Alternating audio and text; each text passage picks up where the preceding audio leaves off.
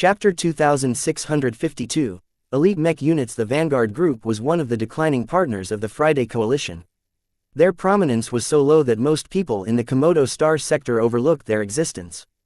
That did not mean their mechs were weak. While the Vanguard army was not as large or well equipped as the Gage dynasty, the 125th Destiny Hammers could go toe-to-toe against any Hex or Elite artillery regiment. The Destiny Hammers was an old mech regiment that possessed a rich martial tradition. They piloted exclusive mechs designed by some of the best masters of the Vanguard Group. What stood out was their penchant for bombarding their enemies with precise kinetic and explosive attacks. They loved to hit their targets with hard-hitting projectiles aimed at any possible vulnerabilities. The energy beams they fired before was actually the secondary armament of their heavy mechs. Just like the Transcendent Punishers, the Destiny Hammer mechs actually allocated much of their capacity to their formidable Gauss cannons. However, unlike the Transcendent Punishers, which essentially relied on cheating to inflate their accuracy, the Destiny Hammers relied on pure skill and advanced technology to raise effective hit rate. As Vase quickly read through the intelligence the Hexers had gathered on the Destiny Hammers, he grew quite concerned. Even though the Destiny Hammers only donated a couple of mech companies for this operation, their track record suggested that their performance would definitely be disproportionately high. The Golden Skull Alliance immediately designated the Destiny Hammer mechs as priority targets. The longer the latter were allowed to fire their weapons, the more the expeditionary fleet suffered. While that applied to every ranged mech unit, the Destiny Hammers were especially threatening in this case. However, the Destiny Hammers weren't the only threats at range. The enemy possessed a lot of other potent threats. Unlike the Destiny Hammers, who had yet to unveil their best weapons, a different troop persistently achieved great results at extreme range. Precise laser beams and positron beams struck the various surface modules of every starship in the expeditionary fleet. Even though it was incredibly difficult to achieve consistent results at longer ranges due to various reasons, the ranged mechs sticking close to the fleet carrier called the Orca Tyrant achieved exceptional results. While the damage to the exposed sensor and communication arrays did not lead to any short-term drops in effectiveness, if this went on, the command and control capabilities of the expeditionary fleet would definitely suffer. The Larkinsons and Glory Seekers tried their best to identify the enemies that achieved such steady results. It's the 219th Witch Slayers of the Puffer clan. It was another famed marksman mech regiment. The Puffer clan was just as weak, if not weaker, than the Vanguard Group, but their Witch Slayers had achieved remarkable results in the Komodo War.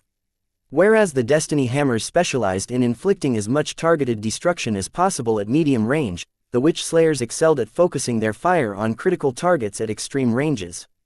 They were one of the premier sniper groups of the Friday Coalition. Their record was filled with accounts of turning the tide of battles by assassinating critical leaders or disabling critical hardware. The formal entry of the Destiny Hammers and the Witch Slayers exerted a lot of pressure onto the expeditionary fleet. We have considerably more ranged mechs than the enemy, but our opponents have the edge on this aspect. Major Verl muttered, "Look at the results of our attacks. They're too scattered. Most of our firepower is absorbed by the thick hull plating of their combat carriers. We're not weakening the enemy strike force in any meaningful way except for chipping away at their buffer." Vase wanted to rub his smooth-shaven chin, but his armored hand bumped against the chin of his helmet. We need to do something. As long as we give the order, our Transcendent Punishers can likely give them a surprise." Major Verl frowned. "As much as it pains us to lose out on this long-range duel, we still need to hold on to our trump cards. From my understanding, our Ilvanan mech pilots cannot maintain their highly accurate state for an extended amount of time. We need to preserve this advantage until we truly need to eliminate our opponents quickly." Eventually, they decided to keep the Transcendent Punishers on a leash. They were only allowed to fight normally inside their bunkers unless ordered otherwise. Though Vase privately believed that it was best to cripple the Destiny Hammers and the Witch Slayers at the start in order to curtail their destructive influence, the range was a bit too long. Even if the Transcendent Punishers achieved quick results, it was far too easy for the elite range mechs to hunker down and weather the storm. Besides, the two units were hardly the only notable threats the enemy held in reserve. Vase briefly glanced at another projection. The Cross clan seemed to focus much of their ire against the Predator clan and the Planet clan. The grudge between the two sides ran so deep that they practically ignored the Larkinsons and the Fredaman. While he grew a little concerned at that, it was not a problem for now. The Larkinsons tried their best to identify which elite mech units they were facing while defending against as many incoming attacks as possible. The good news was that the enemy stopped launching missiles. The bad news was that the missiles had done a good job of drawing out the defenses of the expeditionary fleet. The enemy likely gathered a wealth of data. They identified the positions of every bunker, estimated the firepower of the heavy artillery mechs that shot down the missiles and gauged the damage resistance of starship hulls. Few attacks landed on the Spirit of Bentime.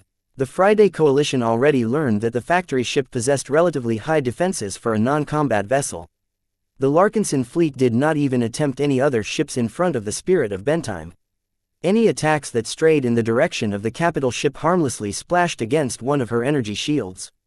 It took a lot of contracted attacks to overload a heavy-duty shield generator. Unless the enemy was determined to crack open the Spirit of Bentime, it was best for them to direct their firepower on easier targets. The sub-capital ships of the expeditionary fleet suffered the brunt of the enemy bombardment as a consequence. While none of the other ships had been crippled yet, they gained increasingly more hull breaches. The Larkinsons already expected this outcome. It was not as if they held all of their fire. The combat carriers of the Garliner clans and the forward momentum of the Vanguard group came under significant fire. The latter received special attention because she was one of the least resilient fleet carriers in the enemy fleet. While the Orca tyrant of the Puffer clan came close, the forward momentum received the greatest attention because it held the increasingly more threatening mechs of the Destiny Hammers. While the Witch Slayers were incredibly annoying, the Destiny Hammers possessed a much greater capacity for destruction. Sooner or later, the artillery duel would begin in earnest. Both sides were still waiting until they reached their optimal range. More ranged mechs opened fire from both sides. Aside from the artillery mechs, the other mechs did not fire their weapons at full power. The ranged mechs also controlled their firing rate in order to moderate their energy consumption and minimize their heat buildup. As the enemy mechs continued to expose their strength, the Larkinsons continually identified more and more units. The Coalition Reserve Corps brought forward a distinctive unit of medium and heavy mechs. The 77th Corindian Giants. Major Verl frowned. They're specialized in defense. They're also good at steadily pushing lines. The Corindian giant mechs are noted for carrying multiple shields. While their mobility is low, they can shed pieces of their armor in order to gain a boost in acceleration and agility. There's more to them than just their defensive mechs. Vase zoomed in on the live footage of a pair of mechs that practically melded together into a single combination. Is that a cannoneer mech slotted into the back of a Space Knight? Although Vase had heard about these combinations, he had never seen it in action, let alone be on the receiving end of this unusual tactic. He continually zoomed in on the Corindian giant mechs until he confirmed his suspicions. The two mechs have truly bound their frames together. The Space Knights of the elite CRC mech regiment boasted an abnormal design. The flight system mounted to their back collapsed and moved to the side. This exposed some kind of mounting mechanism which allowed a specially designed cannoneer mech to physically slot itself in place. The result was a very slow-moving combination mech that possessed superior defenses and superior firepower. In fact, the genius part about this complex maneuver was that the two different mechs were essentially capable of sharing their strengths. The Space Knight was no longer a punching bag. Instead, it gained a very powerful helper that was capable of retaliating against any ranged mechs. The cannoneer mech could fire its cannons without exposing any of its fragile frame. Not only that, but it was able to draw power from its companion mech while dumping a lot of excess heat at the same time. Of course, the combination's awful mobility left it very prone to flanking attacks, but that was not a concern at the moment. Vase felt both impressed and intimidated at the fantastic mechs the enemy employed. As a mech designer, he keenly recognized that none of the enemy mechs were weak. Their quality was incredibly high and their performance was guaranteed to be stellar. What the? Are those hero mechs? Huh? Vase reacted with surprise. Hero mechs were not common. They forced too many compromises and demanded more from their mech pilots. Most mech militaries preferred to employ mechs with more defined roles. When Vase directed his attention to the mechs that stuck close to the Aurelus, he became a little more suspicious. The colors of those mechs looked a bit familiar. It's the 1633rd Bloody Herons of the Gage dynasty. What? Vase almost shot up from his seat. He never expected to encounter a unit from the Bloody Herons. What is the matter, sir? Major Verl asked. The Bloody Herons are very special. Their mech pilots are all connected to a neural network. The Bloody Herons was one of Master Huron's handiworks. They were famed for their versatility and exceptionally high coordination. Their mech pilots overflowed with talent and were proficient in both ranged and melee combat. It was like facing an army of Joshuas who all happened to have gone through a very strict training program that allowed them to meld their minds together in the midst of battle. During the development of his spiritual networks and battle networks, Vase had performed plenty of research on the elite mech troops that Master Huron had shaped. The Bloody Herons was one of his greatest success stories. The combination of excellent skill, powerful mechs, punishing training and a brotherhood that was closer to family resulted in many victories against the Hex army. Did Master Huron bear a grudge against Vase? He allowed the Gage dynasty to commit Unit L to this operation, but also 5 full mech companies of the Bloody Herons. Vase understood more than anyone else in the expeditionary fleet how exceptional the Bloody Herons could be once they entered the stage. Their powerful and expensive hero mechs hacked down any enemy that came close and fired their rifles at any targets that thought they were safe at range. While this didn't sound particularly different, the key here was that the Bloody Herons coordinated their actions to an insanely high degree. What one mech pilot knew, another mech pilot knew as well. Vase could not allow the Bloody Herons to take over the battle. Chapter 2653, Heavy Pummeling. The artillery duel soon began in earnest. The heavy artillery mechs holed up inside the many bunkers placed on the hulls of hundreds of carriers all let loose their heaviest armaments. The space between the two fleets lit up with a combination of searing beams and heavy projectiles. The Destiny Hammer artillery mechs securely ensconced on the forward momentum silently roared to life.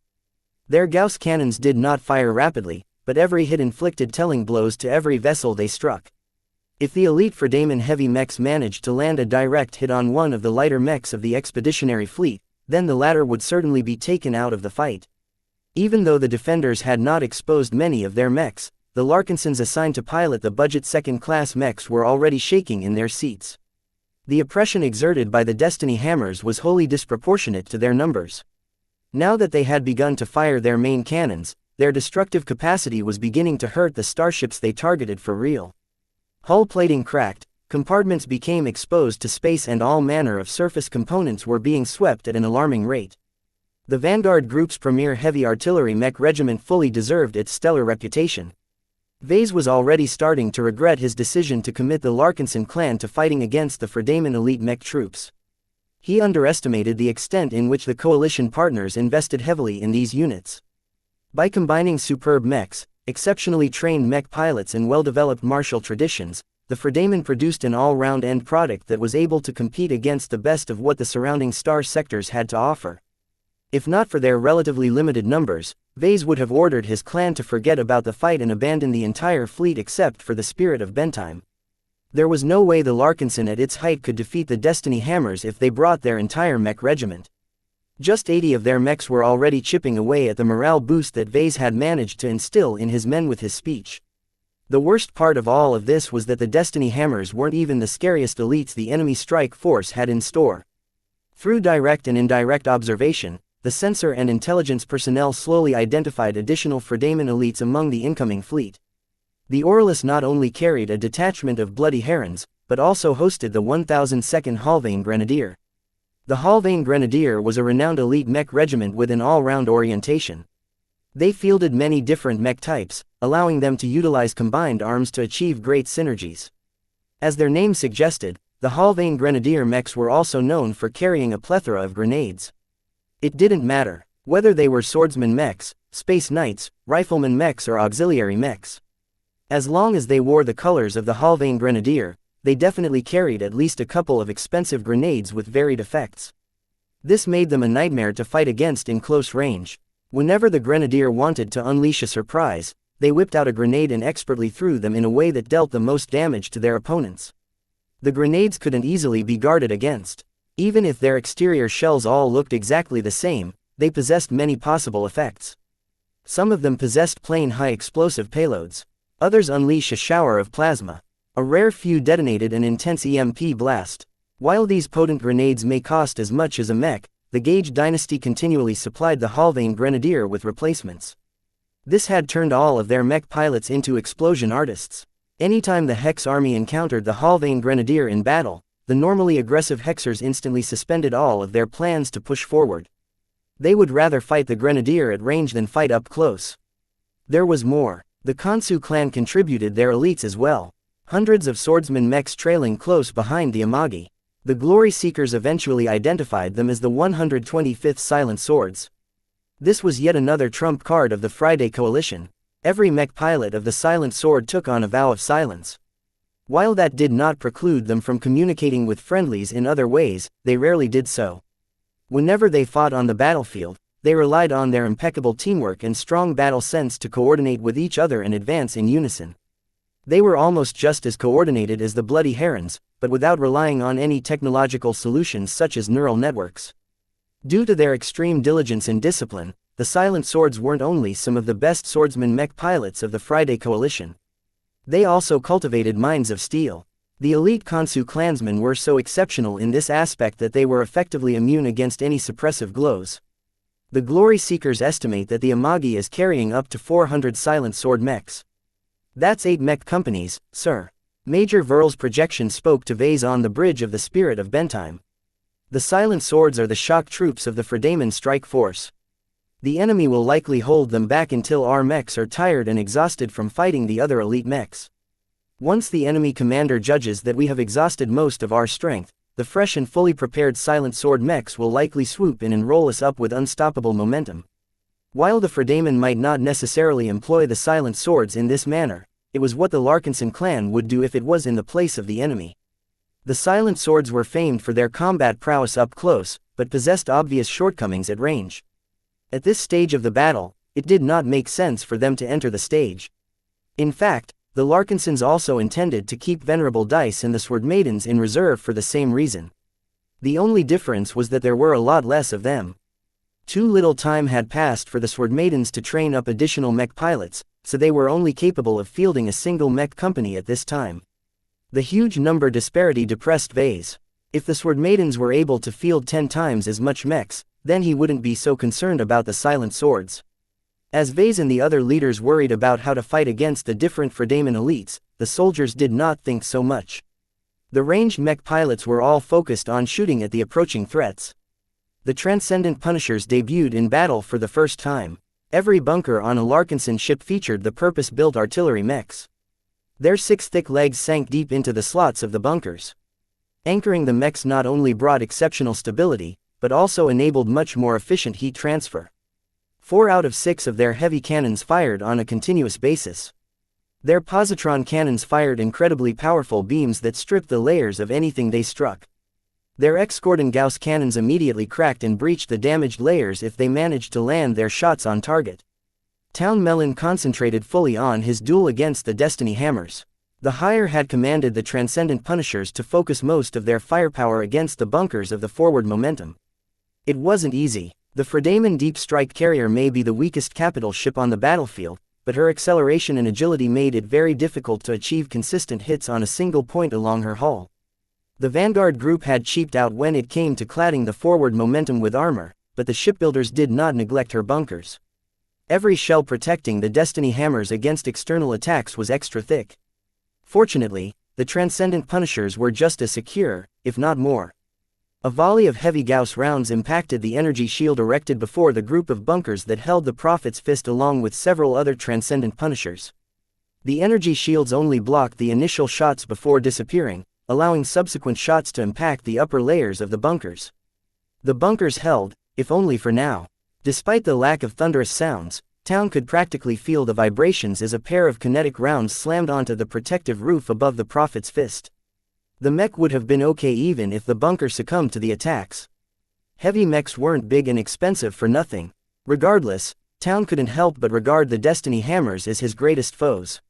Out of all of the enemy ranged mechs, he instinctively felt he needed to annihilate the enemy artillery mechs before he was free to bring his guns to bear against other targets. The Destiny Hammers evidently felt the same way because they had concentrated more and more of their fire onto the bunkers of the expeditionary fleet. After pouring their fire onto the Spirit of Bentime for a while, the Destiny Hammers eventually directed their fire elsewhere. This was not because it was impossible for them to inflict meaningful damage against the bunker mechs aboard the factory ship. The enemy artillery mechs succeeded in breaching a couple of bunkers. The problem was their progress was too slow. The shield generators that constantly came online for a few moments mitigated a substantial portion of incoming fire. This weakened any attacks directed against the flagship of the Larkinson clan. The shield generator operators expertly activated and deactivated the energy shields in order to manage the stress onto their devices. The shields worked wonderfully against lighter attacks but could not bear the burden of blocking too many heavy attacks. Each time a shield generator came under a heavy burden, they rapidly heated up. Some of their subcomponents also reached their limits. If the shield generator kept blocking more and more damage, they might fizzle out and forcibly enter an emergency cooldown cycle. Skilled operators and engineers were capable of overriding this necessary cycle if they needed to. The shield generators would then be forced to erect wobbly, unstable energy shields that could still play a critical role at the right time. This was very dangerous, though. Aside from risking breakdowns and explosions, overloading the shield generators also reduced their lifespans at decades at a time. The Larkinsons obviously couldn't care about that at this time. The heavy-duty shield generators cost as much as hundreds of mechs, but they were ultimately machines in the end. If their operators had to push them to their breaking points in order to lighten the burden on the Transcendent Punishers, then so be it. Lives could not be rebuilt as easily as machines. Through the pure and sacred glow of the Prophet's fist, Town felt his purpose. Even without the mech's special ability, he still had Prophet Ilvain by his side. The passive glow already expanded his awareness, allowing him to identify the best and most threatening targets he should train his guns on. His accuracy slowly increased as he became more in tune with his artillery mech. Not every Ilvain mech pilot was able to reach this elevated state of mind. Their closeness to their mechs might not be as good, or they might be unaccustomed to piloting artillery mechs. Another reason why the Transcendent Punishers weren't able to perform at their best was because of the pummeling they received. After the Destiny Hammers learned that the spirit of Bentheim was too well protected to succumb to their attacks, the enemy artillery mechs trained all of their firepower on the bunkers of the combat carriers instead. Devoid of shields and boasting thinner layers of armor, the incoming rounds and positron beams made quick work on the bunkers. The accuracy of the Destiny Hammer mech pilots were so high that not even rotating mechs stopped them from concentrating their fire onto individual bunkers. The first Transcendent Punishers had already fallen when their bunkers collapsed and lots of heavy attacks slammed into their frames. "This can't go on," Town screamed. The higher-ups agreed. Soon enough, the Ilvain mech pilots finally received the order that they had been waiting for. They received orders to activate the greatest function of their new machines. Chapter 2654, Ever Forward. Lieutenant Edmund Corsica of the Destiny Hammers piloted his heavy artillery mech with great proficiency. Armed with as much as 10 energy and physical cannons, the mech expended both energy and ammunition at a judicious rate as it pummeled one of the Hexer-built combat carriers of the Larkinson clan. The only downside to carrying so much armament was that the mech was rapidly heating up while expending much of its ammunition and energy. As the limited ammo reserves of his mech started to bottom out, the hatch into the bunker slid open. A porter mech along with some cargo bots arrived just in time to deliver fresh supplies. The thick and heavy-set mech ceased fire and opened up a rear port that exposed its spent ammunition and energy cell canisters. Jets of cooling fluid sprayed from the sides of the bunker, causing it to fill up with steam. The artillery mech was already cooling down once it silenced its guns, but the extra cooling measures accelerated its recovery. The porter mech proficiently removed the depleted canisters and put fresh ones in their place. The mech slapped its heavy palm against the rear port that had just closed. "You're set. Good luck, Edmund. Keep up the good work, Benny." As a proud soldier and mech officer of the Vanguard Group, he knew the importance of this battle. The creator of glows and one of the most influential supporters of the Hexadric hegemony was aboard the factory ship of the enemy fleet. Ending the life of the former Brighter known as Vase Larkinson was their primary objective. The increasingly more intensive engagement took a greater toll on both sides. Starships began to receive crippling damage while various mechs were starting to collapse after being subjected to focused fire. The duel between the Transcendent Punishers and the Destiny Hammers had become the focal point of the struggle between the Larkinsons and the Fredamen in the battle. The latter numbered less, but their heavy artillery mechs were superior on almost every front. Compared to a Transcendent Punisher, the machine piloted by Lieutenant Corsica possessed greater mass, possessed more guns, carried greater armor and incorporated some of the best targeting systems developed by the Coalition. The Destiny Hammer mech pilots themselves exhibited much greater proficiency than any of their Ilvain counterparts. The latter only took up piloting heavy mechs only recently. What was even worse was that the Ilvanan mech pilots were barely accustomed to piloting second-class mechs. Lieutenant Corsica and his comrades were different. They attended the best mech academies of the Vanguard Group and committed to an artillery track early on. They spent many years learning the ins and outs of the various skills needed to utilize the most advanced functions of artillery mechs. The Destiny Hammers was made up of the best graduates that came out of these mech academies. Once they entered the elite mech regiment, they weren't allowed to pilot one of the powerful machines right away. They had to spend years polishing their marksmanship and control abilities before they were even ready to pilot the advanced heavy artillery mechs. All of the effort put into their training paid off. Edmund and his comrades exhibited as much as 50% greater accuracy. Their superior marksmanship compared with all of the technical assistance provided by their mech inflicted methodical, controlled destruction onto their targets. And this was despite the fact the forward momentum was slowly spinning along her length.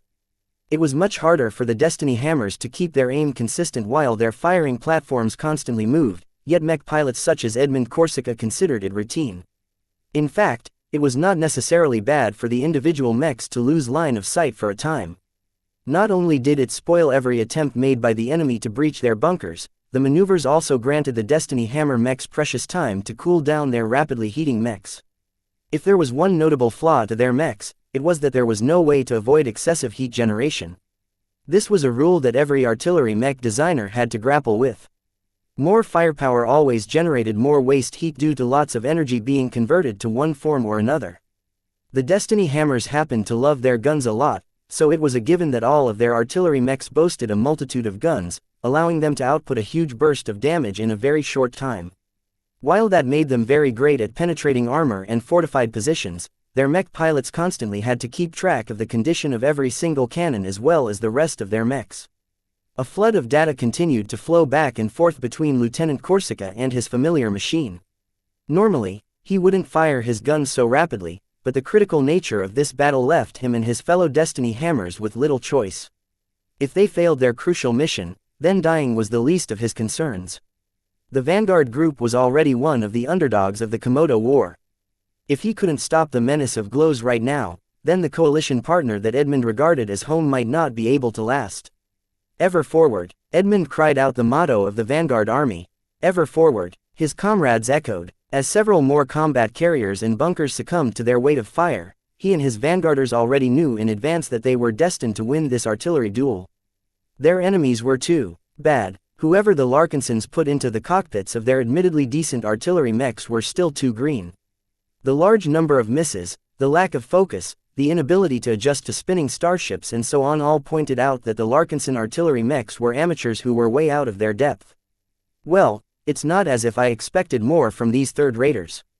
Edmund contemptuously muttered. Now that he gained a measure of his opponents and their equipment, his mech began to inflict greater destruction.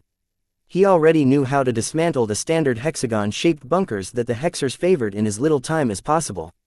Just as his guns along with the guns of the rest of his squad transformed an enemy artillery mech into a piece of scrap, the enemy fire abruptly abated for some reason. Lieutenant Corsica looked puzzled. Have the enemy artillery mechs overheated? It shouldn't be. The enemy mechs fired their cannons at a slower rate and more sustainable rate.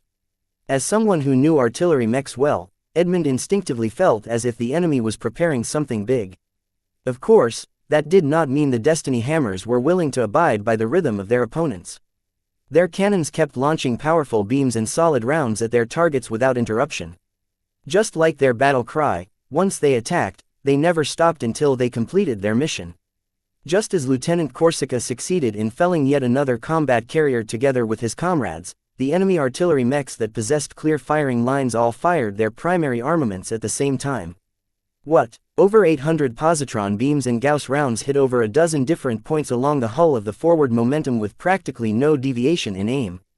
The attacks shouldn't have been able to shake a capital ship, yet the deep strike fleet carrier somehow vibrated just enough to affect Edmund's artillery mech's aim. Shortly afterwards, the cooling fluid being sprayed onto the mech ceased to flow. What happened? He demanded. The enemy salvo managed to pierce through the hull of the forward momentum.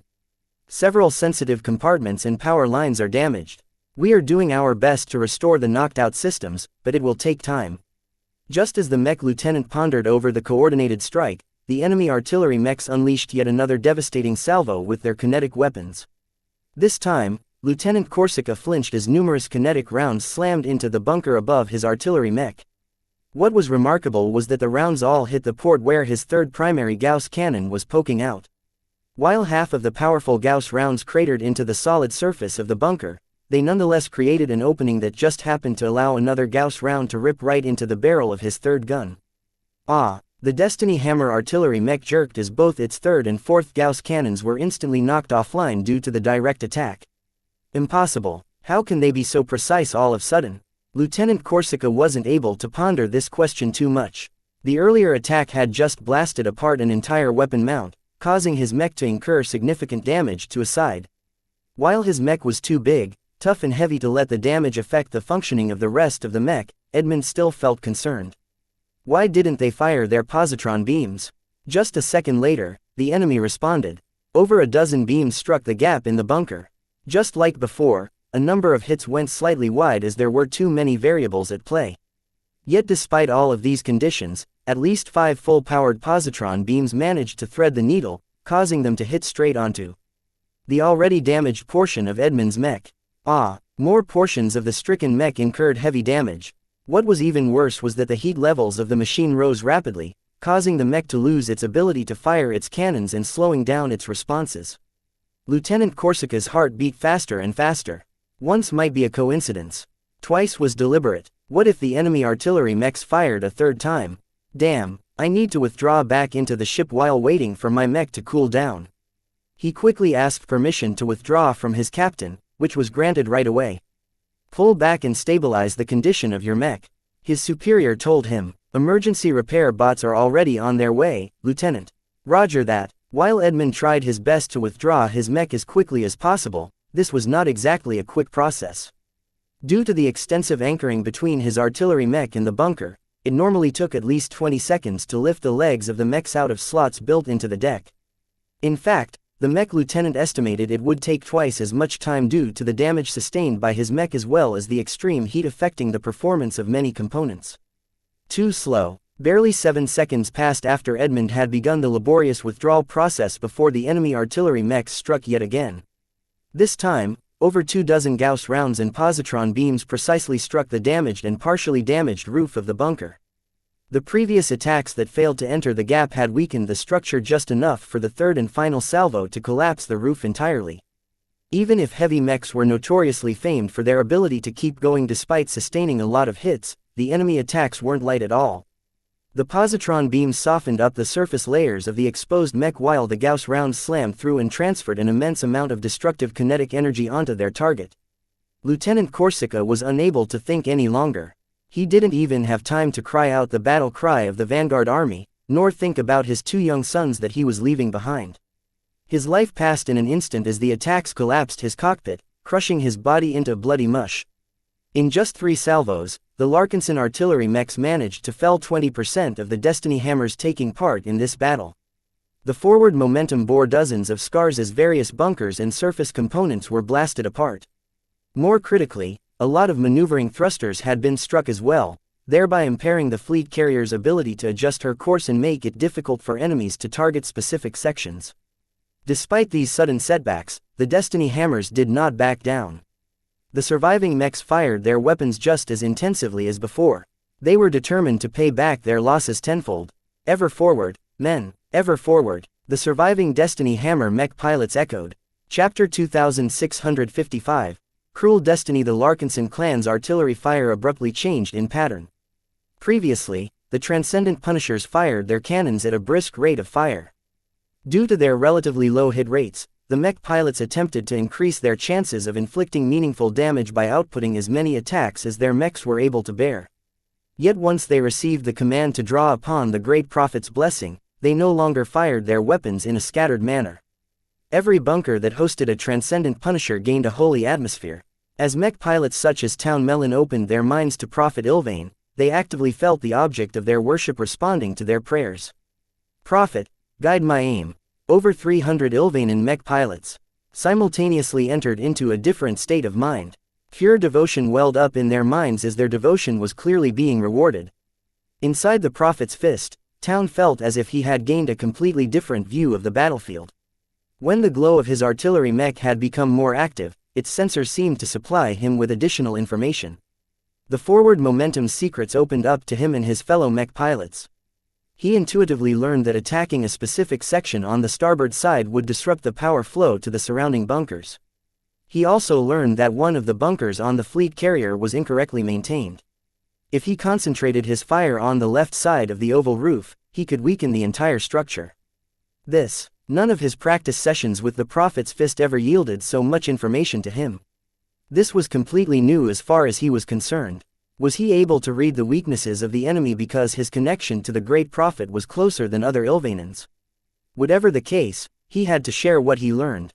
This was not difficult. Through the man-machine connection, he transmitted his inexplicable insights to the command network after packaging them into a condensed form. Due to his special identity as the Chosen of Zeal, the Ilvanan mech officers took his contribution seriously. They had no doubt in the data supplied by Town. To the Ilvanans, faith and devotion trump logic and skepticism. We have developed a list of priorities based on the observations you have made with the Prophet's blessing. A mech captain spoke. Every Transcendent Punisher will be allocated a set of targets. We must strike hard and make our attacks count. Do not let the bright martyr down and do not fail your purpose. We stand ready to exact the Prophet's punishment. The Prophet's Fist received a data transmission from the Spirit of Bentime that precisely outlined its targets. Town no longer sought to glean more details from the forward momentum but instead brought the cannons of his mech to bear against the aft section of the enemy capital ship. The forward momentum wasn't making it easy for him to keep his guns on target. The ship slowly spun around like a giant drill, which made it very difficult for ranged mechs to focus their fire on a single section. Before, that would have inconvenienced the Ilvanan mech pilots. Now, their aim remained true. While they still employed their own aim along with the aid provided to them by the targeting systems of their mechs, they received additional assistance from what must be the Prophet himself. Fire. The Transcendent Punishers fired once. The forward momentum immediately shook and drifted off course for a fraction of a second as numerous important systems ceased to function as normal. The Prophet's Fist adjusted its frame after firing its primary armament. While it could have fired another shot after its weapons recovered, it was not yet the time to do so.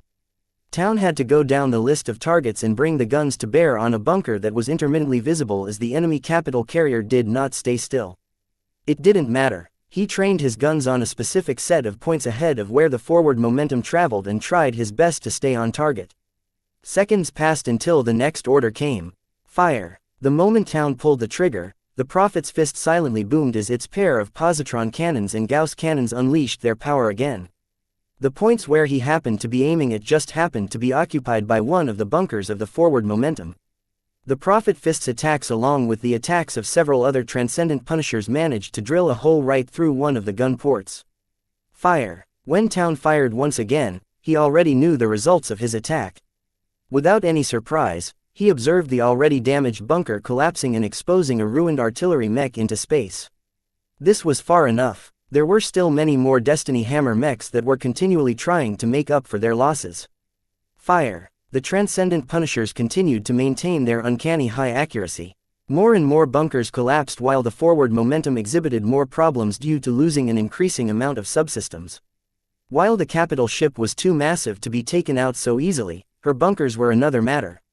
With at least 200 Transcendent Punishers focusing their firepower on 20 bunkers at a time, every few salvos continued to fell a lot of Destiny Hammer mechs at a time. As confident as the Destiny Hammers were in their own strength, they finally sensed that something was very wrong once they lost an entire mech company after just a handful of exchanges. We've lost half of our men. How is the enemy able to target us so precisely? I thought the Larkinsons didn't have any mech pilots who could match our skill. What kind of nonsense intelligence is this? How can religion possibly play a role in a matter like this? This report is pure fantasy. The soldiers of the Vanguard group smelled something very wrong about this change. If this went on, the Destiny Hammers assigned to Task Force Umbra would probably be wiped out in short order. Evade the enemy attacks, move the forward momentum behind the Orlus. Let the other fleet carriers become our shields. The forward momentum actively broke formation and slowed down in order to let the other fleet carriers overtake her. Once the other capital ships had passed her by, the vessel quickly hid behind the large and formidable bulk of the Gage dynasty's capital ship. General Vander Pierce became furious. The vanguarders acted on their own accord without even bothering with the decency to ask for instructions first. Not only that, they completely shamed themselves by drawing themselves back to the rear of the fleet. Ever forward, indeed, as much as he wanted to reprimand the vanguarders, the leader of Task Force Umbra forcibly pressed down his rage. While his authority was technically absolute, the forces he led were composed of several different units that belonged to several different factions within the coalition. They weren't united enough to let go of their selfishness. Even though the forward momentum managed to take shelter behind the Orlis, it was already too late for the Destiny Hammers. They lost 64 precious heavy artillery mechs. Of the surviving 16 mechs, several of them sustained significant damage that heavily impaired their performance. While the Destiny Hammers were still capable of influencing the course of the battle with the firepower they managed to preserve, they were no longer a force to be reckoned with on the battlefield. This was especially so because the Destiny Hammers lost all of their mech officers and veterans. For some unknown reason, the Larkinson artillery mechs prioritized all of their attacks on the machines piloted by the most authoritative, skilled and experienced mech pilots. The ones who were left were all in their 30s and possessed significantly less skill than their older colleagues. Back in the Larkinson fleet, the Ilvanen mech pilots each felt satisfied with what they had managed to accomplish. The Destiny Hammers may be better than them in many ways, but the Ilvanens had gods on their side. With the blessings of the Great Prophet and the Bright Martyr, Town and his fellow devout mech pilots actively channeled the fury of their faith. They continued to mete out targeted destruction at other exposed targets. At this time, the Orca Tyrant became their target of choice. The Puffer clan's fleet carrier was not as weak as the forward momentum, but she was also slower and more sluggish. It didn't matter if the Orca Tyrant possessed a thicker shell. With hundreds of Transcendent Punishers achieving an effective hit rate in excess of 80%, no amount of alloy plating could withstand the combined impacts of hundreds of positron beams and Gauss rounds. Despite the longer distance, the Witch Slayer mechs which were using the Orca Tyrant as their cover experienced great difficulties. Dozens of fragile marksman mechs collapsed in an instant as their positions came under sudden bombardment. The lack of warning and simultaneous attacks gave the mech pilots no time to react before sections of their mechs blasted to pieces. Over a third of the Witch Slayers had been slain in just a couple of salvos. The rest of the marksman mechs did not dare to snipe at the Larkinson fleet anymore and withdrew until they were hovering directly behind the Orca Tyrant's bulk. All in all, the Transcendent Punishers expended a lot of effort to take just over 100 ranged mechs. Yet despite felling so few mechs, the oppression exerted by the enemy strike force had reduced by over half. While the ranged mechs of the other elite mech units weren't bad, they did not excel in ranged combat unlike the Destiny Hammers and the Witch Slayers. The latter two mech troops differed from the others by their ability to make their attacks count. Now that they had been diminished and suppressed, the expeditionary fleet gained a lot more momentum during this battle phase. Town slowly let out a deep breath as he exited out of his elevated state. He felt the presence of the Great Prophet receding from his mind and mech. While his prophet's fist still possessed its reassuring glow, he still longed to return to his previous state. I can't, he shook his head. I need to be prepared to face the subsequent wave of enemies. They only managed to dismantle a portion of the enemy's strength. The Fredamen and their helpers brought around 6,000 mechs in total. The Transcendent Punishers and their Ilvanen mech pilots could not afford to exhaust themselves too early. Even the Great Prophet himself felt a little weaker than before to town. The fight is far from over. The Prophet's fist and the Transcendent Punishers opened fire again.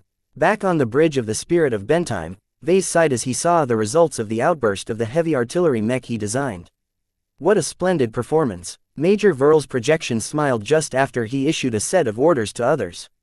Your Transcendent Punishers exceeded my expectations. They are truly an evolution of your remarkable Deliverer designs. Thank you, but do note that there is a limit to this special state. Vase warned, every benefit has a cost. Every process consumes energy. We need to make sure to reserve enough strength to survive the next phases of the battle. Indeed, it is almost time for our fleets to approach medium range. This is the phase where many rifleman mechs will shine. Melee mechs will take to the field as well. What Major Verl didn't state was that the enemy expert mechs would probably make their moves as well in the next phase. Vase could practically feel Venerable Ganso's hostility from this distance. Once the main body of the enemy strike force entered the fray, the battlefield would become a lot more chaotic. He gripped the Larkinson mandate tighter. He could feel Goldie's concern.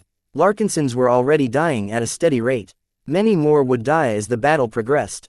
Chapter 2656. Old survivors. Two different fleets were locked in struggle. Task Force Umbra along with extra forces dispatched by the Predator clan and the Planet clan barreled down onto the Golden Skull Alliance's fleet with hatred driving them onwards. The Fredamen hated the Larkinsons and their leader. The Predators and Planets resented the Crossers. Much of the excitement that took place in the beginning phases of battle centered around the Comodans. The result of the artillery duel between the Transcendent Punishers and the elite ranged mech troops of the Friday Coalition had far-reaching effects. Despite involving a relatively small quantity of mechs, the clear advantage secured by the Ilvanan artillery mechs left them free to train their prodigious firepower against the advancing carriers and mechs of the opposition. That did not necessarily mean that the thousands of other Fredamen ranged mechs were incompetent. They just excelled in a different form of combat. They placed less emphasis on long-range precision and more on medium-range suppression and skirmishing. The rifleman mechs of the 1002nd Halvane Grenadier, 77th Corindian Giants and other elite mech regiments numbered much more than the contingent of 125th Destiny Hammers and 219th Witch Slayers. Yet much of their laser beams and Gauss rounds slammed ineffectually against the thick hulls of the opposing starships. While the damage onto the Larkinson vessels kept accumulating, the lifespans of the targeted combat carriers in question did not diminish fast enough. Even if the combat carriers finally succumbed under all of the weight of fire, their destruction accomplished little else besides robbing their owners of a bit of cover. Escape pods launched towards the rear minutes before the vessels drifted out of control or ruptured when their structure was methodically torn apart. Billions of pieces of debris flung in each direction as other starships exploded as critical power reactors or other volatile components reached critical levels. Not every evacuating crew member managed to make it back to the Spirit of Bentime. Plenty of escape pods were shot down by errant attacks or deliberate shots. Deadly debris could also shred the vulnerable shells, keeping their occupants protected against the hazards of space. Sometimes, escape pods arrived at the flagship of the Larkinson clan intact, only to deliver a corpse as an intense burst of radiation turned its occupant dead.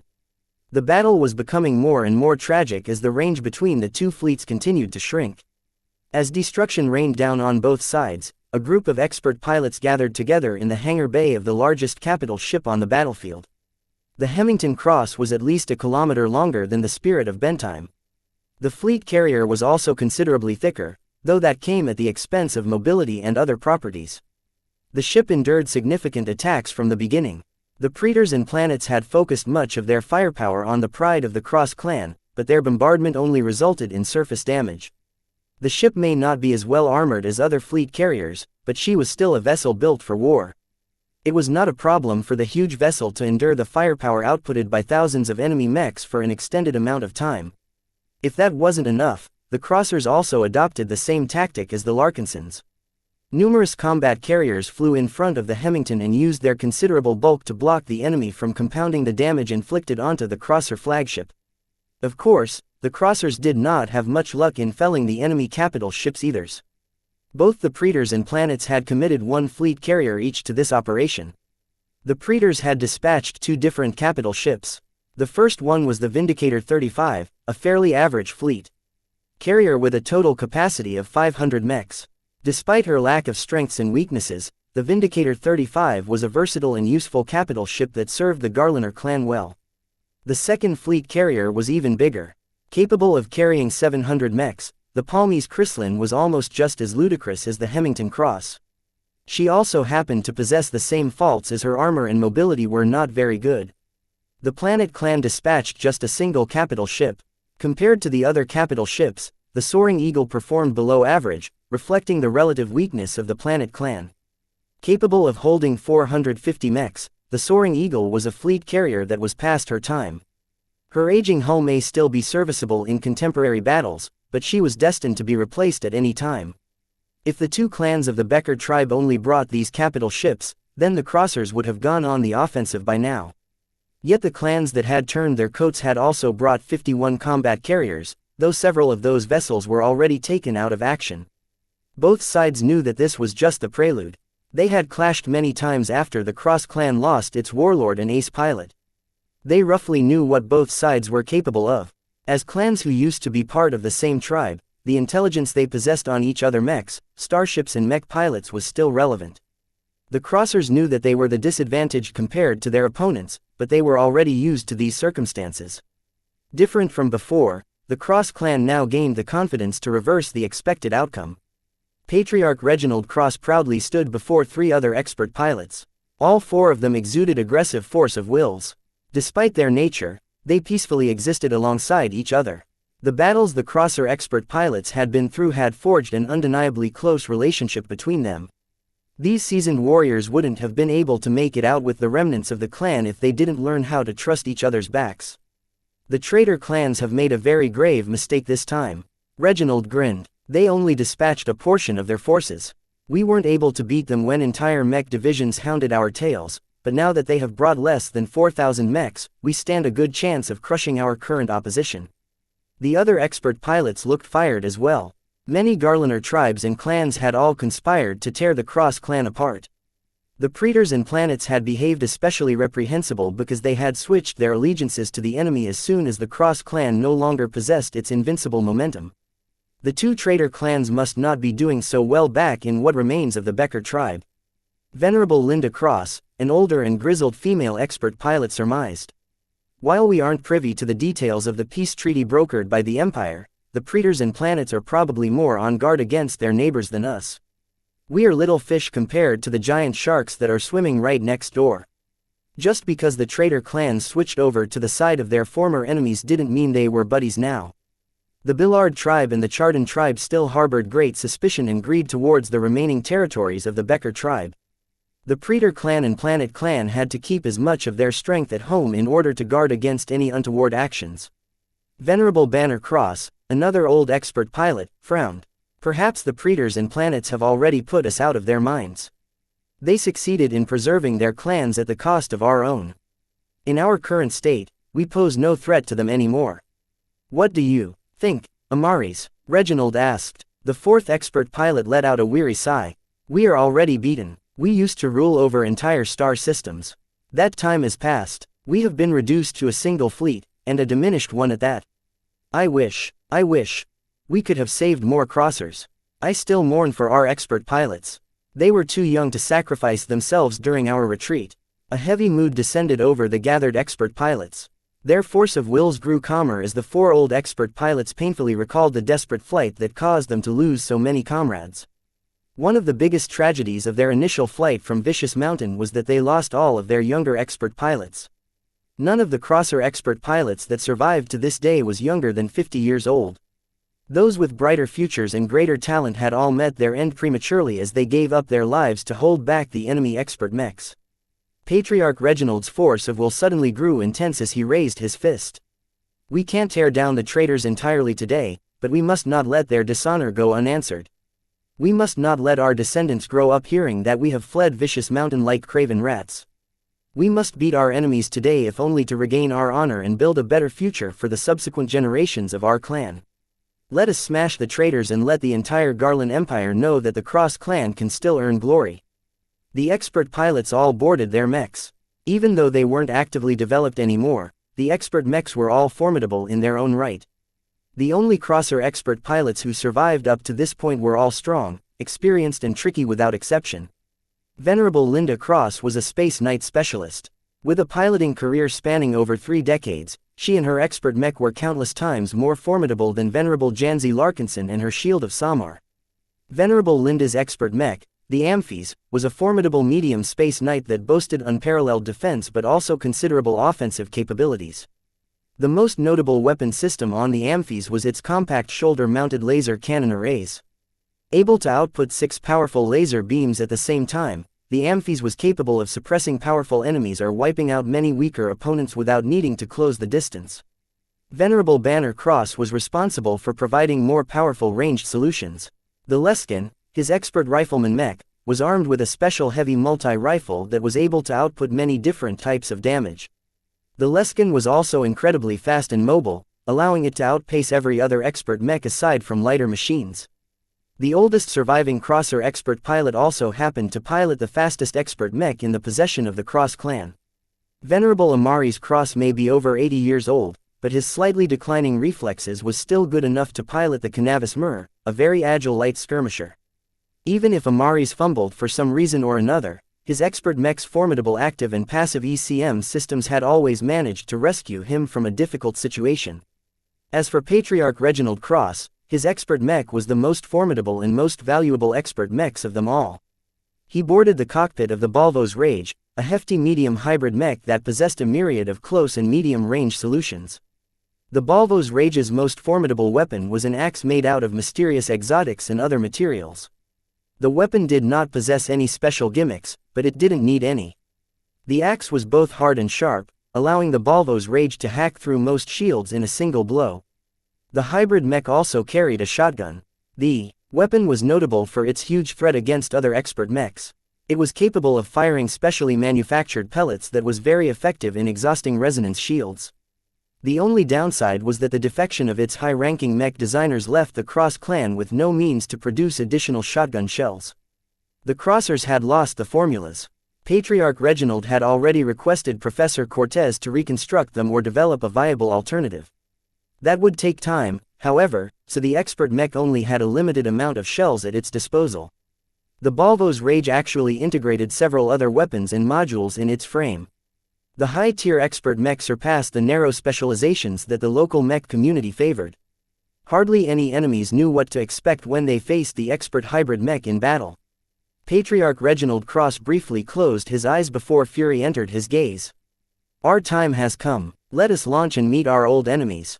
4 glowing stars rocketed out of the hangar bay of the Hemington Cross and formed up in front their fleet. Chapter 2657. Combination mechs. Thousands of rifleman mechs entered the fray in earnest. As the two fleets entered medium range, the hit rate of rifleman mechs shot up quite considerably. They were able to land hits on vulnerable ship modules and even distant mechs on a reliable basis. This has caused the two fleets to incur damage at a considerably greater rate than before. While the amount of ships that were put out of action did not increase that quickly, many ships were still bearing a lot of new scars as the huge volume of fire steadily diminished their overall durability. Of the two sides, the expeditionary fleet possessed a slight advantage. Although the quality of the mechs of the Larkinson clan was inconsistent, their superior numbers along with the survival of much of their artillery mechs allowed them to exert a lot of pressure on their opponents. Ideally, the Larkinson clan wanted to prolong this state as much as possible. Without the intervention of the Destiny Hammers and the Witch Slayers, the Transcendent Punishers outputted so much siege damage that none of the Fredaman fleet carriers felt very good. Though the mech pilots of the Transcendent Punishers weren't very accurate now that they had put aside the Great Prophet's blessing, at this range they didn't need too much skill to methodically demolish the bunkers on the enemy ships. With dozens of Transcendent Punishers focusing their fire on individual bunkers, it didn't matter if most of their shots went wide. The damage inflicted onto the sections next to the bunkers not only affected the functioning of the artillery mech inside, but also compromised the integrity of the bunker structure. As long as the Transcendent Punishers kept up their heavy attacks, the bunkers they targeted went down sooner or later. Of course, the Fredaman did not let the Transcendent Punishers go unanswered. The rifleman mechs of the Corandian Giants, Halvane Grenadier and several smaller units all brought their firepower to bear on the threatening bunker mechs. Don't let those ranged mechs shoot at our artillery mechs for free. The Vima Sons of the Larkinson clan. As a budget second-class rifleman mech, the Vima Sun was a relatively fragile and basic machine that was designed with energy weapons in mind. Though the mech was not that impressive, they were very good in performing their primary purpose, which was outputting a lot of damage. Otherwise, Vase wouldn't have chosen to acquire a lot of copies of this model. As an added bonus, the Larkinson clan supplied the Vima Sons with modified laser rifles that were upgraded with luminaire crystals and some other components. This allowed the Vima Sons to inflict as much damage as mid-range mechs, though not without a few limitations.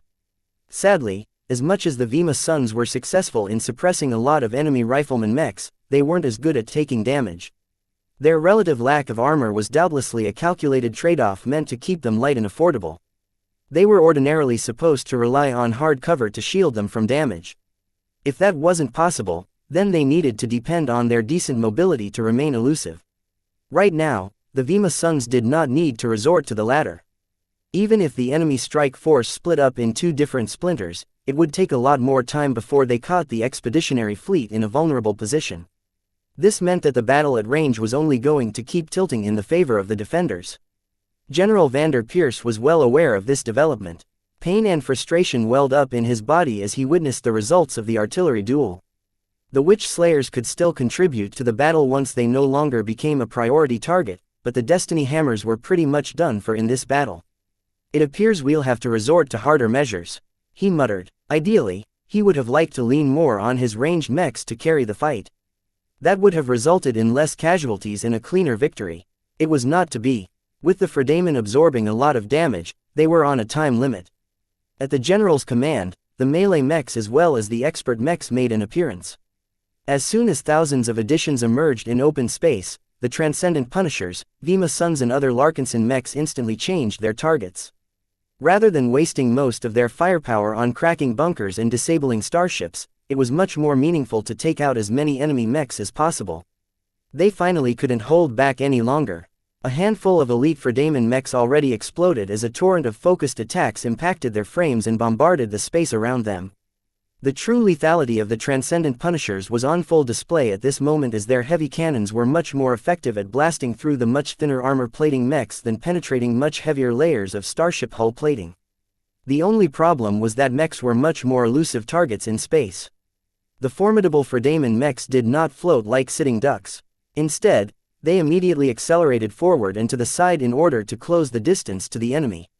Only by getting close would the Fredamen be able to render the Transcendent Punishers useless. The advancing mech pilots possessed great confidence in their melee combat abilities. This was Task Force Umbra's strong point. As the Larkinson clan and its allies directed much of their firepower against the advancing enemies, around 6 mech companies of the Corundian giants deployed in earnest. Their unique Space Knights formed a large and dispersed wall in space as they slowly advanced to a flanking position. A matching number of Cannoneer mechs flew behind the Space Knights as the latter already started to bounce away positron beams and Gauss rounds. Once the Space Knights accelerated for a long enough time, their flight systems parted in half and exposed an open slot on their backs. The Cannoneer mechs all flew forward and expertly mated themselves to the backs of the Space Knights. The cannons wielded by the ranged mechs mounted on top of the shoulders of the defensive mechs. The shields carried by the latter automatically changed their configuration so that they still provided adequate protection while not getting in the way of any of the guns. As soon as the Corundian giant mechs completed their merger, their formidable cannons began to fire a variety of physical and energy attacks. While their fire was not particularly precise, their damage was very considerable. When the Transcendent Punishers attempted to train their firepower onto the Corundian giants, they encountered a lot of unexpected surprises. The combination mechs outputted an energy shield that was powered by both mechs, thereby making them stronger than usual. If the energy shields had been breached, then the high-quality physical shields carried by the Space Knight was very effective in mitigating a lot of damage. Even if the Transcendent Punishers concentrated their fire, their target would just rely on their limited mobility to fly behind another combination mech, thereby saving them from further damage. This was just the start. As the Larkinsons continued to fire at the weird combination mechs, the Corundian giants employed more tactics to reduce the damage they incurred. For example, the combination mechs merged together into a giant shield wall that was able to replace individual elements if they ever came close to collapsing. While this tight formation left them vulnerable to explosive attacks, the mechs collectively outputted an energy shield that was far stronger than what any individual mech could support.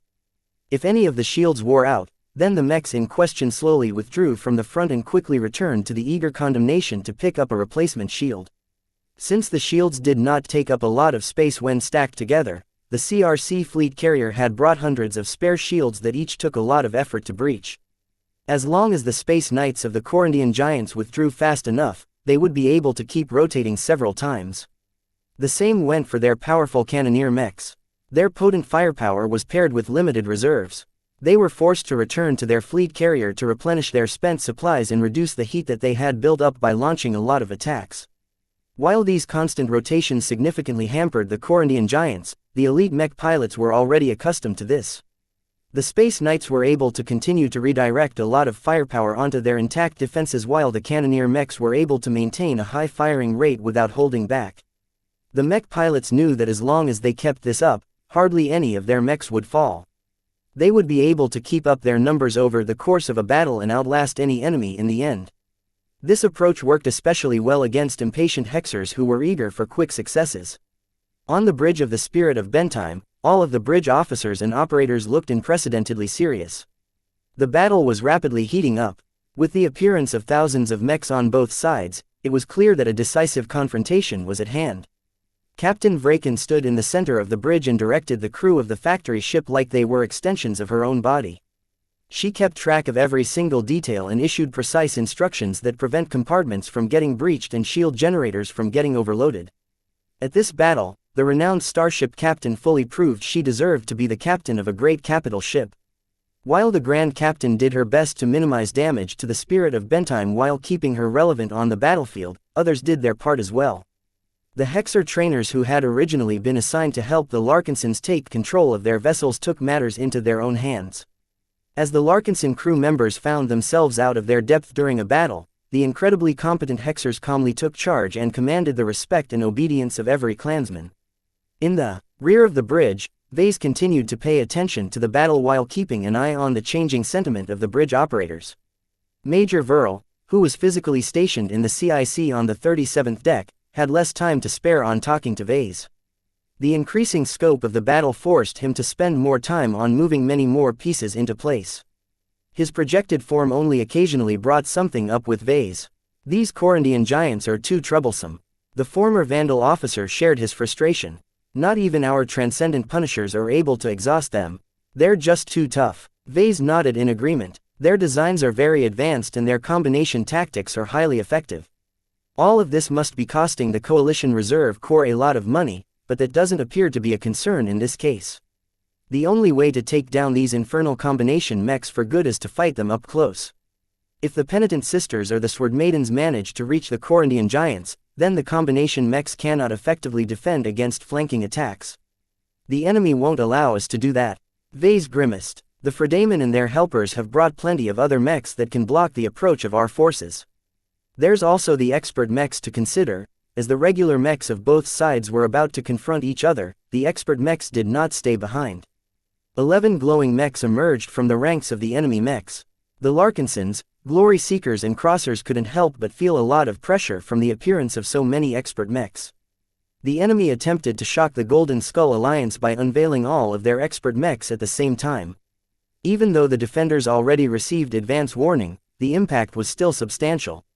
Morale immediately dropped as the reality of facing so many expert mechs at the same time put everyone's courage to the test. Do not falter. We have our own expert mechs. 5 dazzling mechs appeared from the forces of the expeditionary fleet. While their numbers were much less, their appearance nonetheless stopped friendly morale from sliding further.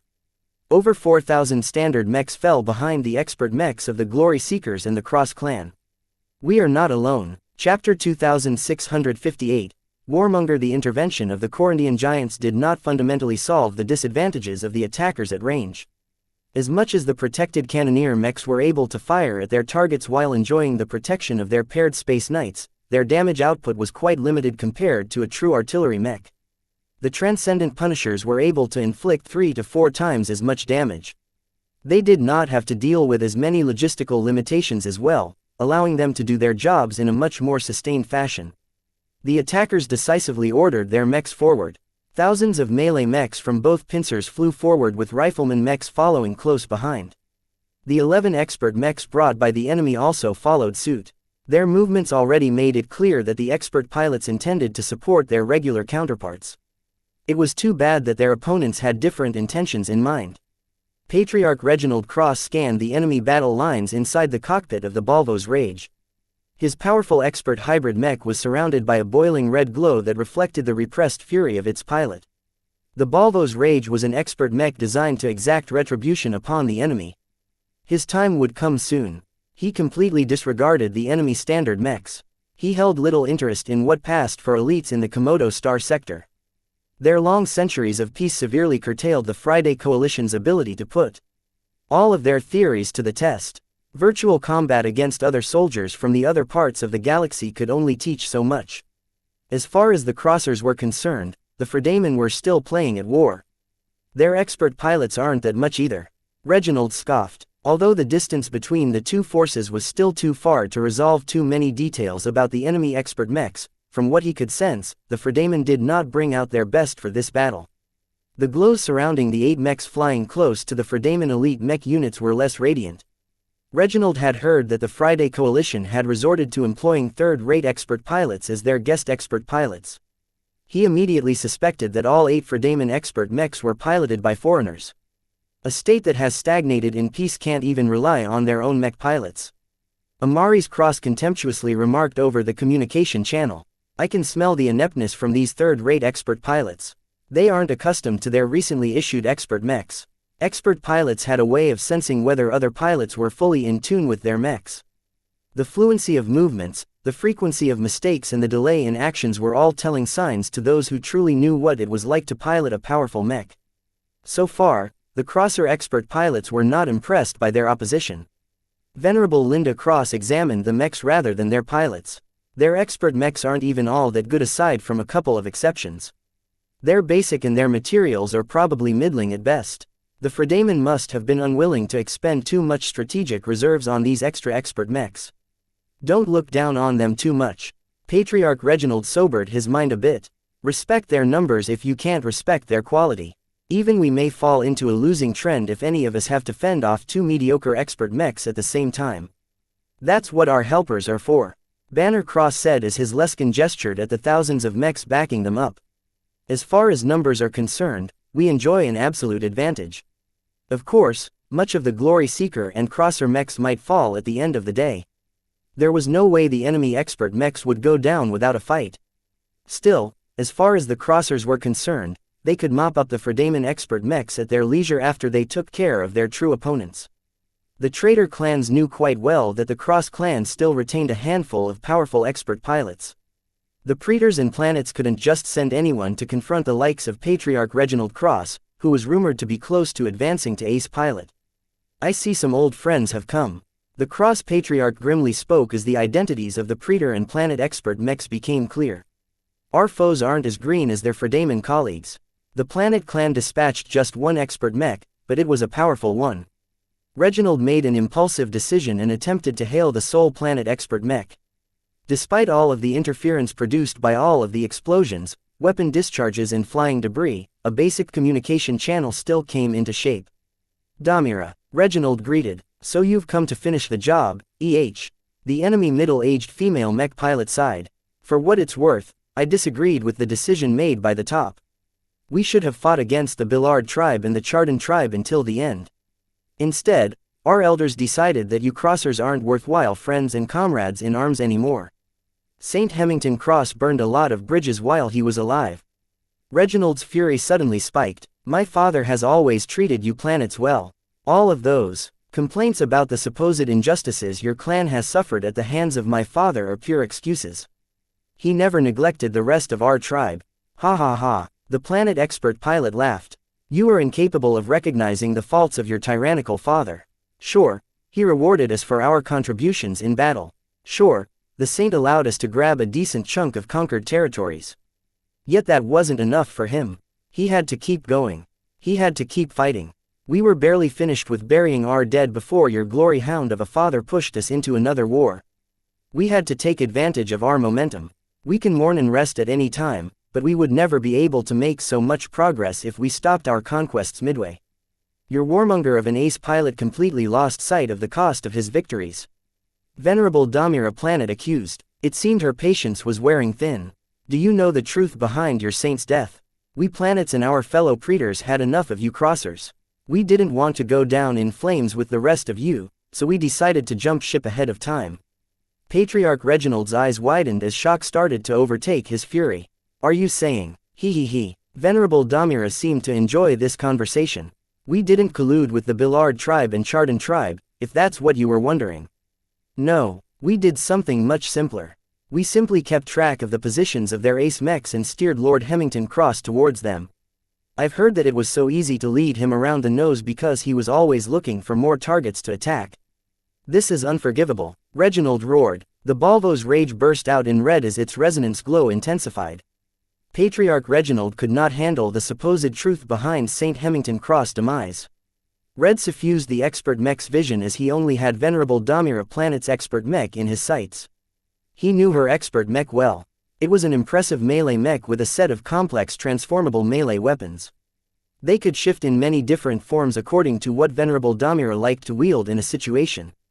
Back when the Cross Clan and the Planet Clan were part of the same tribe, Patriarch Reginald had the pleasure of fighting alongside Venerable Damira several times. She piloted a Weapon Master Mech, which was a special type of melee mech.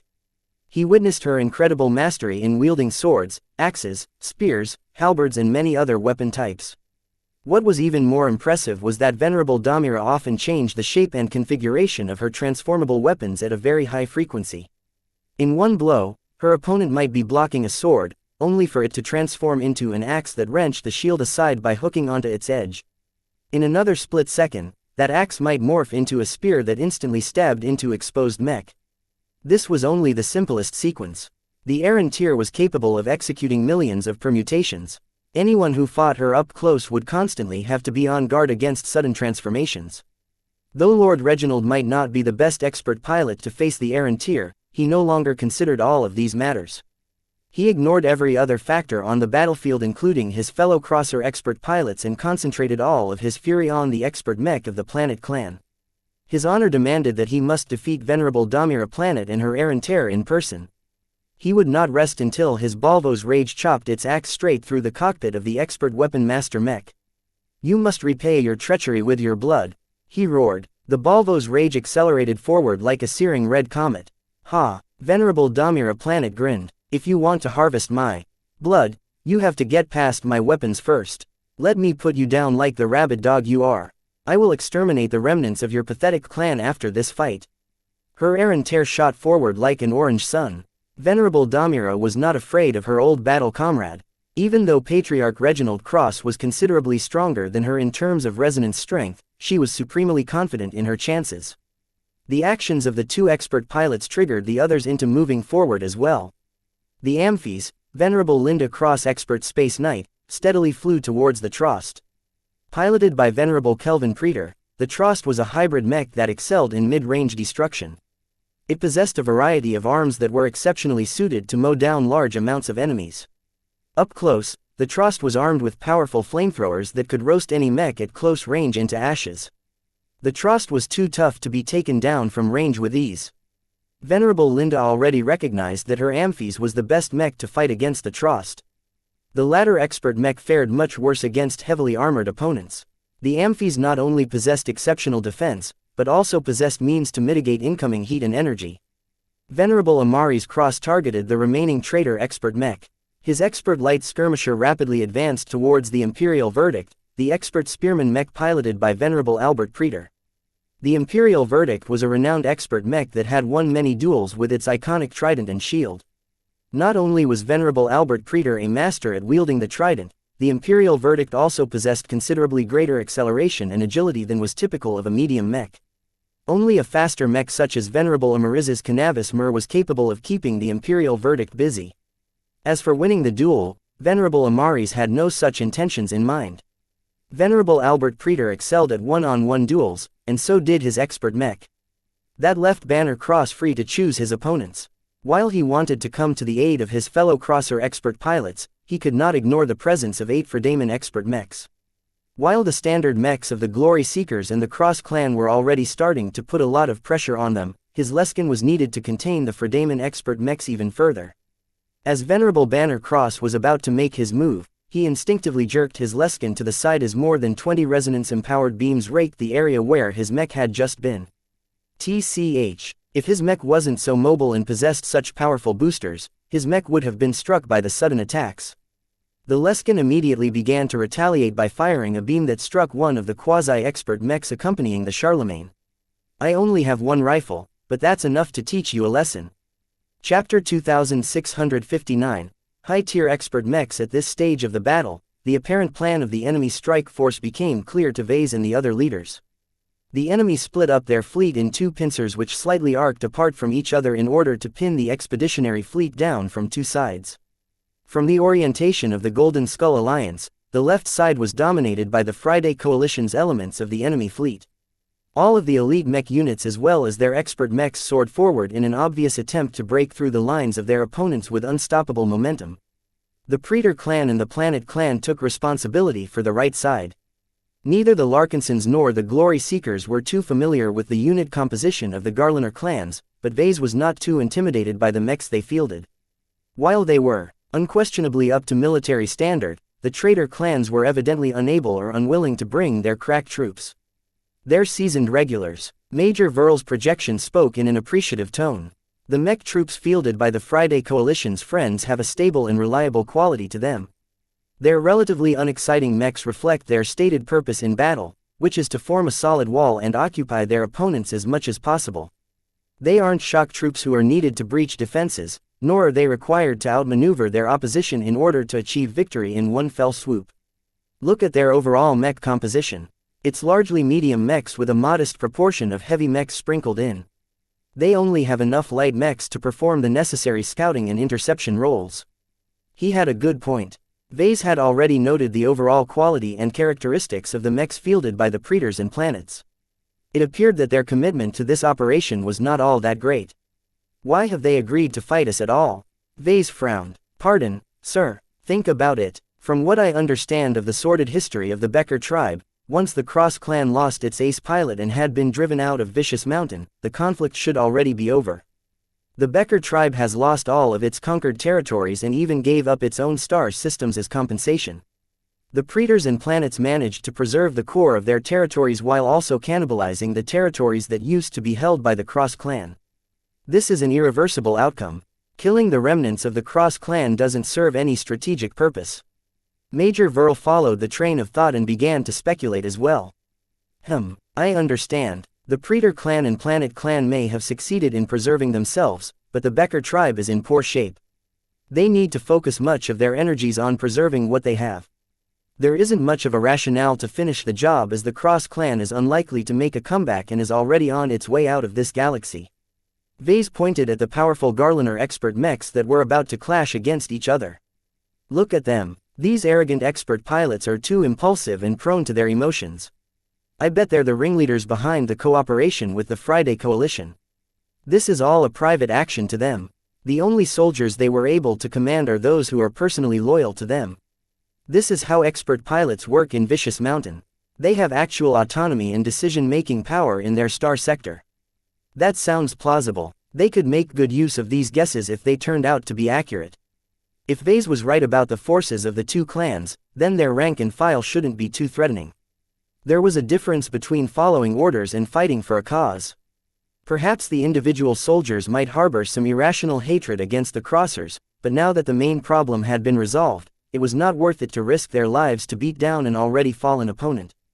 Vase looked at the moving elements on the map with a hopeful expression. We don't have to invest too much resources in fighting against the standard mechs of the two clans. We can just rely on the living sentinels along with some other perfunctory units to hold back the right pincer with the help of our combat carriers. If it turns out my guess is wrong, our transcendent punishers can help hold back the Garliners. That's a solid plan, but only if you're right, and that is never certain. Major Verl cautioned. Still, I'm inclined to believe in you. Only the Fredaimans should be fighting us with the fate of their precious state on the line. We'll definitely need to allocate more forces to prevent them from reaching our ship. The spirit of Bentheim will certainly be in their sights. He proceeded to bring these matters up to Colonel Ariadne Woden and the other leaders. They all recognized that this theory had merit. In particular, the senior officers of the Cross clan also supported Ves's assertion that the rank-and-file Praetors and Planets were followers. It's the expert mech pilots who are truly calling the shots. A Crosser officer briefly explained to them all. We have identified Venerable Damira Planet and Venerable Albert Praetor among our current opponents. Both of them are most certainly the masterminds behind this private action. The power that both expert pilots exuded in their expert mechs was impressive. To be honest, the Garliner expert pilots on both sides were on a different level compared to the rest. This was the power of veteran expert pilots who matured in a volatile star sector. This was the power of expert pilots who lived in an environment where their kind was revered. It would have been quite frightening if the Larkinson clan had to fend off the Air and Tear, the Trost and the Imperial verdict on its own. Fortunately, the Cross clan's own powerful expert pilots kept these powerful machines in place, if only to take revenge on the traitors. While the situation still looked manageable, that was only the case if the three aforementioned enemies were eliminated or remained locked in combat. If just one of the powerful enemy expert mechs achieved victory, then a chain reaction would quickly ensue that would spell the defeat of the crosser expert mechs and subsequently trigger the collapse of the rest of the expeditionary fleet. We have to keep a constant eye on these duels. Major Verl wearily sighed. As long as one of them tilts against our favor, we need to reinforce Patriarch Reginald and his comrades no matter the cost.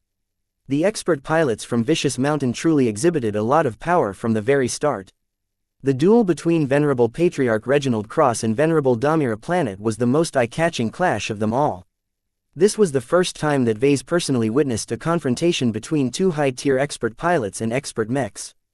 The resonance meters recorded resonance strengths in excess of 50 lavares between the two powerful expert mechs.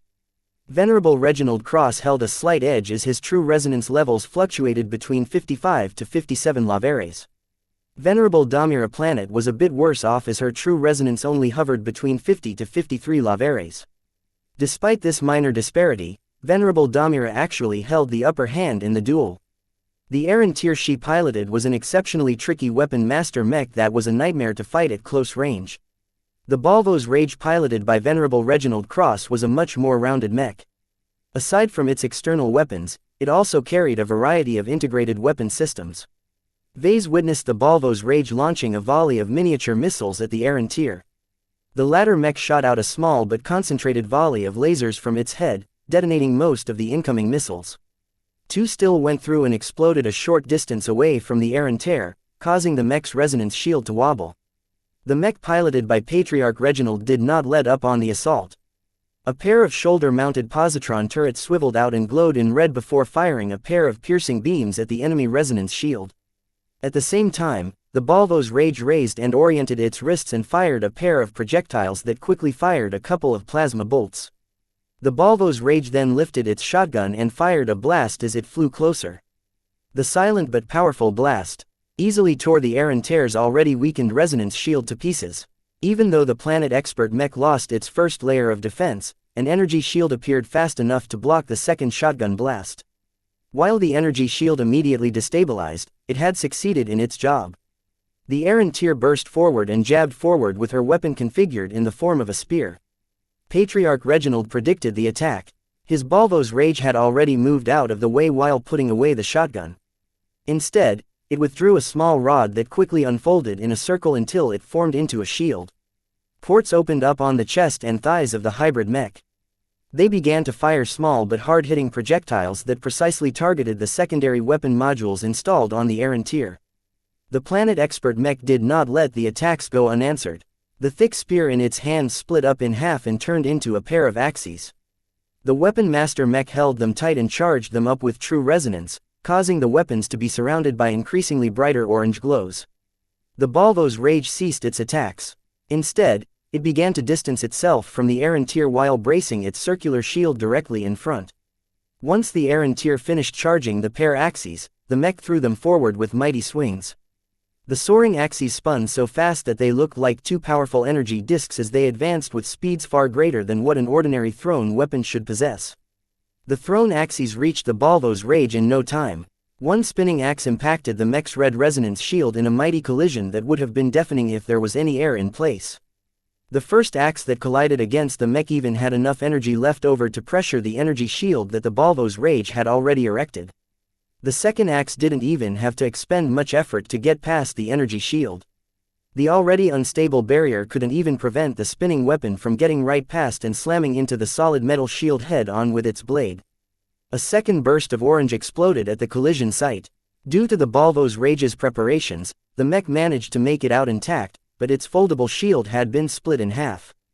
The hybrid mech threw the ruined defensive tool away and pulled out yet another rod that unfolded in an identical circular shield. The mech pulled out another shield just in time to block the hammer slamming forward. The spent axes had automatically flown back to the hands of the Errantier before merging together to form a hammer. While the Balvo's Rage managed to block the attack, the kinetic energy behind it threw the mech backwards in space. The Errantier did not pause and spurted forward with the help of powerful boosters integrated into its frame. The hammer in its hands morphed into a spear with the sharp tip pointed downwards. The Weapon Master mech instantly jabbed it into a downwards motion, causing it to pierce through the Balvo's Rage's left foot. Damira, an omnidirectional red blast exploded from the Balvo's Rage, knocking the Errantier back. Ha ha ha ha, Venerable Damira Planet laughed as she stabilized her expert weapon master Mech. You're as slow as ever. First blood goes to me, old friend. Do not call me that. The center chest plate of the Balvo's Rage parted aside. The weapon port behind it glowed ominously in red before it unleashed a power beam that pierced through the Errantier's recovering resonance shield and burned against the shield that the weapon master Mech had formed out of the weapons it held. The duel between the high-tier expert mechs was far from over. The first round was just the beginning.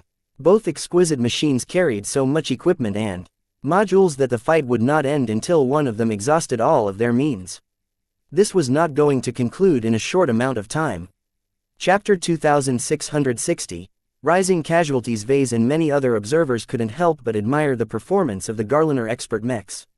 He had to admit that Vicious Mountain had turned expert mech combat into an art form.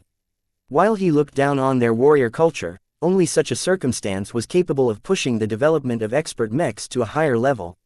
The expert mechs fielded by the rest of the enemy strike force looked like toys in comparison to the Vicious Mountain expert mechs. Of course, Vase knew that much of that had to do with the relative strength and treatment of the individual expert pilots. Venerable Brutus Woden was not only a boy, but also a relatively young expert pilot who had only come into power for a few years. Venerable Ganso Larkinson and the other 7 expert pilots deployed by his side weren't truly Fredamen. As foreigners who were half conscripted to fight on behalf of the coalition, they didn't receive the best treatment. They weren't as skilled as true second-class expert pilots, so they wouldn't be able to make good use of more powerful expert mechs anyway. All of this resulted in an obvious disparity between the two enemy forces. The Fredamen brought powerful elite mech troops but only paired them up with a bunch of mediocre expert mechs. The Praetor and Planet Clan were led by a small number of powerful expert pilots but only managed to bring several thousand ordinary military mechs. The expeditionary fleet did not have to worry too much about the weaker components of the two enemy forces. While that didn't mean that they could be ignored at will, they obviously weren't expected to achieve victory on their own merits as long as they were contained. Right now, thousands of mechs on both sides have become locked in battle. Due to the fact the enemy dispatched its forces in 2 pincers, the Larkinsons, Glory Seekers and Crossers had to split up their forces as well. As previously agreed upon, the defending mechs on the right side of the expeditionary fleet largely consisted of units that were more suited to slower-paced battles of attrition. While that didn't necessarily mean that the individual officers couldn't employ unexpected stratagems or pull off clever maneuvers, the overall tone of the battle was relatively subdued compared to what took place on the opposite side. The exchange of blows was a lot more intensive at the left side of the battlefield. A flood of laser and positron beams lit up the surrounding space as rifleman mechs from both sides had become locked in battle. The initial weight of fire clearly favored the elite Fredamen due to their stronger mechs. The Larkinsons only managed to compensate for the weakness of their Vima sons by relying on their greater numbers and allowing the Transcendent Punishers to provide some much-needed assistance. The artillery mechs played a crucial role in suppressing the enemy. The Ilvanan mech pilots had all received orders to concentrate their firepower on the grenade-carrying mechs of the Halvain Grenadier. It couldn't be helped. The elite mech regiment founded by the Gage dynasty was just too difficult to fight against at close range. A series of powerful grenades could easily tear apart a formation or blow upon a hole in a battle line. The grenades also induced a lot of fear in any mech pilot that attempted to take down a Halvain Grenadier mech.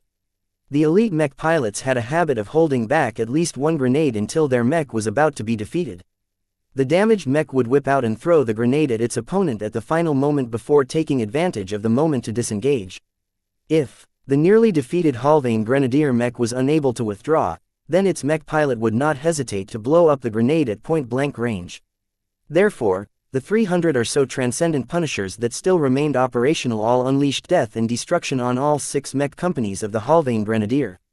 While the Grenadier brought forth plenty of Space Knights to withstand the barrage, their defenses weren't as perverse as that of the Corindian Giants.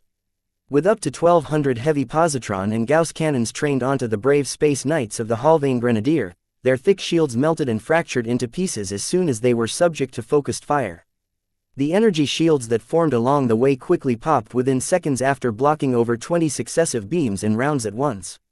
Once the Space Knights became exposed, not even their thick frontal armor availed them for long. Positron beams vaporized the upper layers while softening up what remained with an excess of heat. Solid Gauss rounds fired by the Transcendent Punisher's potent X-Gordon cannons slammed into the already weakened plates and shattered several of them at the same time. While a single Transcendent Punisher likely needed a fair amount of time to chew through the defensive layers of a Halvane Grenadier Space Knight, what about an entire squad?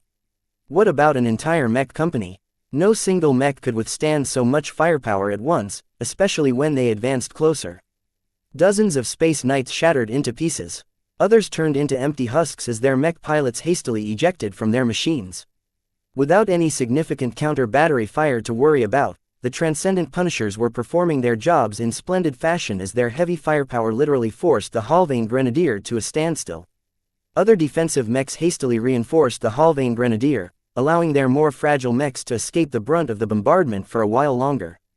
Of course, the fact that the Transcendent Punishers employed all of their firepower on just one single enemy mech unit meant that the others were able to advance under much less pressure. The Larkinson Rifleman mechs only inflicted light damage onto the enemy mechs. The modified laser rifles of the Vima Sons might be a tad more powerful than the norm, but the powerful armor of their opposition were more than capable of resisting the beams.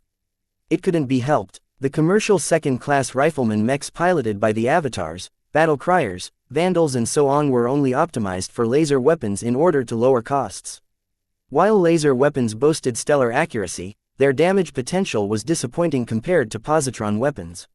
Even when squads of Vima Sons focused their fire onto a single target, it took a lot of effort just to dig into the internals of a tough military mech.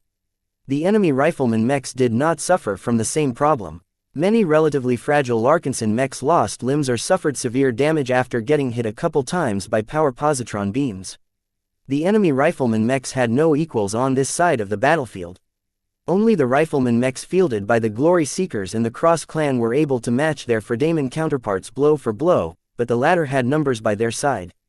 This was because the Glory Seekers and the Crossers had tasked the majority of their ranged mechs with the vital mission of suppressing the Fredaman expert mechs. Colonel Ariadne Woden chose to rely heavily on ranged firepower to suppress and constrain the Fredaman expert mechs. Thousands of rifleman mechs all concentrated their energy beams at the powerful machines. Most of the beams actually went wide because their targets accelerated in unexpected directions, allowing them to evade most incoming fire. What scattered beams managed to hit the expert mechs were actually scattered by their resonance shields. The combined firepower of a mech regiment's worth of rifleman mechs weren't even capable of getting past the resonance shields of the enemy mechs. While the expert mechs did not sustain any significant damage at the moment, it was quite exhausting to maintain their resonance shields. The expert pilots had to invest so much attention to avoiding so much damage that they weren't able to close in on their opponents. Whenever an expert mech shot forward, the rifleman mechs flew backwards while at the same time directing much more firepower at the closing enemy. The Glory Seekers and the Crossers also dispatched many melee mechs because ranged suppression was not enough to hold back the enemy expert mechs. These mechs formed into squads and advanced whenever the rifleman mechs halted their fire on a target. These brief clashes did not end well. In one instance, the Glory Seeker and Crosser mechs that approached an enemy melee mech abruptly lost half their number as a blade extended by resonance slashed across a wide area, thereby slicing the attacking melee mechs without encountering any significant resistance. This wasn't even the worst that the Fredaman expert mechs could unleash. The Charlemagne and its Scara calmly took aim before firing 40 resonance-empowered beams at the same time. 40 Glory Seeker rifleman mechs exploded at the same time as they were fatally struck by Venerable Ganso Larkinson's amazing feat of marksmanship. Just as the Unit L was about to fire a second time, two different enemy mechs sniped 3 Scara mechs at once. The Star Dancer piloted by Venerable Brutus Woden managed to fire a powerful beam that instantly tore through a quasi-expert mech. As the rifleman mech flew forward, its multi-rifle fired a steady staccato of Gauss rounds that heavily damaged another Scara mech. Approaching from the other side was the Leskin piloted by Venerable Banner Cross. The experienced Crosser expert pilot quickly deemed Venerable Ganso's abnormal entourage to be the most threatening presence on the battlefield. If Unit L was about to repeat its earlier feat a few times, then the losses to the Glory Seeker and the Crosser mechs would quickly render them unable to hold back the other expert mechs. Under this desperate circumstance, the thousands of standard mechs were basically trading their own frames in order to consume the energy levels of the enemy expert mechs. The chances of taking down expert mechs were too low under normal circumstances. They became a lot more vulnerable once they exhausted their reserves, and one of the ways to do that was to force them to expend their energy to fight back against a flood of regular mechs. Naturally, the Fredaman expert mech pilots weren't blind. As soon as their opponents brought so many mechs to bear against them, they tried their best to link up with each other and combine their powers together. When an expert melee mech paired up with an expert ranged mech, the combination proved a lot deadlier than if they were separate. The former perfectly took care of the advancing waves of melee mechs while the latter steadily shot down ranged mech after ranged mech without worrying about interference. Unit L already established this combination by pairing up the Charlemagne with the Jeanne d'Arc. As soon as Scara mechs started blowing up one after another, the Jeanne d'Arc instantly propelled forward and chased after the Leskin, which Venerable Foster regarded as the more threatening of the two opposing expert rifleman mechs. "You take care of that Hexer expert mech yourself," she told her teammate. "Who do you think I am?" Venerable Ganso growled as the Charlemagne along with all of his Scara aimed at the swift and elusive Star Dancer. "I've demolished a lot more Hexer expert mechs than you." Venerable Brutus Woden felt a fatal threat as soon as over 35 rifles simultaneously aimed in the direction of his mech. No matter where the Star Dancer attempted to dodge, it could not avoid getting hit. This was because Venerable Ganso always fired the guns under his control in a box pattern around his target. Perhaps getting hit a few times was no big deal, but as long as the Star Dancer received damage that impaired its mobility, then the expert rifleman mech was definitely doomed. Fortunately for him, the Glory Seekers already anticipated this situation. A dozen or so regular mechs darted forth and put themselves in between the two expert mechs just in time. For the Superior Mother, glory to the Seekers of Truth. Every mech that had moved to help the Star Dancer blew up or turned into wrecks without fail. In some cases, the cockpits of the damaged mechs managed to eject without a problem, but over half of the Glory Seeker mech pilots sacrificed their lives for a momentary advantage.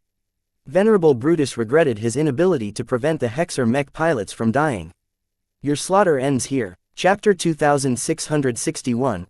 Pinning enemies. The Charlemagne and his Scara posed a very great threat on the battlefield, yet they were not without their flaws. One of the greatest shortcomings of the quasi-expert mechs controlled by Venerable Ganso was that they were very fragile against other expert mechs. Right now, the threatening Leskin had just drawn away the Jeanne d'Arc, thereby depriving the Scara of their bodyguard.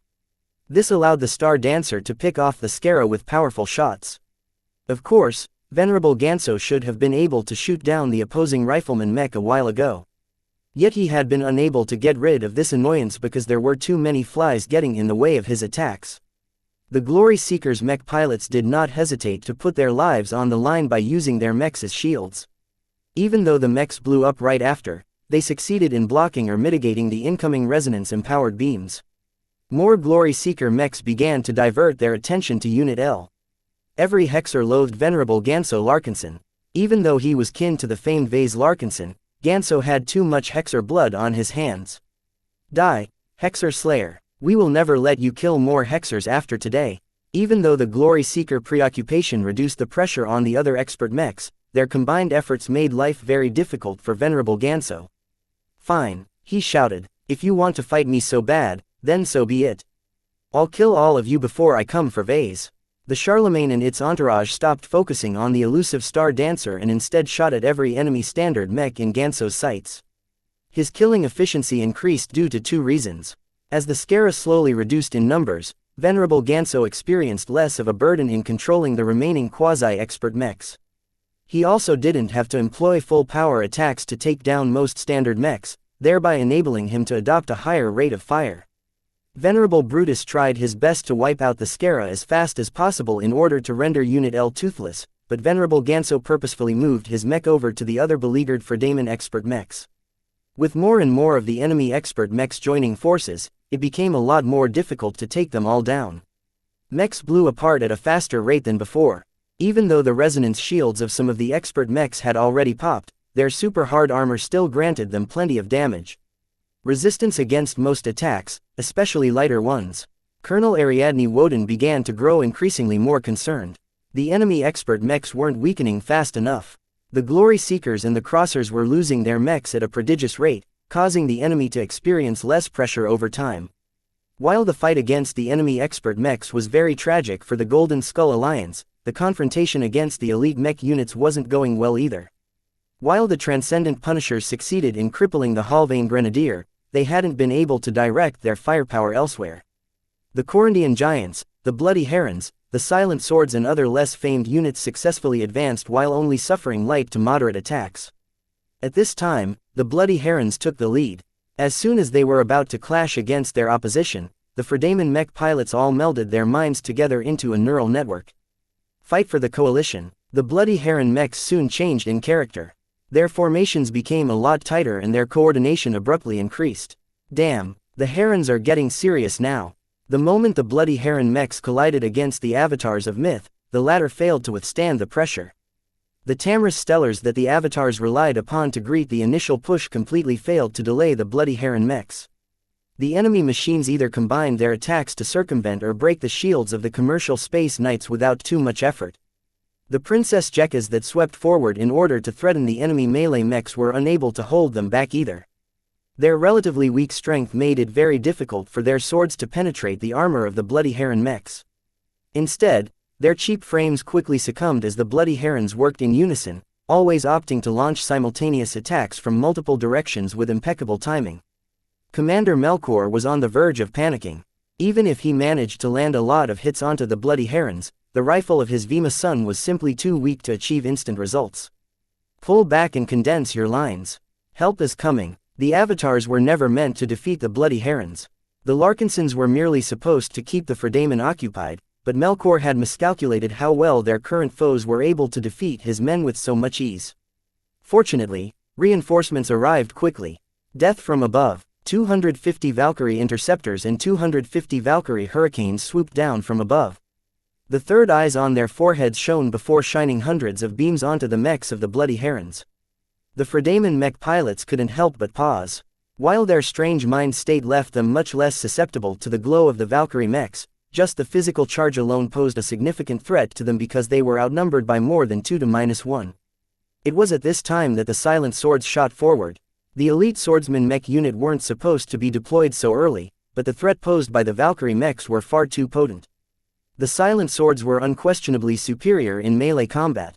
The Khonsu mech pilots possessed minds of steel and a mastery in swordsmanship that most hexers could only dream of.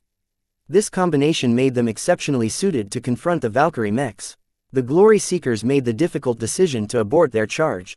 Instead, their Valkyrie mechs arced away while strafing the Bloody Herons and Silent Swords with their pulse submachine guns. Their guns inflicted light damage onto the enemy mechs, but the advantage of the weapons was that the Valkyrie mechs could keep firing without worrying about any limitations for quite some time. The Glory Seekers opted to pressure the Silent Swords with their strafing runs in order to keep them occupied. Additional mechs surged forth in order to pin down the Fredaman elites.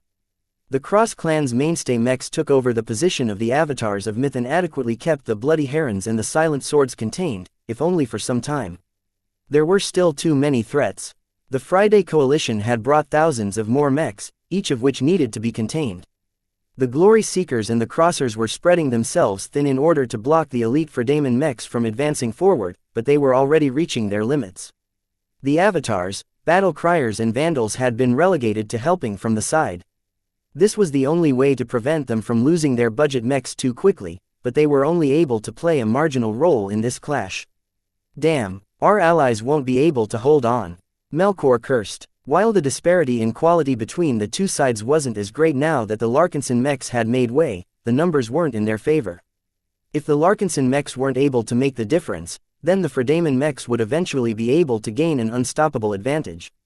We need more help. The Larkinson clan still had several cards left to play.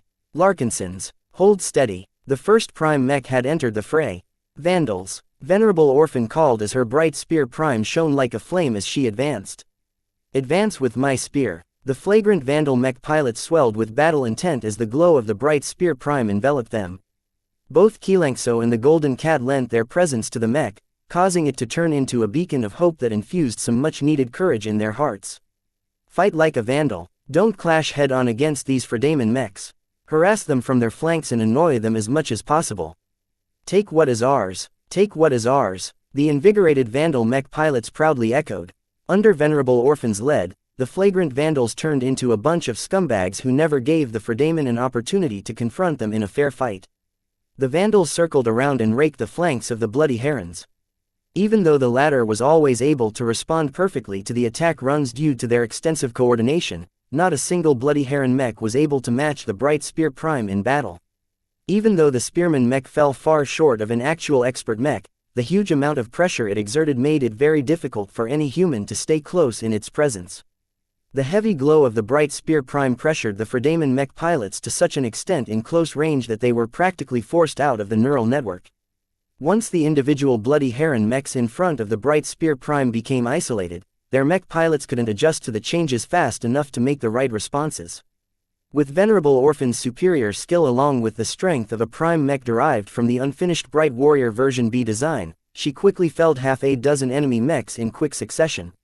The bloody herons instantly recognized the threat she posed. What one mech pilot knew, all of the mech pilots knew. Their ranged mechs no longer exchanged fire with other ranged mechs and instead concentrated their fire on the bright spear prime. The Fredamen judged that the strange mech that exhibited a different form of false resonance was a high-priority target. Taking it down not only deprived the Larkinson clan of a champion, but also damaged their morale. The weak resonance shield around the bright spear prime quickly popped as a torrent of energy beams and Gauss rounds flooded in its direction. Ha ha ha, while Venerable Orphan employed evasive maneuvers, she did not pull her mech back. Instead, she allowed her mech to continually get hit by her opponents. To the surprise of both sides, the bright spear prime largely remained intact. While some vulnerable surface components and other parts were compromised, much of the armor plating did not suffer a single scratch. The unending alloy cladding much of the mech had successfully fended off the incoming attacks. Ha ha ha, is that all you got? Shoot at me some more. The bloody herons collectively analyzed the result of their attacks and soon made some adjustments. The Fredamen rifleman mechs no longer wasted time on the odd prime mech. Instead, they went back to pressuring other mechs. It only took a few seconds before attacks fired from the rear of the Fredamen forces impacted the bright spear prime instead. No energy weapons struck the prime mech. Instead, Gauss rounds of a heavier caliber than before slammed into the spearman mech and rammed it backwards. Hey, who the hell shot me this time? The cannoneer mechs of the Corundian giants had taken over the task of suppressing the bright spear prime. After proving the viability of this tactic, the cannoneer mechs mounted on the backs of space knights fired their primary armaments at an alternating pattern. Every half second, at least one kinetic round slammed into the indestructible chest of Venerable Orphan's mech. While the mech still remained as whole as ever, the mech was constantly being pushed back meter by meter. What gives? Let me fight already. Venerable Orphan became more and more frustrated as all of the power she had at her disposal wasn't able to prevent her prime mech from getting pushed back again and again. The Fredamen did not let up. The Corundian giants allocated a considerable amount of firepower to suppress this potentially destabilizing factor. Unfortunately for them, the bright spear prime wasn't the only prime mech on the battlefield. The Corundian giants detected an approaching energy signature. Their mech pilots initially dismissed the incoming mech because it was only a light mech that was probably scouting forward.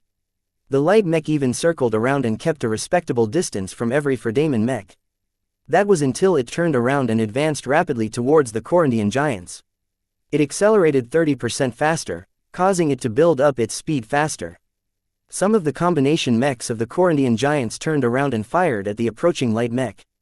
Predictably, the light mech easily evaded the attacks. The Corundian giants weren't worried. When the light mech came close, the cannoneer mechs suddenly shot out simultaneous blasts of fracturing projectiles. Like shotguns, the cannons turned the entire area around their target into a lethal zone against any lightly armored mech. Unfortunately, the Fredamen miscalculated again. The light mech possessed a resonance shield as well. Even though it only blocks a portion of the attacks, the remainder bounced harmlessly off its thin unending armor plates without severely slowing the machine down. The lone Piranha Prime rapidly entered the middle of the enemy formation. The surrounding combination mechs instantly froze or slowed down for a moment as their mech pilots came under the effect of a crippling blow. You're too slow. Venerable Tusa Billingsley Larkinson crowed as the daggers of his Piranha Prime stabbed into the vulnerable back of a cannoneer mech. Chapter 2662.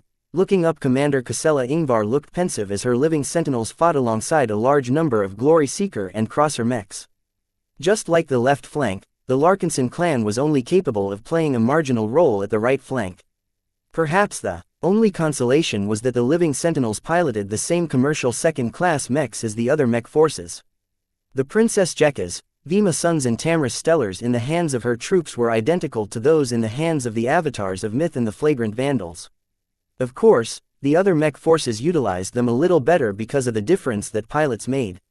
She was merely glad that the difference didn't appear to be too big, which showcased that her men were worthy soldiers. While she continued to pay attention to the overall state of her side of the battlefield, she did not neglect the difference she could make as a person. Her mech, a prototype Bright Warrior version B in Rifleman mech configuration, constantly fired powerful positron beams that precisely hit an exposed joint, an important sensor system or the exposed gaps of a damaged mech. Casella was an expert candidate. Her skill, judgment, intuition, reaction speed and other relevant attributes had exceeded human limitations, if only barely. That was still enough to turn her into a top combatant among the thousands of mechs that were clashing right in front of her machine. In particular, her concentration, attention span and her multitasking ability had increased considerably, allowing her to pay attention to both the state of the battle and her own combat situation with hardly any penalties. 5th Company, reinforce the 3rd Company and prevent the Praetor mechs from breaching through their ranks. Vima Sons of the 6th and 8th Company, suppress the light skirmishers coming around to harass us from below the orbital plane. Requesting artillery support at the marked coordinates. We need to break up the charge of the Planet Lancer mechs. The battle might look like chaos up close, but Commander Casella never lost her cool. After clashing against the mechs dispatched by the Praetor clan and Planet clan, she already gained a measure of her opponents.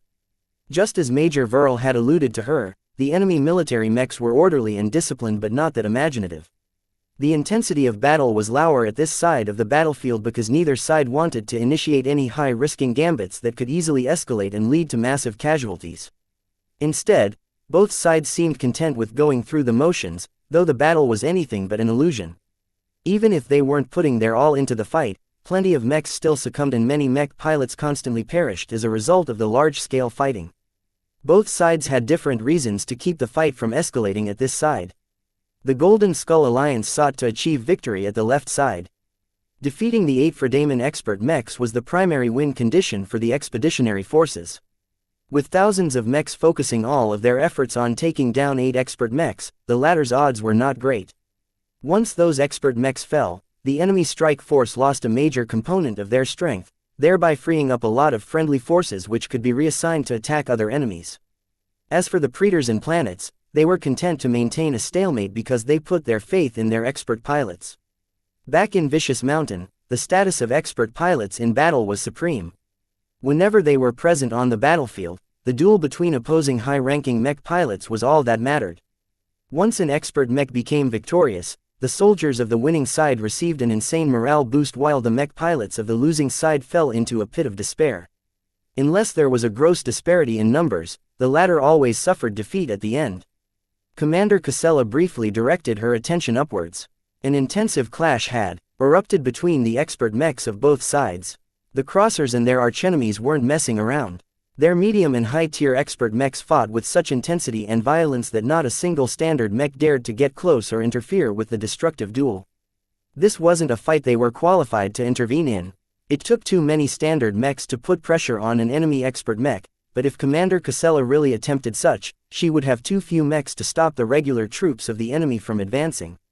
This was the true reason why the Praetor and Planet mechs fought in such a sticky fashion. They wanted to occupy as many Larkinson, Glory Seeker and Crosser mechs as possible in order to prevent them from interfering with the duels taking place above. An alert sounded in her cockpit. Watch out! The Trost piloted by Venerable Kelvin Praetor briefly swooped closer to the static battle lines and unleashed a wide and devastating blast of glowing flames that enveloped 15 living Sentinel mechs and 22 Crosser mechs. The mechs that had been struck all burned with blue flames that melted right through their armor plating and charred the internals. Fortunately, the majority of the mech pilots quickly understood their mechs were unsalvageable and ejected their cockpits. Only a couple of ejected cockpits were still aflame. The hardened shells only lasted for seconds before breaching the interior and turning the mech pilots inside into ashes. No, Venerable Linda Cross arrived late. Her expert Space Knight seemed to dash forward with great momentum. The Trost barely evaded the Amphies as the latter attempted to charge into the hybrid with its shield. Even though the Space Knight missed the mark, it launched forward its sword as it passed, causing it to slam into one of the Trost's arms and deliver a deep cut that exposed its internals. What was even more remarkable was that the thrown sword was connected by a chain. Even though the sword bounced away shortly after impacting the Trost, it seemed to gain life and attempted to entangle the Praetor expert Mech with its chain. The Trost panickingly withdrew from the range of the chained sword. Nothing good would come from getting lassoed. The chain connecting the sword with the Amphies was so thick and resilient that barely any weapon in the Trost's arsenal could cut its links apart in a short amount of time. Just as Venerable Kelvin Praetor thought he had dodged a dangerous moment, the sensors of his mech picked up a sudden change from the other expert mechs that were dueling in the vicinity. The Cannabis Mer that had persistently fought to contain the Imperial Verdict piloted by Venerable Albert Praetor suddenly turned around in an instant and activated all of its boosters to accelerate towards the Trost's exposed rear. The Imperial Verdict momentarily froze at the sudden turn of events. Venerable Albert Praetor had been so engaged in his duel against Venerable Amari's Cross that he had tuned out the presence of other mechs on the battlefield.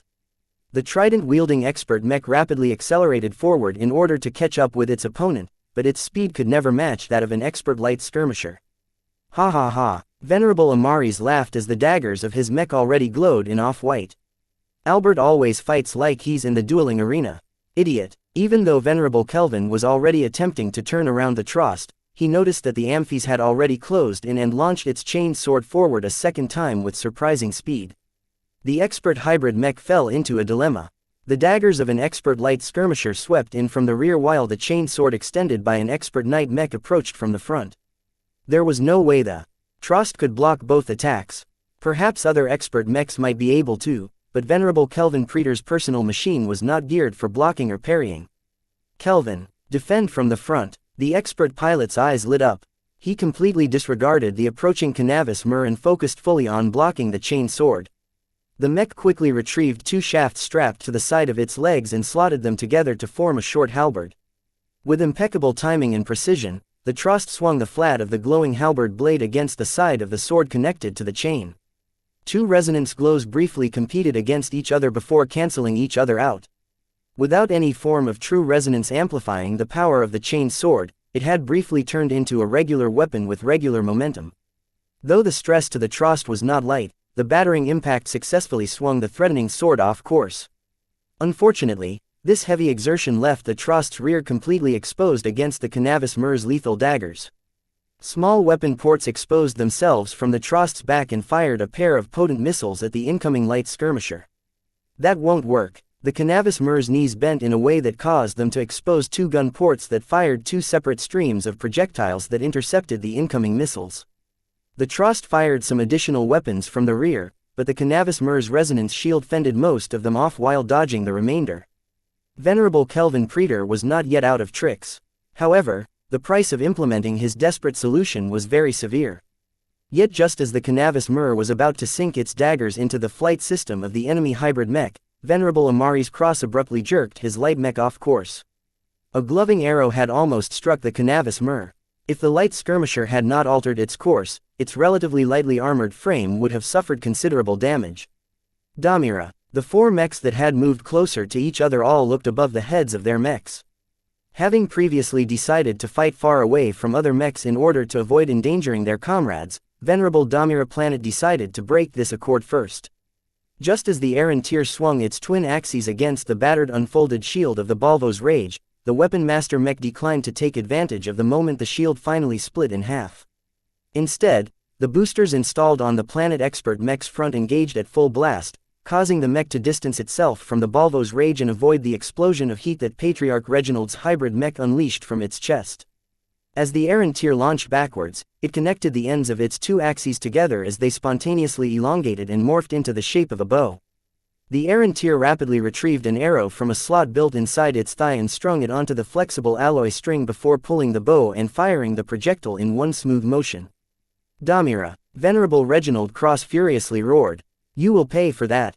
Even though the Balvo's Rage's chest projector already unleashed a powerful close-range heat blast, it rapidly glowed before firing a powerful energy beam that struck the Errantier before it could completely dodge out of the way.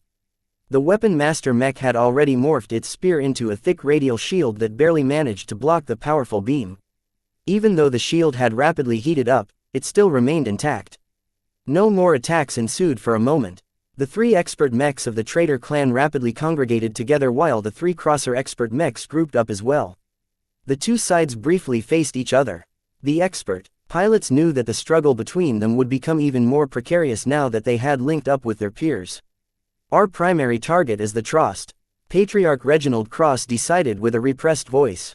It is the easiest to defeat out of the three. Venerable Damira Planet issued a similar instruction to the two Praetor expert pilots. Target the Amphis first. I know it's a space knight, but it is the least maneuverable out of our current opponents. Just pile as much damage onto it as possible. Take out its flight system if you have the opportunity. We don't need to care about the rest of the Amphis once it loses its mobility. 6 expert mechs clashed against each other with much more violence than before. Chapter 2663, Interfering Prime Mechs. Vase grew concerned at the changes to the right side of the battlefield. The expert pilots from Vicious Mountain abided by a different set of rules and customs. That made him feel uncomfortable because Patriarch Reginald Cross seemed to act without regard to the bigger picture. Now that the struggle between the expert mechs shifted from single duels to a full 3-on-3 confrontation, the danger level of their confrontation had increased remarkably. While there was a chance the three crossers would quickly be able to defeat their opponents, the same applied in reverse. This was not good. As long as one side gained a clear advantage, the entire course of the battle would instantly change. The power displayed by the Balvo's Rage and the Errantier far exceeded that of the Fredaemon expert mechs. If the Balvo's Rage was unleashed, then that would be fantastic. The hybrid mech seemed to possess an endless amount of energy which could be used to fuel massive area attacks that was able to wipe out dozens of enemy mechs at a time.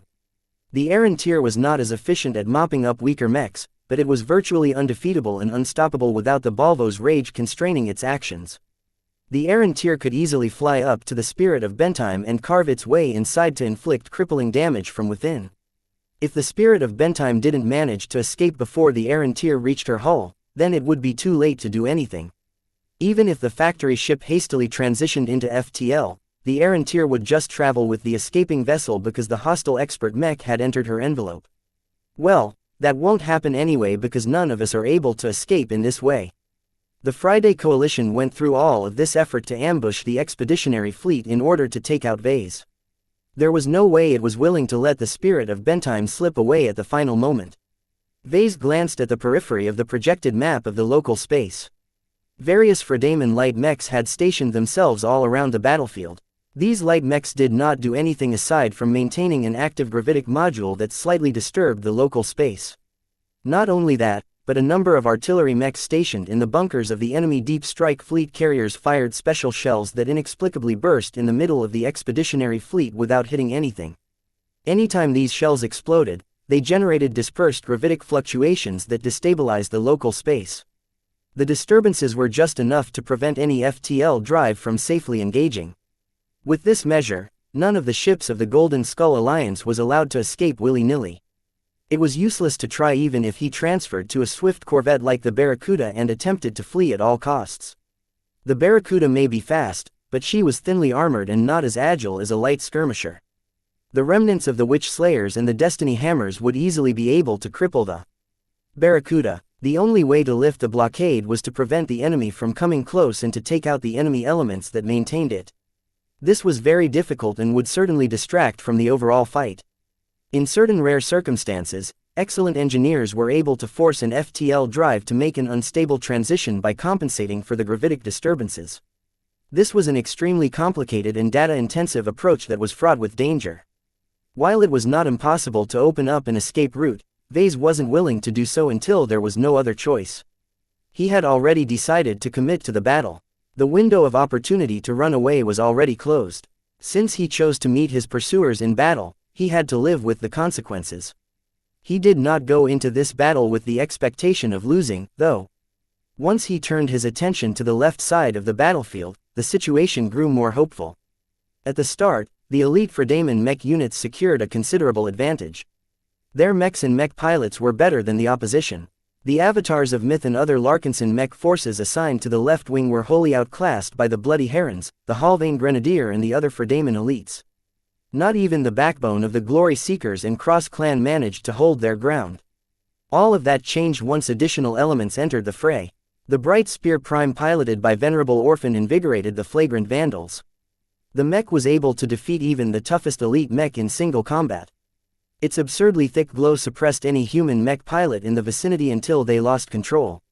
Most mech pilots simply weren't capable of withstanding the spiritual pressure that reached thousands of Vs. Not surprisingly, the Bright Spear Prime's cheat-like glow was even able to crack the famed mental defenses of the Silent Swords. The Kansu clan's most disciplined and mentally resilient mech pilots were all strong enough to withstand the suppressive glows of the Doom Guard, Ferocious Piranha and Valkyrie Redeemer.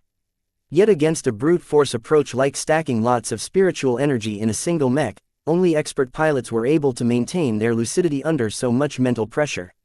Once the Bright Spear Prime was no longer suppressed by the Corundian giants, Venerable Orphan drove her mech into continuous attack runs against the Silent Swords, seeking to constrain and block the Fredaemon swordsman mechs from carving their way through friendly lines. The Valkyrie Interceptors and Valkyrie Hurricanes piloted by the Glory Seekers pitched in as well. While they did not commit to a charge, their constant harassment from the side was very hard to deal with. The Silent Swords did not possess any powerful ranged solutions while the Valkyrie mechs were all armed with at least a pulse submachine gun. The Marauder mechs were much more flexible than the rigid Silent Swords who were only good up close. While the ranged attacks of the Valkyrie mechs weren't all that strong, as long as hundreds of them focused their fire onto the rears or sides of the enemy swordsman mechs, the damage they were able to inflict over time was quite significant.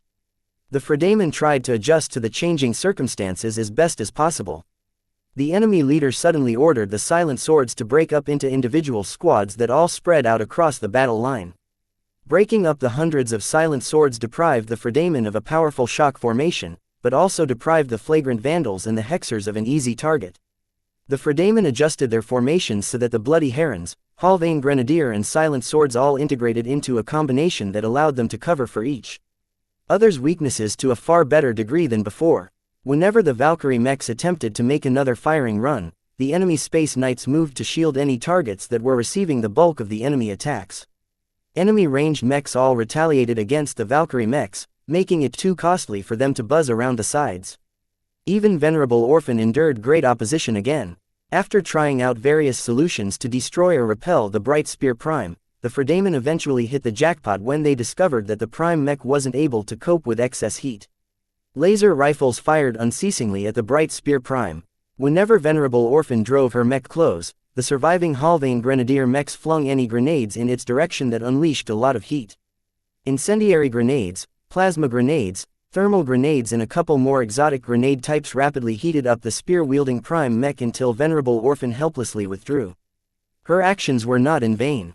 The Bright Spear Prime had exerted so much pressure onto the Fredaemon that they felt compelled to spend a considerable amount of battle resources to keep the Prime mech at bay. In fact, the Corundian giants were supposed to suppress the Venerable Orphan's machine, yet their cannons had ceased firing at the Prime mech a short time earlier. The problem was that a single nimble Prime mech was disrupting everything. If the thickened glow of the Bright Spear Prime was already bad enough to be around, then the Ferocious Piranha was even worse.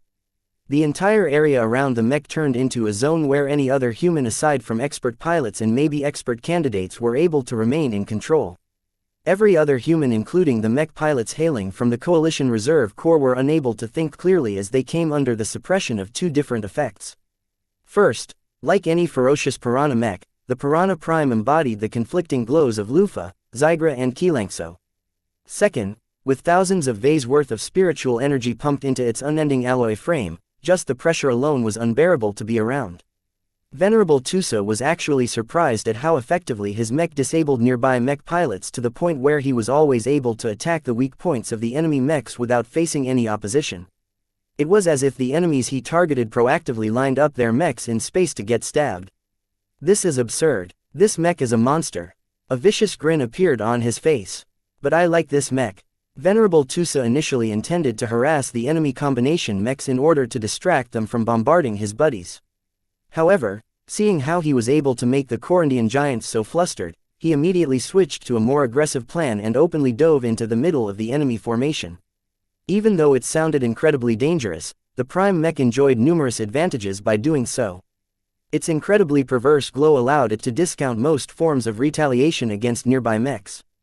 The Corundian giant mechs that were a bit further away did not dare to go all out. They were more liable to hit their own comrades than a very elusive enemy light mech. Of course, the Corundian giants were not completely unable to defend against the Piranha Prime. Some of the combination mechs broke up into separate Space Knights and Cannoneer mechs.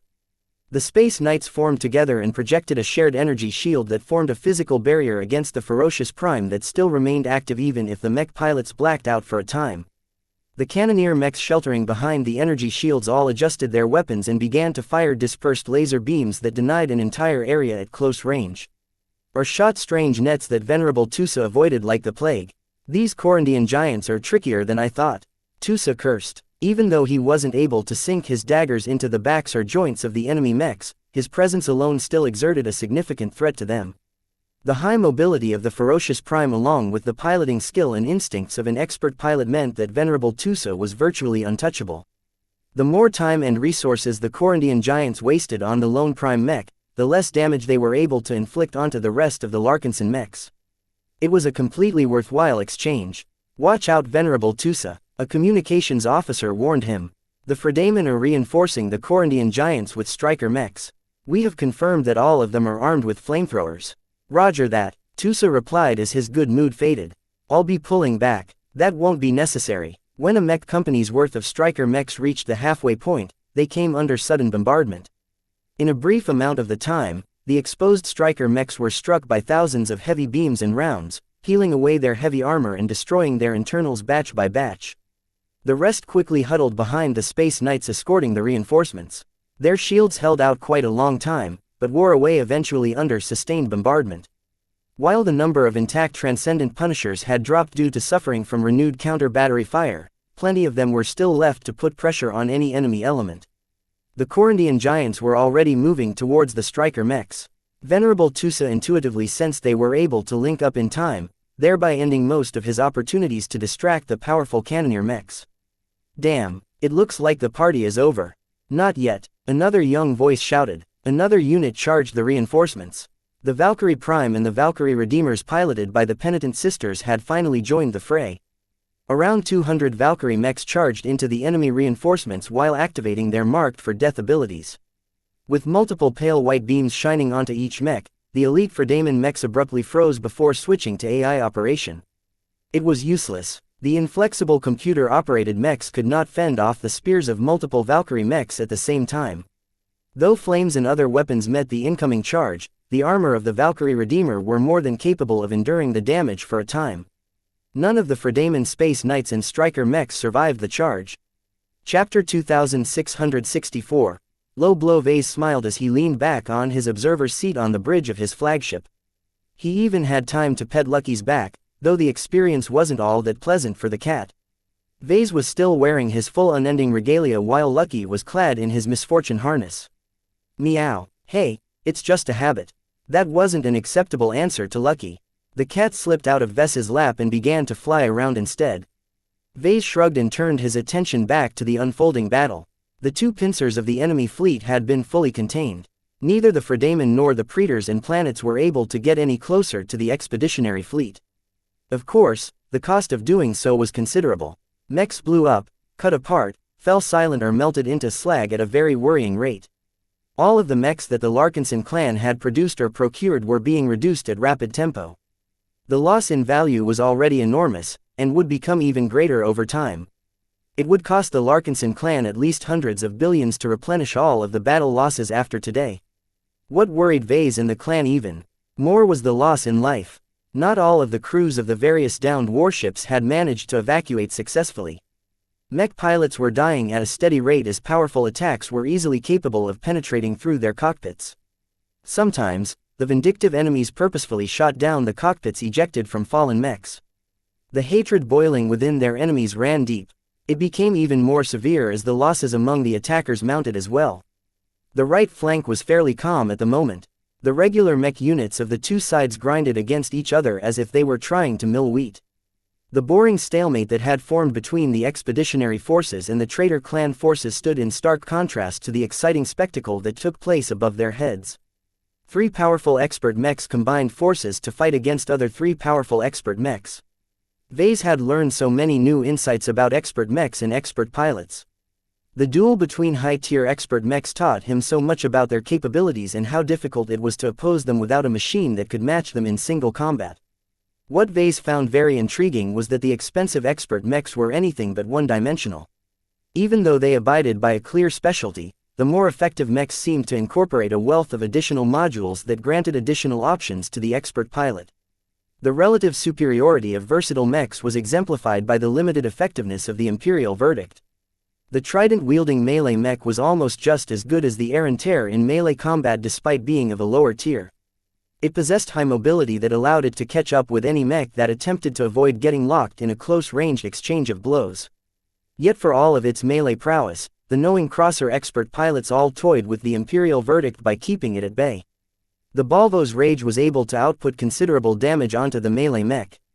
The Amphi's was able to block and stall its attacks. The Canavis Mur was able to stay outside of the reach of the Trident mech. While Vase was sure the Imperial Verdict was able to excel against other opponents, this time the poor mech happened to be constrained by all 3 of its opposing expert mechs. Personally, he favored the design of the Xianxia more. Even if it was piloted by an opponent, the mech designer in Vase couldn't help but admire its logical design.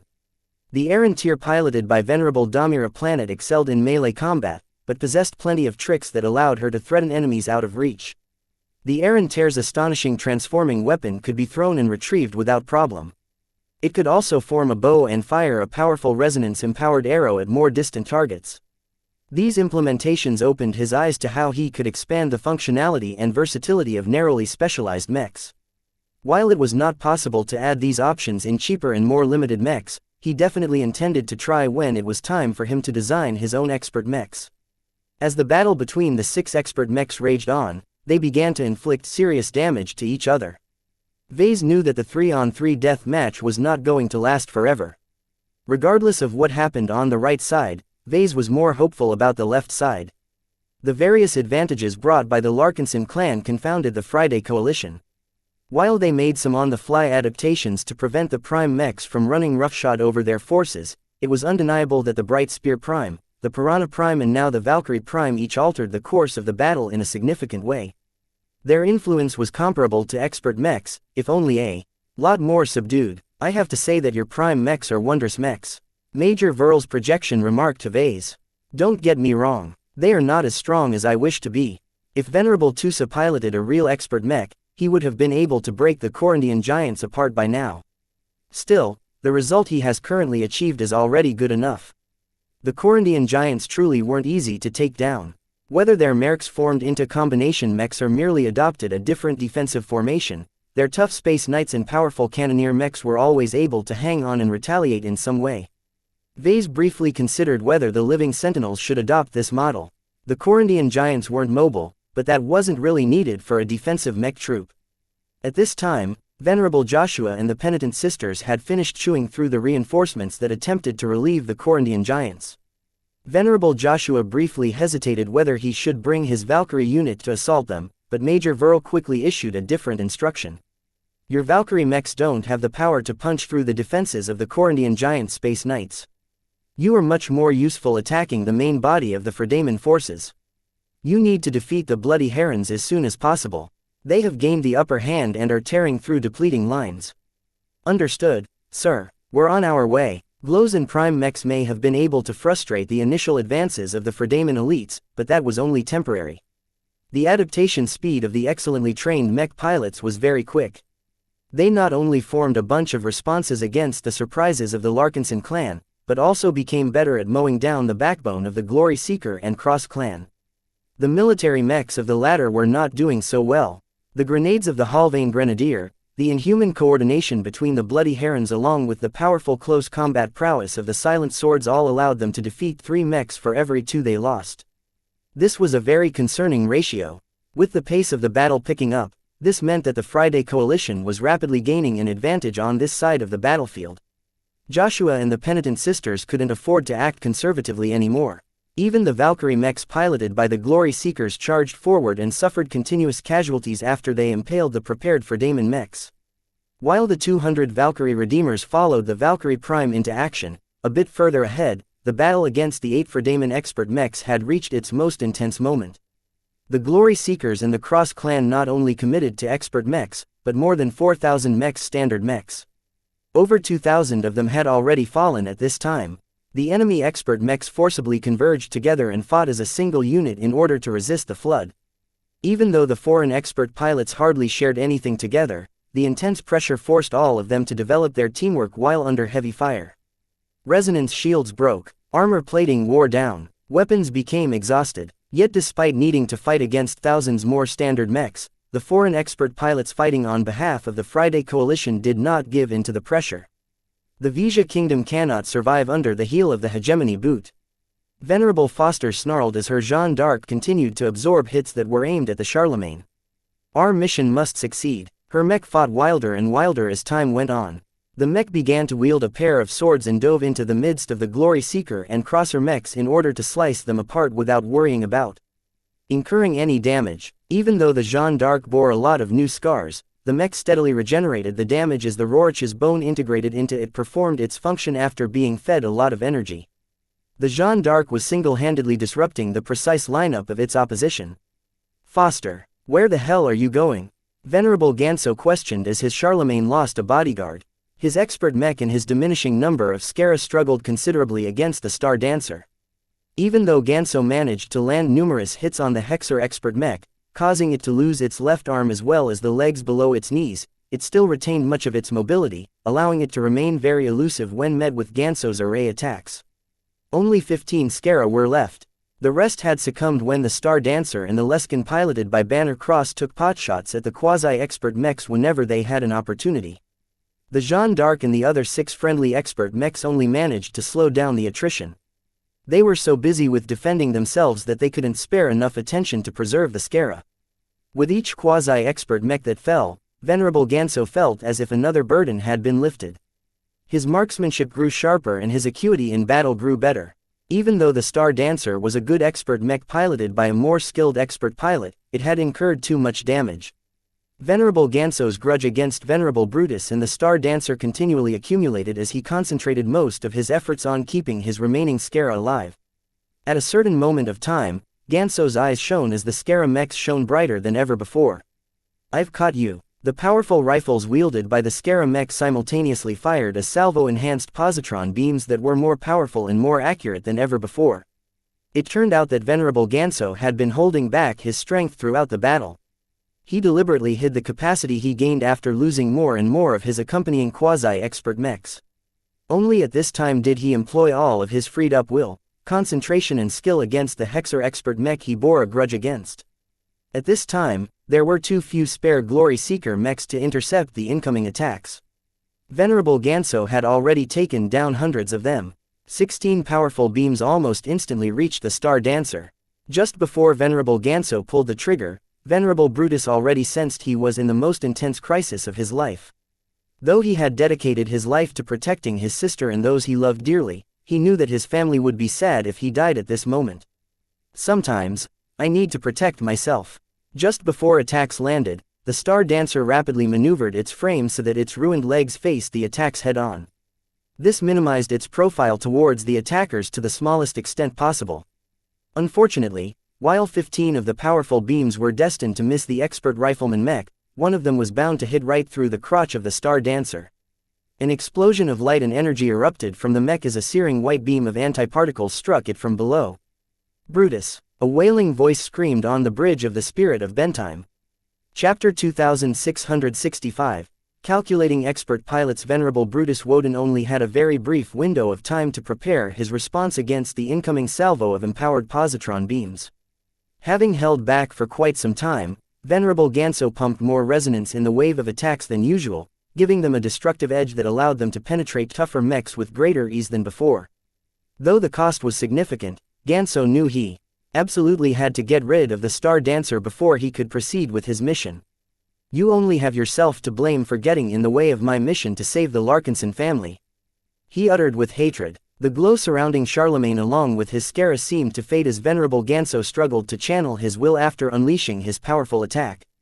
16 beams of destructive positrons accelerated forward at relativistic speeds. While they weren't as fast as true lasers, at these ranges they pretty much reached their targets at an instant. It was already too late for Venerable Brutus to dodge or evade the attacks if he responded after his opponent pulled the trigger.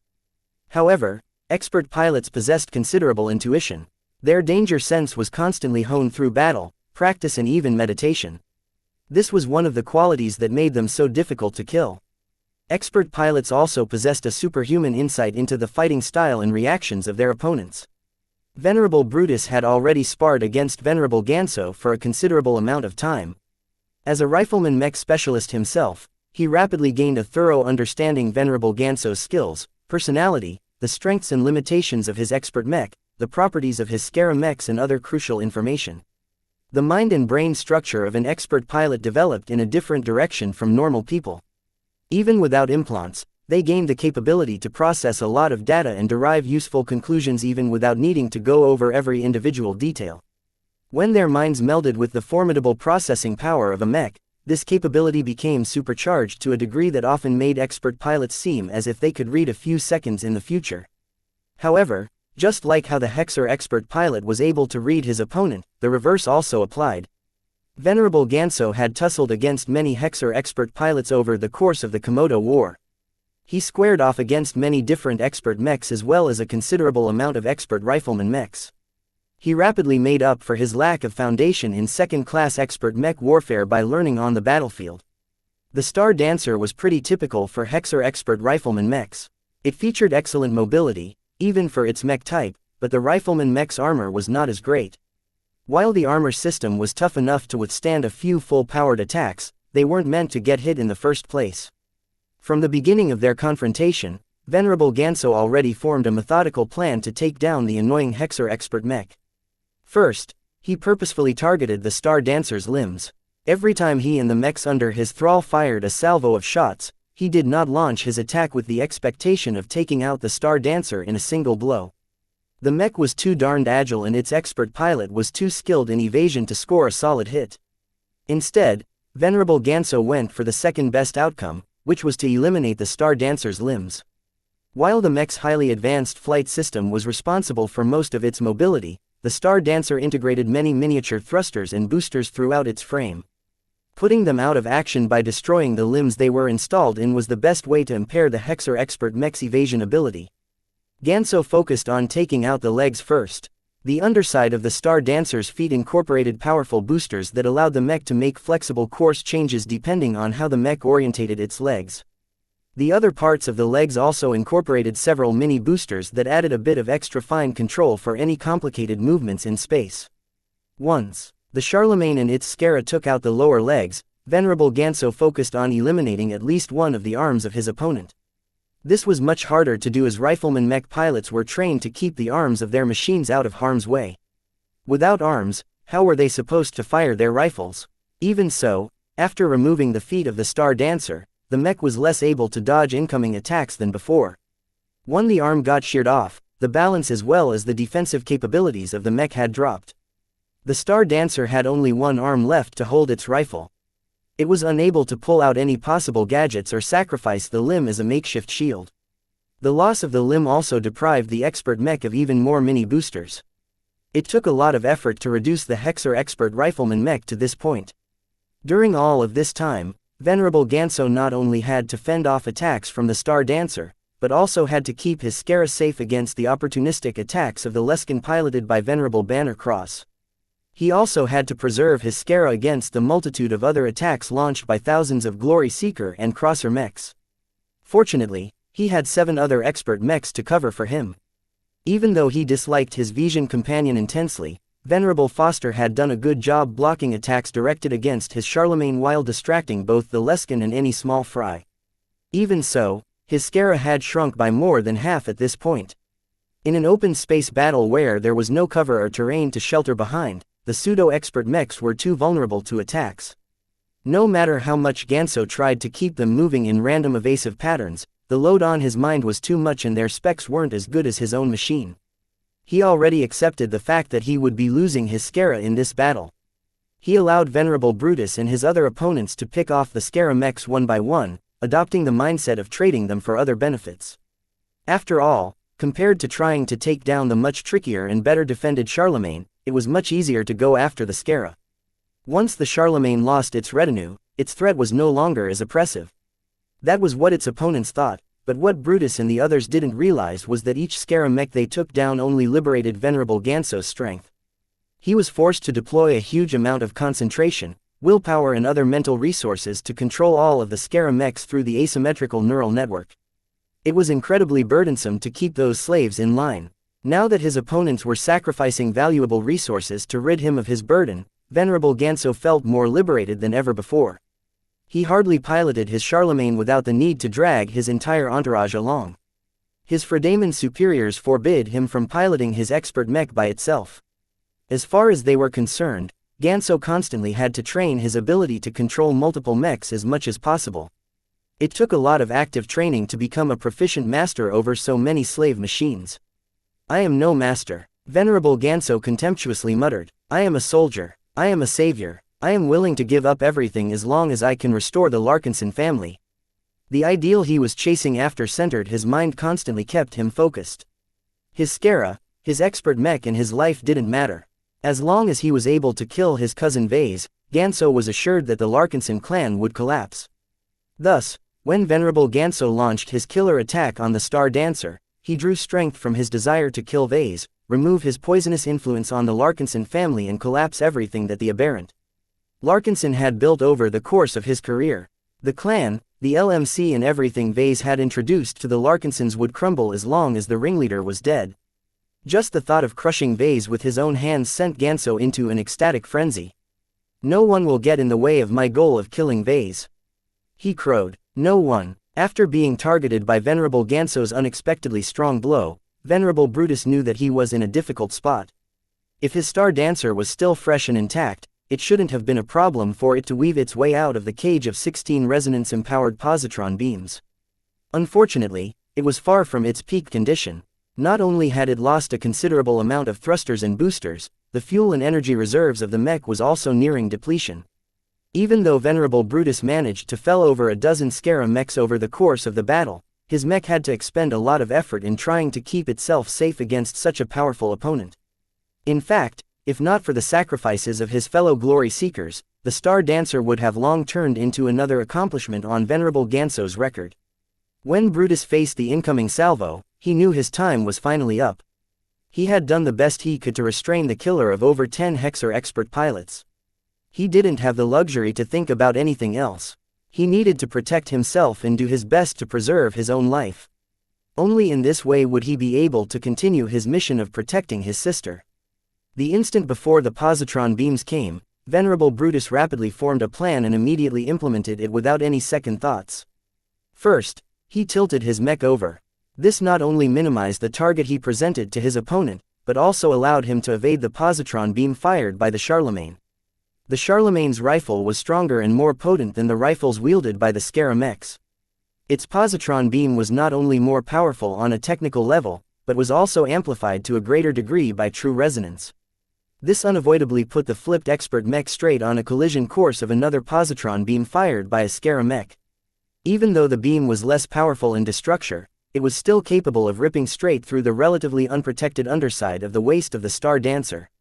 Once the attack pierced through the crotch of the mech, the beam would definitely have enough energy left to do ruinous damage to the internals.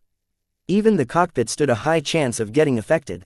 This was why Venerable Brutus already activated the eject command. His cockpit was already starting to begin the ejection procedures even before the Star Dancer had moved. Unfortunately, there was a small but significant delay before the cockpit fully detached itself and the flight system blasted apart to make room for the cockpit to launch out the rear. The Hexer expert pilot knew he had to weaken or hinder the incoming beam even further to give him a shot at survival. He had an idea. At the same time the Star Dancer maneuvered so that its crippled legs met the incoming attack, the mech also fired a very quick attack of its own.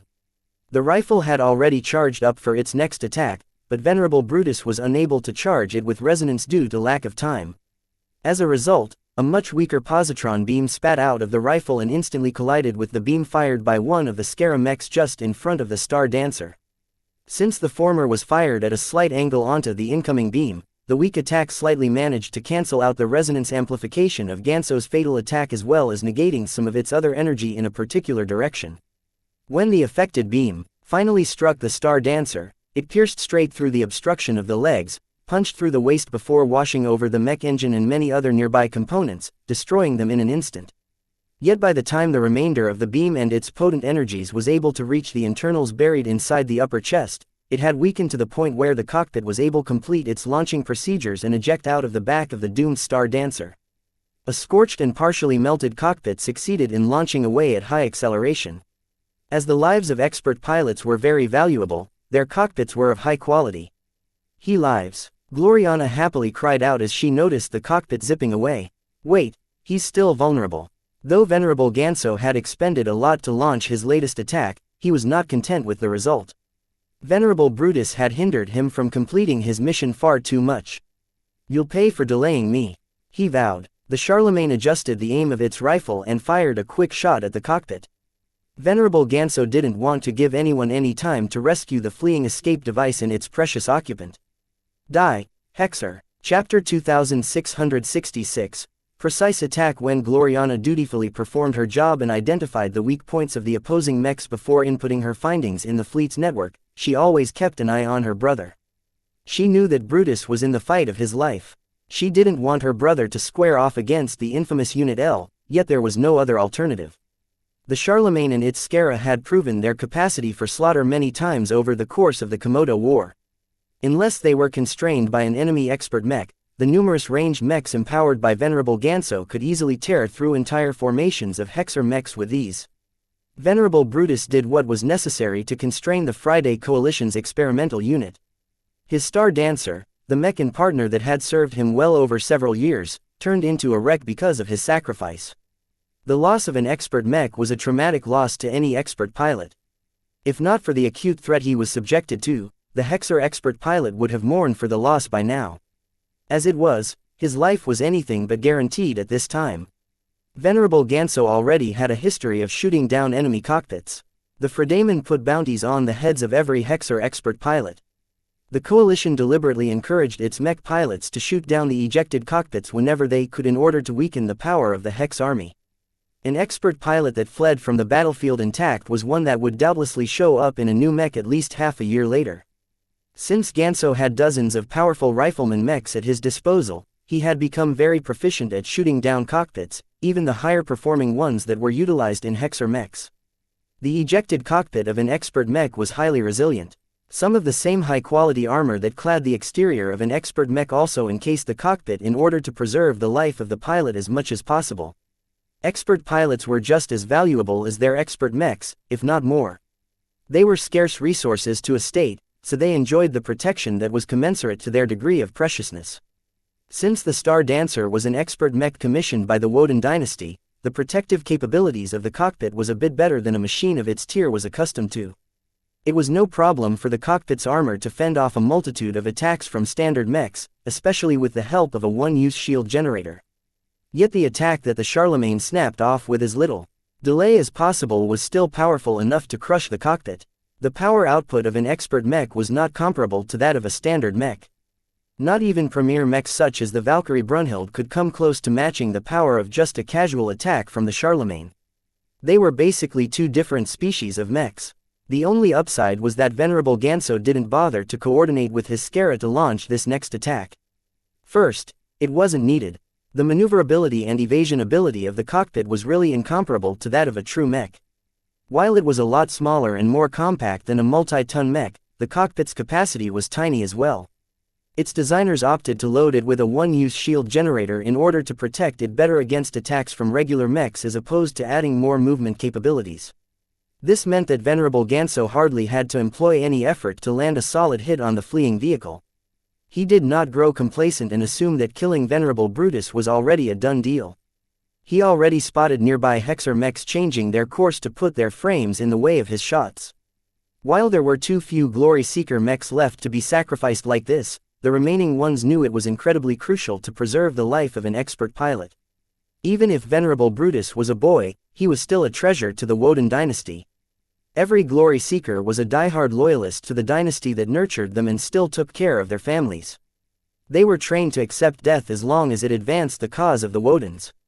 Besides, even if they used their own mechs as shields, there was no guarantee that they would die for certain. As long as their cockpits were intact, they could make it out alive as well. Yet even as the nearby Glory Seeker mechs moved to support and cover for the Star Dancer's cockpit, Venerable Ganso wasn't willing to give his opponents any time to mount a rescue. The snapshot the Charlemagne unleashed almost instantly reached the vulnerable cockpit. Its cockpit desperately activated its side boosters in order to get out of the way of the incoming attack, but the range was too short and the beam arrived too quickly for it to work. As the occupant of the cockpit was already smelling death, another beam struck the Charlemagne's attack. A searing, hellfire red laser beam fired from far away had intercepted Venerable Ganso's latest attack. What was surprising about the intercepting beam was that it managed to overpower the attack launched by an expert mech. Venerable Ganso looked shocked as his seemingly surefire kill was pulled out of his grasp. Gloriana froze as she looked at the projection depicting the flight of her brother's cockpit. Vase and many others who paid attention to this side of the battle were flabbergasted as well. Who managed to rescue Brutus' cockpit? It's Venerable Davia Stark. Vase quickly realized as he used his implant to access the relevant data in an instant. My Bright Beam Prime managed to intercept the Charlemagne's attack. Far behind the main lines of the battle, a number of Larkinson mechs stuck close to the expeditionary fleet. The mechs stayed behind in order to act as both a reserve and a final line of defense against any attackers that were determined to reach the heart of the Golden Skull Alliance. Among the mechs that hung back were the Shield of Samar and the Bright Beam Prime. Although the mechs weren't designed to mate together in a combination mech like the specially designed machines of the Corundian giants, the two mechs had already adopted a similar approach. The Bright Beam Prime stuck behind the Shield of Samar as best as possible. This was not that difficult due to the relative differences in their sizes. The Shield of Samar was considerably bigger than a typical medium Space Knight. Even if it wasn't able to cover the Prime Rifleman mech fully, it was still capable of projecting both a resonance shield and an energy shield to cover any gaps in its coverage.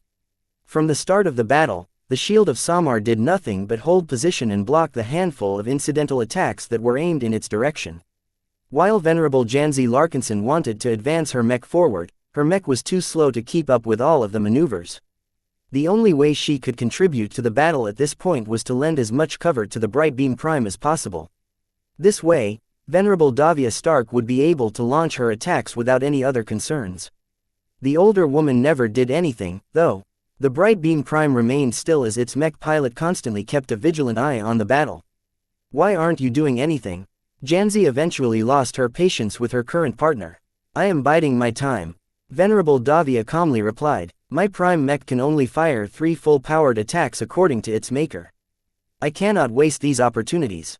That sounds ridiculous. Who would cobble together a rifleman mech that can only fire 3 times in total? He. Don't underestimate the Bright Beam Prime, young woman. Davia smirked even as she kept observing both the left and right sides of the unfolding engagement. To be honest, my new mech can also fire regular laser beams, but they're not that powerful and won't make that much of a difference. I would rather lay low and avoid drawing attention to us. A battle of this scale never ends quickly, so don't be concerned. Her time had eventually come. She had kept track of the Star Dancer all this time. Even though she harbored no good thoughts for the Hexers, Venerable Brutus had sincerely taken care of her for many months. Even though she despised his pathetic Hexer personality and pathological deference towards women, he was not an awful human being. The time she spent under his care and attention may not have changed her awful impression towards the Hexer people, but it at least caused her to develop a soft spot for the young and horribly misguided Hexer expert pilot. Davia briefly shook her head. You're a brainwashed fool of an expert pilot, Brutus, but you're probably one of the better humans in the galaxy. I will try and save you this one to repay all you have done for me. Decency must always be rewarded. Once she realized that Venerable Brutus was in trouble, Venerable Davia became serious and resonated with her new mech. The P-stones embedded in the mech reacted to her aggressive force of will. The entire mech became surrounded by a dark red glow that stood in stark contrast to the Shield of Samar's gold-coated frame. The rifle of the Prime mech began to glow brighter than the rest of the mech when Venerable Davia pooled as much power as possible into her weapon. She held her fire when Venerable Ganso unleashed a salvo that resulted in the elimination of the Star Dancer. Davia intuitively judged that the Bright Beam Prime was too weak to affect Venerable Ganso's fully charged attack. Besides, as a bystander and a rifleman mech specialist herself, she already guessed that Brutus was able to save himself. He did not disappoint her expectations. His cockpit managed to escape intact. It was unfortunate that Venerable Ganso did not leave it at that. As soon as the Charlemagne adjusted its aim, Venerable Davia already deduced what the enemy expert pilot had in mind. A lot of calculations went through her mind and her mech as her fully charged rifle minutely turned. The bright beam prime unleashed its beam just before the Charlemagne executed Venerable Ganso's command, a powerful dark red beam that made anyone who observed its passage feel threatened down to their souls, traversed all the way from the rear of the expeditionary forces to the front. The prime mech's attack was just powerful enough to do its job. Venerable Davia and her new mech managed to precisely cancel out an attack that was incredibly challenging to intercept by any normal human mech pilot. Venerable Davia had done her utmost to accomplish this nigh impossible feat. If her aim was even a centimeter off, then a part of the Charlemagne's attack might still go on to strike the vulnerable cockpit. If her timing was off by a second, then much of the power of her attack would go to waste, thereby giving the Charlemagne's strike enough uninterrupted time to end Venerable Brutus' life. "He's safe now," Venerable Davia wearily said as she tried to recover from her arduous exertion. On the other side of the battlefield, Venerable Ganso was furious. His attempt to finish off the opponent who annoyed him so much had been ruined by some random marksman mech who fired an odd attack. His Charlemagne was about to fire again, only for him to widen his eyes before attempting to dodge his mech to the side. A rain of beams and explosions impacted the Charlemagne's resonance shield. Vase had personally commanded the surviving Transcendent Punishers to set aside their current actions and hinder Venerable Ganso's mech as best as possible. Even though none of the attacks launched by the artillery mechs posed a serious threat to the Charlemagne in the short term, they still caused Venerable Ganso enough trouble to force him to abandon his earlier intentions. The Skara mechs also came under bombardment. Blast you, Vase. Chapter 2667. Vengeful Eye. Venerable Brutus was safe for the moment. The bright beam prime expended a precious full-powered shot in order to preserve the life of an expert pilot that had already served his usefulness on the battlefield. With the destruction of the Star Dancer, Venerable Brutus was no longer a valuable asset as far as Vase was concerned. A part of him even felt it was a waste for the bright beam prime to intervene in saving the Hexer expert pilot's life. The intervening attack not only wasted one of the three powerful chances of the bright beam prime, but also exposed its existence to the enemy. However, when Vase glanced at Gloriana looking incredibly relieved after she thought that her brother was about to die, his discontent faded. He did not want his wife to suffer the pain of losing a loved one. He had lost his mother early on in his life, so he knew how much it hurt to live through this kind of experience. Besides, on a pragmatic level, Venerable Brutus was still a bona fide expert pilot who would continue to add to the strength of the expeditionary fleet for many years in the future. Vase wouldn't care too much about Brutus if he was as old and feeble as Venerable O'Callahan, but he was barely older than Gloriana. This meant that he was able to provide a lot of value to Vase over many decades and perhaps even centuries. There was no way that Vase wanted to lose such a long-lasting asset when it was still in the early stages of its product life cycle. This was why he commanded the Transcendent Punishers to redirect their firepower to smash the Charlemagne and the Skara to the point where they couldn't take any more potshots at the escaping cockpit. That, and it just felt good to smack Venerable Ganso around. A couple of other Fredaman mechs attacked the cockpit as well, but its sturdy construction was no joke. The cockpit only suffered a bit after it was grazed by a Gauss round, but numerous Glory Seeker mechs quickly arrived and escorted it until it was safely able to reach the Indigo. Tremors Hangar Bay. "I'm not sure you should have done that." Major Verl's projection quietly spoke to Vase. "Our artillery were doing a fine job of pressuring the elite Fredaman mechs. Now that you have predicted our firepower away, the enemies they've previously suppressed are now unleashed." Vase minutely shook his head. If Venerable Brutus dies, the morale of the Glory Seekers will sink. Besides, now that the Star Dancer is no able to keep the Charlemagne and the Skara occupied, my cousin Ganso can reinforce the other expert pilots on his side. We can't allow him and his remaining Skara mech to precipitate a collapse at his side of the battlefield. The unfolding clashes were all locked in a very tenuous balance. If even one of them tipped over, a cascade of defeats might quickly ensue that would spell inevitable doom to Vase. Major Verl quickly understood the logic. "You're right, while we have managed to eliminate a lot of Skara mechs, enough of them remain to pose a great threat to the remainder of our forces, especially when they are exhausted to this extent. The glory seekers and the crosser mechs that had swarmed the Fredaman expert mechs had achieved considerable results at this time. An expert space knight serving in the Oni Guard had succumbed from all of the attacks it attempted to block. It had done an admirable job in intercepting the flood of attacks directed to the more vulnerable expert mechs, but the machine had eventually collapsed due to the incredible amount of punishment it was forced to endure. Another expert mech piloted by a foreigner hired by the Vanguard group had succumbed as well. The expert striker mech was one of the most destructive mechs against masses of standard mechs. The powerful striker mech had actually felled hundreds more glory seeker and crosser mechs than the other Fredaman expert mechs. Taking it down was a high priority to the expeditionary forces. After sacrificing a lot of mechs, the hexers and crossers managed to destroy the expert striker mech's flight system, thereby impairing mobility to the point where a lot of concentrated attacks managed to breach its thick shell and take out the flame-spewing monstrosity for good.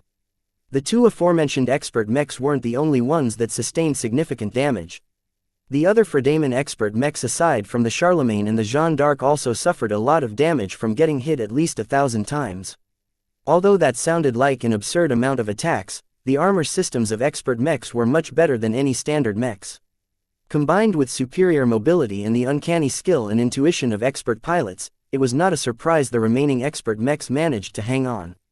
Teamwork also played a role in preserving their strength. Though the surviving expert mechs were unquestionably damaged and low on some of their reserves, it was too difficult to finish the job. The glory seekers and crossers had lost too many mechs to make it to this point. They came in with over 4,000 standard mechs as well as the Star Dancer and the Leskin. Now, the Star Dancer was drifting into space in the form of a half-complete husk while the wreckage and debris of 3,000 other machines kept it company.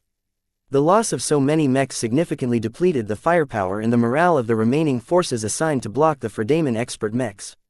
In fact, the original battle plan called for the thousands of mechs to crush the enemy expert mechs. It was too bad that the powerful enemy machines were just too good at eliminating swarms of weaker mechs. The expert striker mech as well as occasional attacks from Venerable Ganso had taken a huge toll on the brave glory seeker and crosser mech pilots. Due to the incredible lethality and penetrative power of expert mechs, much of the mechs they took out also killed the pilots. A significant portion of the wrecks also carried traces of human remains. This was an especially major loss to the Cross clan. Every mech pilot in the clan was not only a true-blood member of a much diminished clan, but also a highly trained veteran that had survived the calamitous flight from Vicious Mountain. Such high-quality mech pilots were incredibly difficult to replace to the Cross clan. Unlike the abnormal Larkinson clan that had opened its doors wide to any talented outsider, the Cross clan wasn't able to rely on external recruitment to replenish its depleted manpower. It was practically unheard of for a long-standing clan to open its doors. That would affect internal cohesion far too much while also allowing a lot of people with ulterior motives to corrupt the clan from within. This was why organizations like the Cross clan only sparingly recruiting outsiders. Their main source of manpower always relied on internal replenishment. That took time, a lot of time, far too much time considering their precarious strength. Of course, these were later concerns for the Crossers. For now, Vase saw that the artillery support provided by the Transcendent Punishers offered the remaining Glory Seekers and Crossers crucial help in constraining the surviving expert mechs. It became more important than ever to seek a quick advantage somewhere. Vase turned his attention to the confrontation against the elite Fredaman mech troops not too far away. His greatest hope for victory lied here. While a lot of mechs had already fallen in this grueling slugfest, there were plenty of mechs left on both sides to make it relatively even. No. That wasn't quite true. Vase recognized that the Fredaman had started off with a slight advantage and were quickly in the process of expanding their lead. The reason for this was because the Transcendent Punishers no longer forced their heads down. "Gloriana," Vase shouted from the rear of the bridge. "What is it?" she asked as she slowly calmed down after seeing her brother make it back. "If you want to keep your brother and the rest of us alive, you must rein yourself in and focus on what you can do to help. Pay attention to the observation data provided by the Valkyrie Prime. I recently installed a very good sensor on it that can make detailed scans on any mech within its range. Take a look at it and take your revenge on the Fredaman in your own way." Tears stopped flowing from her eyes as determination welled from her heart. Her fear turned into anger as she thought of how close she was to losing the relative who had accompanied her throughout her life. These Fredamen will pay. Her purple armored form sat back onto the chair. She accessed the data supplied by the Valkyrie Prime and became surprised at the breadth and depth of information she received. This is ridiculous. No sensor is that good, especially in a battle. She quickly set aside her amazement as her fury took over again. She could not allow those who threatened her and her family to get away with their actions. She soon immersed herself in the detailed data. As a consummate mech designer who constantly strove for perfection, she was extremely familiar in all of the ways that made mechs flawed. The varied mechs of the Halvane Grenadier, the Bloody Herons, the Silent Swords and some other troops became an open book to her determined gaze. The designs themselves didn't contain any major flaws. The Fredamen mech designers weren't that sloppy most of the time. Even if she identified a number of design vulnerabilities, they weren't really weak enough to change the equation. What truly stood out to her was the flaws that emerged when the mechs sustained battle damage. As long as the mech in question bore at least some holes, their frame gained at least a dozen additional weak points aside from the obvious holes. Anyone could tell that a breach in the armor represented a major vulnerability. The mech pilot who piloted a damaged mech would always do their utmost to prevent their enemies from targeting those holes.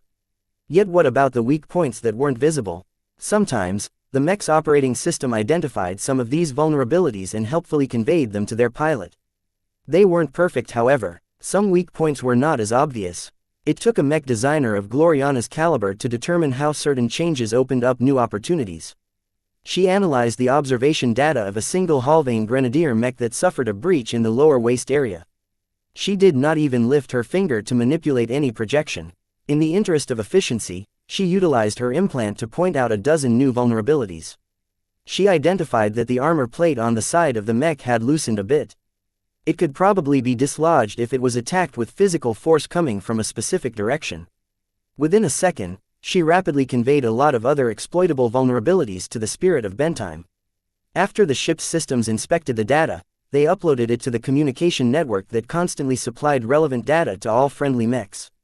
An avatar mech pilot that confronted the Halvane Grenadier mech became surprised as his view of the enemy mech had changed. The overlay highlighted the additional vulnerabilities. In fact, ever since the Valkyrie Prime had entered the fray, the surrounding mechs already received some additional information. The Odini was already capable of interpreting and identifying the most obvious vulnerabilities by itself. Now that its power was combined with a mech designer that could make much better use of the data, the battle gradually swung back in the favor of the expeditionary forces. It wasn't just Gloriana who was supplying the mechs at the frontline with crucial information. Vase and the rest of the design department were hard at work as well. The more data they supplied, the faster the Fredamen lost their mechs. Chapter 2668, Resilient Fredamen. Over 16,000 mechs entered the battlefield. Now, many of them were lost. Many blew up into fragments that flung in every direction. Others suffered fatal hits to their chests that caused them to lose power. A few of the luckier ones managed to retreat and return to their motherships before they completely collapsed. No matter what, the survival rate of mechs constantly plummeted as if it was the Starlight Megalodon about to crash on the surface of Aeon Corona 7. As Vase briefly took a pause from trying to analyze the flaws of individual enemy mechs, he became captivated by the immense amount of violence taking place. He had seen larger and grander battles, of course. He could always access the battle footage sent by the Hexers if he ever wanted to forget about everything and just surround himself with as much mechs as possible. The scale of the Komodo War was immense. The amount of mechs that clashed against each other in a given star system numbered in the hundreds of thousands as entire mech army groups struggled for supremacy. Yet Vase had little part in it other than designing some of the mechs involved. These battles took place many light years away from his current location. He did not personally feel awed when the Hexers moved entire mech divisions forward, and he did not feel frightened down to his bones when the Fredamen launched an ambush involving more than 100,000 mechs. While he always felt gratified to see his product serve their use to his clients, he did not feel as excited as he was at this moment. Yes, he felt excited. Despite the threat of facing 11, number 9 expert mechs now, Vase felt alive in a way he never did when he was living a placid life on Sanhok. The greater the danger, the greater the risks, the more his life became meaningful to him. As a Larkinson, he lived for battle, so moments like these captivated him in a way that stimulated his design seed beyond reason. As Vase observed his prime mechs and Valkyrie mechs in action, he gained many small but novel insights about his mechs. He recognized what worked, what didn't work as well and what needed to be corrected right away. The performance of his prototype mechs were especially illuminating. One mech that stood out in particular was the prototype of the Ferocious Piranha version B. The incomplete second-class version of the best-selling Ferocious Piranha showcased why the light mech had become such a popular seller on the market. In the hands of Rayla Larkinson, the Ferocious Piranha clearly showcased that she hadn't slacked off too much in her mech training despite her responsibilities. The light skirmisher moved swiftly.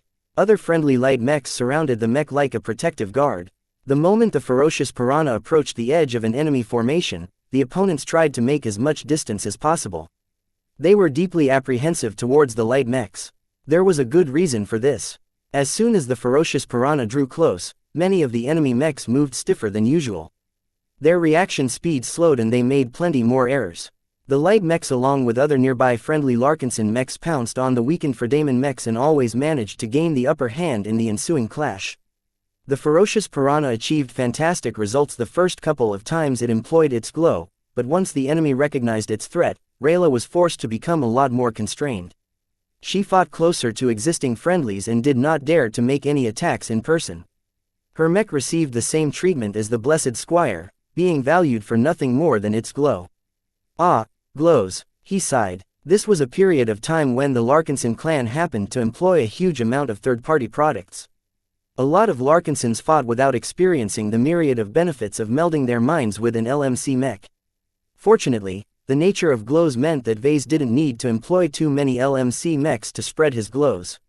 His mech forces cleverly employed the original bright warriors like Blessed Squires, bringing the warmth and light of the Golden Cat to the vast majority of Larkinsons who fought on behalf of the clan. Their morale remained strong and their willingness to fight with all never shook as they carried the hopes and dreams of every Larkinson. Vase only dared to bring the obsolete bright warriors due to being clad in plenty of briar alloy. The Fredaman weren't blind or stupid. Glows were force multipliers that amplified the performance of entire formations and units. They were as threatening as artillery mechs if not more, and that turned them into high-priority targets. Even with Space Knights and other mechs keeping them safe, the Fredaman mechs did not hesitate to employ suicidal charges in order to destroy the seemingly crucial bright warriors. Yet once their weapons struck their targets, the bright warriors didn't crumble. At most, they received a few dents and bounced away due to the force behind the blows. While briar alloy wasn't indestructible to the Fredaman, it was still challenging to pierce through their shells, as evidenced by the near-pristine prow of the Spirit of Bentime. As a symbol of the majesty of the Larkinson clan, the majestic and overdramatized depiction of the Golden Cat attracted plenty of attacks at first, especially when enemies attempted to take out the Bentime's bunker mechs. Not even 100 attacks managed to do more than lightly scar the huge and solid prow. In fact, Vase felt as if the battle scars added character to his flagship. It showed that the Larkinson clan was not afraid to confront powerful enemies. The continued existence of the Golden Prow seemed to instill the Larkinsons with even more confidence. Even though it didn't really possess a significant glow or anything due to his minimal involvement, Vase had an illusion that the totem was propping up the fighting spirit of the Larkinson clan. As long as it remained whole, the Larkinsons would never break in battle. The work that your mech designers are doing are all taking effect. Major Verl briefly pulled his attention away from his own responsibilities. Look, ever since your Valkyrie Prime started to relay a lot of data to us, the Fredaman are almost losing as much mechs as ours. This is a significantly better ratio than before. It's not enough. Vase grimaced inside his helmet. We have already lost a lot more mechs at the start on this side of the battlefield, so we are still fighting at a disadvantage. Despite all of the setbacks they suffered, the elite Fredaman mech units still put up a lot of fight. The Halvane Grenadier, the Bloody Herons and the Silent Swords each showcased why they were considered to be the best of what the Friday Coalition had to offer. The Transcendent Punishers heavily suppressed the Halvane Grenadier in the earlier stages of the battle. Plenty of grenade-carrying mechs succumbed before they could even show their might. No matter how well they performed at close range, they were still as helpless as other mechs when faced with relentless bombardment. Unfortunately, now that the Transcendent Punishers redirected their fire to suppress the Charlemagne, the Skara and the other surviving Fredaman expert mechs, the Halvane Grenadier fought back with a vengeance. A string of powerful high-explosive grenades enriched with volatile exotics blew up near a cluster of crosser mechs, heavily damaging their sides and disrupting their rhythm enough for the Grenadier mechs to make a quick breakthrough. It took twice as much mechs to stop the Grenadier mechs in their tracks and prevent the lines from becoming more disordered. A handful of riflemen mechs safely floating at the rear of the formation fired a volley of grenades with their under-barrel grenade launchers. Once the grenades detonated, they spread out of a huge amount of dark foam that didn't do anything but dirty the mechs in the vicinity. However, when this foam touched the flight systems of mechs, they suddenly fizzled out, causing the mechs to lose a lot of maneuverability for a time. Without their flight systems, mechs weren't able to fight anymore. They had lost too much mobility, and not even the secondary boosters and thrusters built inside the other parts of their frame was enough to compensate for the loss. They turned into sitting ducks against the prepared Halvane Grenadier mechs at the front. "These damn grenade-slinging mechs are too outrageous," a Larkinson mech pilot complained. "I bet that some of these grenades cost as much as one of our mechs." The Halvane Grenadier basically gained their advantages in battle by spending lots of money. The grenades they flung would never have as much potency against mechs as now if they didn't incorporate a lot of expensive exotics with a myriad of powerful and unusual effects. This was the only way to make a deadly package that was also compact and able to be carried by mechs. Even though the Grenadier had already expended most of their grenades, by now, they still clung to at least one of them until the moment their mechs succumbed. Explosions rippled through the front line as Grenadier mech after Grenadier mech did not hesitate to take down their opponents with them. Oftentimes, the diehard mech pilots actively overloaded the power reactors of their mechs in order to give their enemies an even bigger surprise. The Silent Swords of the Kansu clan fought in a completely different approach. Every mech pilot was a swordmaster, and their mechs were completely tailored to the swordsmanship style that has been bestowed upon them. They all fought in the same way, but because of the exquisiteness of their technique, hardly any other melee mech was able to get the better of them in a one-on-one duel. In some cases, the mech officers and mech champions of the Silent Swords were even able to fight two opposing melee mechs to a standstill. As long as the circumstances were equal, the Silent Sword mechs were always able to carve their way through the ranks of their opponents and lay waste to any mech that entered their reach.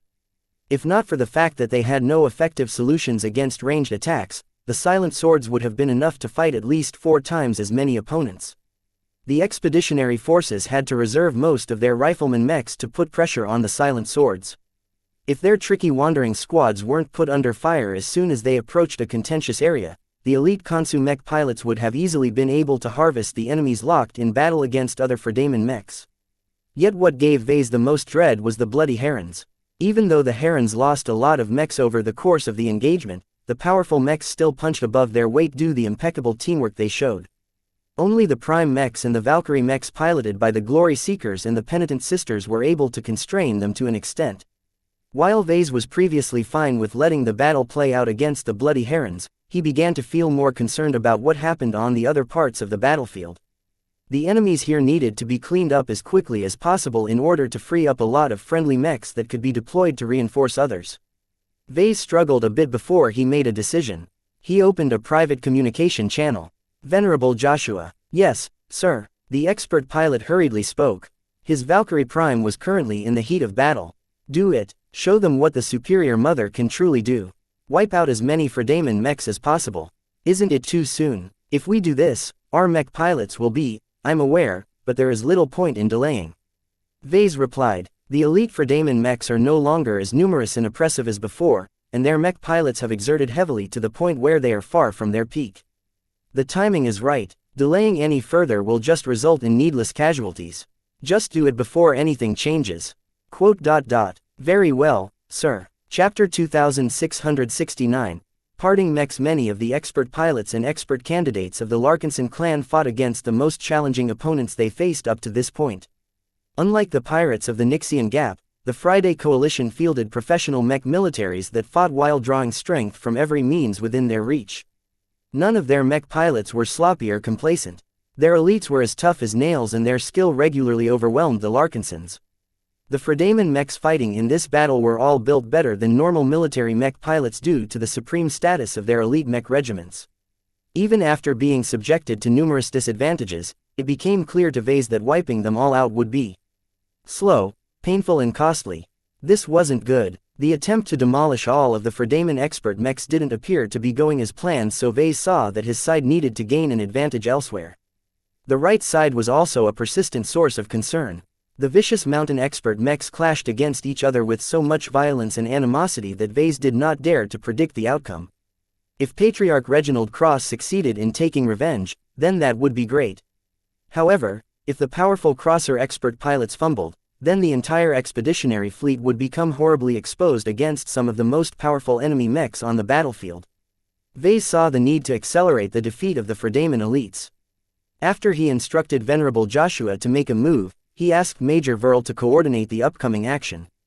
As his most trusted military advisor and leader, Major Verl was already aware of the basic properties of battle formations.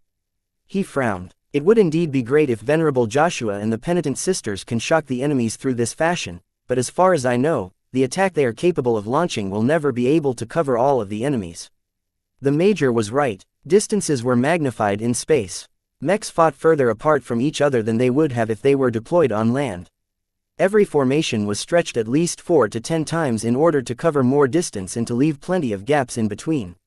Every spaceborne mech force always adopted dispersed formations because it was too easy to bombard them if they clumped up their units.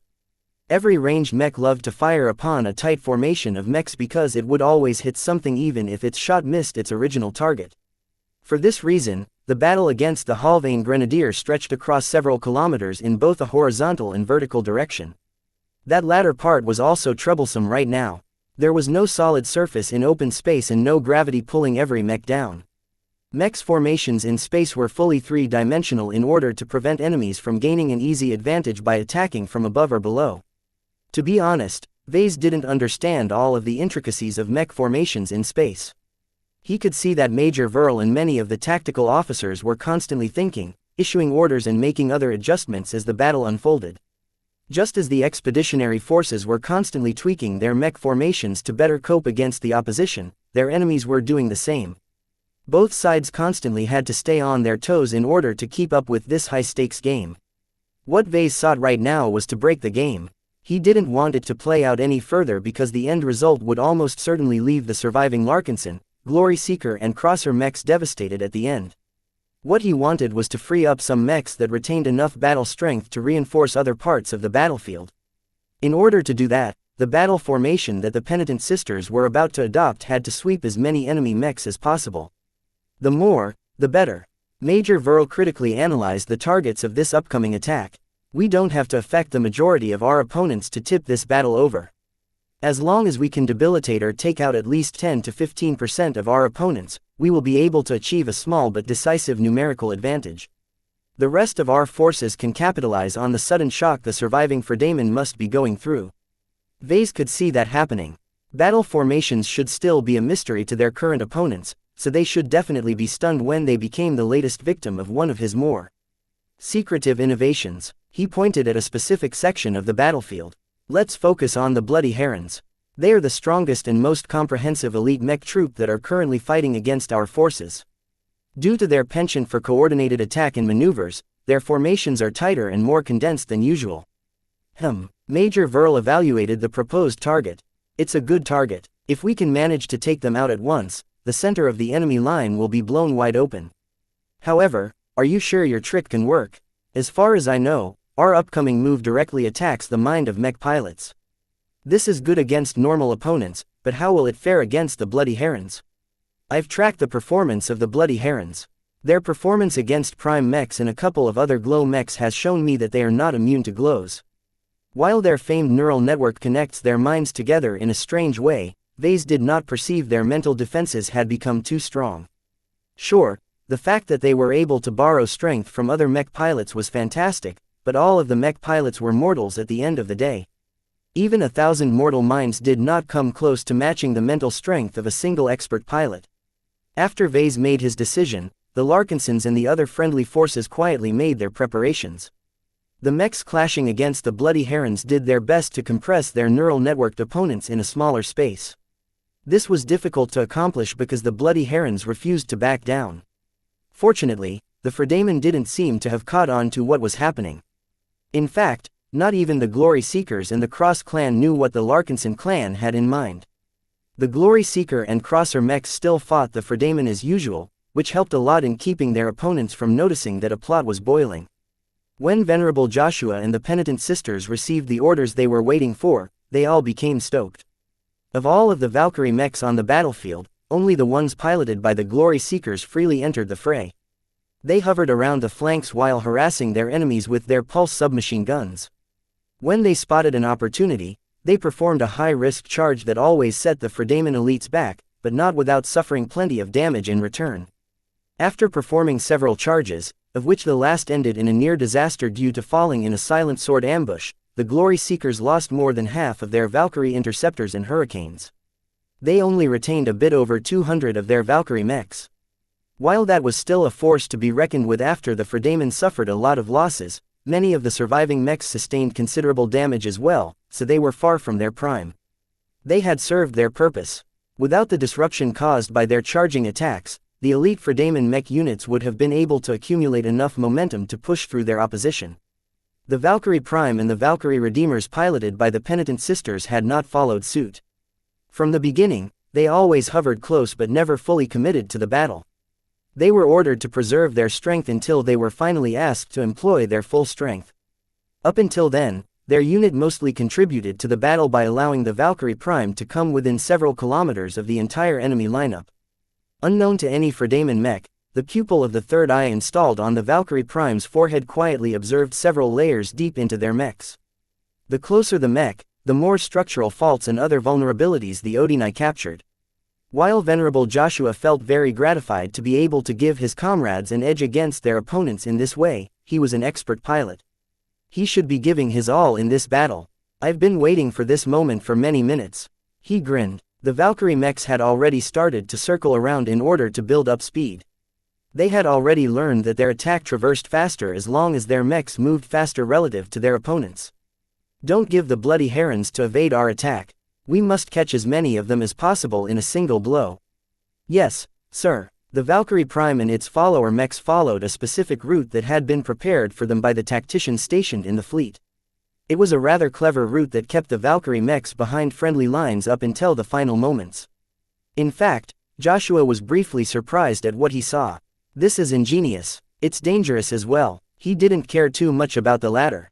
Battle was fraught with risk and mech pilots like him were always trained to fulfill their mission regardless of the danger.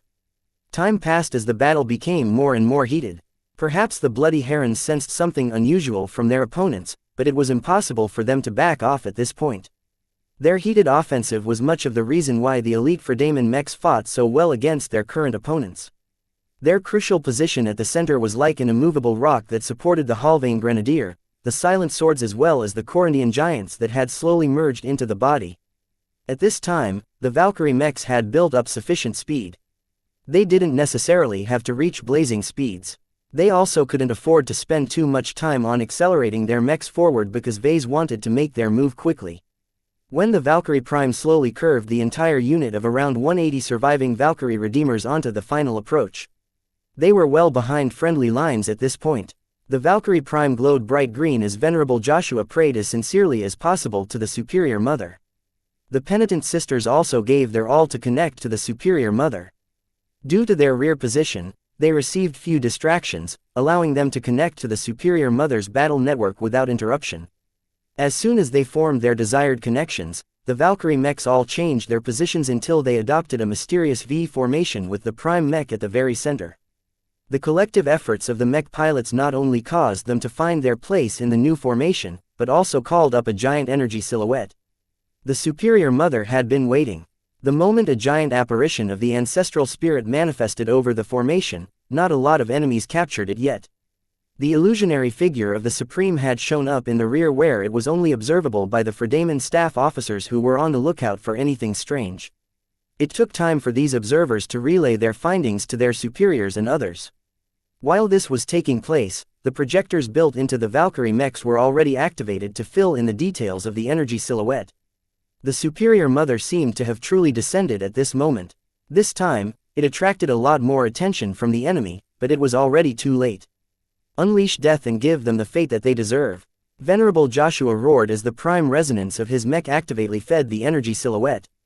The giant manifestation of the Superior Mother glowed with strength. At this point, even the bloody herons noticed that something was wrong, but there wasn't enough time for them to disperse their formation. Before their mech officers could issue any order, the opponents in front of them abruptly withdrew. Every Glory Seeker, Crosser and Larkinson mech that had tangled with them suddenly withdrew a bit before abruptly parting to the sides. It was as if a god had parted an ocean of mechs. All of this took place in just a handful of seconds. Aside from broken wrecks and loose debris, not a single object blocked the bloody herons from advancing forward anymore. However, the same corridor that allowed them pass unopposed also freed up enough space for over 180 Valkyrie mechs to launch their extraordinary attack. The bloody heron mechs froze even further as the Valkyrie mechs all activated their marked for death abilities. Beams of every white light shone on the elite for Daemon mechs. They seemed to pierce straight into the souls of every neural networked mech pilot. While that wasn't enough to paralyze them completely, their reaction slowed down enough for the Valkyrie mechs to complete their attack run. For the clan, the Superior Mother swept her hand forward at the same time the battle formation unleashed a powerful V-shaped wave of extraordinary energy. The power of both life and death was infused in this powerful attack. Chapter 2670, Life and Death. Whenever the Penitent Sisters engaged their battle network while piloting a Valkyrie Redeemer, they automatically defaulted to the battle formation associated with the death phase of existence. It was the only battle formation that truly felt right for the Valkyrie product line. During previous tests, Vase had gotten to know additional properties about this battle formation. The wave of energy it released was exceedingly deadly. While Vase had not dared to test it on any living humans, it was not that big of a deal to float some containers in space and fill them up with some inconsequential animals. Suffice to say, none of the animals had a good time after they were swept by the energy wave. What interested Vase more was how it changed when a prime mech entered the equation. More specifically, he became very intrigued at what might happen if Venerable Joshua was the one that piloted the prime mech in question. From a spiritual perspective, the Valkyrie Prime was a carrier of the Superior Mother's energy. The unending alloy that made up its entire armor and much of its internal frame was all filled with the Ancestral Spirit's spiritual energy. By itself, this 6,300 Vase worth of spiritual energy was in its basic state.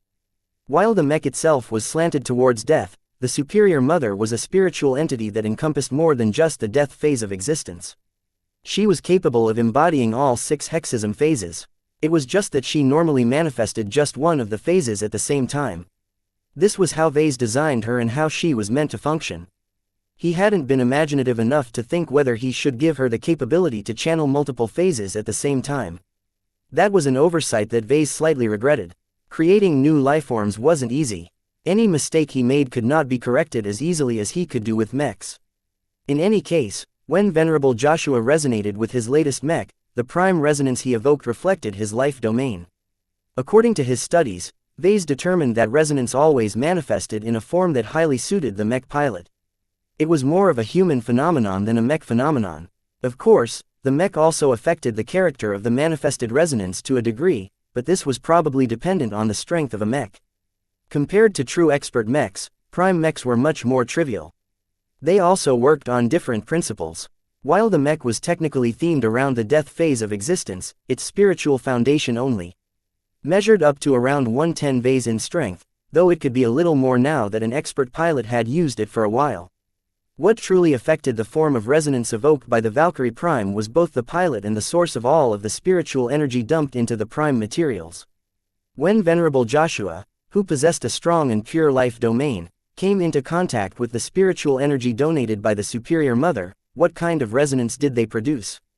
It was life. A mech designed to bring death became surrounded by a glow that exuded pure vitality. Didn't that sound ridiculous? Yet it worked out fine. The Valkyrie mech line was originally designed to be a carrier of the Superior Mother, and life just happened to be one of her 6 domains. In fact, the mutation that happened during her creation may have even strengthened this aspect of hers. Cynthia Larkinson also possessed a life domain. Even if it had a different orientation than that of Vase and Joshua, it was undeniable that they shared a common root. Therefore, when Venerable Joshua induced resonance in the Valkyrie Prime, he was evoking the Superior Mother's extraordinary attainments in life. Vase found it rather coincidental that the life phase of existence also happened to be associated with boys. At least, that was what many hexers thought. While the Valkyrie Prime piloted by Joshua turned into a mass of contradictions, the mech in this state was anything but weak. The Valkyrie Prime was still able to channel the death-based abilities that it was meant to evoke. Yet what happened if this same resonance spread onto the battle formation composed of lots of Valkyrie mechs? Even Vase didn't know what might result from this combination. He became even more excited than before. He always derived a lot of satisfaction when he was watching his creations work the way he designed them to, but he gained even more pleasure when he saw them being utilized to a greater degree than he initially envisioned. This was a true creation. This was what a true maker pursued. An invention that only performed to their creator's expectations was a boring and predictable product. The lack of subsequent evolution, improvement or evolution signified that the creation was essentially dead and static. Only an invention that could endlessly be improved after it was made was truly worthy to be called a living product. All of these sudden realizations stimulated his design seed to an even higher state than before. The insights he derived from this battle would definitely benefit his work as long as he survived. It's time. Vase and several other observers watched carefully as the sea of mechs parted aside in order to give the penitent sister battle formation an ample corridor to their intended targets. The approaching mechs flew down the corridor as if they were akin to a kinetic shell being propelled forward by a railgun. The only difference was that the mechs all activated their marked for death ability when they came close, ensuring that the bloody herons would not be able to escape the doom that was coming for them in the form of an extraordinary wave of energy. To be honest, Vase had no idea what kind of energy the battle formation produced. The core of it seemed to be associated with death. This pure and intense death energy largely came from the superior mother, but was able to manifest into a coherent attack through the medium of a battle formation. Yet what made this attack more remarkable than unusual was that it was surrounded by a glow of resonance that originated from the Valkyrie Prime. It was as if a shell made of life enveloped a huge quantity of pure death energy. What amazed Vase was that the opposing energies didn't conflict or react adversely with each other. Instead, they existed side by side, reflecting the fact that most of the energies came from the superior mother in the first place. It also proved that Joshua had become very compatible with the Hexer spirit. When the V-shaped wave of death approached the bloody herons, the entire battlefield around this incident had slowed. The Halvane Grenadier, the Silent Swords and the Corundian giant mechs all seemed to pause in their attacks as their pilots became compelled to watch the results of the powerful attack. Even the Larkinsons, Glory Seekers and Crossers slowed down a bit. The Larkinson mech pilots knew a bit more than most, but none of them aside from the veterans of the Battle of the Abyss knew what they were about to witness. The shape and size of the energy attack was proportionate to the dimensions of the battle formation that originally launched it. The larger the battle formation, the more space it covered. With around 180 mechs, the wave of energy just happened to encompass more than half of the Bloody Heron mechs that remained functional. This was enough. When the Bloody Heron mech pilots had become subjected to the suppressive glows of the Valkyrie Redeemers, they felt more than ever that their doom had come. No, the wave of pale white energy surrounded by green resonance passed through all of the mechs in its way without any obstruction. It was as if some sort of ghost was merely passing through without taking the time to make any detours. In just a short amount of time, the energy wave soundlessly passed through several hundred mechs. Not just the Bloody Herons, but also the other Fredaman elite mechs positioned behind them became affected. Unfortunately, due to the dispersed formation adopted by the Fredaman, only several mechs were affected in total. The only consolation to Vase was that the previous losses sustained by the elite mechs meant that this was definitely a high proportion. The energy wave continued to fly forward past the formations of elite Fredaman mechs, but no one was paying attention to it anymore. Instead, every observer that was free enough to look was intently observing the mechs affected by the attack. Around 240 mechs had been hit by the energy wave. Now, everyone waited to see what had happened to them. Had the mechs sustained damage? The attack didn't seem to have done anything to the machines. Was this some sort of failed EMP attack? It wasn't until the Fredaman attempted to contact the mech pilots residing in the mechs that they realized that something had gone horribly wrong. According to the telemetry transmitted by the affected mechs, the mech pilots were still alive, at least on a physical level. Yet their brain activity had gone completely silent.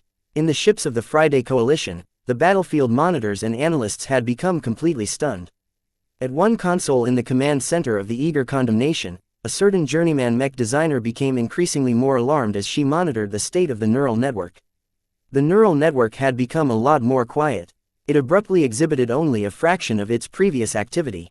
What few Bloody Heron mech pilots were left alive were so shocked by what had occurred that the network automatically collapsed. Fear had swept their minds, causing their thoughts to become too disordered to remain in sync with each other.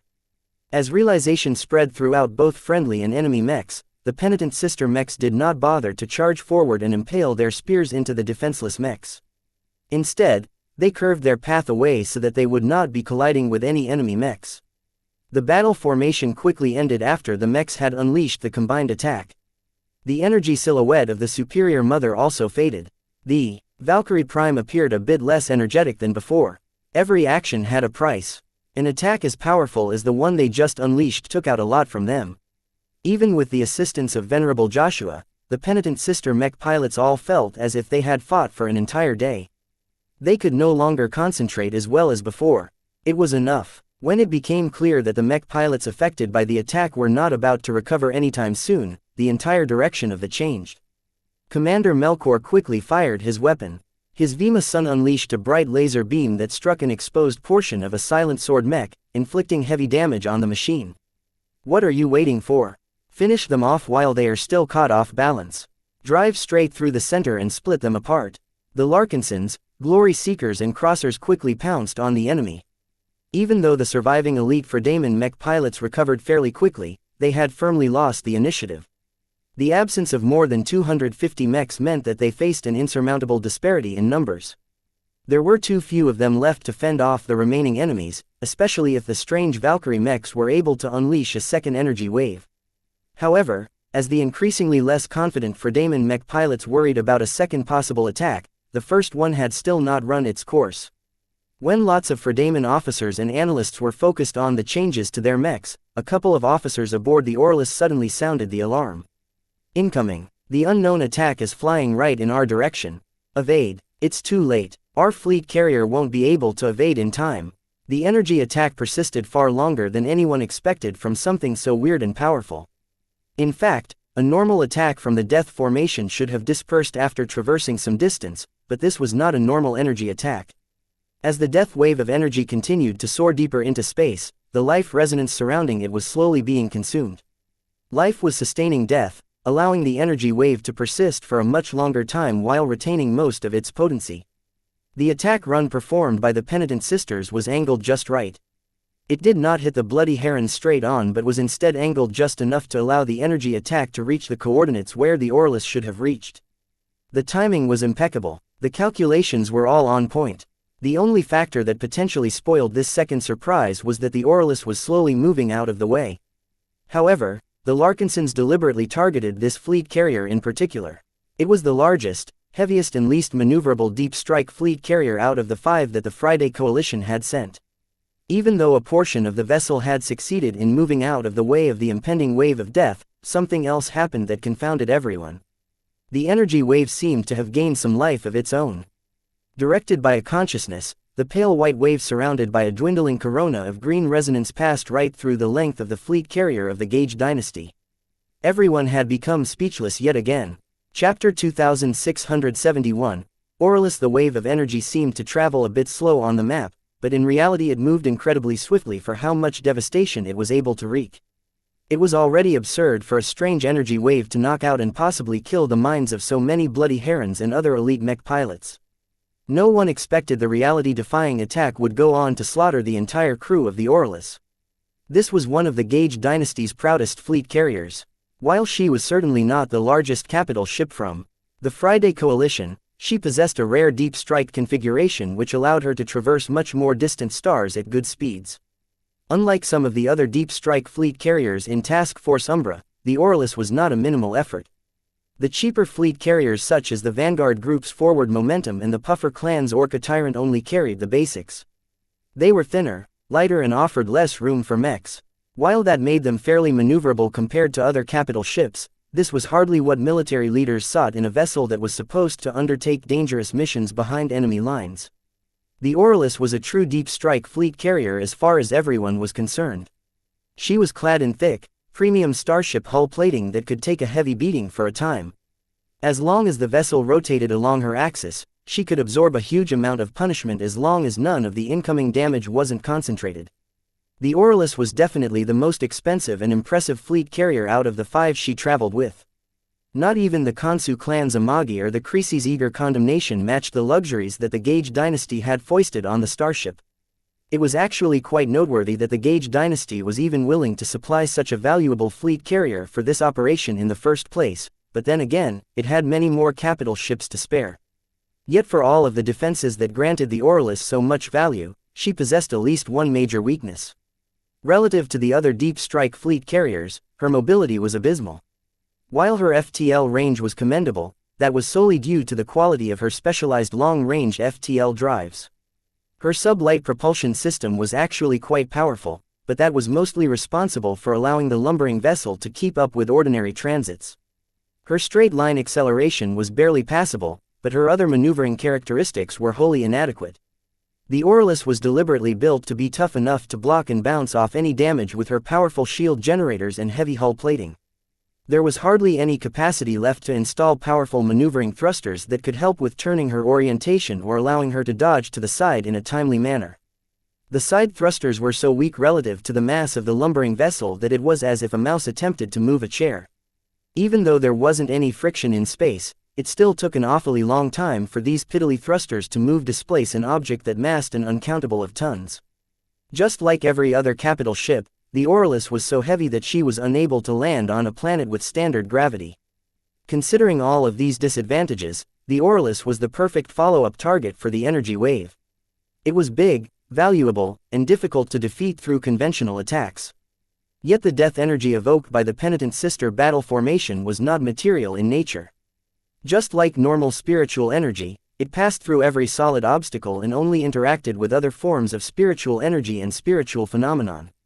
Aboard the Aurelus, the only spiritual presence aboard the vessel was the inherited spirit of her crew. Over 20,000 crew members served aboard the well-staffed vessel. They serviced the mechs, ran the many functions of the vessel, facilitated the complicated and risky process of performing long-range FTL transitions and so on. All of these fredamen were highly trained professionals with at least a decade of experience under their belt. None of these gaugers were weak. Yet despite the prodigious defenses of the Aurelus, the minds of all of these loyal and professional soldiers had been snuffed. The vessel failed to evade the full breadth of the attack. While she had actually detected the danger and started to move in time to save at least a portion of her crew, she wasn't maneuverable enough to save them all entirely. It turned out that it was pointless even if she succeeded. The energy attack exhibited enough control to correct its course, though it seemed to be a strenuous process. Without being able to evade the mysterious attack, the crew was doomed. No shield generator and no hull plating was ever designed to block such an inexplicable attack method. Only high-ranking expert pilots with expert mechs were supposed to be able to accomplish these kinds of feats. Perhaps the only consolation for Task Force Umbra was that the absurd energy was not endless. The death energy had already expended a lot of effort. It weakened faster passing through the massive fleet carrier of the Gage dynasty.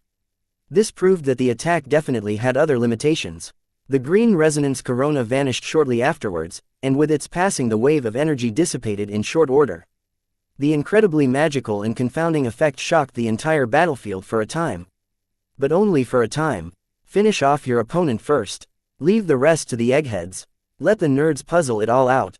The fight soon resumed as if nothing had happened. No matter how much everyone wanted to learn about how less than 200 mechs led by a fake expert mech managed to accomplish such a feat and whether it was repeatable, they still had a battle to fight. The only people paying attention to the Valkyrie Prime and its accompanying Valkyrie Redeemers were those who feared a repeat. They didn't know whether the Valkyrie mechs could launch a second wave. In truth, the penitent sister mech pilots were already nearing their mental limits. Connecting to the battle network and channeling more energy than ever before had taken a very great toll on their minds. To be honest, the power and reach of the energy surpassed their expectations. Even Vase was surprised that the attack actually managed to succeed in sweeping through the Aurelus. While he was very pleased with the unsurpassed power and scale of the earlier attack, the price was also considerable. When Vase accessed the pilot telemetry of the penitent sisters, he immediately noticed signs that they were completely spent. It was hard for them to concentrate on piloting mechs after such a heavy exertion. This is strange. Vase briefly frowned. It wasn't like this before.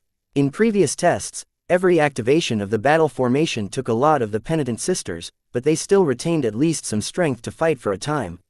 This was different. As Vase tried to find an explanation, he recalled one of the experiments he performed. He connected the Valkyrie mechs to the battle network as well as living entities, why shouldn't they be able to participate in the battle network? The Valkyrie mechs may not be human hexers, but they were completely designed as an extension of a specific aspect of the superior mother. While Vase hadn't been able to observe how the mech interacted with the battle network when the mech pilots prayed to the Supreme, he reasoned that some of the extra power must have been brought by the mechs. As for that weird homing function at the end, Vase guessed that the superior mother was able to maintain a connection to the wave attack. Whether the death energy had always been under her control or whether the resonance bestowed by Venerable Joshua added that capability was something that Vase would look at later. Right now, they still had a battle to win. The Fredamen are wavering. Major Verl sounded both amazed and excited. Their resolve is clearly shaking. Look at how their mechs are fighting at the moment. They look as if the wind had taken out their sails. Even their Praetor and planet compatriots fighting on the right side are flustered. The Fredamen mech pilots who had been closest to the passing death wave were affected more than most. Their very souls had trembled as the soundless doom attack had caused them to experience fear on a primordial level. Their excellent training, discipline and determination quickly reasserted themselves. As some of the best mech pilots of a powerful second-rate state, their wills were not so easily broken. While they were still suffering from the after-attacks of escaping a brush of death, they managed to pick themselves up to an admirable degree. Yet no one, not even the iron-willed silent swords, were able to fight as confidently as before. The momentum of battle was a very nebulous concept. It swung back and forth according to many different variables, the most important of which was morale. The elite Fredamen did not easily lose their morale. They also did not break and rout even if the situation looked a lot more hopeless than before. Yet that didn't mean they were emotionless robots. Aside from the shadow the extraordinary energy attack had left in their hearts, the Fredamen mech pilots were also being pushed back for another reason. A giant hole had been blasted in the middle of their battle line. Once the mechs of the Bloody Herons and some of the other Fredamen mechs in the vicinity had lost their mech pilots, they became as useful as scrap metal. Even if their ice took over control for a time, they were never designed to assume permanent control. That was too dangerous. Therefore, once their mech pilots had become brain-dead, the machines gradually powered down and silently drifted out of formation. The void that had formed in the middle was not so easily filled. Just like how the morale of the Fredamen had sunk, the confidence of the expeditionary forces had risen to its highest level. With the power of a death god on their side, the defenders eagerly pounced on the advantages created by the enormous move. Mechs quickly filled up the gap and tried to split the off-balanced Fredamen mech units apart. Their goal was to cleave the enemy's carefully arranged battle lines and put even more pressure on the enemies that remained. Cleave their formation apart and sandwich them from multiple flanks. We've already wiped out over 200 of these bastards in an instant. If we can't capitalize on this advantage, then we will shame ourselves in front of the superior mother. Attack! The Larkinson and Crosser mech pilots fought as if they already saw light at the end of the tunnel. The reduced pressure from their enemies also contributed to their increasing confidence. As for the Glory Seekers, their swing in momentum was much more drastic. As soon as they beheld the giant energy silhouette of the superior mother coming to life, they had already gone through a rapturous moment. The superior mother was with them. Not only did she descend on the battlefield to inspire the righteous Hexer mech pilots in person, the Supreme also punished the wicked Fredamen by waving her hand. For the hegemony, for the Woden dynasty, for glory. Even though the Glory Seekers had suffered heavy casualties prior to this moment, the surviving mech pilots didn't care about that anymore. Their faith was so invigorated that it practically propelled them all forward. No one thought about retreat at this time. The huge swings in morale had a devastating effect on the Fredamen elites who had previously acquitted themselves well. Slight disadvantages cascaded into major disadvantages. The old status quo had broken. The left side of the battlefield had firmly swung in the favor of the Golden Skull Alliance. Yet before Vase could maintain his satisfied grin, a bridge officer conveyed shocking news. The Leskin has fallen. Venerable Banner Cross has been overwhelmed by the Jan d'Arc. More bad news poured in a moment later. The surviving Fredamen expert mechs have altered their battle posture. It looks as if they are attempting to break through our lines at all costs. Chapter 2672. Correcting a mistake. This is impossible. The Bloody Herons shouldn't have died so easily. Lady Aisling Curver simply couldn't believe what her console was telling her. The Bloody Heron mechs had become completely unresponsive. She patched into the cockpit feeds and looked at the bodies of the pilots. Not a single one of them moved. Aside from performing unconscious body functions such as breathing, the pilots seemed to have gone completely still. According to the brain monitoring systems, the mech pilots were no longer alive according to the Friday Coalition's interpretation of what constituted a living being. It was as if the bodies had turned into clones. Aside from containing a self-maintaining system of blood, flesh and bone, the collection of organic tissue was no longer alive in the truest sense of the word. This was impossible. No attack should have been able to bypass every defensive barrier and strike straight at the minds of the Bloody Heron mech pilots. Even if such an odd attack was able to affect normal mech pilots, the proud elites handpicked and nurtured by the great Master Huron himself shouldn't have perished so easily. They were some of the most excellent mech pilots of the Gage dynasty and by extension the Friday Coalition. Even if they weren't expert pilots themselves, they were the very best among the standard mech pilots that served in the Sundered Phalanx. For them to fall over like this en masse was a huge injustice. Aisling simply couldn't comprehend how the Larkinson clan was able to kill them all in an instant. It was one thing to defeat the Bloody Herons through ordinary combat. No matter how well they fought, they were still mortals who piloted mechs that were significantly worse than expert mechs. It was normal for the Bloody Herons to sustain casualties, especially against opponents who were close to them in strength such as the Glory Seekers and the Cross clan. Yet the mechs responsible for triggering the devastating losses did not belong to the Hexers, but the mech designer who created them in the first place. The Valkyrie Redeemers led by a strange variant had displayed a power that was completely unprecedented in the history of this mech line. Was every Valkyrie mech capable of evoking this mysterious power?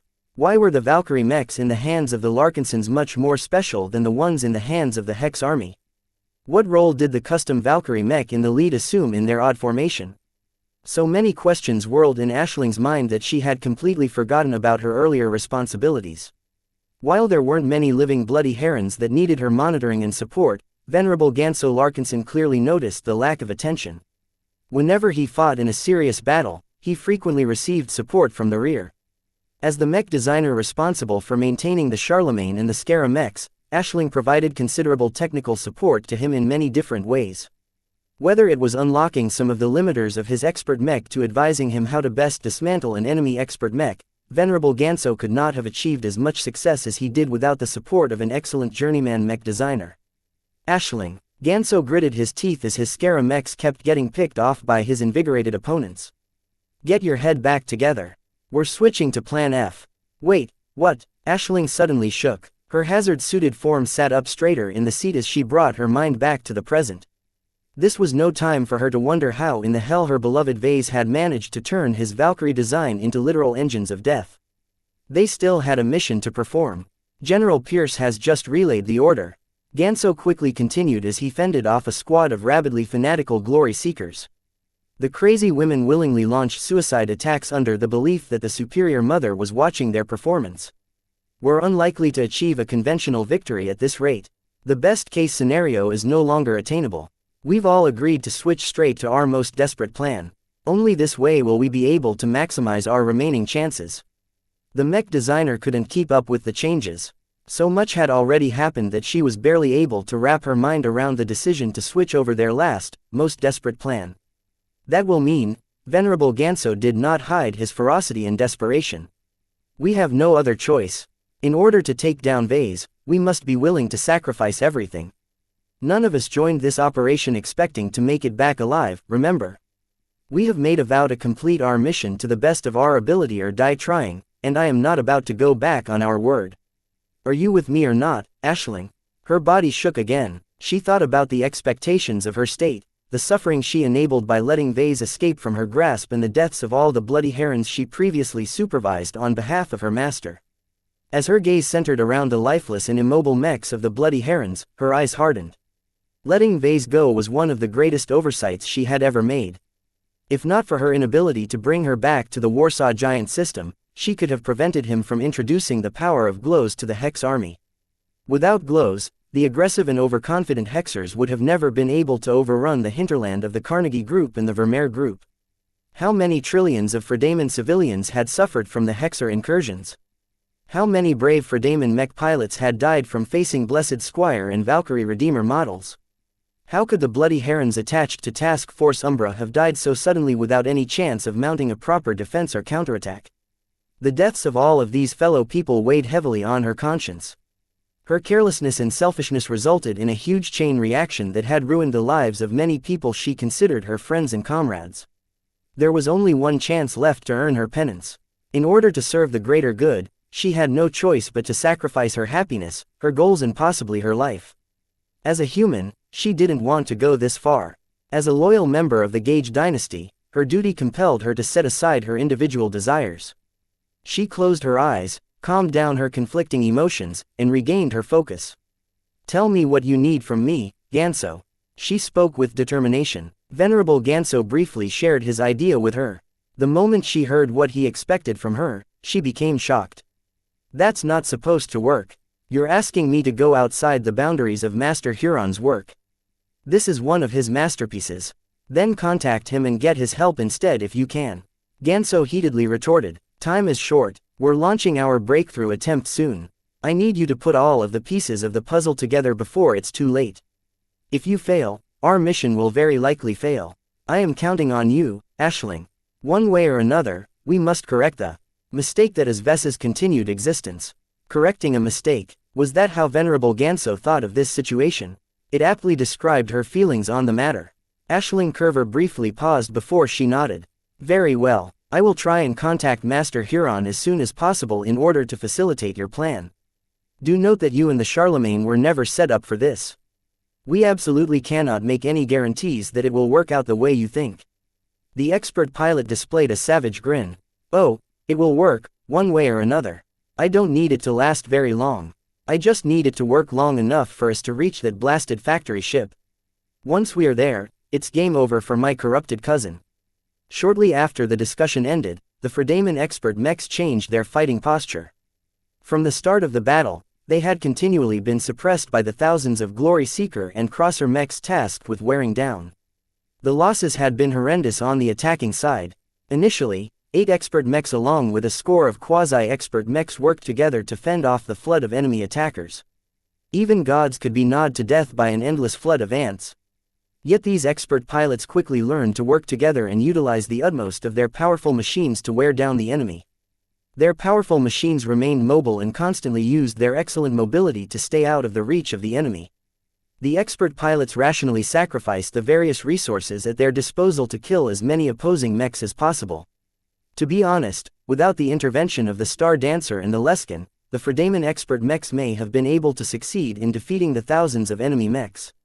Yet because of the addition of 2 additional opposing expert mechs, Venerable Ganso and the rest had to work a lot harder in order to stay relatively even. At this time, many of the Fredaman expert mechs were already at the end of their rope. The energy reserves, armor integrity and ammunition stores of their powerful machines were already running dry. They should have returned to their motherships at this time, yet there was no way they could do so under these circumstances. Returning to resupply their spent and damaged mechs took too much time. The battle might very well be over once the half-replenished mechs deployed into space again. Besides, how could the enemy allow the damaged expert mechs scurry back to their mothership in peace? The Glory Seekers and the Crossers were already smelling blood. Too many of their comrades had died to reduce the expert mechs to this point. There was no way they would allow the job to remain unfinished. Every expert pilot in the service of the Friday Coalition was already aware that there was no turning back. Once they agreed to implement Plan F, they had already made their peace. "We must break through all of our opposition no matter the cost," one foreign expert pilot stated in a fatalistic tone. "The Hexadric hegemony must not be allowed to take over our star sector." He reminded everyone what they were fighting for. They held no intrinsic loyalty to the Friday Coalition. Each of them agreed to fight to this extent to save their home states. "Break out," Ganso shouted as he commanded the 10 remaining Scarab mechs forward. "We must last as long as possible, but don't hesitate to give something up as long as we can advance forward. The Larkinsons may have slaughtered our comrades aboard the Orlus, but we shall do the same to their fancy factory ship." When the surviving 6 expert mechs no longer tried to preserve themselves as best as possible, they could unleash surprising power. Even though the expert mechs incurred significantly greater damage than before, they easily managed to bull through the mechs blockading their way forward and soar straight at the Spirit of Bentime in the rear of the enemy formation. "Victory or death. The fate of the Komodo Star sector rests upon our shoulder. Slay the devil, WHO has bewitched the Hexers. The expert pilots all burst out greater power than before. Their mechs glowed bright as their exhausted resonance shields seemed to be revived all of sudden. The desperation in their hearts had fostered their willpower and boosted the strength of the force of will beyond their previous levels. Expert pilots never accepted defeat. Expert pilots never gave in to despair. Their valiant performance as well as the orders to facilitate the breakthrough also affected the other troops on the battlefield. The surviving Fredaman elites seemed to find new strength in desperation. They could not allow themselves to be slain without accomplishing their mission. They were better at this. Rather than allow themselves to get butchered like helpless lambs, they would rather go down in one final blaze of glory. One of the few surviving bloody heron mechs even started to glow in an uncontrollable fashion. Its desperate mech pilot was breaking through to expert candidates all of sudden. The herons shall not be silenced. The Space Knight affected by forced resonance temporarily gained the power of an expert mech, allowing its evolving mech pilots to batter away any enemy mech. The glowing bloody heron Space Knight charged into a formation of avatar mechs and collided against a Tamris Stellar, crunching the cheap and inferior defensive mech as if it was made of sticks. The final counterattack of Task Force Umbra had begun. Chapter 2673, Stronger Resonance. The battle had taken on a crazy turn again.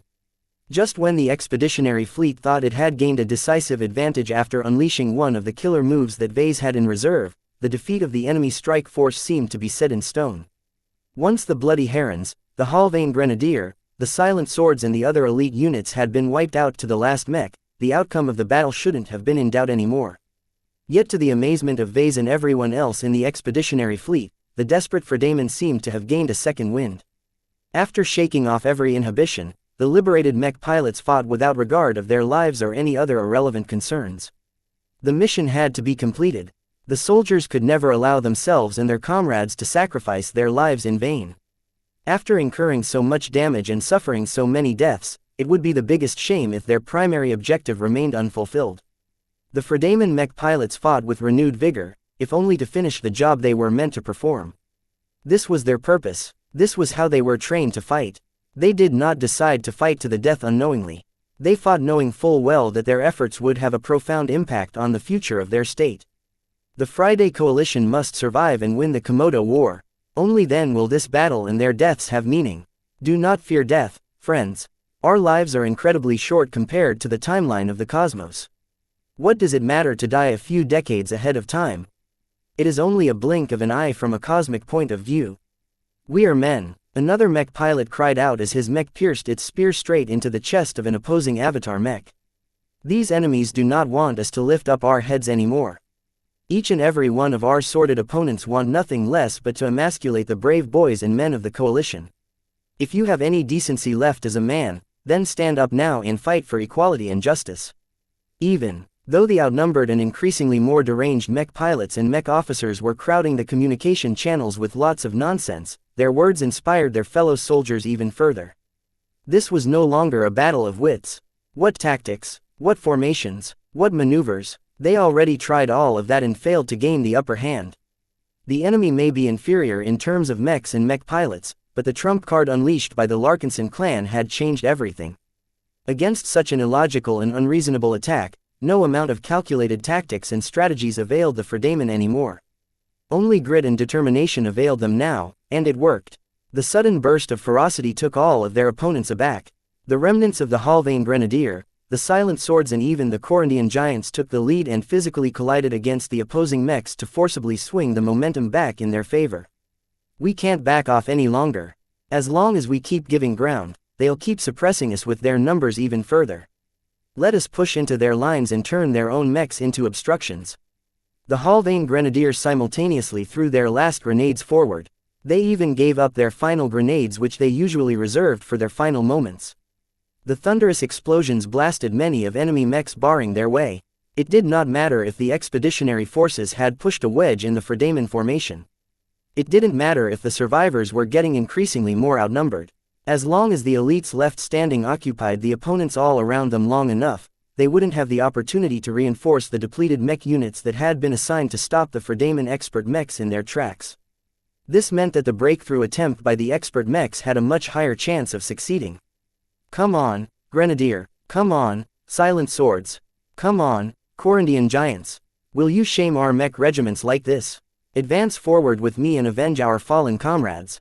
The battle spirits of the surviving Fredaemon elites had spiked so suddenly that they had forcibly taken back the initiative they had lost.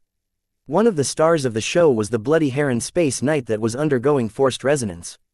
Although the surviving mech pilot wasn't abnormal enough to evoke complete resonance, the forced resonance enveloping the mech was so strong that it functionally became as strong as an expert mech, at least for the moment. Even though defensive mechs such as Space Knights were famed for their lack of killing efficiency, once they reached the expert level, all of that changed. Against a large quantity of normal mechs, the temporarily empowered Space Knight fought as if it was a god that had descended onto the mortal plane. When it swung its sword, a large resonance blade extended many meters beyond the tip, allowing it to slice apart weaker mechs that thought they were firmly out of reach.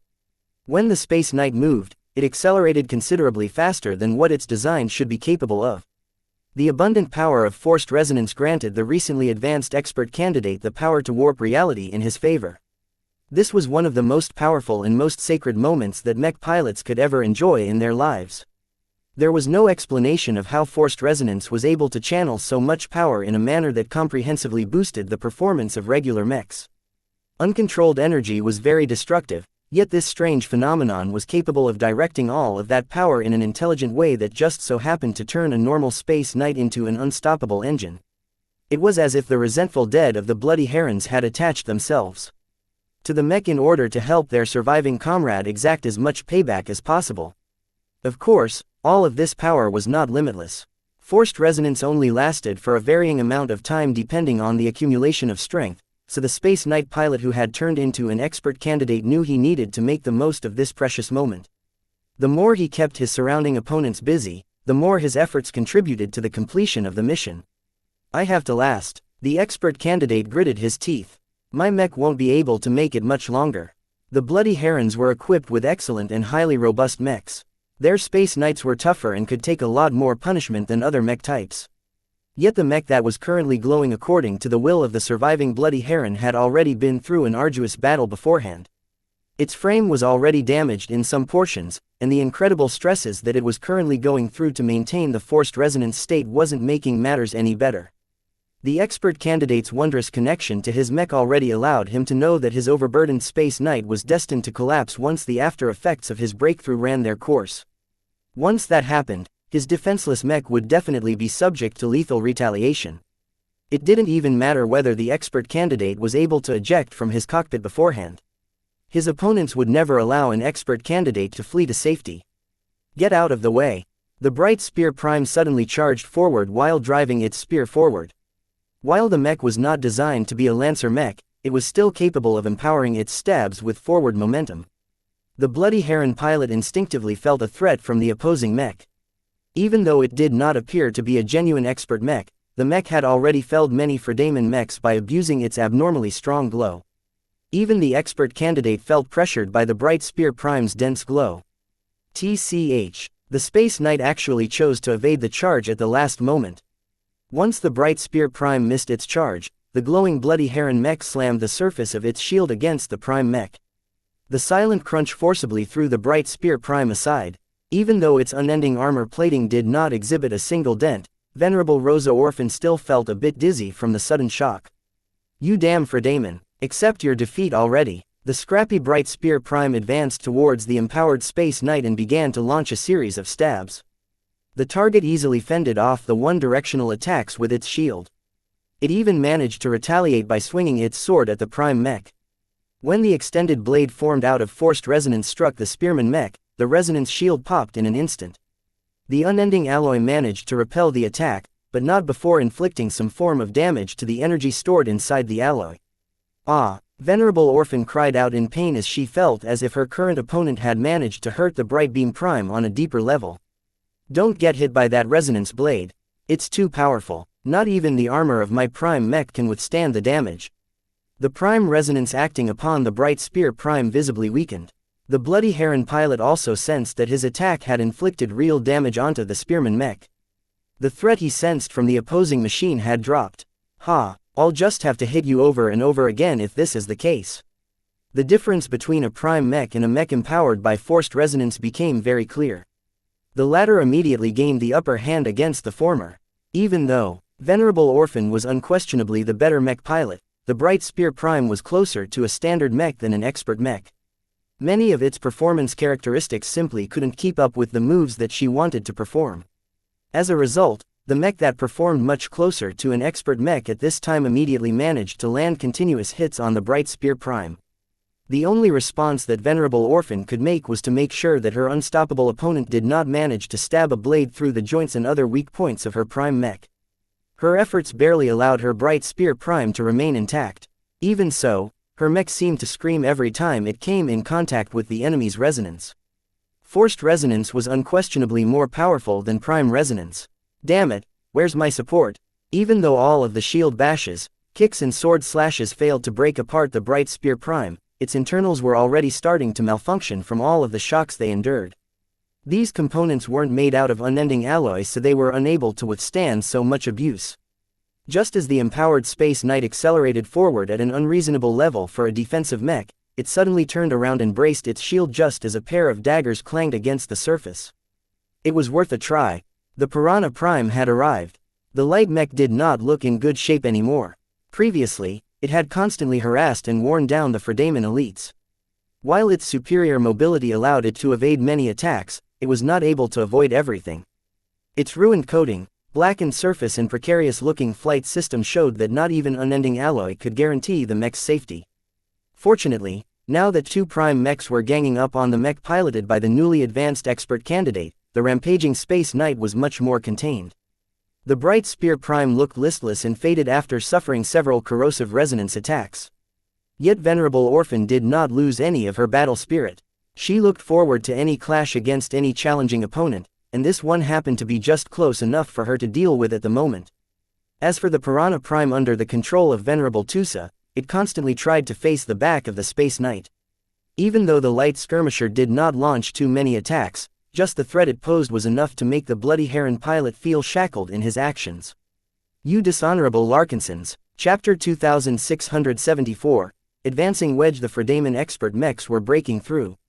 Dozens of mechs crumbled as an expert mech wielding an axe called the Ulver Quinn unleashed a sweeping diagonal chop that unleashed a sharp and destructive resonance slash. The expert axeman mech hailed from the Orlis. Its expert pilot was besotted by grief at the realization that the entire crew of the ship he had been traveling abroad for months had perished at once. I will carve out a path with my own body if need be. The raging expert pilot roared as he summoned up greater strength from his mind and will than ever before. Let justice fall upon these forsaken Larkinson. The mech pilot of the Ulver Quinn should have been exhausted after fighting so much. The frame of the mech had incurred numerous scars and even holes due to all of the punishment it endured. Yet the valiant Axeman mech exhibited none of the weaknesses of before. An expert hybrid mech called the Prava Lone Star arrived just behind the Ulver Quinn and began to raise its wrists before firing an array of piercing laser beams that tore through some crosser rifleman mechs that had been putting them under pressure. Let me advance with you as well, my friend. We shall sing our final song today before we accompany our comrades in the afterlife. Your mech is already depleted of energy and ammunition. The expert pilot of the Ulver Quinn protested. You're little use to us anymore at this point. I can still fight with my limbs, my friend. While melee combat is not my forte, it is more than enough to help you carve a path forward. The expert hybrid mech pulled out a thick rod from the back of its frame. The rod telescoped in both directions to form a thick but hollow staff that glowed with the resonating will of the vengeful expert pilot. The hybrid mech extended one of the ends of its new staff towards the surviving Glory Seeker and Crosser mechs that stood in its way. Its resonance shield continually blocked every attack that was fired in its direction. Murderers, you shall pay for slaughtering the crew of the Orlis. We shall not stop until your precious patriarch has met his end at our hands. The two expert pilots didn't actually know each other well before this battle. They were both third raters who were originally persuaded to fight on behalf of the Friday Coalition. Yet as humans, they spent months befriending and getting familiar with the Fredaman who served alongside them aboard the Orlis. The realization that tens of thousands of earnest, loyal Fredaman had been wiped out to the last man was too much for them to bear. Their despair darkened their emotions but also stimulated their wills. Their inability to pass through the quagmire that the enemy had formed around them was the reason why the battle had remained static for so long. They could have prevented the tragedy from happening if they fought harder and got rid of their opponents faster. There was no medicine for regret. Only vengeance was able to soothe their guilt.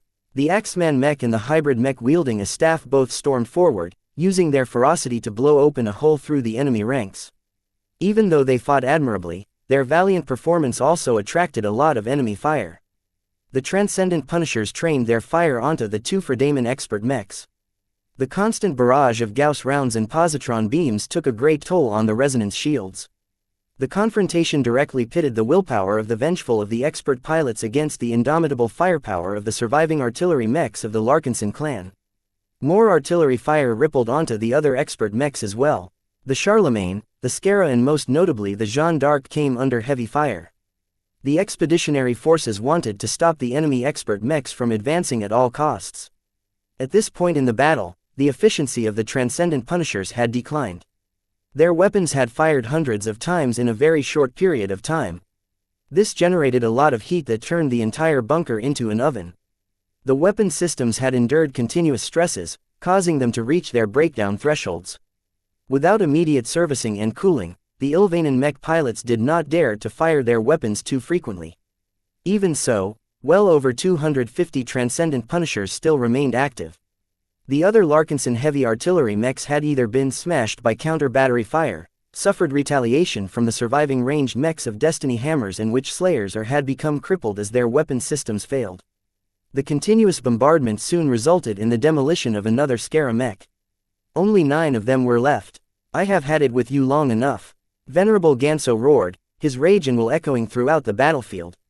Seeing that opposition closer to the expert mechs were being handled by his fellow battle partners, Ganso directed the rifles of his Charlemagne and all of his surviving Scara towards the red-coated starships in the distance. Bright white positron beams surrounded by a pale yellow glow precisely struck 10 different bunkers at the same time. The resonance-empowered attacks drilled straight through the tough roofs of the bunkers and retained enough power to inflict heavy blows on the heavy artillery mechs taking shelter inside.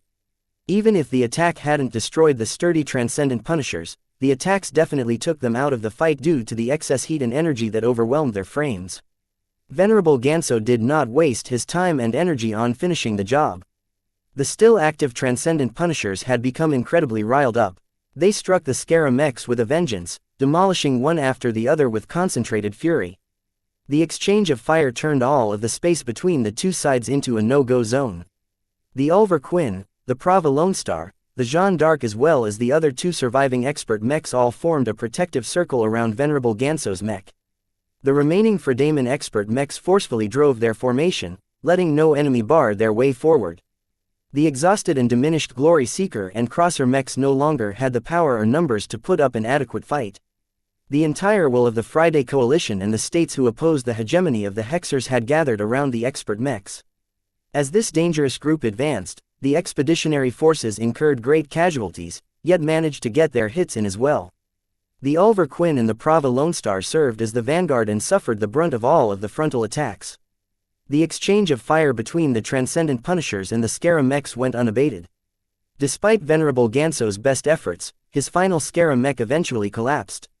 In contrast, over 180 Transcendent Punishers still remained battle-effective, if only barely. The aberrant Larkinson did not seem too saddened by the loss.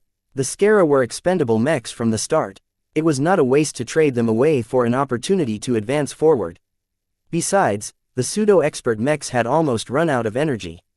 Their energy reserves were considerably less extensive than the Charlemagne, which still had plenty of power left to support this final attack run. Venerable Ganso felt incredibly liberated at this moment. His connection with the Charlemagne soared as his mind no longer became burdened by any additional connections. Unfortunately, the artillery attacks that slammed against his expert mech's resonance shield ruined this pleasurable moment. Without any vulnerable targets left, the Transcendent Punishers directed their fire on the Charlemagne. With the other expert mechs including the powerful Jeanne d'Arc occupied with fending off the enemies that sought to stop them in their tracks, the Charlemagne would soon exhaust all of its defenses. No matter how much firepower the Charlemagne possessed, it was impossible for it to eliminate all of the artillery mechs by itself. It had to expend too much energy to drill through all of the bunkers and inflict enough damage to take down an undamaged heavy mech. "We need more mechs," The Fredaman expert mechs managed to advance both forward and downwards until they reached the edge of the battlefield where the remnants of the Halvain Grenadier, the Bloody Herons, the Silent Swords and the Corundian Giants were putting up a valiant fight. Despite their final outburst of power, there were too many Larkinson, Glory Seeker and Crosser mechs preventing them from linking up with their expert mechs. The 180 Valkyrie Redeemers that previously unleashed the death attack that changed everything were also putting up a fight. While the mentally exhausted penitent sisters no longer had the strength to fight an intensive battle, they forced themselves to stay. With permission from Major Verl, their piloting suits injected a potent stimulant in their bloodstream that forcibly stimulated their brains and temporarily shook away some of their fatigue. While this drug would definitely cause the female mech pilots to crash after a short time, this was but a small price to pay for continuing to contribute to the battlefield. Their Valkyrie Redeemers fired their pulse submachine guns in the direction of any enemy within reach. This was the most they were able to accomplish. Even though their firepower was weak and scattered, every attack counted. Not even the Space Knight empowered by forced resonance was able to change the result. The recently advanced Bloody Heron expert candidate still possessed a lot of power, but 3 prime mechs had come together to stifle his options. Too much power, not enough skill. Venerable Orphan taunted as her dimly glowing bright spear prime pressured the Space Knight from the front. After several costly exchanges of blows, the former Vandal commander finally figured out her opponent's fighting style. She no longer allowed her prime mech to get hit by the resonance blade. Even though her cautious approach lessened the pressure onto the glowing Space Knight, the Valkyrie Prime had come to lend a hand. Throughout the entire clash, the Valkyrie Prime's pupil precisely analyzed the entire frame of the rampaging Space Knight. Forced resonance was a violent process. The mech that became empowered by it always strained their physical components beyond their limits, thereby introducing hundreds of hidden dangers. While it wasn't easy to identify the majority of them, the Odini continually relayed a lot of information back to the analysts on the fleet. A vengeful Gloriana personally analyzed the data and quickly marked out all of the weak points. The Bloody Heron mech's resonance shield finally broke after blocking another attack from the Bright Spear Prime. A chance. Venerable Joshua moved into action as the Space Knight was just recovering from another attack. The Valkyrie Prime soared forward and jabbed its spear through the shield arm of the Space Knight. A second later, the Bright Spear Prime stabbed the partially crippled Space Knight through a weak point on its abdomen, causing it to freeze. Tusa, I'm already on my way. The Piranha Prime stabbed its daggers through the upper back of the Space Knight. According to the fleet network, Venerable Tusa had managed to pierce through a pair of crucial power lines that were each responsible for keeping the flight system fed with energy. Now that those lines were cut, the backup lines no longer supplied enough juice for the mech to fly and maneuver at its fullest extent. The touch and heavy Space Knight instantly slowed down. No amount of forced resonance amplification was enough to turn the thick and sluggish mech into a ballerina. Subsequent attacks completely disabled the exposed flight system, causing the mech to lose almost all of its mobility in space. It had turned into a useless mech. No, without the obstruction of this anomalous machine, the fate of the remaining elite Fredaman mechs was sealed. However, the enemy expert mechs had something different in mind. The Ulver Quinn raised its axe in a heroic fashion before chopping it down, unleashing a vertical resonance wave that slammed into the Bright Spear Prime and caused it to crumble away. Ah! Venerable Orphan cried. Even though its unending alloy exterior remained intact, its prime resonance state had completely collapsed as all of the spare spiritual energy inside had been depleted. The Piranha Prime and the Valkyrie Prime barely evaded the other attacks. Chapter 2675, Final Wish, Ganso Larkinson. Venerable Joshua transmitted on an open communication channel. What are you doing? You are already responsible for the deaths of hundreds if not thousands of Larkinsons. Will you persist in your madness and slay even more relatives? Shut up. The Charlemagne unleashed a powerful beam at the Valkyrie Prime. Fortunately, Joshua had anticipated the attack and already moved his mech aside, evading the dangerous attack. You are no Larkinson. Ganso scowled as he saw his attack had missed. Just because Vase is selling out our family name like cheap garbage doesn't mean you deserve to carry our heritage forward. You and the rest of your so-called adopted Larkinsons are a mockery of everything that true Larkinsons stand for. Now get out of my way. The Charlemagne kept putting pressure on the Valkyrie Prime, but none of its attacks connected. The Prime mech was constantly backing off while focusing its utmost on evasion. Venerable Joshua did not dare to get hit by a direct attack from an expert mech. He had already seen the consequences of letting this happen. Eventually, Ganso gave up on trying to kill the annoying Valkyrie mech and proceeded to attack the mechs that belonged to the avatars of myth. The reflexes and intuition of an expert pilot was too sharp. Even though the odd Valkyrie mech did not appear to be a true expert mech in his eyes, an expert pilot could still perform some small miracles with a good machine. It would have been a lot easier for Venerable Ganso to take down these annoying opponents if he still had his Skara at his beck and call. His eyes narrowed as he was about to implement the most crucial part of his own plan. While Plan F never accounted for this specific situation, an opportunity had opened up to increase its chance of success. Foster, I don't care what you are doing, but cover me while I focus. I can't afford to get distracted at this point. Got it, she replied. At this crucial time, they completely put down their rivalry and animosity towards each other. The ideals they were fighting for trumped every other consideration. This was why Venerable Relia Foster did not hesitate to play bodyguard to a Larkinson and a Brighter. Her Jeanne d'Arc long lost the protection of its blue resonance shield, but the sword-wielding expert mech simply withstood every attack without exhibiting too much concern. Even though the attacks from the expeditionary forces constantly poured onto its frame, its weak points never seemed to succumb to the pressure. The Jeanne d'Arc was one of the most difficult mechs to take down in a fight. It sacrificed versatility, offensive power and many other useful functions in order to make room for as many energy cells as possible. With a frame infused with a deliberate amount of Rorich's bone, the mech constantly drew on its abundant energy reserves to regenerate its damage through a very opaque process. Though Venerable Foster didn't even pretend to understand how Rorich's bone was able to repair broken components and even reproduce them if they were missing, that did not prevent her from utilizing her expert mech like a zombie. She feared no attack. While she still tried to evade as many attacks whenever she could, she did not mind it when her expert mech incurred damage. It would all regenerate back to normal anyway. She only needed to take care not to deplete the Jeanne d'Arc's energy reserve too quickly. With the Undying Swordsman mech covering for the Charlemagne, Venerable Ganso closed his eyes and connected deeply to the systems of his expert mech. He had piloted Charlemagne for many months. He used it to take part in dozens of large-scale battles in the Komodo War. He had grown extensively familiar with all of its core systems. One of the most dangerous but innovative among them was the heavily customized neural interface. The Charlemagne was the central node of the asymmetrical neural network. In order to assist Ganso in the difficult process of controlling several dozen pseudo-expert mechs at once, the expert mech possessed a lot of processing power as well as other related systems. Now, all of this power was coming to life yet again. Venerable Ganso opened his mind and reached out his will through the neural network that had put such a heavy burden on his head. His actions made no sense. While he entered the battle with 44 Skara mechs, the expeditionary forces had taken out each and every one of them.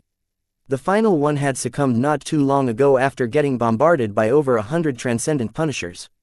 Yet despite the lack of Skara mechs, Venerable Ganso reigned in his impatience and kept extending his mind. Soon, his patience was rewarded. Twinkling lights appeared in the fog. The new presences felt dim at first, but soon they grew strong enough for Ganso to establish a connection with the new nodes. Not too far away, around 100 drifting mechs came to life. The Bloody Heron mechs were surprisingly intact. After Aisling Curver contacted Master Huron, she received special permissions that allowed her to gain limited control over some of the systems of the silent machines that carried the brain-dead bodies of their mech pilots. The control she gained was very limited. Rather than controlling the mechs themselves, Aisling's elevated permissions actually allowed her to exert control over their exclusive neural interfaces. Normally, hijacking the controls of the mechs was impossible, but for safety reasons, Master Huron implemented a limited remote control function in case that any of his neural network mechs went haywire. An active mech pilot could easily block and resist the external influence. No matter what, the mech pilot should be the ultimate controller of any armed mech. This was a universal standard that the MTA heavily recommended throughout all of human space. Even Master Huron did not dare to challenge this rule. Therefore, Aisling couldn't do more than boot up the mechs again. There was no way for her to remote control any reactivated Bloody Heron mech to the point where they could move and fight according to her instructions. She wasn't asked to do this much. Turning the mechs back on was all she needed to do. More crucially, the neural interfaces of the Bloody Heron mechs successfully connected to the minds of the brain-dead mech pilots. Obviously, This didn't change much as the mech pilots did not generate any brainwave activity that could pass on instructions to the mech. "I've given you a chance," Aisling whispered as she made sure to maintain the current state of the reactivated mechs. "Now reach out and show them the might of an asymmetrical neural network." Venerable Ganso did not disappoint her expectations. Once he grasped the connections to the new presences, he steadily gained control over them with his powerful mind and will. 77 bloody heron mechs had come to life. They slowly activated their flight systems and gripped the weapons that were still in their grips before forming up in front of the Charlemagne like a resurrected honor guard. Many observers were shocked at what had taken place. What? How the hell is Ganso able to pull that off? Vase almost stood up from his observer's seat. A conventional neural network is supposed to be different from an asymmetrical neural network. They are two different species. He underestimated Master Huron's work. An asymmetrical neural network worked in a different manner from a conventional network but shared many of the same principles. They even used much of the same modified neural interfaces. As long as the neural interfaces of the Bloody Heron mechs received a software update that added a new operation mode, they could easily turn into Ganso's new slaves. The only major hindrance that could truly cause Venerable Ganso to fail was whether the minds of the Huron mech pilots resisted his attempts to take control. Normally, this procedure was madness, but this was different. Their minds were already wiped out, leaving Ganso with a clean slate. Not only that, the expert pilot also felt as if his new slave welcomed his embrace. As the mech pilots loyal to Master Huron, each of them hoped that Venerable Ganso would be able to make use of them to take revenge on their killers. Venerable Ganso was under incredible pressure. Even with the lack of resistance from his new slaves, he had never controlled so many mechs at once. It took all of his willpower to remain cognizant of the situation. "Go. Forward. Advance. I can't hold this state for too long." The other expert mechs had been waiting for this. The resurrected Bloody Heron mechs immediately assisted the expert mechs and helped them break through the blockade. Even though the Bloody Heron mechs were being sliced by swords, stabbed by spears, shot by rifles and bombarded by artillery cannons, they still managed to do their jobs. Ganso displayed a much greater degree of control and multitasking than ever before as his surging force of will raised his capabilities as a master to an unprecedented degree. "Ha ha ha, you can't stop us, Vase. My army is already dead." Ganso maniacally laughed as he forcefully drove the undead Bloody Heron mechs forward. Since their mech pilots were already dead, Venerable Ganso had no qualms about using them to launch his risk attacks and trade blows for blows. The expeditionary forces could not handle the ferocious fighting style displayed by the resurrected mechs. "We've created an opening," the mech pilot of the Ulver Quinn yelled. "Get through before it closes. We'll stall the remaining opponents here. Don't let our comrades die in vain." The other expert mechs did not delay. They passed through while the Ulver Quinn and the Prava Lone Star desperately attempted to black as many enemy mechs as possible. It wasn't enough. Hundreds of mechs still chased after the remainder. They attacked the unnaturally controlled Bloody Heron mechs from behind while the artillery mechs inside the expeditionary fleet attacked from the front. The 4 remaining expert mechs were surrounded by the zombie machines, protecting their damaged frames and conserving their power for the final effort that was needed to complete their mission. "There are too many enemies chasing behind our heels. We'll go and help out the other 2. Take care and finish the job." The 2 additional Fredaman mechs purposefully moved out of the protective envelope and began their epic struggle to hold back the enemies that were trying to stop the final attack run. One expert mech crashed into the formation of Valkyrie Redeemers. The weakened penitent sisters weren't able to contend against the power machine and tried to spread out as much as possible, but all of that took time. "No, don't let them go forward. Kill them before they get close." Every single member of the Golden Skull Alliance feared what the Charlemagne and the Jeanne d'Arc might do once they reached their destination. Not a single ship wanted to fly next to a hostile expert mech. Fortunately, the Larkinson clan recognized the threat and formed a response. While the Fredaman expert mechs were fighting past their opposition, the Valkyrie Prime had quietly fallen back and linked up with another group of Valkyrie mechs. This time, Venerable Joshua no longer flew with the exhausted, penitent sisters. His prime mech had joined up with the surviving Valkyrie interceptors and Valkyrie hurricanes piloted by the Glory Seekers. "Are you ready? We are at your disposal, boy," Mech Captain Serena Vales answered on behalf of her fellow Hexers. "Please lead us to victory. We are all willing to lend our power to you. Let the Superior Mother punish these wicked enemies of the hegemony once again. Then do what I have just said and pray." Joshua quickly instructed. As the Glory Seekers tried their best to evoke the same phenomenon that the penitent sisters had previously accomplished, the Fredaimon all recognized the threat. Venerable Ganso's eyes burned as he spotted a very familiar formation mechs doing something very shady in front. I won't let you finish.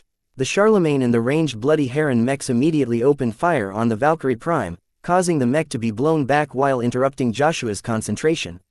Yet before the mechs under Ganso's control could get more hits in, some of the Glory Seeker pilots deliberately stopped praying and instead piloted their mechs protectively in front of the Valkyrie Prime.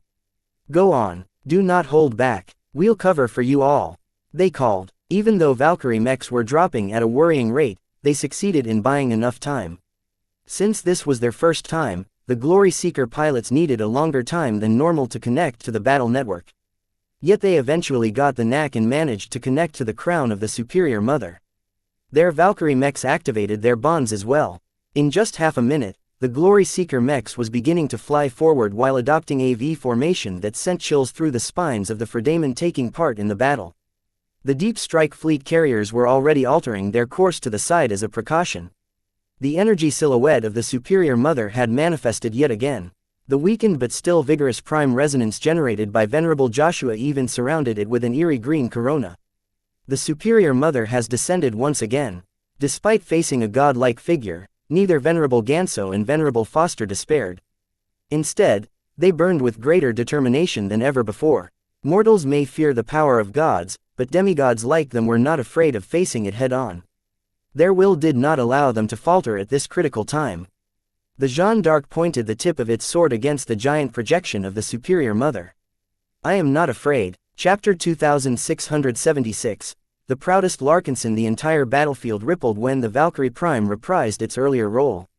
Even though the entire support cast had been swapped by first-timers who were still new to this greater stage, the Glory Seeker mech pilots stepped up when it counted. The Hexer mech pilots forcefully brushed aside all of their anxiety and insecurity. They tried their best to enter into the best possible state of mind to channel the Superior Mother's might. As proper Hexers, they were extremely jealous of the penitent sisters for being able to serve as the vessel of the Superior Mother's judgment. We can't let those criminal exiles upstage us all, Captain Valles told her fellow earlier. Forget about all of your contempt and ill feelings towards Venerable Joshua. Even if he's a boy and not a Hexer, he is still blessed by the Superior Mother, just like her son. So forget about everything your mothers and your teachers have taught you about boys and treat him as if he is the Superior Mother's personal envoy. The Glory Seekers may be Hexers, but they were also accustomed to following orders. Even if their instincts and their minds warred with their instructions, whenever they recounted how the exiled cultists of their state managed to strike a blow to the very souls of the Fredaimon, they no longer let their inner turmoil get in the way of this moment of supreme glory. The Superior Mother already appeared to be prepared. As soon as the earnest Glory Seeker mech pilots had engaged their connections in the battle network, the ancestral spirit actively extended her influence and smoothed out the fluctuating emotions of the Hexer mech pilots. For a moment, most of the Glory Seeker mech pilots as well as Venerable Joshua had become one in mind and with the battle network. With the strengthening of the connections, the Superior Mother was able to exert greater control over the mechs and mech pilots than before. Her power channeled into them, causing them to move in a mysterious fashion before they successfully formed into a V formation. The Valkyrie mechs advanced slowly. Due to the slightly weaker spiritual foundations of the Valkyrie Interceptors and the Valkyrie Hurricanes, the momentum of the overall battle formation was a little weaker. There were also slightly less mechs than before, and Ganso's active attacks weren't helping. Even though the attacking expert pilots put up a brave front, they were still vigilant towards this extraordinary manifestation. Yet despite what their instincts told them, there was no way that Venerable Ganso and Venerable Foster were willing to turn back at this point. Push through, Foster, Ganso called out. Ha, I was just about to say the same. She savagely grinned inside the cockpit of her regenerating expert mech. In fact, let's split up. If this attack is the same as the one before, then it shouldn't be able to go after two separate targets that are located too far away from each. There was a good reason why they stuck together up to this moment. The Charlemagne was a powerful ranged mech, but it was not designed to fight at point-blank range.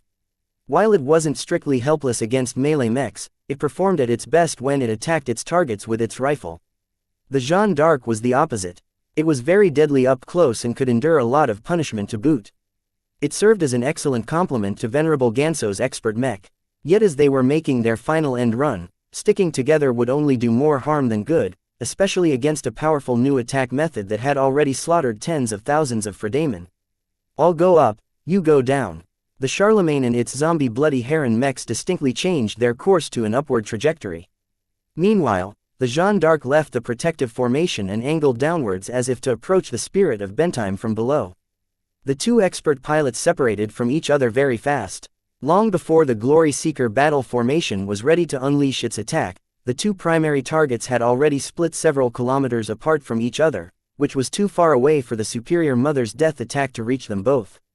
With each second that passed, the two Fredamen expert mechs flew even further apart. Venerable Joshua, who was still able to exert a huge amount of influence on the battle formation due to the entrustment he received from the Glory Seeker mech pilots, briefly fell into a dilemma. However, he instantly regained his focus. He and the other Hexer mech pilots knew they needed to achieve the greatest possible result. If their efforts weren't able to touch both targets at once, then they would settle for the second best option. The battle formation oriented upwards in order to prepare an attack against Venerable Ganso and his new slave mechs. When Ganso saw this happening, he briefly cursed but soon controlled his expression. He knew he was the more attractive target because there were around 60 Bloody Heron mechs that were flying alongside his Charlemagne. He had already begun his preparations to meet the incoming attack. He spread the slave mechs out to the edge of his control range, which was actually just a couple of 100 meters. Come and hit me, Hexers. Ganso taunted as his mech fired straight at the Valkyrie Prime that had exposed itself by holding the center position of the V formation. I am not afraid of a fabricated deity. The Superior Mother didn't exist.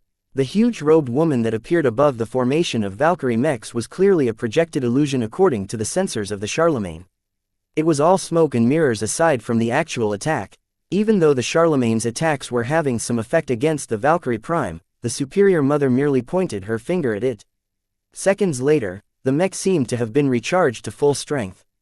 The two opposing formations were moving forward. Venerable Joshua did not want to unleash the attack until he was close enough to prevent any chance of missing. As the critical moment neared, Venerable Joshua briefly mustered up enough focus to transmit a message to Venerable Ganso. I pity you, Ganso. Don't bother to break my attention, you false Larkinson. You may want to pay attention to this. Do you know that the Superior Mother is Vessa's mother? What nonsense are you talking about? I'm just telling you a fact. Joshua said, let me tell you another fact. Not a single Larkinson supports you.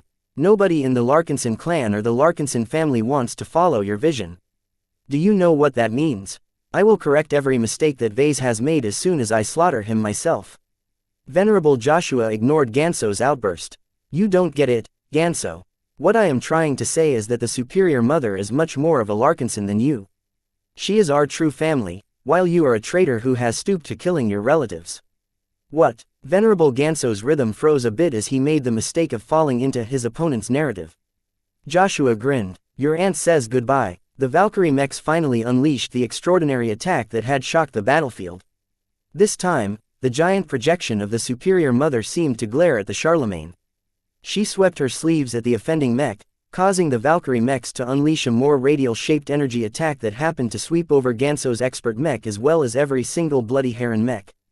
Though the death energy contained within the attack looked intimidating, Venerable Ganso knew enough about physics that an attack that was dispersed over such a wide area was not actually that concentrated. With his exceptional will, he feared no assault against his mind. His instincts also hinted to him that while the strange attack was very deadly against mortals, an expert pilot like him would only experience a bit of discomfort at most. As the wave hit the Charlemagne, his suspicions turned out to be true. Ganso remained as confident as ever as he withstood the foreign energy battering against his mind and will. What aunt? What Superior Mother? This was nothing but a wide-area mental attack activated through unknown means. His opponents should have concentrated the energy to a single point if they wanted to kill him with this method.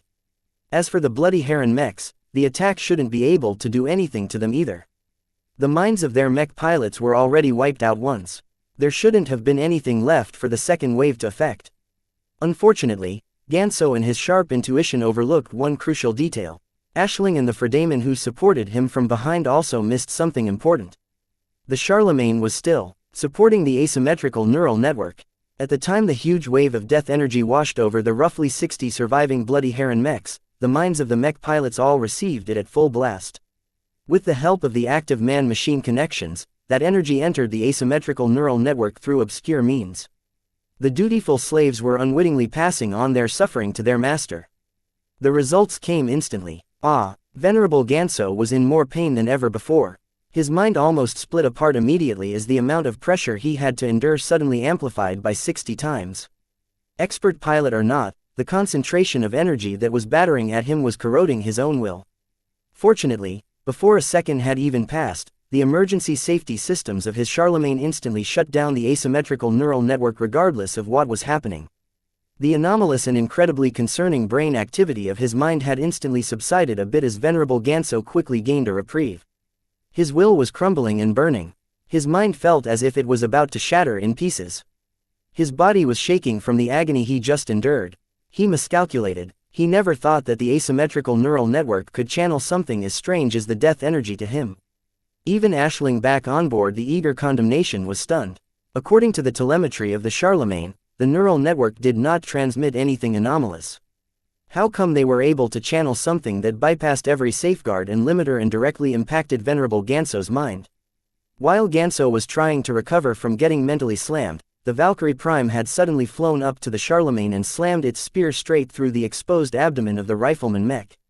If the stricken expert pilot had managed to shake off his pain, he would have been able to avoid the charge. Yet his slow recovery at this point proved fatal. How? Ganso felt confused as he felt his mech lose a lot of functionality from the damage. A cheap trash mech like yours shouldn't have been able to penetrate through the frontal armor of my Charlemagne in one charge. He was piloting a genuine expert mech.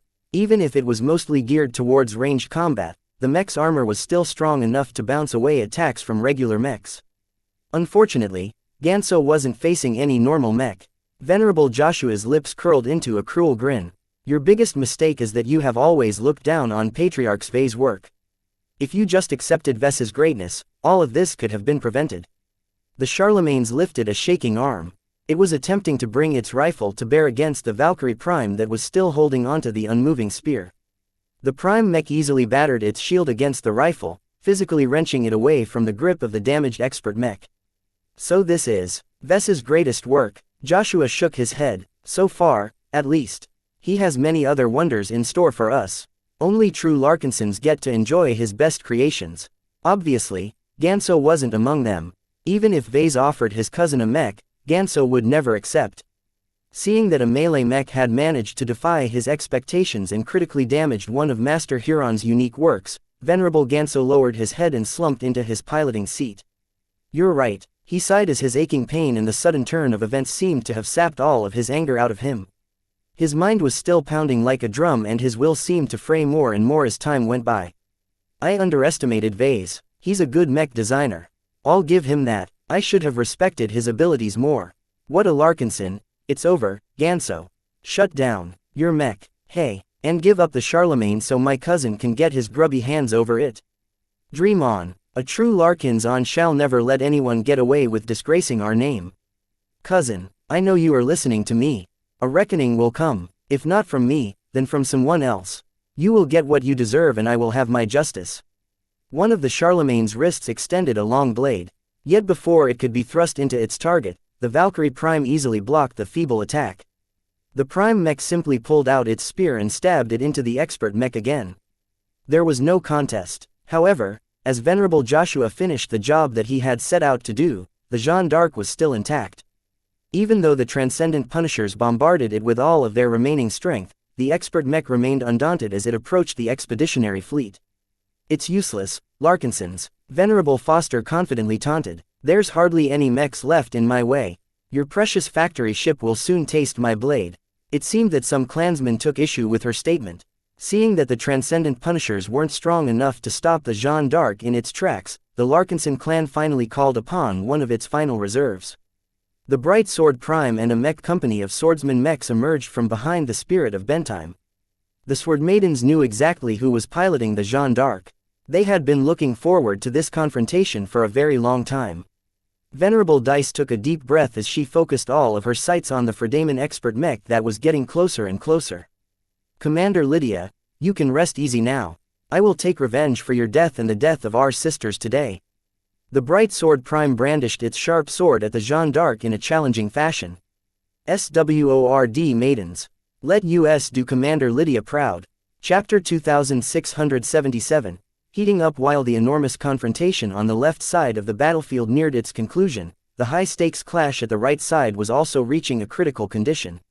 When the Jeanne d'Arc piloted by Venerable Relia Foster rammed her blade through the cockpit of the Leskin, the remaining 3 crosser expert pilots had become maddened with rage. The Balvo's rage pilot turned into a veritable demon in battle. The advanced hybrid mech continually pressured its opponents by chopping them with its axe while at the same time peppering them with its other weapon hardpoints. "We will never forgive your treachery." Patriarch Reginald Cross boomed as the blade of his glowing axe crashed into the side of the Imperial Verdict. Normally, the melee mech should have been able to evade or block the attack with its trident, but Venerable Albert Praetor had fallen into a trap that caused one of the arms of his Imperial Verdict to be grappled by a chainsword. The Amphi's was an unusual expert mech. It was a fairly typical Space Knight with strong defense and low offensive compared to other expert mechs. The secondary laser shoulder mounts might threaten a standard mech, but their accurate firepower merely tickled the armor of its current opponents. However, the expert Space Knight possessed one powerful feature that caused it to become a mech to be reckoned with. When paired with the unique strengths of Venerable Linda Cross, the mech gained an unnaturally heavy quality. Her unique domain appeared to be related to gravity, mass or momentum. In other words, every resonance-empowered move made by her mech made it seem as if it had twice the mass. Yet despite this added heaviness, the Amphi still retained the mobility characteristics of a medium mech. In combination, this caused the unusual expert Space Knight to become a terror to fight against at close range. A normal attack that could easily be blocked could easily turn into an unstoppable blow that could breach the chest armor of an expert mech. For this reason, none of the 3 opposing expert pilots wanted to enter into a contest of strength against the Amphis. It took several times more effort to block a casual blow from Venerable Linda Cross. This was why the battle between the 6 powerful expert mechs was a constant moving affair. The Amphis constantly chased after the Air and Tear, the Trost and the Imperial Verdict as if it was a machine that heralded their doom. In the meantime, the Balvo's Rage and the Canavis Mur piloted by Venerable Amari's Cross did everything in their power to constrain the movements of the Imperial Verdict. The 2 swifter crosser expert mechs did not have to fight the Imperial Verdict to a standstill. It was already enough to slow down the Trident mech so that the Amphis could catch up and attempt to use its strength to achieve greater advantages. Yet even as the Praetor and Planet expert mechs kept their distance, they did not forget about punching back. After they learned the hard way that the Amphis was much more difficult to deal with than anticipated, they abandoned their initial intentions and focused their efforts on the Canavis Mur instead. The expert light skirmisher might be fast and incredibly difficult to attack, but it possessed the lowest defense out of all of the expert mechs. As long as the Praetors and Planets could land one solid attack, the Canavis Mur would definitely be impaired. A light skirmisher must never get hit. If Venerable Amari's Cross had his way, then he would keep his mech in the periphery and exert pressure by his presence alone. Every opponent feared getting stabbed in the back while they were preoccupied with another action. Just the existence of the threat alone was enough to constrain someone's behavior. Yet the situation right now did not allow for the Canavis Mur to remain passive. If the light skirmisher did not take risks and become proactive, then Venerable Damira Planet and her 2 Praetor peers would just ignore its existence and focus on the Balvo's Rage. While Patriarch Reginald Cross was arguably the most powerful expert of the 6, he was only able to draw even on the Aran tier. If the other 2 enemy expert mechs ganged up on the Balvo's Rage as well, then the situation would quickly run out of control. Fortunately, the Crossers managed to achieve a breakthrough in the tenuous stalemate. After launching a trap on the Imperial Verdict, the Balvo's Rage managed to land a direct attack on the Imperial Verdict's chest. The powerful axe blow dug a trench into the side of the Trident mech. At the same time, the Balvo's Rage's chest projector unleashed a powerful beam that struck the head of the enemy expert mech, destroying numerous sensors and other secondary systems. "You'll pay for that, Reginald."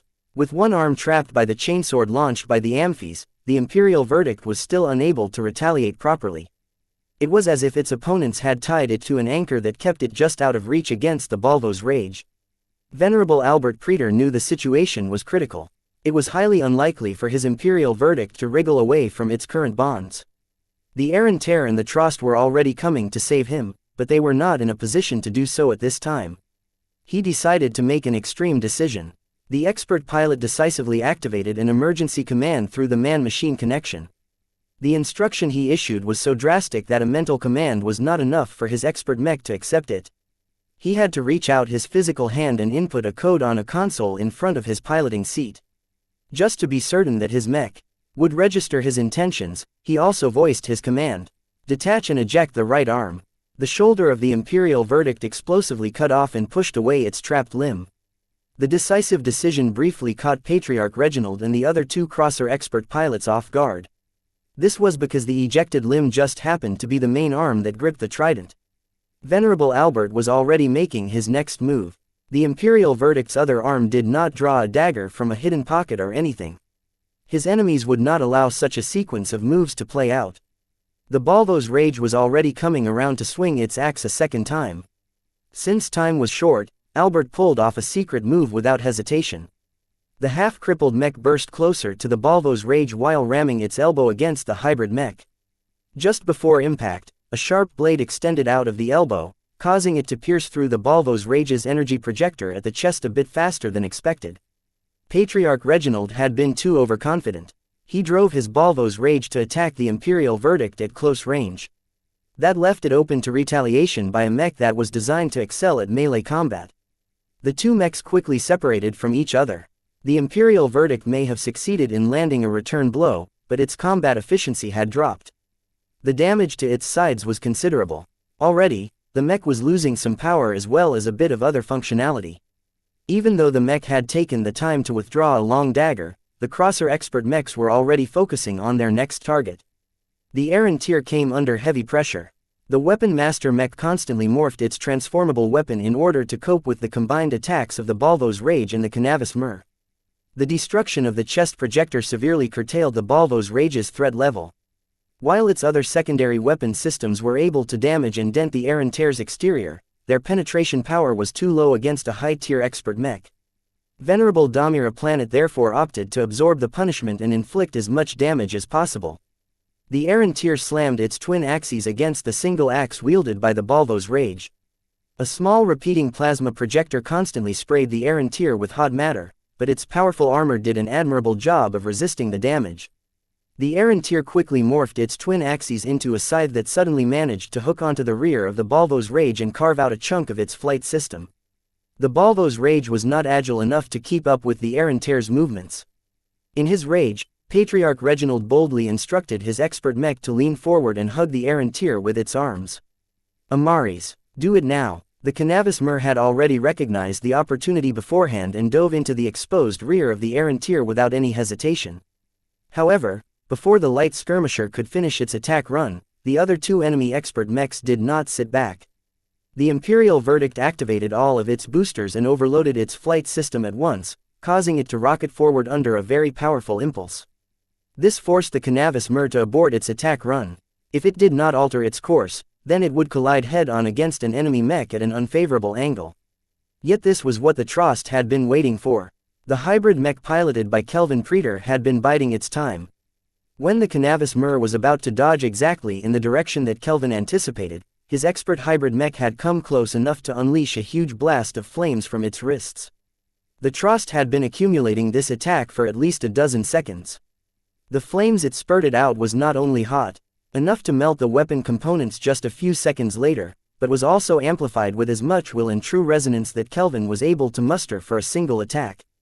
He invested a lot of resources in this attempt. The Trost had concentrated the flames so that they managed to reach much further than normal while still maintaining enough power to threaten any expert mech. Kelvin's gamble paid off. The concentrated flame blast successfully hit the Cannabis Myrrh, inflicting heavy damage onto the lightly armored expert mech. What? Venerable Amari's Cross was utterly surprised that the Preeters had managed to predict his moves. Even more astonishing was that the angle of the Trost meant that any attack that hit the Cannabis Myrrh would also hit the Imperial Verdict.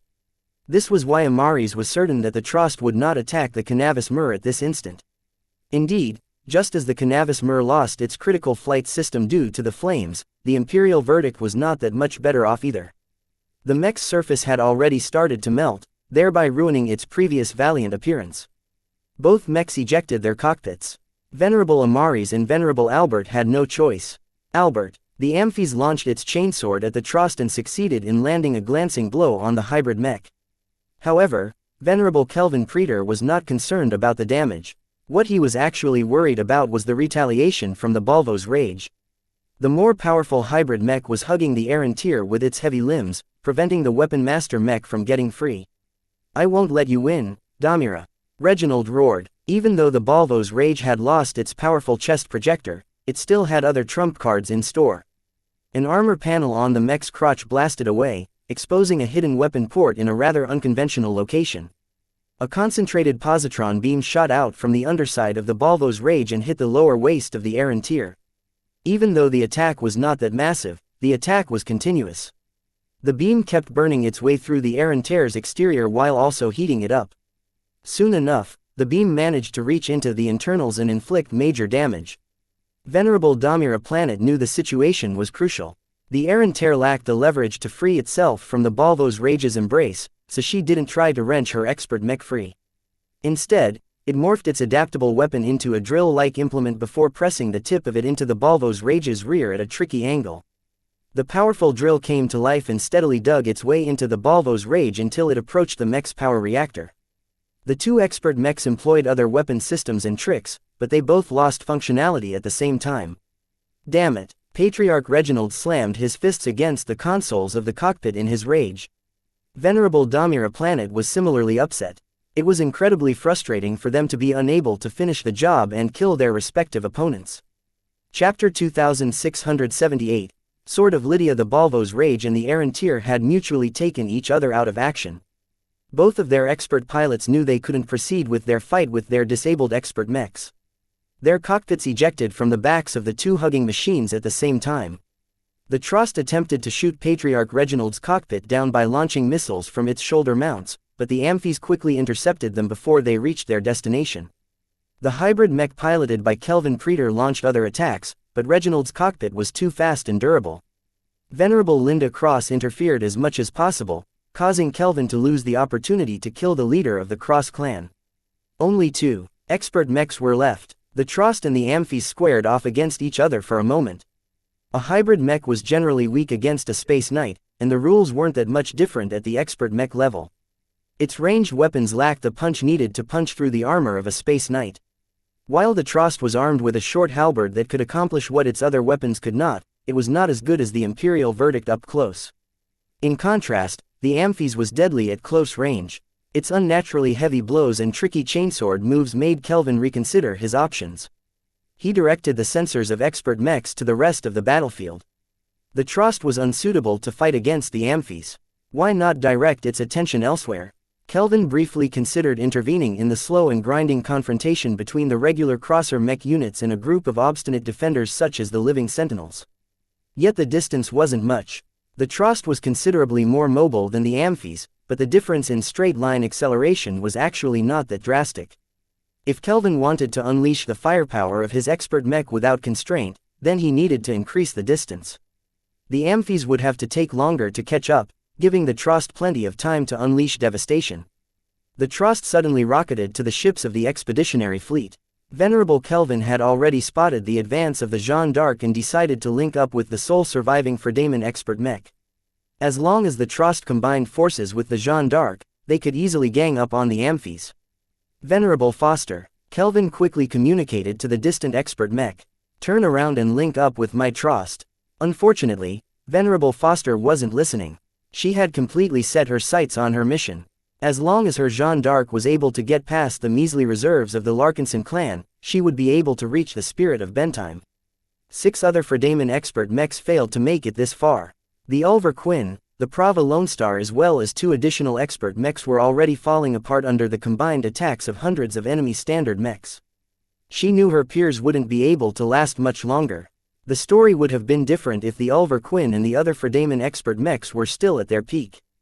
Yet after depleting all of their ammunition, draining most of their energy reserves and resisting thousands of blows with their crumbling armor, they were only holding on through sheer grit and determination. The 4 expert mechs were like flickering candles in the wind. It was only a matter of time before the numerous attacks finally collapsed their precious machines. If they fought to preserve themselves, Then they might be able to last a few extra minutes, but that was contrary to their purpose. Their goal was to stall the remaining expeditionary mechs as long as possible so that they wouldn't be able to catch up to the Jeanne d'Arc. Venerable Foster briefly grew heavy as she realized how little time she had left. Her Jeanne d'Arc may be capable of regenerating its damage, but that took time and lots of energy. Every second that passed, at least a dozen positron beams and Gauss rounds impacted her expert mech. It couldn't be helped. The mech had to reach the spirit of Bentheim as quickly as possible, so Venerable Foster was unable to make too many evasive maneuvers. The Jeanne d'Arc had to reach the side of the factory ship before the enemies from behind caught up. Its durability was also nearing its end. While Venerable Foster was heavily focused on reaching her goal, she was not unaware of the other events taking place on the battlefield. Whether it was the fall of the Charlemagne or the urgent request issued by Venerable Kelvin Preetor, the Vision expert pilot was aware of everything. "I can't turn back," she gritted her teeth. Even though Task Force Umbra partnered up with the Preetor clan and the Planet Clan, its goal was never to achieve a comprehensive victory. Their sole purpose was to kill the patriarch of the Larkinson clan. She could not give Vase any more chances to run away or pull out another trick out of his bag. She had to grasp this hard-won opportunity and see it through the end. This was why she resolutely ignored every transmission that asked her to slow down or turn around. "I don't have time." If she hesitated any further, then the Valkyrie Prime as well as other enemy mechs would probably be able to catch up and force her to a standstill. The Jeanne d'Arc had no choice but to push through the storm of artillery fire without regard for surviving after this battle. The mech did its best to shield its vulnerable and critical sections as best as possible. Aside from the enemy artillery mechs, her only concerns were the handful of Larkinson mechs that had remained in reserve. They served as the final backstop against enemies that sought to get close to the flagship of their fleet. Venerable Foster did not think much of the remaining opposition. The Bright Sword Prime was incomparable to a real expert mech. The Princess Jekkas piloted by the Sword Maidens was an ordinary commercial second-class swordsman mech model. The Shield of Samar was too slow and inflexible. Perhaps the only mech that caused Venerable Foster some consternation was the rifleman mech huddling behind the Shield of Samar. It had already fired a powerful energy attack before. That single attack managed to weaken an attack from the Charlemagne. This meant it had the power to threaten the Jeanne d'Arc, if only slightly. This rifleman mech shouldn't be able to fire too many supercharged shots. Otherwise, it wouldn't have bided its time. As long as you can block, evade or mitigate 2 or 3 shots, then you're probably in the clear. An analyst from the CRC aboard the Eager Condemnation personally instructed Venerable Foster. "Understood." She nodded seriously. "I need as much ranged support as possible. We do not have enough available ranged mechs at our disposal, but we will redirect everything we have left to suppress the enemy bunker mechs. This will accelerate the downfall of our assets, so make the most out of this opportunity. Godspeed, Venerable Foster." The artillery fire against the Jeanne d'Arc indeed slackened off, which made her feel a lot more relieved. She had much more confidence in her ability to reach the spirit of Bentheim than before. "Now, I only have to get past you lot." Venerable Dice could sense her opponent's contempt. She grew furious. "Really, a Foster? I know it's you. We have waited years to avenge the deaths of Commander Lydia and our fellow Sword Maidens. Answer me and face the death that you deserve." Venerable Foster did not deign to reply or even pay attention to the bleating of her foes. They were just obstacles to her. She would have been worried if the Sword Maidens brought more mechs, but a single mech company of budget swordsman mechs was not enough to stop the advance of an expert mech. The lack of response made the Sword Maidens more indignant. If the arrogant Vision expert pilot did not wish to acknowledge their strength, then the Sword Maidens were more than willing to correct this misconception. The veteran Sword Maiden mech pilots quickly cleared their minds and began to channel their thoughts towards Venerable Dice. Meanwhile, the Bright Sword Prime began to glow even brighter. The furious will of Venerable Dice combined with the spiritual energy donated by xianxia resulted in an odd and marvelous combination that made the Prime Swordsman mech appear like a warrior beyond compare. Not only that, but through the combined efforts of all of the Sword Maiden mech pilots, a battle formation came into being. Another energy silhouette appeared into existence. Compared to the energy projection of the Superior Mother, the manifestation of the Greatsword was not as big or impressive. The Sword Maidens were few in number, and the heart of the network centered around a low-tier expert pilot without an expert mech. Another reason why the battle formation was weaker than before was because Commander Dice was no longer able to induce forced resonance. She was no longer able to slaughter thousands of clumped-up opponents at a time. Still, Venerable Dice would take what she would get. With the help of the prime resonance she had managed to induce, the illusionary greatsword's edges became surrounded by a sharp, blue-tinted corona. The Sword Maiden expert pilot decided to finish this bout in a single go. She directly chose to implement the most impactful battle formation to make up for the regret of her past and slay her demons. Every time she dreamed about the battle on Aeon Corona 7, she was always haunted by the sight of the Belisarius withstanding every attack while slaughtering Sword Maiden mechs with impunity. No more. Venerable Dice's eyes bore straight into the approaching Jeanne d'Arc as the battle formation accelerated forward. Since both sides were closing in on each other, it didn't take much time before they reached each other. The sword of Lydia shall pierce your heart. The projected greatsword drove its tip straight into the chest of the Jeanne d'Arc. When Venerable Foster saw the strange formation and its illusion closing in, she already sensed a fatal threat to her life. Her evaluation of the weak swordsman mechs had abruptly changed. Unlike Venerable Ganso, she did not dare to take this upcoming attack lightly. The two previous examples had already served as a stark lesson. The Jeanne d'Arc briefly attempted to alter its course in order to evade the incoming blow, but the approaching formation simply adjusted as well. There wasn't any time left. As the giant greatsword was about to slam its tip into the Jeanne d'Arc, Venerable Foster's concentration had reached a peak. At the last moment, the Jeanne d'Arc abruptly dodged to the right and above. The boosters on the expert mech spiked and overloaded as they tried to push the strained expert mech aside as much as possible. Even though Venerable Dice expected her opponent to make such a move, she wasn't able to predict the evasion direction. By the time she saw that the Jeanne d'Arc had moved, it was too late for Dice to react. The battle formation was too inflexible to make such a sharp turn. The giant greatsword passed the Jeanne d'Arc in an instant. The battle formation quickly collapsed as the Sword Maiden mech pilots had exhausted themselves in their attempts to empower the battle formation. Venerable Dice's expression sank as the sensors of her mech observed her target. The Jeanne d'Arc managed to survive. Certainly, the mech was not in good shape anymore. The mech managed to avoid fatal damage to its torso, but the sword of Lydia still managed to slice off its left arm and leg.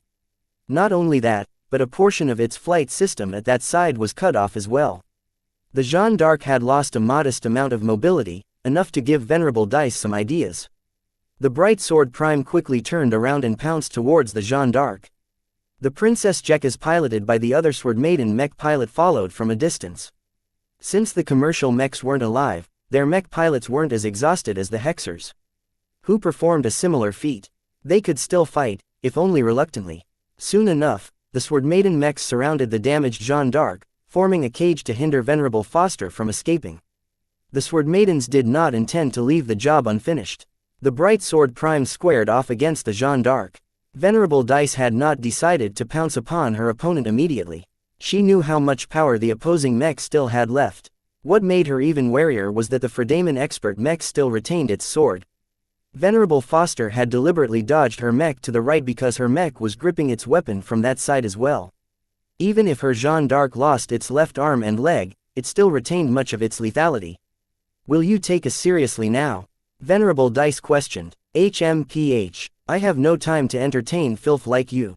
Either get out of my way or be squashed like the bugs you are. Once I am done with killing Vase, I will immediately hunt down your mothership and kill every single friend, family and comrade you have.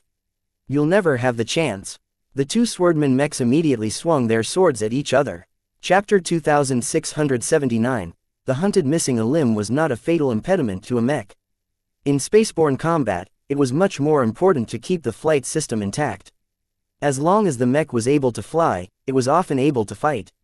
Yet as soon as the flight system mounted to the rear no longer worked, a mech could do little but drift in space on a ballistic course.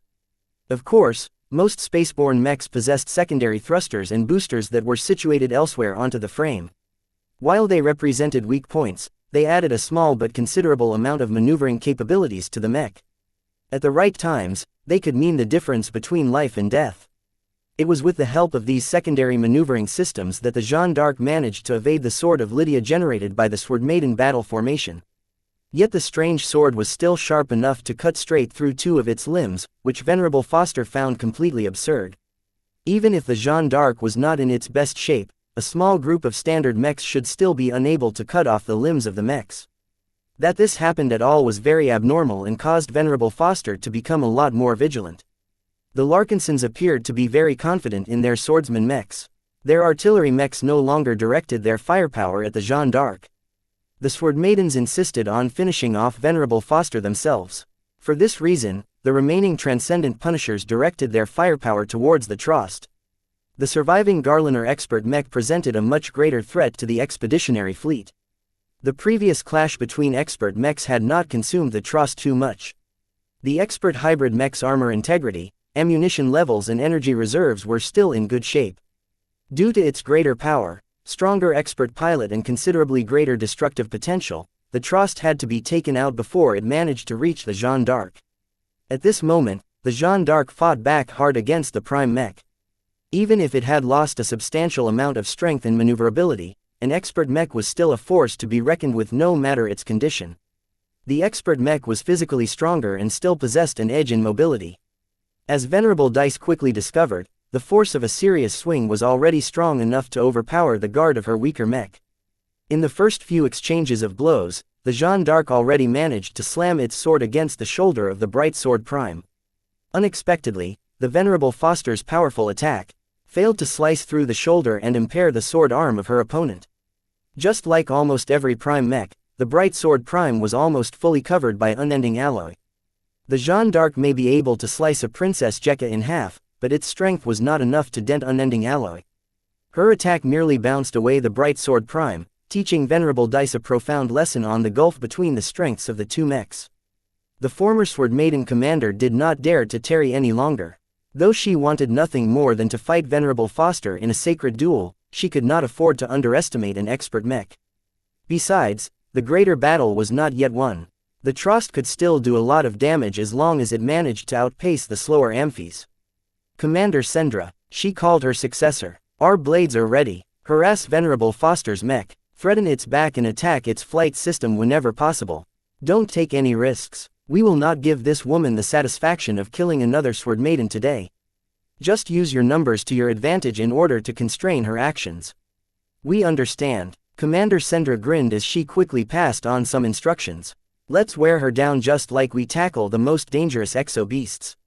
The duel had turned into a hunt. The Jeanne d'Arc may still be a vastly superior battle machine, but it was injured and all on its own. The Sword Maidens did not believe they would fail this challenge. The Sword Maiden mechs attacked the Jeanne d'Arc with great coordination.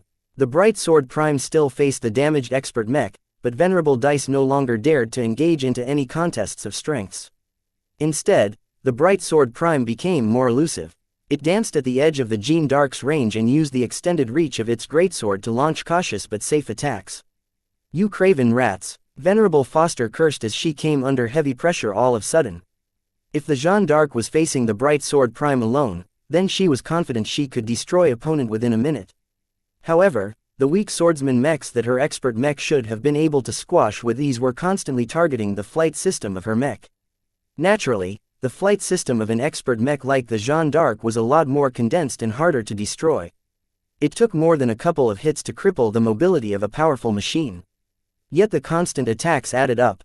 Despite Venerable Foster's skill, it was too difficult for her to fend off the Bright Sword Prime while at the same time defend against multiple attacks from the rear.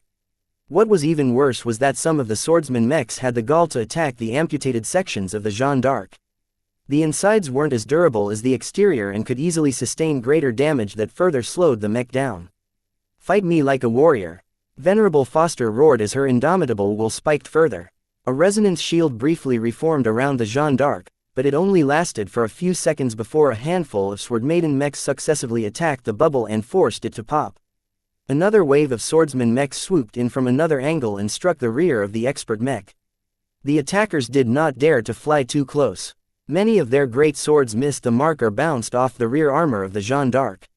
However, one lucky Sword Maiden mech pilot managed to score her blade over a small component that caused the Jeanne d'Arc to lose even more maneuvering power. Venerable Dice gained more confidence as her prime mech cleverly evaded the swings of the opposing mech before attempting to cut off the Jeanne d'Arc wrist. The attempt failed, but it kept the expert mech busy and opened it up to even more attacks from the rear. No matter how many times Venerable Foster turned around her mech to attack the other Sword Maiden mechs, her opponents were too sharp and cautious. They instantly turned away as soon as the Jeanne d'Arc began moving. This was an incredibly frustrating situation. Foster became more and more frustrated by her inability to pass through a blockade of weaker mechs. She gradually realized what her opponents were doing. The Jeanne d'Arc was dying by 1,000 cuts. The enemy swordsman mechs actually weren't that impressive, but their mech pilots were very skilled at dismantling a vastly powerful enemy. I need to break this game, Foster realized. The Jeanne d'Arc no longer followed the rhythm of its opponents. It completely ignored the attacks of the Princess Jekkas and instead focused its sights on the Bright Sword Prime. As long as the ringleader mech was taken out of the equation, the Jeanne d'Arc could easily wipe out the rest. I'll take you down first. Don't think about it, Foster. The Jeanne d'Arc truly pressured the Bright Sword Prime at this time. Venerable Foster's unrelenting aggression forced Venerable Dice to employ as much skill as possible to evade or mitigate the incoming attacks. Due to the inferiority of her prime mech, Venerable Dice simply couldn't avoid every blow. She tried her best to redirect the attacks towards its chest, shoulders and other areas covered with unending alloy. Of course, Venerable Foster knew she couldn't penetrate the absurdly resilient armor plating. She tried her best to land her attacks on the joints and other weak points that couldn't be entirely covered by unending alloy.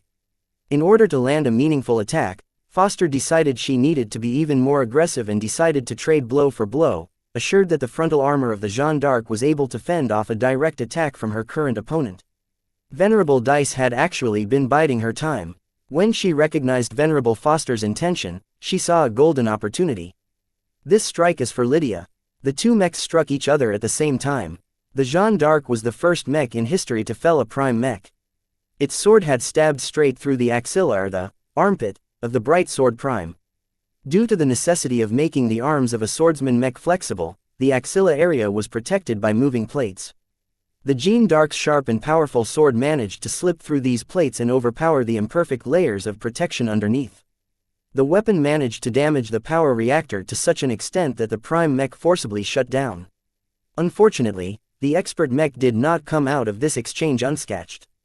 An instant before the Bright Sword Prime thrust its sword into one of the damaged sections of the Jeanne d'Arc, Venerable Foster's instinct screamed.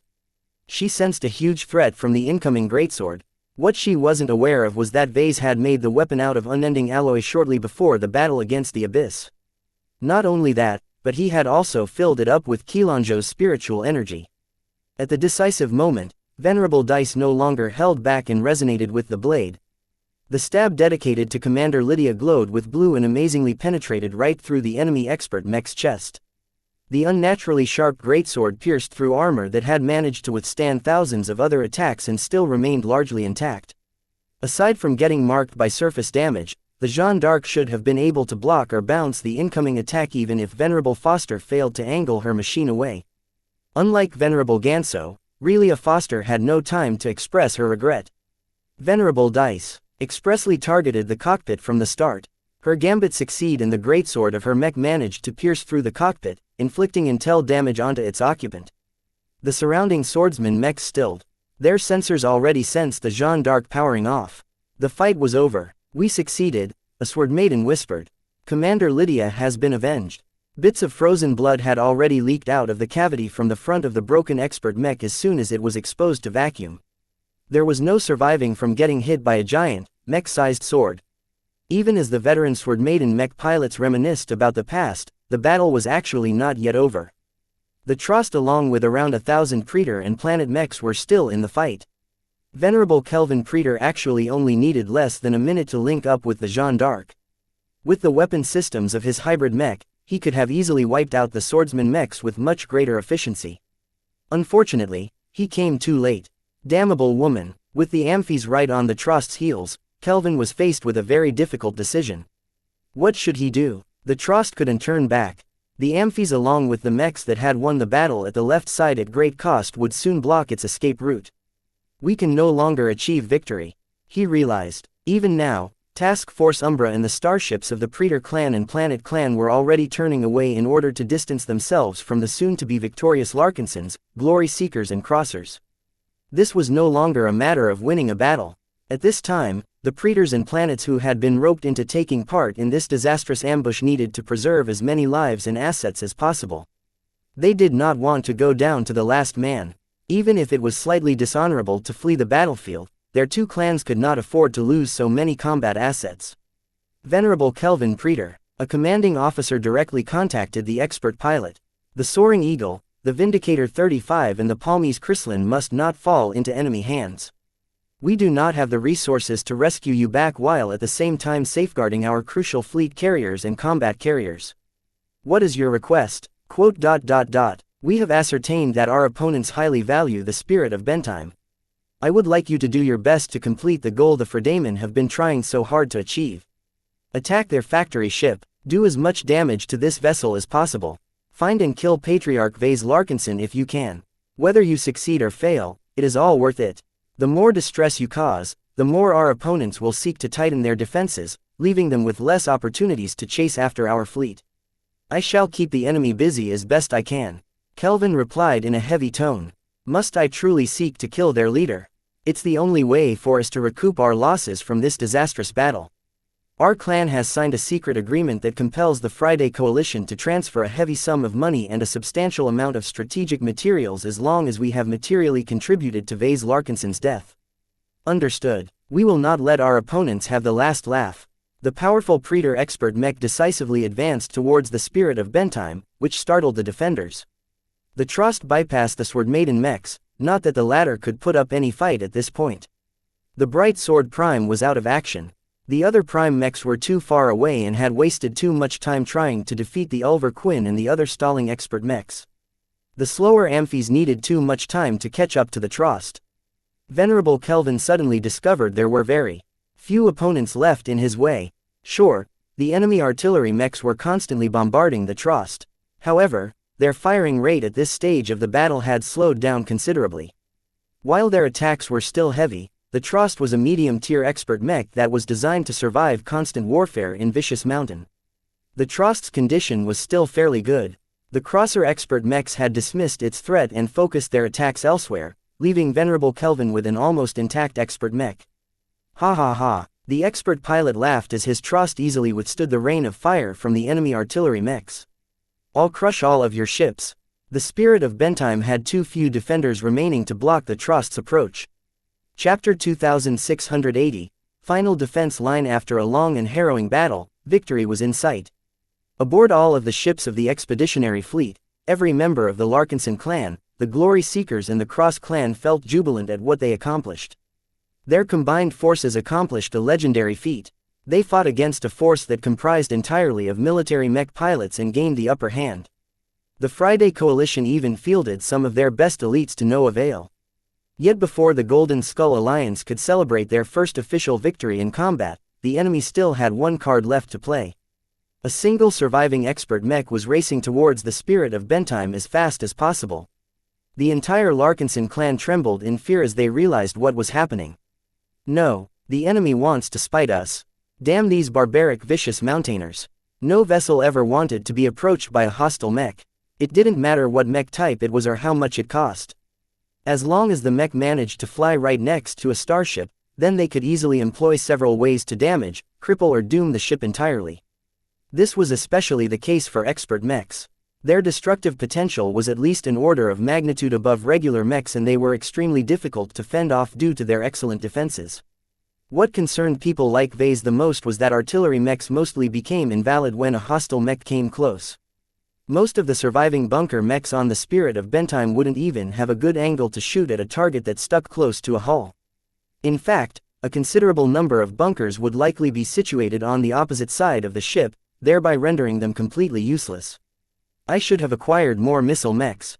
Vase cursed as he tried to rein in his panic when he saw the Trost flying closer. Stop it, our families are aboard the spirit of Bentime.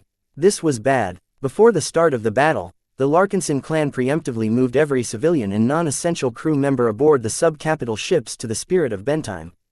The factory ship was by far the toughest and most defensible ship of the Larkinson clan. The decision made a lot of sense. The Larkinson clan had lost around a dozen combat carriers from enemy bombardment. While most of their crews were able to evacuate in time, casualties were unavoidable. If those vessels were still occupied by family and an excess of personnel, then the casualty figures would have risen by a couple of thousand. However, Now this decision might easily kill over half of the members of the Larkinson clan at once if the Trost was able to finish the deed. Vase quickly turned to Captain Vraken, who was urgently trying to button down the capital ship she commanded as much as possible. Shield generators were ready to be overloaded. Peripheral compartments were being evacuated and filled with ballistic foam in order to form additional barriers. Damage control teams were being moved around to critical sections. Maneuvering and orientation thrusters were trying to put the Spirit of Bentime into the fastest spin it could manage in a short time. If Vase patched into a feed that looked out of the side of his flagship, then he probably would have become dizzy pretty quickly. It was not easy for someone to keep their bearings when the ship they were on was rolling like a drill. However, this was the only way to make it more difficult for the Trost to reach the side of a ship and attack a single point in order to excavate a hole through the hull. This isn't enough, Captain Vraken concluded. Our bow and sterns are still easy targets. The only way to fix this was to spin the ship like a thrown axe. Soon enough, powerful thrusters came to life which caused the Spirit of Bentime's nose to dive down while lifting her rear end upwards. Through precise calculations, the thrusters activated when they reached the right orientation and deactivated when the angle was no longer right. Anyone looking out of the ship would quickly become dizzy regardless where they stood. Deactivate the forward view. The panorama in front of the bridge had become so disorientating that it had to be shut down. The projections that simulated the front view instantly disappeared. In place of that, Captain Vraken summoned a giant map of the immediate area around the Spirit of Bentime. The tumbling and rolling representation of the Spirit of Bentime attracted a lot of attention.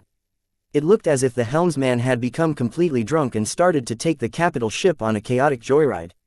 Even though the flagship of the Larkinson clan looked as if it had gone completely out of control, in fact the Grand Captain, the engineers, the helmsman and every other relevant professional completely had everything under control. This will buy a lot of time for us, but we cannot guarantee that the hostile expert mech possesses a means to penetrate the hull regardless of our measures. You couldn't tell with expert mechs. Even though the Trost was a hybrid mech that didn't seem to possess any weapons that could quickly tear a hole in the hull of a capital ship, who knew what siege weapons it carried? The Trost was not a basic expert mech. It was a fully fledged mid-tier expert mech that was only a notch below the Bolvar Rage and the Aaron Terror in quality and destructive potential. Combined with a mature Garliner expert pilot who possessed ample battle experience, neither Vase nor any other Larkinson dared to underestimate the Trost. Vase, Gloriana and every other mech designer in the fleet urgently analyzed the current condition of the rapidly approaching expert mech. While the Valkyrie Prime was too far away to lend its Odini, the expeditionary fleet already collected a wealth of data on the Praetor expert mech. It had just come away from an intensive clash where it had fought and displayed a myriad of weapon systems against the Crosser expert mechs. Vase rapidly accessed the footage through his implant and skimmed through the footage in order to get a quick impression of the expert mech in question. This mech is not damaged enough. Vase banged his fist against the armrest. This was bad. An expert mech without an armor breach somewhere was basically a closed shell. It took a lot of power and effort to overcome its armor. This was the first step to defeating any expert mech. Yet this hurdle was also the most difficult and time-consuming step. The Transcendent Punishers had already pounded the Trost with a continuous barrage of positron beams and Gauss rounds. In fact, as the hybrid mech came closer, the artillery mechs even activated their secondary armaments, not that it did any good except to create extra heat. The weak rapid-fire pulse cannons did nothing, except to splat against the exterior of the Trost like rain hitting an umbrella. Vase made some quick calculations. According to his estimates, it would take at least 10 minutes of continuous bombardment to breach the exterior of the Trost. This was way too much time. Gloriana, Vase called out to his wife. I'm already on it, don't disturb me, she replied as she was directly processing a lot of observation data through her implant. Right now, I haven't spotted any major vulnerabilities. In my judgment, it's too difficult to neutralize the threat by destroying it. The best way to handle an expert mech like the Trost is to impair its mobility. As long as we strip it of its flight system, it can't do much against our ship. The Amphies will be able to catch up to it and finish the job. She was right, the Amphies was still trying to close in on the Trost. Unfortunately, the friendly expert Space Knight was just too damn slow. What assets do we have left to stall or block the Trost? Precious few mechs were left. In fact, putting the Spirit of Bentime in a complex rotation also made it more difficult for her bunker mechs to attack the Trost. The transcendent punishers couldn't adjust the aim of their heavy cannons fast enough to keep up with the change in angles.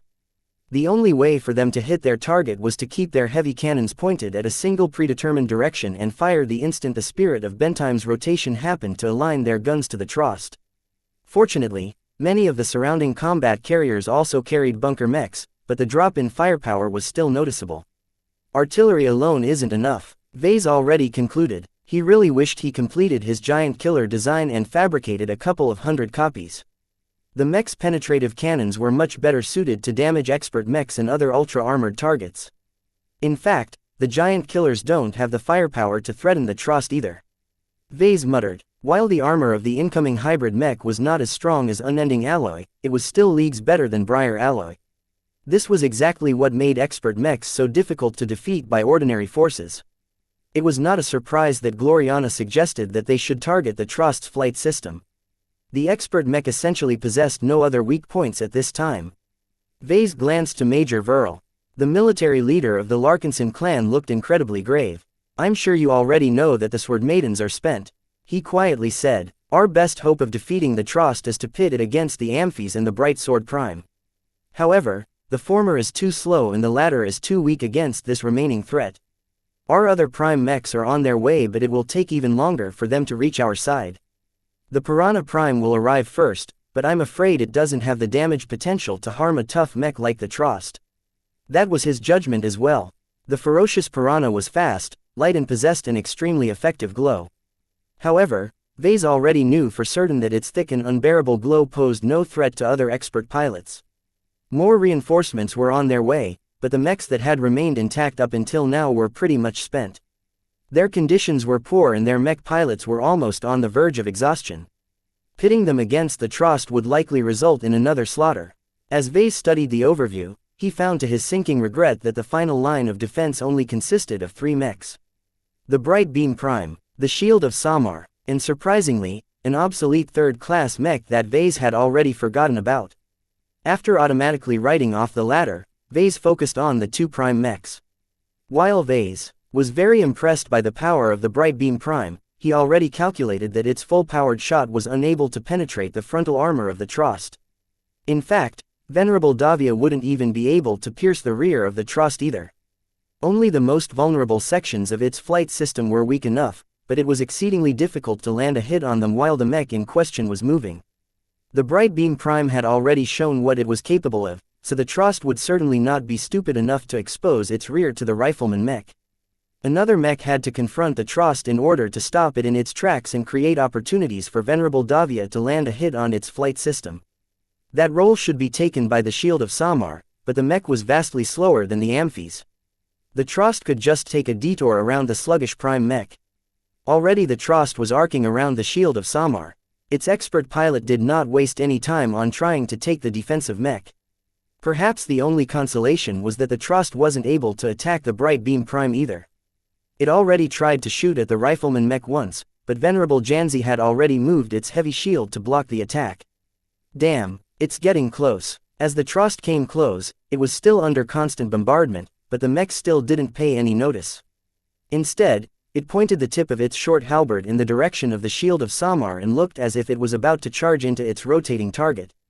Chapter 2681. Helpless. When the Trost reached the Spirit of Bentime, Venerable Kelvin Preetor felt a bit of consternation. It wasn't easy to bore into a capital ship.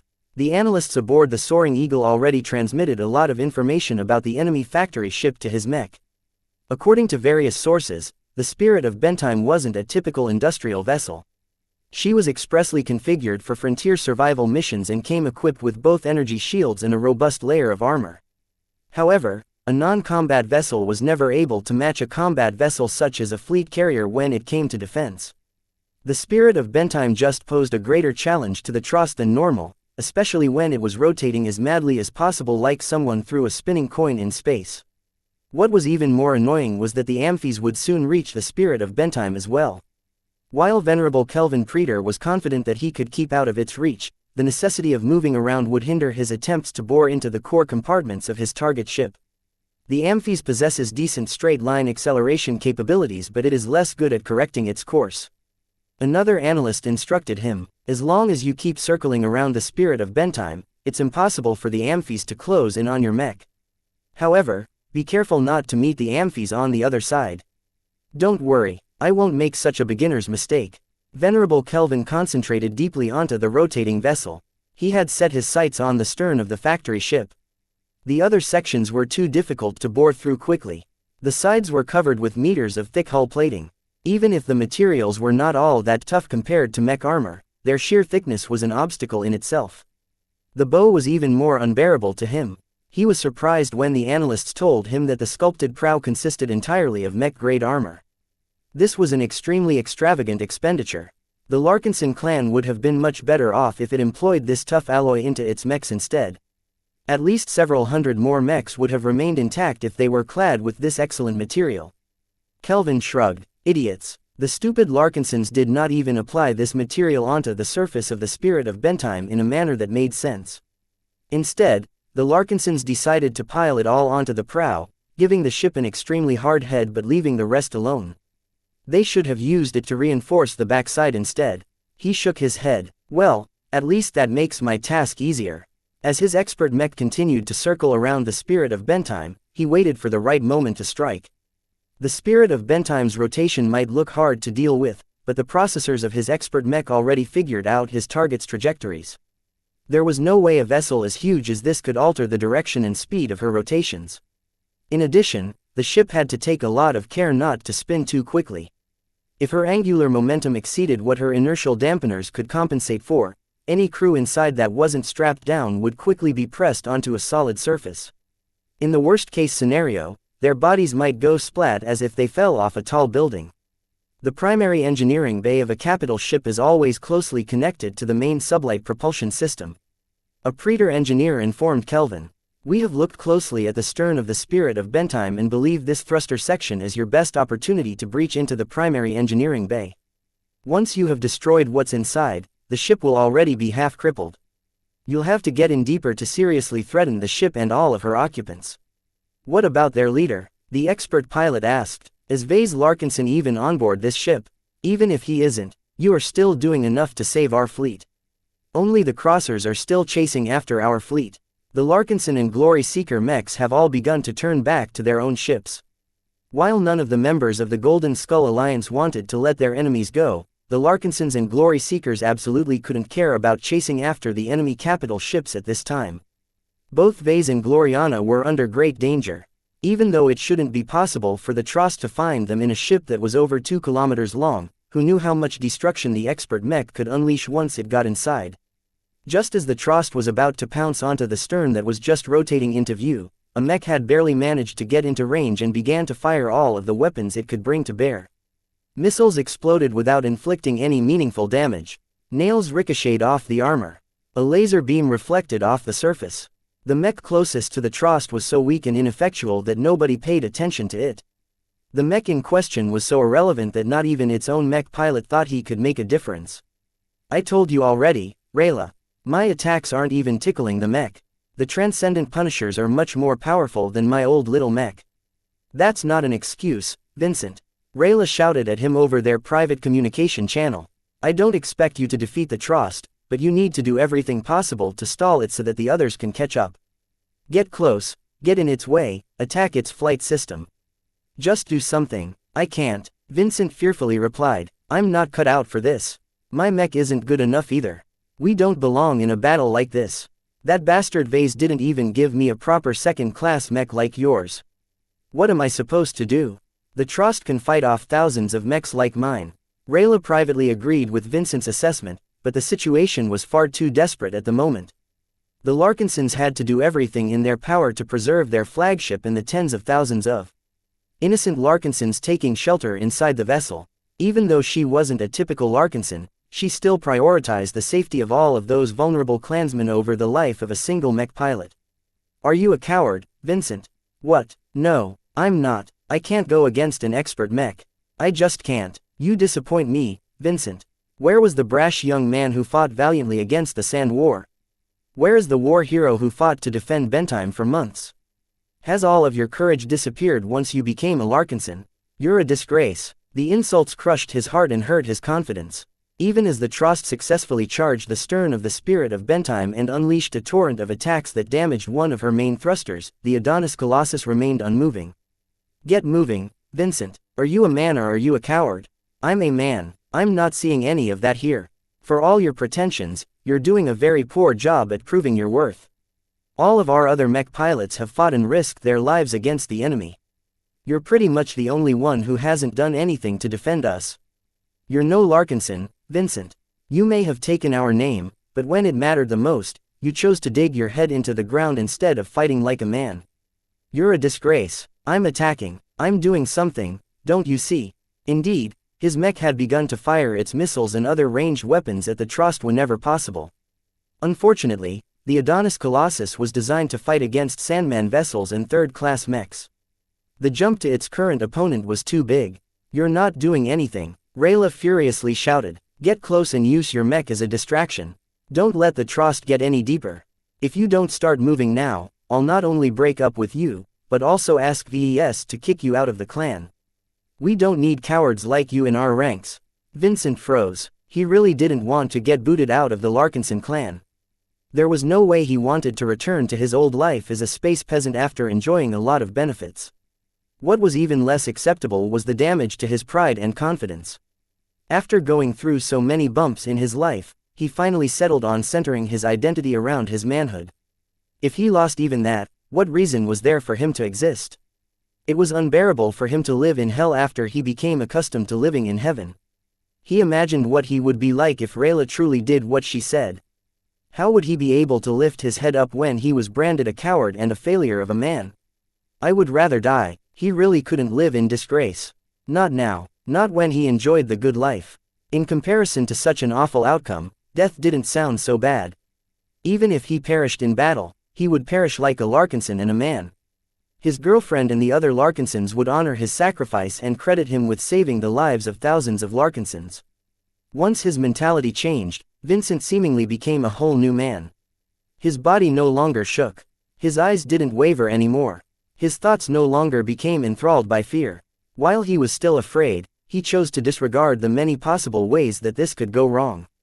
"I need to step up as a man," he spoke to himself as he piloted his mech forward. "I need to prove myself as a warrior and a Larkinson." His determined words seemed to echo with his mech. The Adonis Colossus became much more comfortable for Vincent. His thoughts aligned with the machine and the machine aligned with Vincent. Even if his mech was only a fraction as strong as the Trost, the Adonis Colossus was the closest to the only remaining threat to the clan. Even a second of stalling could save numerous lives aboard the ship. Right now, the Spirit of Bentime had already sustained considerable damage to her propulsion systems. The Trost did not land on the vessel. Instead, it remained mobile and just fired its formidable ranged weapons at the stern. The advanced targeting systems of the expert mech combined with the considerable skill of its pilot resulted in accurate, devastating salvos that inflicted massive damage to one of the thrusters. The shield of Samar and the Bright Beam Prime were helpless to intervene. The Amphies was about to arrive as well, but the Space Knight simply didn't have a chance of catching up either, and everyone knew it. The only way for Venerable Linda Cross to attack the Trost was by firing her mech's shoulder-mounted laser hardpoints, but this wasn't really an effective solution. The shoulder lasers were mostly designed to pick off kiting standard mechs and intercept incoming missiles. They lacked too much of a punch against better armored targets. It was at this time that the Adonis Colossus reluctantly came closer. To be honest, the hybrid mech piloted by Vincent wasn't all that fast either. The only reason why the Adonis Colossus managed to get close to its target at all was because the Trost completely disregarded its threat. Venerable Kelvin Preetor had to keep circling around the Spirit of Bentime in order to avoid bumping into the Amphies. Vincent simply followed a track suggested by a tactical officer and found that his mech was flying almost straight towards the Trost. The enemy expert mech finally noticed the Adonis Colossus in front of it. Its active sensors swept across the third-class mech. One of its secondary weapons, a laser hardpoint buried in its chest, casually targeted the weaker mech. A powerful beam that was strong enough to pierce through any third-class mech instantly struck the Adonis Colossus. Chapter 2682 lasted 2 short moments before the Trost decided to get rid of the annoying fly in front of its path. Vase looked befuddled as he saw the Adonis Colossus moving closer to an expert mech that was so much stronger that a comparison wasn't even meaningful. What is Vincent doing? Vase frowned. Major Verl, did you issue any orders to this idiot? Major Verl's projection looked just as confused. No, the Adonis Colossus may be one of your most visually distinctive works, but it's effective as an unarmed shuttle against the Trost. I see no need to needlessly throw away another mech and mech pilot. Both of them agreed with each other that the Adonis Colossus absolutely wasn't qualified to take part in a battle of this level. Unlike some of the other third-class mechs the Larkinsons fielded in desperation, at least the Desolate Soldier and the original Bright Warrior were able to contribute with their glows. As for the Adonis Colossus, other than instilling a bit of useless bravado, its glow was completely pointless. None of the Larkinsons ever saw a need to deploy the Adonis Colossus at the front. Technically, the third-class hybrid mech was supposed to be on reserve.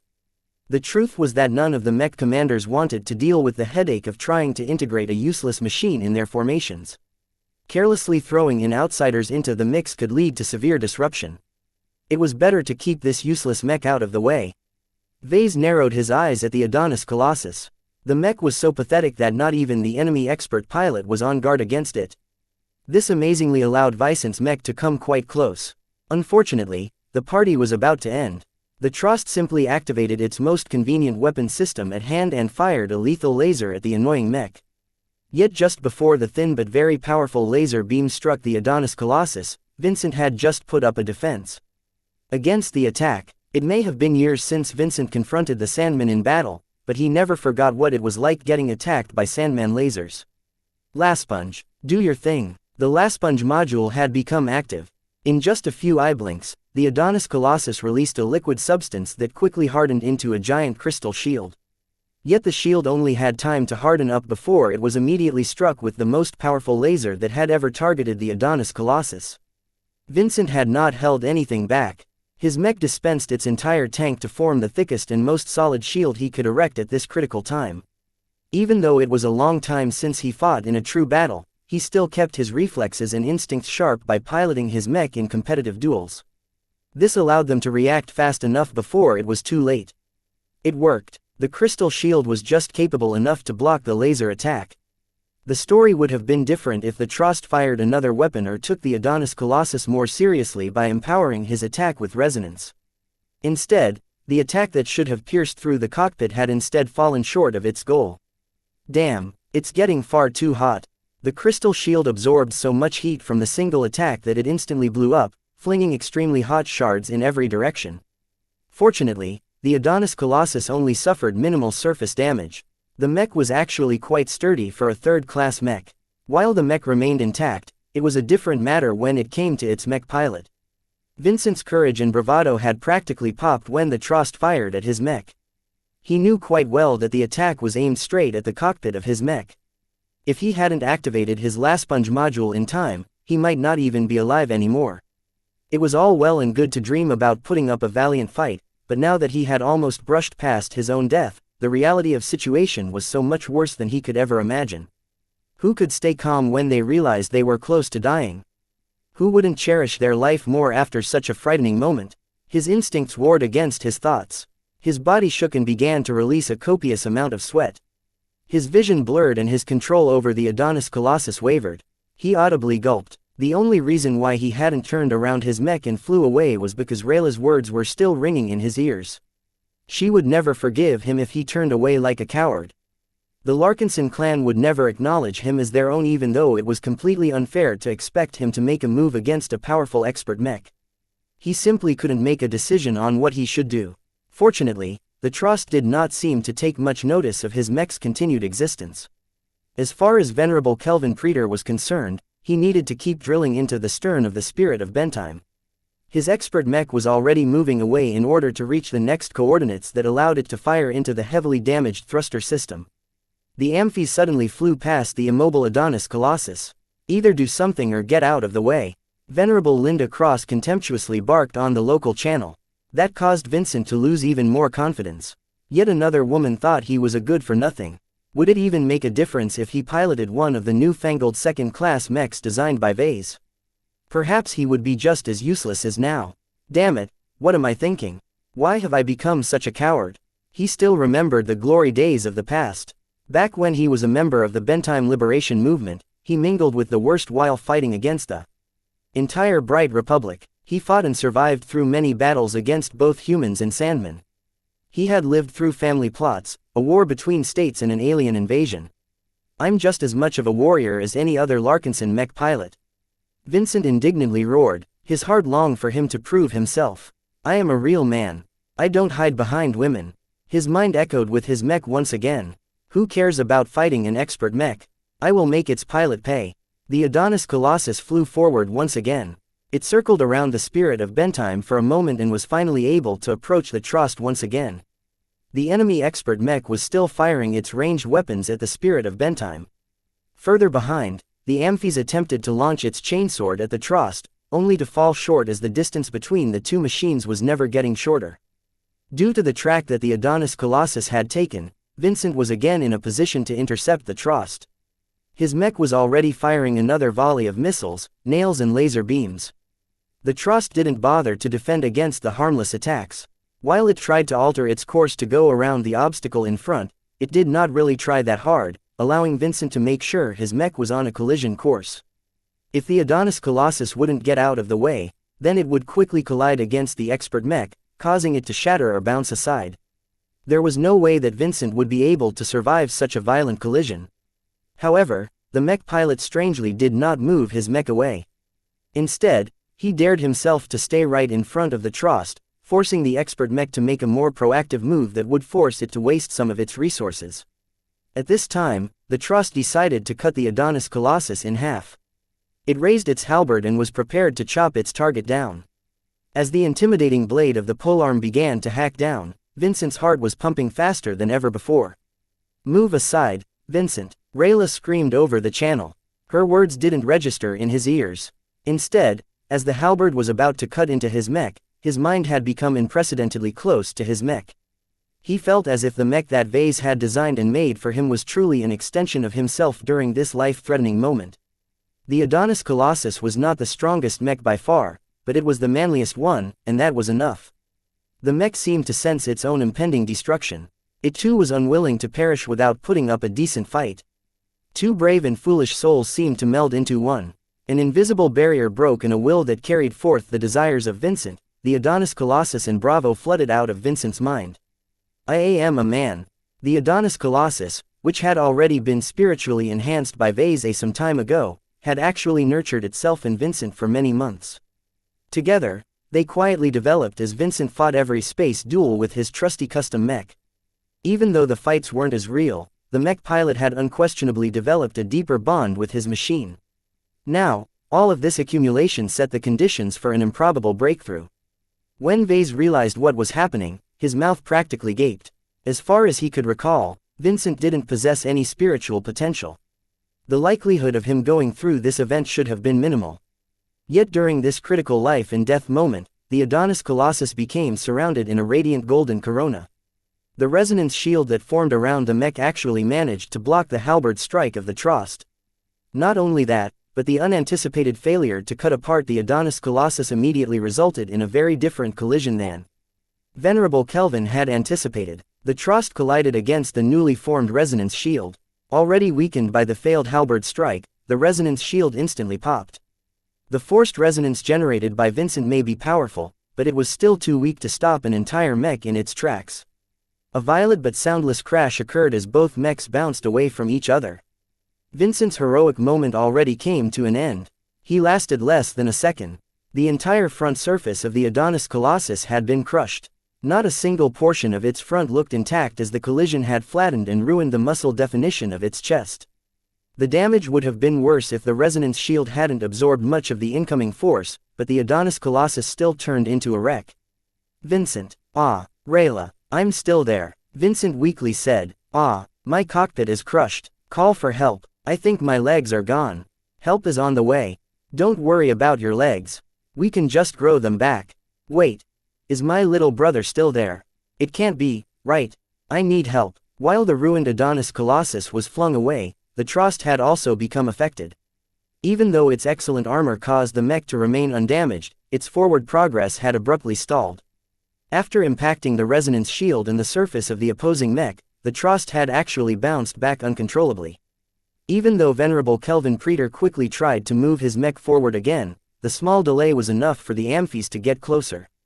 If that wasn't bad enough, the Trost actually flew back at an angle, causing it to angle into a posture that made it seem as if it was reclining on an invisible couch. This change in angle just happened to be captured by Venerable Davia Stark.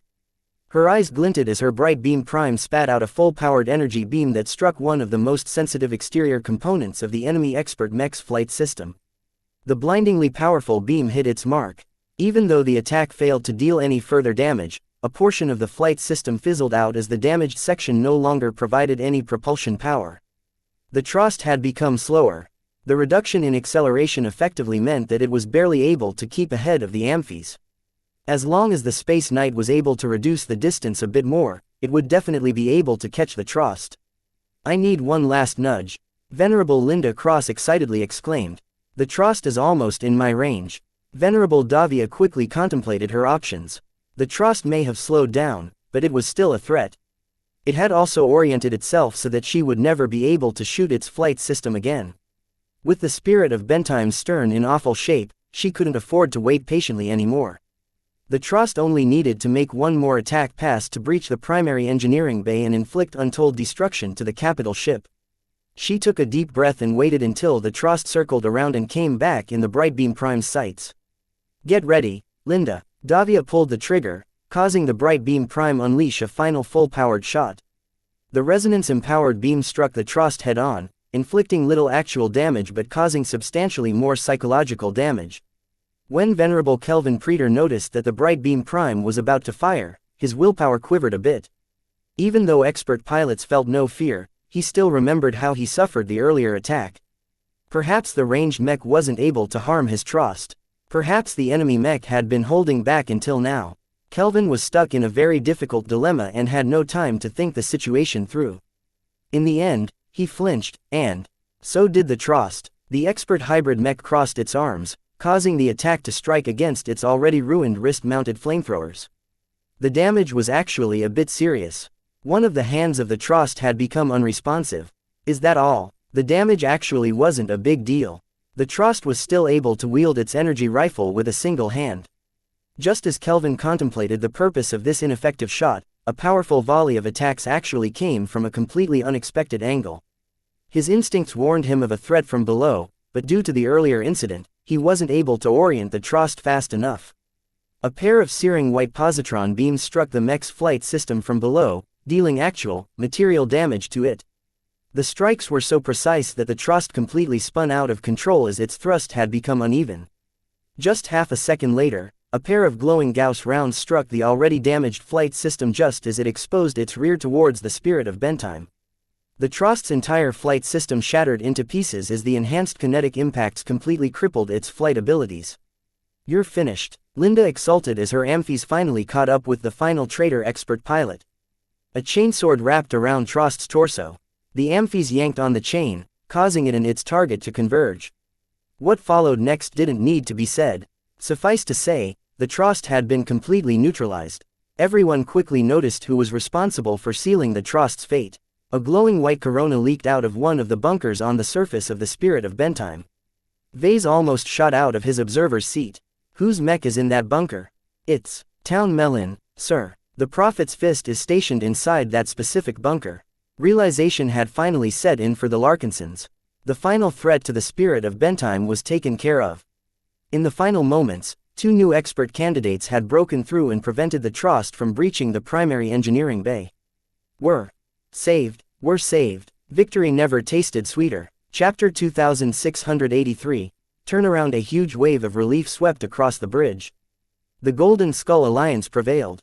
After sacrificing thousands of mechs and losing a lot of mech pilots, the Larkinsons, Glory Seekers and Crossers managed to achieve a military victory against their opponents.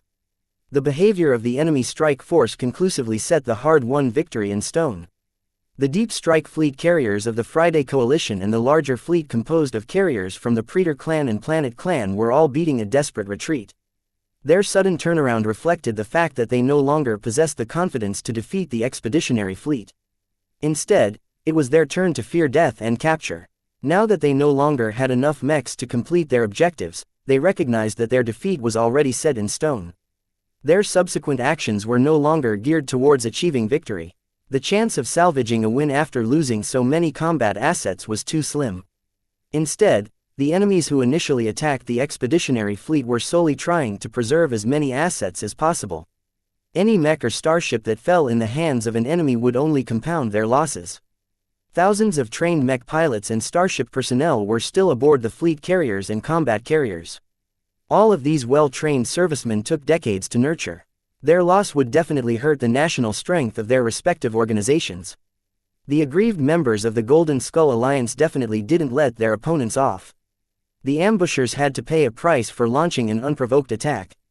Mr. Melon, don't let the Fredamen off. Use whatever strength you have left to cripple the mobility of their fleet carriers. Yes, sir. The bunker on the Spirit of Bentime that housed the Prophet's Fist was still glowing. Unlike Vincent Rickelin, whose breakthrough ended prematurely, Town Melon still had plenty of juice left in the tank.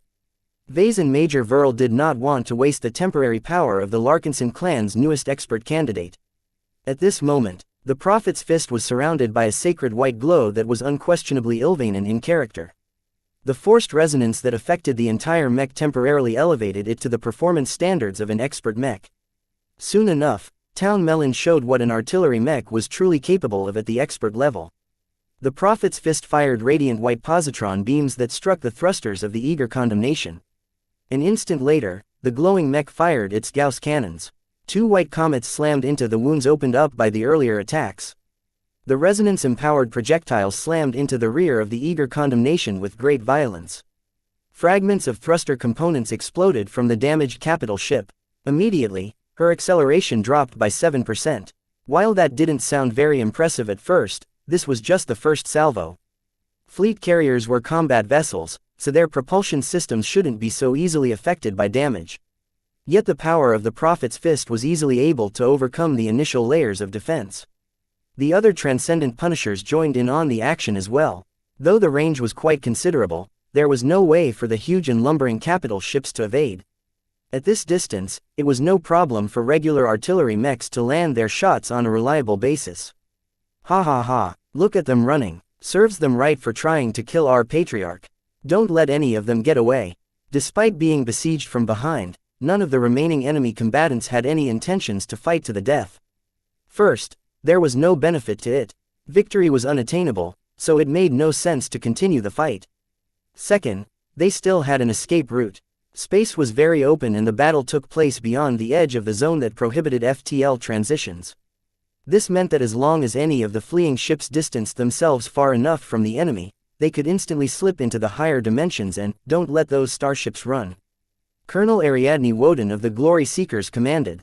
The outcome of this battle has been decided, but we still need to bleed the Fredamen more. Don't let any of their deep strike fleet carriers escape. This time, it was the expeditionary fleet's turn to inhibit their opponents from escaping this star system. The enemy strike force had stopped to prevent their targets from running by launching gravitic interference missiles. Instead, it was the Golden Skull Alliance's turn to detonate gravitic payloads that disturbed the local region of space. The Larkinson clan didn't stock up on gravitic interference missiles, but fortunately its allies already had that covered. Both the Glory Seekers and the Cross clan had already loaded their missileer mechs with the appropriate missiles. Now, they fired them in the vicinity of their respective targets. The soldiers of the Woden dynasty did not want to let any of the deep strike fleet carriers go. The Glory Seeker missiles all detonated close to the eager condemnation, the Amagi, the forward momentum and the Orca Tyrant. The Hexers did not even let the Orlis off. Even though all of her crew had been wiped out some time ago, the Fredamen were already employing multiple methods to take the paralyzed fleet carrier out of the hands of their opponents. As for the Cross clan, their surviving mechs were already racing after the ships of the Praetor clan and Planet clan. However, the chase was a bit more restrained here. Unlike the Fredamen, the Traitor clan still retained a considerable amount of strength. Even when the surviving crosser mechs from both the left and right side converged back together, they only roughly matched the amount of opposing mechs. They needed to borrow the help of the surviving Glory Seeker mechs in order to enjoy a decisive numerical advantage, but the problem was that the Hexers weren't very interested in battling a desperate opponent. Patriarch Reginald Cross, who had managed to return to the Hemington Cross, made an urgent plea to Colonel Ariadne Woden. "We can't let them run. His projection angrily shouted, "We have suffered far too much at the hands of the Praetors and planets. We must not let their ships crawl back to their nests. If we can't take all of their carriers, then we must at least destroy them. I will not stop chasing them until I have cornered Damira planet." The expert pilot of the Errantier had managed to eject and return to her mothership as well. Just the thought of letting that woman flee from this battle alive made Reginald Cross very indignant. "Patriarch, I understand your desire to take revenge, but there are still around 1,000 enemy mechs left." The colonel replied, "While we outnumber them by more than 2 times, a battle against a cornered enemy will definitely produce further losses. It is difficult to tolerate further sacrifices when we have already accomplished our primary goal. We survived. It's not enough. Don't think I haven't seen your mechs chasing after those deep strike fleet carriers as if they are your birthday presents. The Fredamen have essentially lost their ability to protect their ships. Aside from some bunker mechs and scattered ranged mechs, their ability to threaten us is nil. We do not have to make any sacrifices to overtake their carriers. It's a different story when it comes to your old enemies. Then help us. As long as you can facilitate the capture or destruction of the Soaring Eagle, the Vindicator 35 and the Palmy's Chrysalin, I won't demand reparations for most of the damage we have incurred. We have lost a lot of good crosser mech pilots from this battle. We have also lost Venerable Banner Cross." Both of them briefly fell silent at this mention. The Golden Skull Alliance hadn't actually lost a lot of expert pilots. The ones who lost their mechs successfully ejected from their broken machines and safely returned to their motherships. However, Venerable Banner Cross never had the chance to do so when the Jeanne d'Arc stabbed its sword straight through the Leskin's cockpit. This was an incredibly painful loss to the Cross clan. The most troublesome aspect was that Venerable Banner Cross sacrificed his life to block the Fredamen expert mechs. Colonel Ariadne Woden knew that she could not act rashly at this time. The Cross clan certainly needed to be compensated for the losses they suffered while fighting opponents who were only enemies by association. She quickly pulled Vase into the conversation. His projection appeared quickly. After briefly filling him in on the situation, Vase briefly frowned until the commanding officer of the Glory Seeker asked some very relevant questions. "How many artillery mechs do you have left? What are their conditions? How many hours do they have left before they are spent?" Her questions reminded Vase of the greatest performers of the Larkinson clan in this battle. While his prime mechs and his battle formations arguably stole the show, as far as he was concerned, the battle would have never ended up as good if not for his transcendent punishers. Vase quickly used his implants to access the most current status update. "We have around 160 transcendent punishers. Most of them are tired but can still fire their weapons continuously at low intensity. As the designers of this heavy artillery mech, I can assure you that they will be able to hold on for several hours. They are not made of glass. Several dozen of transcendent punishers have suffered varying degrees of damage, so their combat effectiveness is not as good. There are also a handful of artillery mechs that were previously taken out of action. Our mech technicians are working as hard as possible to restore their combat ability. 160 artillery mechs. Perhaps that did not sound like much when the battle started off with 16,000 mechs, but now that the number of enemy threats dipped below 1,000 combat-effective mechs, this was a priceless advance, especially when it came to ranged combat. If that wasn't enough, the Glory Seekers and Crossers also retained a considerable amount of bunker mechs. Even though their heavy artillery mechs weren't as flashy as the Larkinson clan's transcendent punishers, they were still a force to be reckoned with at this stage of the engagement. Of course, the same went for the enemy. Their artillery mechs were still covering for the retreat of their fleet. Even so, both Ariadne and Reginald looked ecstatic. As long as the Larkinson clan pitched in their artillery mechs, their side could easily crush the remaining enemy bunker mechs. If this is the case, the remaining enemy mechs will not be a problem. She confidently stated, "We still have a significant amount of artillery mechs at our disposal. We don't need to assault the enemy remnants directly. We can just maintain a safe distance while bombarding the propulsion systems of the enemy carriers. Since the vessels are currently trying to run away from us, their main thrusters are in our sights. Even at 3 times the distance, our artillery mechs can still cripple their legs. Once we have accomplished that, we can suppress or demolish their surviving mechs with continuous bombardment." The 3 suited and armored figures quickly hashed out a plan. While the Larkinsons and Glory Seekers still prioritized immobilizing the fleet carriers of the Friday Coalition, they promised to lend their strength to cripple as many starships of the traitor clans as possible. Patriarch Reginald was not content with forcing the 3 fleet carriers of the 2 clans to stay. He wanted to immobilize the 50-odd combat carriers that the Praetor clan and Planet clan had brought as well. As long as at least one of the combat carriers was able to escape the star system, then there was a good chance that Venerable Damira Planet and Venerable Albert Praetor would escape from the vengeful Patriarch's grasp. The Cross clan did not want to let either of them crawl back to their respective clans. Weakening his old enemies by depriving them of their valuable expert pilots would hurt more than robbing them of their carrier vessels. This was especially the case for Venerable Damira Planet. As a high-tier expert pilot, she was effectively an ace pilot candidate, someone who was able to revive her clan as long as she managed to advance. There was no way that Reginald was willing to let this happen. Do not let any enemy escape. Chapter 2684. Loyal to the end. The battle had devolved into a giant frenzy at this stage. Even though there were thousands of wrecks floating in space, the search and rescue operation was only a sideshow compared to the current undertaking of the expeditionary forces. This time, the hunters had become the hunted. Initially, the Fredaman and the Traitor clans entered the battle in high spirits. They confidently banked on their elite mech units and their superior amount of expert mechs to crush their opponents. Against any other enemies, their plan may have worked. Even if they suffered a lot of casualties to earn their victory, it was all worth it as long as they were able to achieve their primary goals. Yet once they fell victim to the unconventional methods that the Larkinson clan had never unveiled in public, the attackers suffered too many setbacks. A pallid shadow cast over the crews of the fleeing starships. Aboard the Eager Condemnation, Aisling Curver ignored the frantic activity around the command center. The Coalition Reserve Corps was hardly the best military branch of the Friday Coalition, but its professionalism was beyond doubt. The personnel taking part in Operation Head Crusher were hand-picked for both their competence and loyalty. Their loss would no doubt hurt the CRC considerably, but they could also be counted upon not to leave anything valuable behind to the enemy. Even now, the bridge officers were in the process of wiping out valuable data, installing booby traps and facilitating the upcoming end of the Eager Condemnation.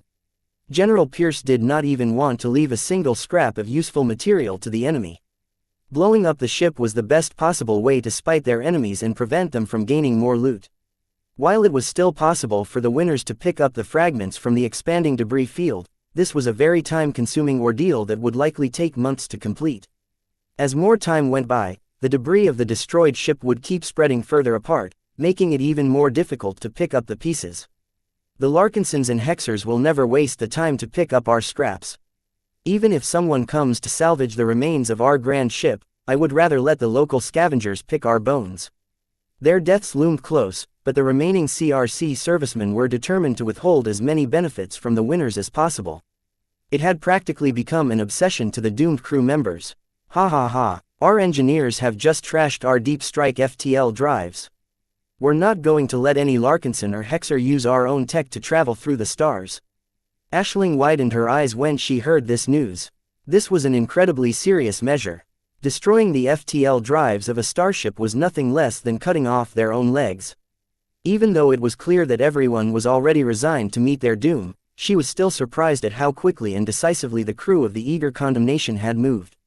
No hesitation, no procrastination, no excuses. As soon as it became 99% certain that they wouldn't be able to bring back their fleet carrier to the Friday Coalition, the people in charge immediately destroyed their own means of getting away. Ah, a low rumble rang throughout the ship. This was definitely a sign that another propulsion system had been taken out by the enemy artillery mechs. There was no way to prevent the enemy from firing their guns at their main thrusters. The only way for the Eager Condemnation to run from their pursuers was to turn their backs to them. If any ship attempted to shield their vulnerable propulsion systems by pointing their noses at the enemy, then they wouldn't be able to fly away anymore. The only way to mitigate the damage somewhat was to fly away at an angle. This made it a bit more difficult to immobilize the starships completely. Right now, this was exactly what Task Force Umbra was doing. Each fleet carrier had split up. Aside from the Silent Aurelus, the other 4 Fredaman fleet carriers had opted to fan out in different directions. This forced their pursuers to make the difficult decision to spread out their pursuit forces. This was risky and dangerous considering that each Fredaman vessel still retained some bunker mechs and other damaged mechs. Unfortunately, the Larkinsons and Glory Seekers were not deterred. Even though their mechs weren't in good shape and their mech pilots were very exhausted, they were determined to take revenge and maximize their gains. Splitting up only delayed the inevitable. Even Aisling could see that. She considered her own fate. She had a responsibility as well. Master Huron briefly transmitted a message to her just before the crew of the Eager Condemnation trashed the quantum communication nodes. Quote, I deeply regret your loss, but I will make sure your family and dependents are well taken care of. As the main technical supervisor of Unit L, you must wrap up this project as properly as possible. Please see to it that all of the spare parts, data banks, manuals and any other equipment related to the asymmetrical neural network project are properly disposed of. We cannot allow even an inkling of my research to fall in the hands of the enemy. The Gage dynasty and I expect you to do your duty. The Friday Coalition will prevail. Farewell, Aisling. Due to the sensitive moment, Master Huron was only able to transmit a brief message. The rest of the bandwidth of the quantum communication nodes was already taken up by the need to transmit as much data as possible about the battle. Every sensor reading, every battle log and every other scrap of data had to be preserved to allow the Friday Coalition to figure out how they lost this battle. If the Hex army adopted the powerful methods of the Larkinson clan one day, the Coalition had to be ready with a response. None of the Fredamen wanted to get caught with their pants down again. The introduction of the Blessed Squire and the Valkyrie Redeemer had already caused untold damage to their forces. Now that they gained a preview of some of the Larkinson clan's next innovations, they had to make as much use out of this intelligence trove as possible. To some of the Fredamen leaders back home, the intelligence gathered by Task Force Umbra made the loss of 5 Deep Strike Fleet carriers a lot easier to accept. Aisling's mood lowered even further as she rewatched her master's message. You're excited as well, aren't you? You can't wait to learn from the lessons of this battle. She spent years learning under Master Tokman Huron. She knew when he was eager to explore something new. The performance of Unit L and the Bloody Herons in this battle was very illuminating. What was even more interesting was how some of the mechs of the Larkinson clan vaguely exhibited a similar approach. This is impossible. There is no way that Vase has permission to form a neural network. The expertise required to design a network neural interface is far too difficult for a journeyman. She couldn't figure out how Vase managed to copy some of Huron's work. The mech designer in her was not reconciled with her ignorance. She wanted to know the truth. She wanted to take a look at Ves's research and applications. Yet, from what it looked like, she wouldn't have the chance. The Eager Condemnation was slowing down. The Larkinsons were steadily overtaking the increasingly less mobile fleet carrier. The CRC would never let their opponents get what they wanted. With each minute that passed, the Stoic crew members installed more explosives throughout the ship. They also purposefully crippled many systems by overloading them or forcing them to function outside of their boundaries. Don't blow up the ship just yet. Let's wait for them to land their boarding parties on our ship. We need to take as many of them with us as we can. It'll be our final surprise. You idiot, there's no way our pursuers will fall for our trap. We've set up this scheme too many times during the Komodo War, and the Hexers have used the same trick as well. The soldiers were right. During the entire pursuit, the Glory Seekers constantly transmitted demands for them to surrender. As long as the Fredamen shut down their ship and evacuated from it, the Golden Skull Alliance promised to respect their surrender and keep them alive. The expeditionary forces were much more interested in taking their ships than their lives. Even if there was a lot of hatred between the two sides, as far as Vase and Colonel Ariadne were concerned, they would rather maximize their benefits than satisfy their grievances. Aisling sighed. They won't get their way. The entire situation felt surreal to her. What was she doing here? Was Vase her enemy? Was she truly obligated to execute Master Huron's final orders? She felt very mixed at this time. By all rights, she should do her best to safeguard the confidentiality of Master Huron's work. She shouldn't leave anything behind to the people who killed Venerable Ganso Larkinsons and Venerable Relia Foster. Ganso, Relia, although they weren't true Fredamen, Aisling spent months working alongside them. Over the course of her assignment, she no longer minded their humble origins. Both expert pilots were individuals to be respected. She even regarded the two as comrades in arms. If she wanted to respect her fallen friends, then she shouldn't even be hesitating at this moment. Quote, Damn it, why am I making this so difficult? She remained entangled in her conflicting emotions throughout the attempted flight. At this time, the Transcendent Punishers had achieved a lot of progress in slowing down the fleeing fleet carriers. Even though Tayan's breakthrough moment finally came to an end, the Larkinsons didn't need to rely on his power to accomplish something as simple as cutting off the legs of their prey. The pursuers still kept their distance, though. Neither Vase, Major Verl, Colonel Ariadne and any other leader dared to send mechs or shuttles to the largely immobilized fleet carriers. The Fredamen are not responding to our surrender demands. Major Verl grimaced. They're not even doing their best to lull us in a false sense of security. In my judgment, there is a 90% chance that the Eager Condemnation, the Amagi and the Orca Tyrant are already rigged to blow. Vase rubbed his armored fingers against the side of his helmet. What about the forward momentum? The forward momentum is the lightest and most mobile fleet carrier of the enemy fleet. If any enemy capital ship has a chance of escaping our pursuit, it has to be this one. If you look at the local plot, you'll see that the forward momentum is far ahead from the battlefield. Her forward acceleration is the highest out of every other ship, including the Antonio Cross. Are they actually getting away? Vase frowned. Major Verl laughed. Ha ha ha, no chance. While our artillery mechs are missing their shots quite often, they're still dismantling the forward momentum sub-light propulsion systems over time. Since she is so poorly armored, it doesn't take a lot of hits to cripple her chances of getting away. She'll just blow up in the end. Vase depressingly concluded. This was a frustrating experience. Those deep strike fleet carriers were incredibly valuable. If the Larkinsons were able to get their hands on a couple of them, then they would gain a huge windfall. No matter if the Larkinsons sold their spoils or converted the captured vessels for their own use, the enormous gains would definitely take the sting out of the enormous losses the clan had suffered. However, from what it looked like, it was not to be. Vase could already see trillions of credits, huge troves of data and large reserves of valuable materials collapsing in front of him. This was an incredibly painful realization that almost the joy he gained from winning a crucial battle. Fortunately, there was one more enemy fleet carrier. What about the Orlis? Major Verl grinned. She's a special case. While the Fredamen are doing their best to deprive her from us, we have dispatched numerous boarding parties to secure this prize. The overall battle may have been decided, but an entirely different struggle was still taking place inside the hallways and compartments of the Orlis.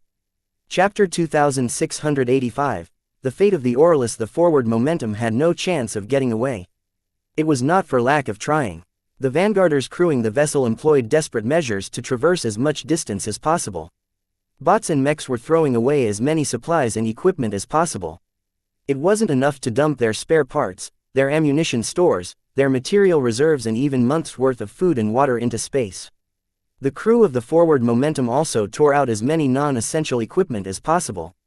Mechs roughly tore out heavy equipment such as 3D printers and structural components such as decks and bulkheads and physically threw them out the nearest large-sized hatches. Of course, the Fredamen didn't forget to trash any of the valuable equipment and goods they got rid of. They didn't want their pursuers to pick up a bargain. While it sounded a bit silly to speed up a ship as long and heavy as a fleet carrier in this fashion, the actions did make a difference, if only modestly. It was too bad that too much of the forward momentum was still stuck to the hull. The hull plating and structural components such as the keel accounted for most of the mass of the fleet carrier. Removing them was either time-consuming or not doable if they actually wanted to keep the ship together when she transitioned into FTL travel. In the end, the forward momentum lost her primary sub-light propulsion systems. While she still possessed numerous secondary thrusters and so on, they were mainly responsible for performing delicate maneuvers and adjusting the ship's orientation. In other words, they were only responsible for turning and spinning the forward momentum around. It simply wasn't doable to rely on their meager power to outrun a mech or starship. Even when the forward momentum's escape was blocked, Vase didn't pay much attention to the vessel. There is no way for the vanguarders to run away far enough before my transcendent punishers robs them of their mobility. He held no doubts. He knew his mechs the best, so he could already predict the outcome. Even though his artillery mechs already fired their weapons more than 1,000 times, even though their weapon barrels were already showing heavy signs of wear and tear, even though the entire fleet's reserve of Gauss ammunition and high-density mech-grade energy cells was running low, the Transcendent Punishers were still capable of finishing the job. Of course, Vase did not look forward to the aftermath. The mechs had been in combat for so long that many of them were only just a few steps away from breaking down. Even the undamaged mechs required an extensive round of maintenance to fix all of the damage they accumulated over the course of firing their powerful weapons. While it was not impossible to force them to take part in another battle, Strictly speaking, they should pretty much be out of service after this engagement. Vase silently groaned and pressed his hand against his helmet. He felt the urge to palm his face or rub his smooth-shaven chin, but it was not wise to remove his unending regalia at this time. While there was pretty much no chance that the Fredaman managed to infiltrate the spirit of Bentheim, it was best to be cautious to the very end. He had already paid for mistakes of underestimating the Fredaman before. In order to cheer him up, he turned his attention elsewhere. He focused his sights on the projection of the Aurelus. The Gage Dynasty-built fleet carrier had fallen dormant ever since it got hit by the energy wave unleashed by the penitent sister battle formation. A lot of people were initially scared and hesitant to approach the Aurelus. The surviving Fredaman all learned that the crew of the massive ship had died in an instant when the wave passed through the hull. Over 20,000 humans died in an instant. None of them succeeded in resisting the unstoppable attack. Who knew whether some of that death energy still lingered on the lifeless capital ship? It was only belatedly that General Pierce compelled the forces under his command to dispatch Marines to escort a takeover party to bring the Aurelus back online. We can't leave this ship floating around in space. We can't let our opponents get our hands on her either. Gain control over her propulsion and her FTL drives and bring her away if possible. Blow her up if you can't, or if our enemies have a chance of capturing her. The Aurelus is the property of the Friday Coalition. There is too much sensitive intelligence and classified technology in her hull. She cannot fall into the hands of outsiders. This was easier said than done.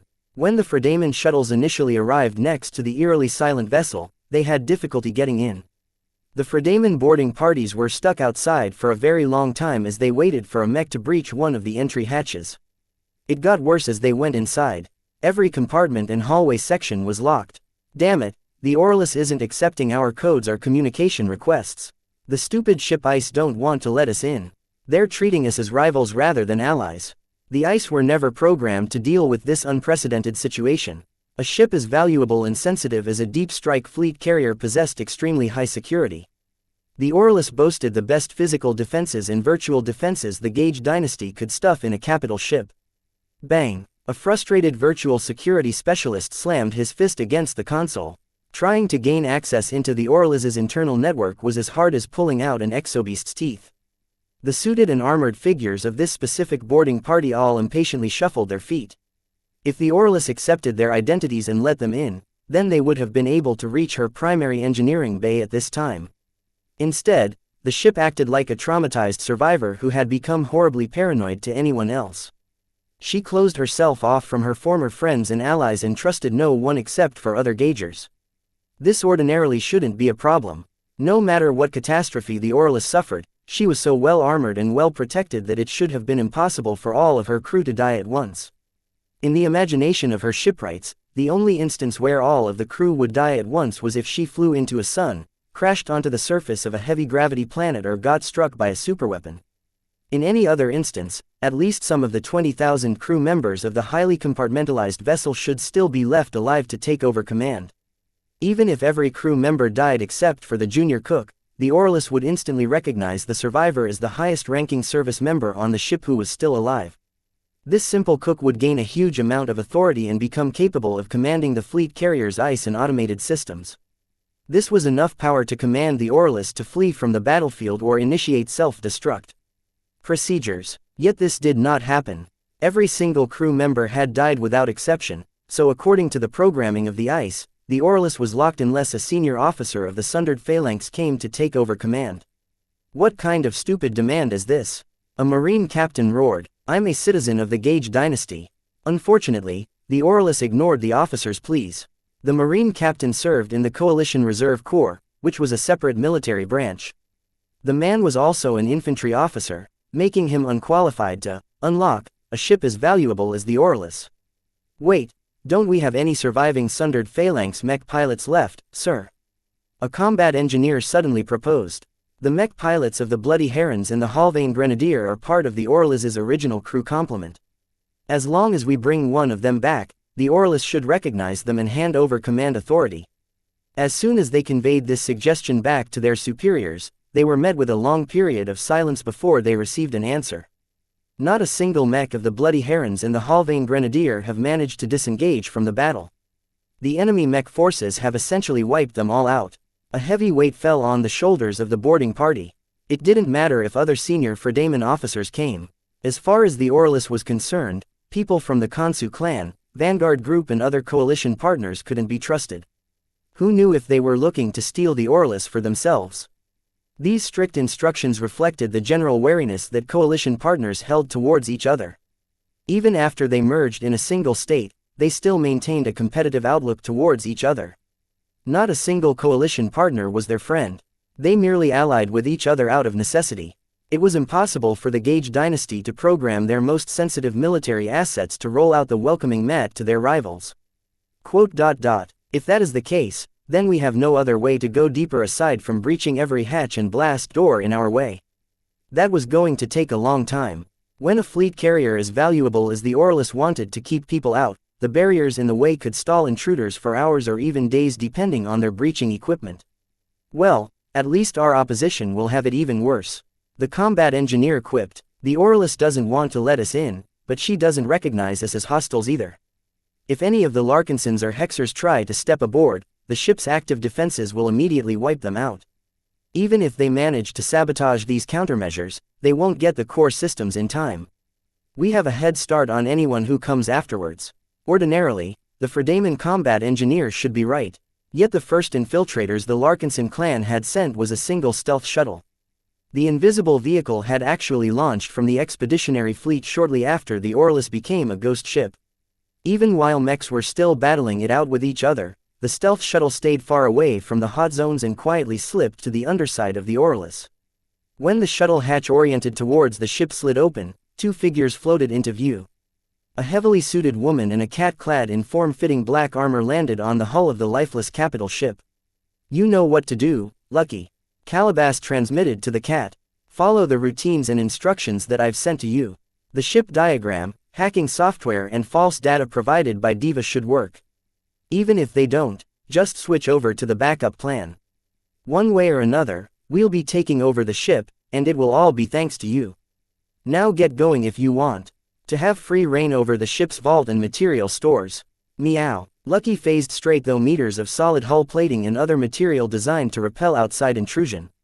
Once he entered one of the outermost compartments, the cat was careful not to appear in open space. Instead, he kept swimming through solid decks and bulkheads, preventing even a shadow of his presence from getting detected by the ship's vigilant monitoring system. When a ship like the Orlis was in lockdown mode, then her security systems became incredibly alert to any intruders. It was one thing for other Fredaman to step aboard the ship. It was another thing for Hexers and thieves to sneak their way inside. Calabast had warned Lucky over and over again not to stick his head out. The cat had to rely on other senses to make his way to the center of the fleet carrier. Fortunately, his progress was fairly quick since not a single solid obstacle was able to stop a phased commando cat. Lucky eventually passed through the reinforced layers that protected one of the core sections of the Orlis. The primary data vault housed the ice and much of the essential data of the Orlis. This was an incredibly sensitive compartment. The core AI that governed the highest levels of the fleet carrier was incredibly sensitive towards any form of intrusion. Not even the Hexers managed to figure out a way to hack or subvert the core ice employed by the sundered phalanx. As long as the core AI or the ship's systems detected anything amiss, the ice would quickly activate a contingency plan that made taking over the ship impossible. Fortunately, Lucky didn't need to mess with the core AI. Instead, he moved over to one of the data banks and retrieved a tiny chip from one of his misfortune harness pockets. He carefully took advantage of his phased state to attach the chip into an internal server port in one of the closed data storage units. Immediately, the software and data inside this tiny chip went to work. What was strange was that the Orlis did not reject the intrusion. It would have been different if Lucky appeared into view and tried to drill a hole in the storage unit. Yet because the chip appeared spontaneously, the initial actions of the hacking software took effect before the security systems put up its guard. As long as the hacking program managed to get its foot in the door, the rest was easy. It only took a couple of seconds for the contents of the chip to do its job. Soon enough, it broke apart into specks of dust. Outside of the Orlis, Calabast and a boarding party from the Black Cats patiently waited. Upon receiving a subtle signal, the spymaster attempted to open the outer hatch. It slid open without resistance. Calabast and her subordinates effortlessly flew inside and landed on the deck as soon as the artificial gravity took hold. The ship greeted the new arrivals. "Welcome back to the Aurelus, Captain Arnland. This ship is currently under lockdown. Your orders, ma'am," Calabast grinned. "Kill any unauthorized intruders. Don't leave any of them alive." Chapter 2686, Reckoning, War is Cruel. Vase stood proudly before the giant forward projectors on the bridge. His unending regalia along with his cape made him look exceptionally valiant. As the leader of a victorious force, he felt incredibly relieved that he managed to retain his life. If the battle had taken a turn for the worse, his opponents might have been able to gain a decisive advantage. Vase really didn't want to think about what would happen to him once the situation got to that point. In fact, not just him, but every member of the Larkinson clan would suffer a bad fate. As their leader and the person responsible for inviting them to take part in his grand expedition, he'd feel very guilty for making their life worse. There was so much responsibility on his shoulders that he felt burdened whenever he had to make any decision. Even a simple matter such as how he spent his day could have a profound influence on the success of his clan. Sometimes, he even thought about ditching it all, but it was far too late to make that decision. For better or worse, his problems had become the Larkinson clan's problems and vice versa.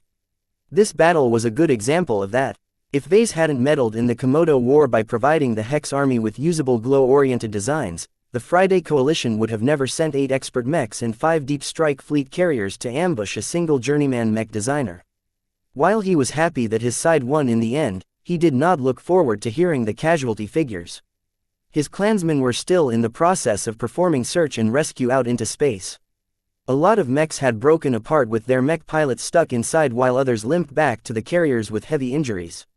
Even mech pilots who appeared to be physically healthy may be in a lot of mental anguish. Considering the destructiveness of the battle, Vase was already bracing himself for bad news. His thoughts already moved on to what would happen next. What he worried about the most at this stage was the support he enjoyed among the crew. While a victory always boosted the reputation of the people in charge, a Pyrrhic victory could easily erode his support even further. This was especially after Vase had made the determination to avoid a repeat of the battle against the Abyss. "What do they call this battle?" Vase asked the dignified older woman standing by his side. Grand Captain Daria Maria Vraken did not look exhausted at all. Despite her responsibilities, she admirably kept the spirit of Bentheim under control. Throughout much of the battle, her excellent direction essentially prevented any enemy attacks from getting past the energy shields and other defenses of the factory ship. Even when the Trost had unleashed a myriad of weapons at the main thrusters of the spirit of Bentheim, Captain Vraken along with the chief engineer made sure to lock everything volatile down and divert power and resources to limit the secondary explosions that might occur. While the spirit of Bentheim's sub-light propulsion systems were not in good shape, the ship still retained a portion of her mobility. Other ships had suffered worse. Many of the combat carriers of the Larkinson clan were banged up due to the enemy's attempts to take out their bunker mechs. Every large-scale battle deserves a name. The captain smiled. This is no skirmish. With 12 capital ships, hundreds of sub-capital ships, 16 expert mechs and roughly 16,000 standard mechs, I'd say this is definitely a battle that is worthy to be added to the records of the Komodo War. We're not fighting on behalf of the hegemony. Vase grimaced. We were just defending ourselves. Let's not kid ourselves, Patriarch Vase. You are anything but a bystander in our war. This battle only came about because the Friday Coalition considers you its enemy. That alone means you are a core participant in the struggle for domination in the Komodo star sector. Even if you run to an entirely new galaxy, your mechs are still advancing the Hexer cause. That was nice to hear. Not. He lightly coughed. Anyway, what is this battle going to be called? Well, I doubt you would want to commemorate our victory here by referring to it as the Battle of 347,342 E348312 or something. She crossed her arms and chuckled. The survivors here need a more expressive name to remember it by. I've noticed that the martial wing of your clan speak please like and follow the Cultivation Audiobooks channel quite solemnly about the Battle of Ulimo Citadel and the battle against the Abyss. I can already tell you that your clansmen will speak please like and follow the Cultivation Audiobooks channel of this confrontation in the same light, so you should take some creative liberties. There weren't any official rules that governed how a battle should be named. It was not solely determined by the location. As long as enough people accepted a common name, it became official. Battles could even have multiple names if the two sides disagreed. Are there any good ones circulating around? There are a few. Some have started to call it the Battle of Retribution due to all of the bad blood involved. Others have taken a liking for calling it the Battle of Divinities, due to the outsized roles of expert candidates, expert pilots, expert mechs and prime mechs. Vase immediately frowned. Let's not take it too far. The bulk of this battle was won through the efforts of thousands of ordinary mech pilots. They may not be so flashy, but they have done their duty and should be recognized for that. I don't want their contributions to be overshadowed by the handful of expert candidates and expert pilots that already enjoy a lot of attention. Your concern for your lesser clansmen is admirable, but I don't think they will mind if the spotlight is shown on the likes of Venerable Joshua Larkinson or Pilot Town Melon. I think it will do more good than harm if you rally your clan around a grand and bold name. It will help with dealing with the inevitable backlash from suffering so many losses. She had a point. Do you have any suggestions? The glory seekers have taken to calling it the Battle of the Superior Mother's Reckoning. She has acted twice in this battle. The moment when the Superior Mother slew the bloody herons and harvested the lives of the crew of the Orlus is the most unforgettable moment in this battle. Vase immediately rejected it. I need a more inclusive name, but I like the word reckoning.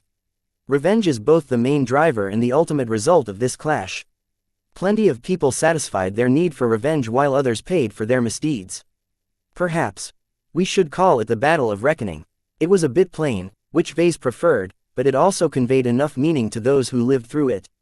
While it was not the most unique way to commemorate a battle, it still passed his requirements. He transmitted his choice to Major Verl and other leaders. They would take care of the rest. Speaking of revenge, Vase received a surprising notice from Major Verl. We've picked up a couple of very special survivors, sir. If you're interested, you can pay a visit to them. We've transferred them to a secure and isolated treatment facility aboard the Spirit of Bentime. So far, we have kept the news under wraps. Vase became intrigued. Who are the survivors? It's Venerable Relia Foster and Venerable Ganso Larkinson. What? They're alive? Yes, but they're not in good shape. You'll know when you see them, sir. One of them is stable but the other is deteriorating. If you want to talk to the latter, then you should head down there quickly before it's too late. I'm on my way. Vase exited the bridge post-haste and took a floater platform down a handful of decks at the highest priority, forcing every other floater platform or cargo bot in the way to move aside. He didn't actually expect that both of them made it through, but in hindsight he should have taken the possibility into account. Expert pilots were strategically valuable. When seniors or masters designed their expert mechs, they invested heavily in the protection it afforded to its occupants. In particular, the cockpits were virtually bunkers in themselves. They were not only armored, as much as possible, but also contained a range of protective and medical functions to preserve the lives of expert pilots as much as possible. The tech stuffed inside these extravagant cockpits were so good that expert pilots should still be able to survive if their heads had been cut off their necks. Of course, whether such an expert pilot was capable of piloting expert mechs again was another question. When Vase reached the entrance to the medical bay, he met up with Dr. Rania. She personally took charge of the treatments due to the sensitive identities of the two patients. Patriarch. She greeted as she wore a high-quality white hazard suit that was customized for medical purposes. Mateem and I are keeping the two expert pilots alive as best as possible, but it's not going too well. What's the problem, Doc? She gestured towards the hatch leading into one of the sterilized treatment rooms. Venerable Relia Foster has received considerable body injuries. The traumatic injuries she suffers suggests that a giant sword sliced through her limbs. With a weapon of that size and force, the damage that Foster sustained is not as simple as some clean cuts. Her entire body endured a lot of shock. Is she dying? Rania hesitated. We can keep her alive, but that is the extent of what we can accomplish with our medical equipment and the expertise we have at hand. To be honest, we need to clone replacement organs for her because her current ones are constantly on the verge of failing. She's completely beat up from both the inside and outside. It's only due to her excellent helmet and piloting seat that her head is still intact. A concussion is nothing compared to the damage inflicted on the rest of her body. This was a very meaningful observation to Vase. As long as the head and brain of an expert pilot was still intact, then their ability to pilot mechs was still intact. Every other part of the body was replaceable. If Venerable Foster is the stable patient, then Venerable Ganso, your cousin is dying. We don't know how or why. While his cockpit had been breached, he only suffered some bruises and some other impact wounds. Physically, that is anything but life-threatening. Yet for some reason, his life signs are fluctuating downwards and he is in constant mental pain. Whatever he is suffering from is not something that we can grapple with. Perhaps you might know more. Doctor. Rania looked very upset at her inability to treat Ganso's injuries. She took it as a personal failing. She knew that there were many unknowns in the galaxy. Just like every other Larkinson, she had been watching the battle as well. She clearly witnessed how the Valkyrie Prime and the Glory Seekers launched an unconventional attack on the Charlemagne. She was glad it was effective. If not for that, Venerable Ganso could have overpowered the Larkinsons. However, she was also filled with curiosity about the nature of this novel new attack method and how it was able to bypass every barrier and affect humans directly. Vase simply smiled at the doctor. Let's not get ahead of ourselves. I don't know as much as you think. If not for our desperate circumstances, I wouldn't have tried to harness powers that I don't understand. It doesn't appear you'll be giving it up, though. If you intend to further your research in this area, you should think about your safety and the safety of your clansmen. It is prudent to learn how these unknown energies affect the health, mentality and physiology of humans. You have a good point. Vase reluctantly nodded. Right now, my research is far too sensitive to be spread around, so I'll have to consider this matter carefully. Anyway, I didn't drop by to chat about my research. Ganso is dying, right? Let me meet with him before it's too late. No matter how much Ganso had given him grief, he still carried the Larkinson name. Chapter 2687. Dignity. Plenty of expert pilots survived after their expert mechs fell in battle. As long as they managed to eject their cockpits, they stood a decent chance of making it back to safety. For example, the Cross clan only lost 1 out of 4 expert pilots. The Planet clan still retained Venerable Damira Planet while the Praetor clan managed to recover Venerable Albert Praetor. As for the Fredaman, more than half of their foreign expert pilots actually perished. This was not just because their cockpits were of a lower grade than the rest, but also due to the sheer amount of opponents they fought. The end was especially brutal. When 4 Fredaman expert mechs wanted to stall the expeditionary forces as long as possible, they became swamped by 1,000 mechs.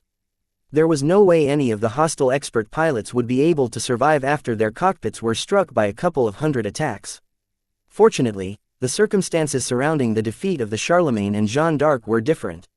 There were no hostiles left remaining around them, so there was no risk of dispatching a rescue shuttle to pull out the trapped and injured expert pilots. Better yet, the 2 expert mechs fell rather close to the Spirit of Bentime, so the rescue shuttle directly deposited the patients back to the ship with the best medical facilities in the Larkinson fleet. After hearing that Venerable Ganso's case was very dire, Vase did not dare to dilly-dally around. He swiftly entered the treatment room where Ganso's body was laid onto some kind of medical platform. Despite all of the hardware, none of the medical equipment was able to do anything to stabilize the mentally anguished expert pilots. In fact, Vase felt it as soon as he entered the chamber. His mind became swept by a highly erratic force of will that appeared to be very unstable. Ah, Vase, all. Kill you. The Larkinsons must be restored. Well, at least some things hadn't changed. Hearing Ganso's curse immediately caused Vase to discard all of the sympathy he briefly held for the fallen Larkinson. Hello, cousin, Vase casually greeted as he walked up to Ganso. He didn't forget to activate the jammer function of his unending regalia. It looks like you won't be getting your wish. The closer he got, the more difficult it was for him to keep his cool in the face of Ganso's unstable force of will. Ganso's mind was like a leaking tub. No matter how much the expert pilot wanted to keep himself together, the barrier that protected and contained his mind had deteriorated to a heavy degree. It was like a city wall that had been subjected to heavy bombardment. Too many parts of the walls had been damaged for it to serve its purposes. Unless Ganso or someone else was able to plug all of the gaps, there was no way to prevent Ganso's mind, will and spirit from eroding due to a combination of leakage and outside exposure. The human mind wasn't meant to exist in the open. Much like how regular human bodies easily got infected or polluted by toxins if they suffered cuts, Ganso's open mind was simply incapable of defending itself from all of the consequences of losing its defenses. While he didn't show it, Vase was taken aback by what he saw. He frequently experimented on spirituality. What if he triggered an accident that caused his mind barrier to form holes as well? Was treating it as simple as patching it up with spare spiritual energy? Vase had an urge to try this solution out on Venerable Ganso on the spot. While he didn't want to make Ganso better, it was worth it to conduct an experiment. Anyway, it wasn't as if his cousin could resist becoming his next test subject. Why are you staring me like that? Talk to me already. Shut up for a moment. Vase snapped as he concentrated his mind. Without caring for what Ganso felt, Vase began to extend a firm spiritual projection that performed some simple actions. He basically grabbed a piece of Ganso's force of will and tried to mold it into a patch that covered one of the holes in Ganso's mind barrier. Ah, I'll kill you. It didn't work. The patch was too insubstantial and impermanent. Vase tried again. He grabbed different parts of Ganso's mind and also varied the quantity he utilized. Nothing worked. Vase even made use of his own spiritual energy, but that led to a bad reaction that caused Ganso to utter another curse. In the end, the expert pilot's mental barrier hadn't improved at all. In fact, its holes and tears were becoming wider. Vase estimated that it would collapse entirely after 20 or 30 minutes. He sighed. You're dying. You didn't need to tell me that.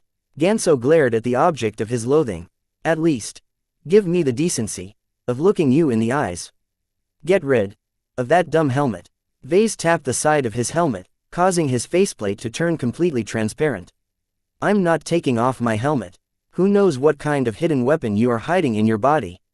I'm bound here. You have a bodyguard right behind you. I'm completely at your mercy. That makes me want to keep my helmet on even more. You insufferable bastard. Vase crossed his arms. Look, I don't like to wear a bulky suit of armor that interferes with my movements either, but it's people like you who keep forcing me to wear it. You deserve it. I hope someone else can succeed where I have failed. Ganso gasped. Even upon his dying breath, the stubborn Larkinson still clung to his hate.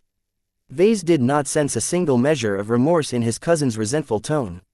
He felt disappointed. He had hoped that Ganso would regain an inkling of his sanity at the onset of his death, but Vase felt as if he was facing an old grandpa who still clung to his outdated biases to the very end. There was no way to redeem Ganso. You're really pathetic, you know that. Vase spoke as he looked down on his captive. You went through all of this trouble to pursue a goal that no Larkinson can agree with. Have you ever thought that you don't actually represent the will of the Larkinsons? You're wrong. I am a true Larkinson. Only I am continuing the legacy of our predecessors. You ruined everything. The entire family has gone astray because of your greed. Vase snorted. I find it rather silly that you think you are the hero of your own story. Circumstances can change, Ganso. The political environment has changed. The economic environment has changed. Our relations have changed. Our capabilities have changed. Clinging to the past when it no longer fits the present is how species die off. Nothing lasts forever. Only a stubborn fossil like you thinks the old ways are still viable. This was a philosophical debate that was destined to go nowhere. The acid glare that Ganso threw at Vase encapsulated the expert pilot's obsession. His entire identity was centered around the illusion that he was the savior of the Larkinson family. He never paid any thought of whether he was wrong on anything. Perhaps his mind and spirit might shatter completely if he was forced to recognize his faults. What a sad expert pilot. Vase turned around and extended his hand. Book, please. Nida handed over the Larkinson mandate to his armored hand. Vase placed the tome next to Ganso's restrained body. Goldie, can you come out, please? Nya. The golden cat emerged out of the book and materialized her body. She looked a bit downcast due to the many losses the Larkinson clan had suffered. What is that? Ganso initially regarded Goldie as a projection, but his crumbling and leaking force of will was still functional enough to recognize the extraordinary nature of the ancestral spirit's existence. Vase lovingly caressed Goldie's back, though his gauntlets made the experience a lot rougher than unusual. Nya, she is the purest distillation of the Larkinson clan. Every true Larkinson is kin to her. As long as you are a Larkinson who is supportive to other Larkinsons, then Goldie will bless you with her warmth. Are you feeling okay right now? Get this filthy animal off me. I hate cats. Nya. Goldie raised her tail and hissed at Ganso. Obviously, there was no affection between them at all. Whereas other Larkinsons always felt comfortable being in the presence of the Larkinson mandate or the golden cat, Ganso simply reacted as if he was touching a hot coal. Interesting. Goldie, you can return now if you don't want to stay. That was exactly what she wanted.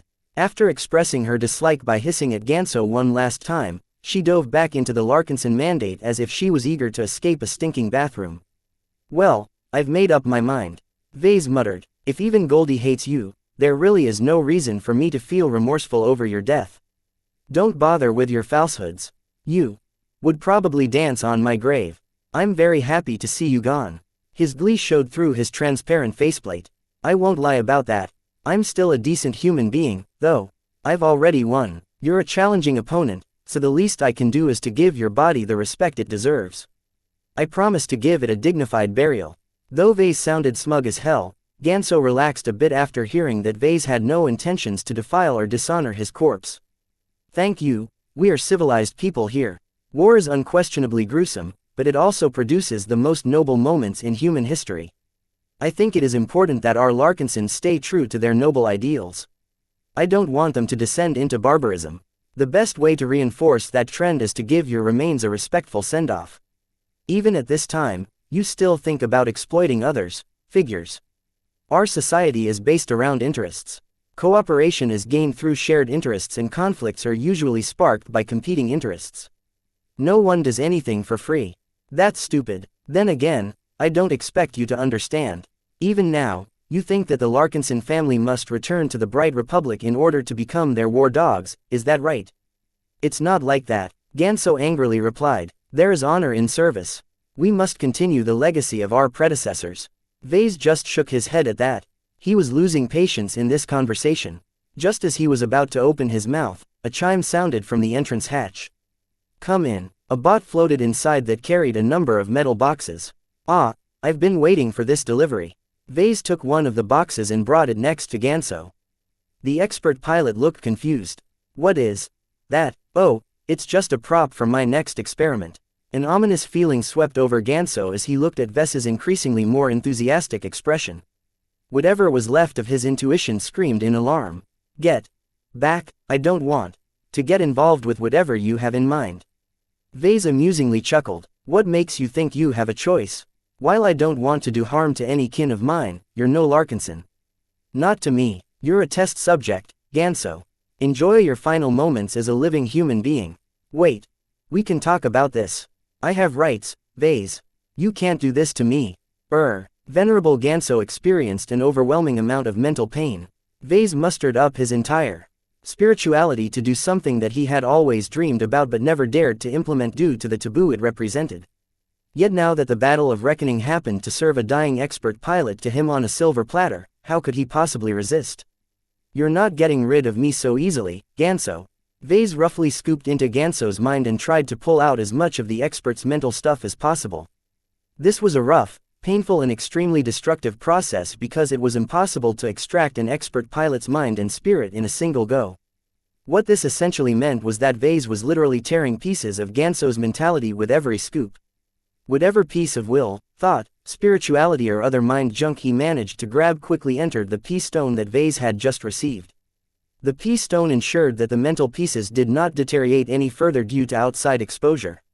If Vase was able to separate an expert pilot mentality as a single whole, then it may be possible to keep the individual in question alive in the truest sense. Sadly, Vase wasn't at that level yet. He could only employ this crude and destructive method to salvage as much of an expert pilot's mind, will and spirit as possible. Venerable Ganso's body convulsed. His body was shaking as if he was being shocked by a current. The signs so bad that Dr. Rania forcibly intruded into the treatment room. She attempted to get closer, but Nida firmly blocked her advance. What are you doing? It was too bad that Vase had no time to answer the doctor. He sped up his scoping until he hollowed out Ganso's completely collapsed mind. While there were a few tiny bits and pieces that Vase had missed, they quickly disappeared into the imaginary realm without any protection. The body ceased convulsing. It had become completely brain-dead without a spirit. He's dead, isn't he? He is. Vase nodded as he carefully closed the box holding the P-stone filled with his latest experimental materials. Don't bother to wake him up or anything. He's a goner. Just keep the body in this state. Let's make it look as good as possible for its upcoming burial. Ganso Larkinson had officially died. Chapter 2688. Satisfaction, the Vizia Kingdom will pay a lot for my ransom. Venerable Foster did not let her emotions overtake her reason. She immediately started off with saying something that maximized her chances of survival. Vase found her opening quite refreshing after dealing with Ganso's diehard attitude to the end. Perhaps this conversation would go a lot better than he anticipated. "You've grown up," he stated to Foster's heavily injured form. "Is that supposed to be a compliment?" She responded with a muffled voice. Not a single part of her body was visible. Her body from the neck downwards was stuffed in some kind of tank filled with healing fluid that comprehensively stabilized her heavy injuries. Though Vase couldn't see any details of her wounds through the opaque liquid, he could vaguely see that the expert pilot had lost a good chunk of her legs as well as her left arm. As for her head, it was covered by some strange form-fitting covering whose purpose escaped Vase. It made it seem as if Foster's head was mummified. He was actually surprised that Venerable Foster was still in a condition to talk. From her calm tone and her repressed force of will, she retained enough lucidity to hold a normal conversation. It seemed that even though her body was broken, her mind and spirit was still as vigorous as ever. Her condition was essentially the reverse of that of Venerable Ganso. If Vase wanted to harvest her mind like he did with his cousin, then he would likely fail. Venerable Foster was far too strong. Perhaps he might have a chance of breaching her tough mental defenses when she was sedated, but he doubted it would go well. After an awkward pause, the injured expert pilot turned her head. "The Wuxia Kingdom places great value on my life. As long as you allow my home state to redeem me intact, you will be richly rewarded. I doubt a third-rate state can offer me anything of interest. Besides, I'm not sure your value is high enough to make it worth it to trade you back." "You'd be surprised," she said before lowering her voice. "If my guess is right, the Wuxia Kingdom may even be willing to return the shares of the LMC. That's impossible. My company's shares are worth much more than a single expert pilot. Besides, those shares are in the hands of the Bright Republic and Ilvain Protectorate. That's not a problem. The Visions have a lot of influence in that region of space. The Bright Republic is too weak to hold onto its stake in the LMC while the Ilvainans can be persuaded." Vase was amazed to hear that from Venerable Foster. What happened to the vengeful woman who vowed to wipe out every pirate that threatened the Hafner Duchy? It seemed that expert pilots were capable of growth as well. Still, he had no illusion that Venerable Foster was putting up a polite front because she respected the Larkinsons. She just wanted to prevent her captors from taking her life, thereby preventing her from continuing with her lifelong pursuit. To an expert pilot such as her, it was unbearable to be unable to fight on behalf of her state. Even if it was disgraceful, Venerable Foster was still willing to bend her head and lower her posture if that was what it took to return to service. She was right to feel worried. Generally, the MTA disallowed killing expert pilots outside of mech combat. However, this was not an absolute rule. There were certain exceptions, such as if an expert pilot randomly pulled out a gun and pointed the weapon at a random person on the street. The latter had a right to defend himself even if his opponent belonged to a protected class of people. Another instance where expert pilots lost their protection was immediately after the end of a battle. As far as the MTA was concerned, the capture of an expert pilot was still within the scope of a mech battle that had just concluded. How the people who took an enemy expert pilot into custody decided to treat their battlefield spoils was their business. Naturally, expert pilots still deserved to be treated with dignity. The MTA as well as the entire mech community heavily sanctioned anyone who tortured or subjected a captive expert pilot to cruel treatment. Expert pilots were demigods. They were beyond human and stronger than almost any other person in the galaxy. No matter which side they fought for or what cause they pursued, they still represented some of the best mech pilots that human civilization had produced. Vase had no intentions to screw around with Venerable Foster. He was so disappointed by Ganso that he was glad that his other captive was reasonable. Yet whether her attitude helped to keep her alive was another matter. "Let me be honest, Venerable Foster. You took part in an unprovoked attack on the Larkinson clan and its allies just as we were about to leave the Komodo Star sector behind. You are not innocent, Mr. Larkinson. The services you are providing to the Hexadric hegemony not only harms the Fredaman, but also the third-rate states in our star sector. If the Hexers win, you know as well as I do what will happen to the original customs and cultures of the surrounding states."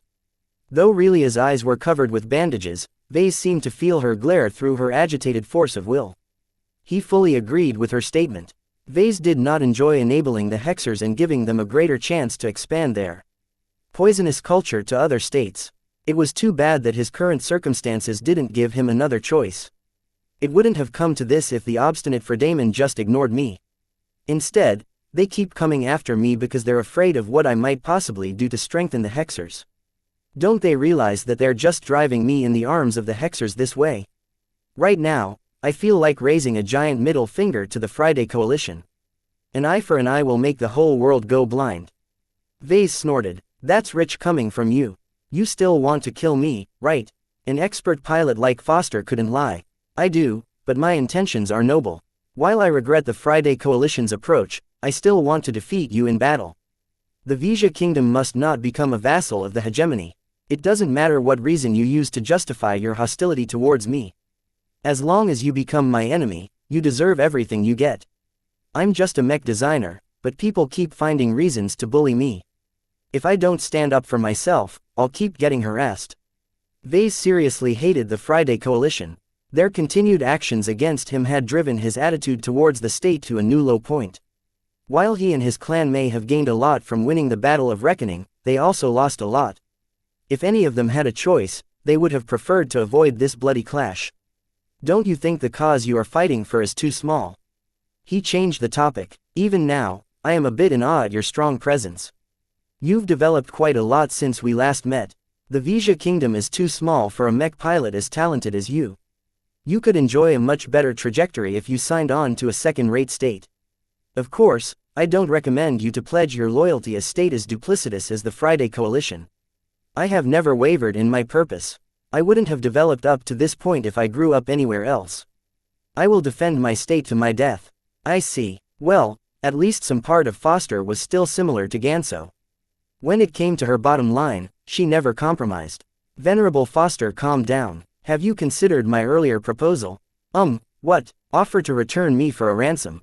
She urged. Don't be hasty and base your decision-making on your assumptions. Contact the Hafner Duchy first. Your demands will definitely be satisfied.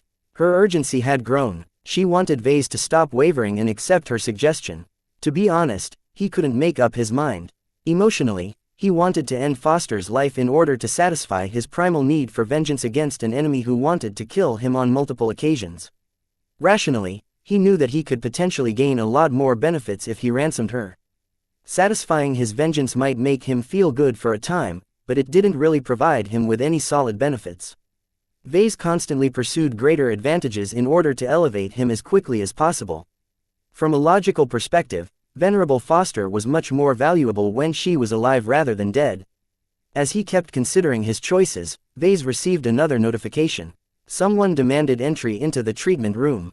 When Vase unlocked the entrance, a pair of suited women immediately entered with their great swords clasped between their hands.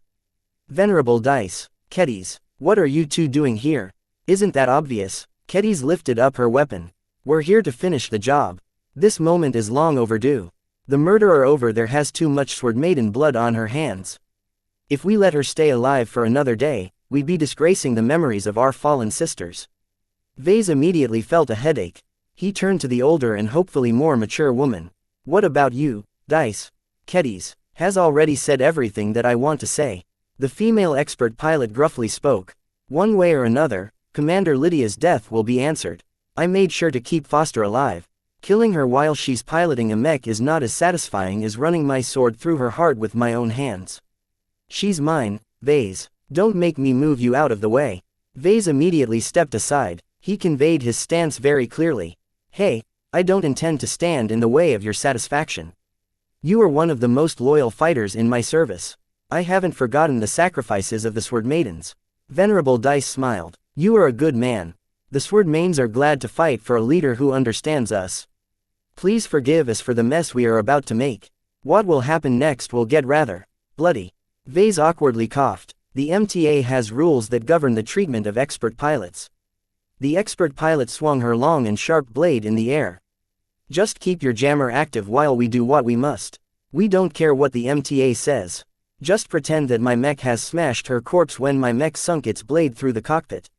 You can't do this, Larkinson. Venerable Foster desperately cried. Think about it. I can absolutely guarantee you that you will gain at least half of the shares in the hands of the Republic and the Protectorate back to you if you follow my suggestions. I can get back all of those shares once the hegemony wins the Komodo War. Ha, as if that will happen. Even if the Friday Coalition loses, the governments in charge of the shares will find a way to keep them out of the hands of the Hexers. That may very well be true.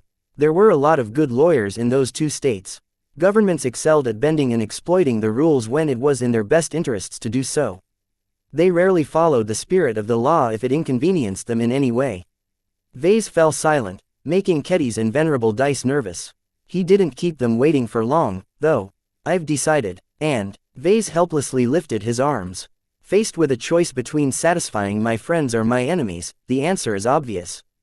Relia, no matter how many benefits you can give me, I always stick to those who have been loyal to me. I'm not going to break the trust of those who expect me to care for them. That's not the kind of person I am. Kedis, Dice, the two of you can go ahead. I'll just stand here and wait until you are done. Thank you, Vase. Kedis gave him a brilliant smile. You're making a mistake. If you don't want your shares back, the Vizia Kingdom can give you other compensation. Don't give me to these butchers. Shut up. Venerable Dice strode forward and pressed the edge of her blade against Foster's neck. You're the butcher here. You showed no mercy to my sisters back on Eon Corona 7. Now it's our turn. You're a savage, Vase. You're worse than a pirate. The MTA will find out about this. Justice will prevail. Vase ignored Venerable Foster's indignant words and turned to grab another metal box. He was actually wrong on one consideration. Killing Venerable Foster did provide him with something other than emotional satisfaction. He might be able to harvest her spirituality when she finally succumbed to her injuries. It's raining presents today, he smirked. Chapter 2689, No Expert Mech, Brutus. Gloriana entered a highly secure and luxuriously furnished recovery room on the Indigo Tremor. The Glory Seeker fleet carrier had become a lot emptier after the destruction of lots of mechs. Fortunately, the enemy hadn't prioritized her as a target, so she incurred remarkably little damage. For now, her crew were busy trying to recover the wrecks floating in space while also organizing a prize crew to facilitate the takeover of the Aurelus. Gloriana didn't care about that at the moment. She ran up to the bed where a tired-looking Brutus looked at his sister with happiness. You're safe. There was little doubt about that as soon as word of their eventual victory reached his ears.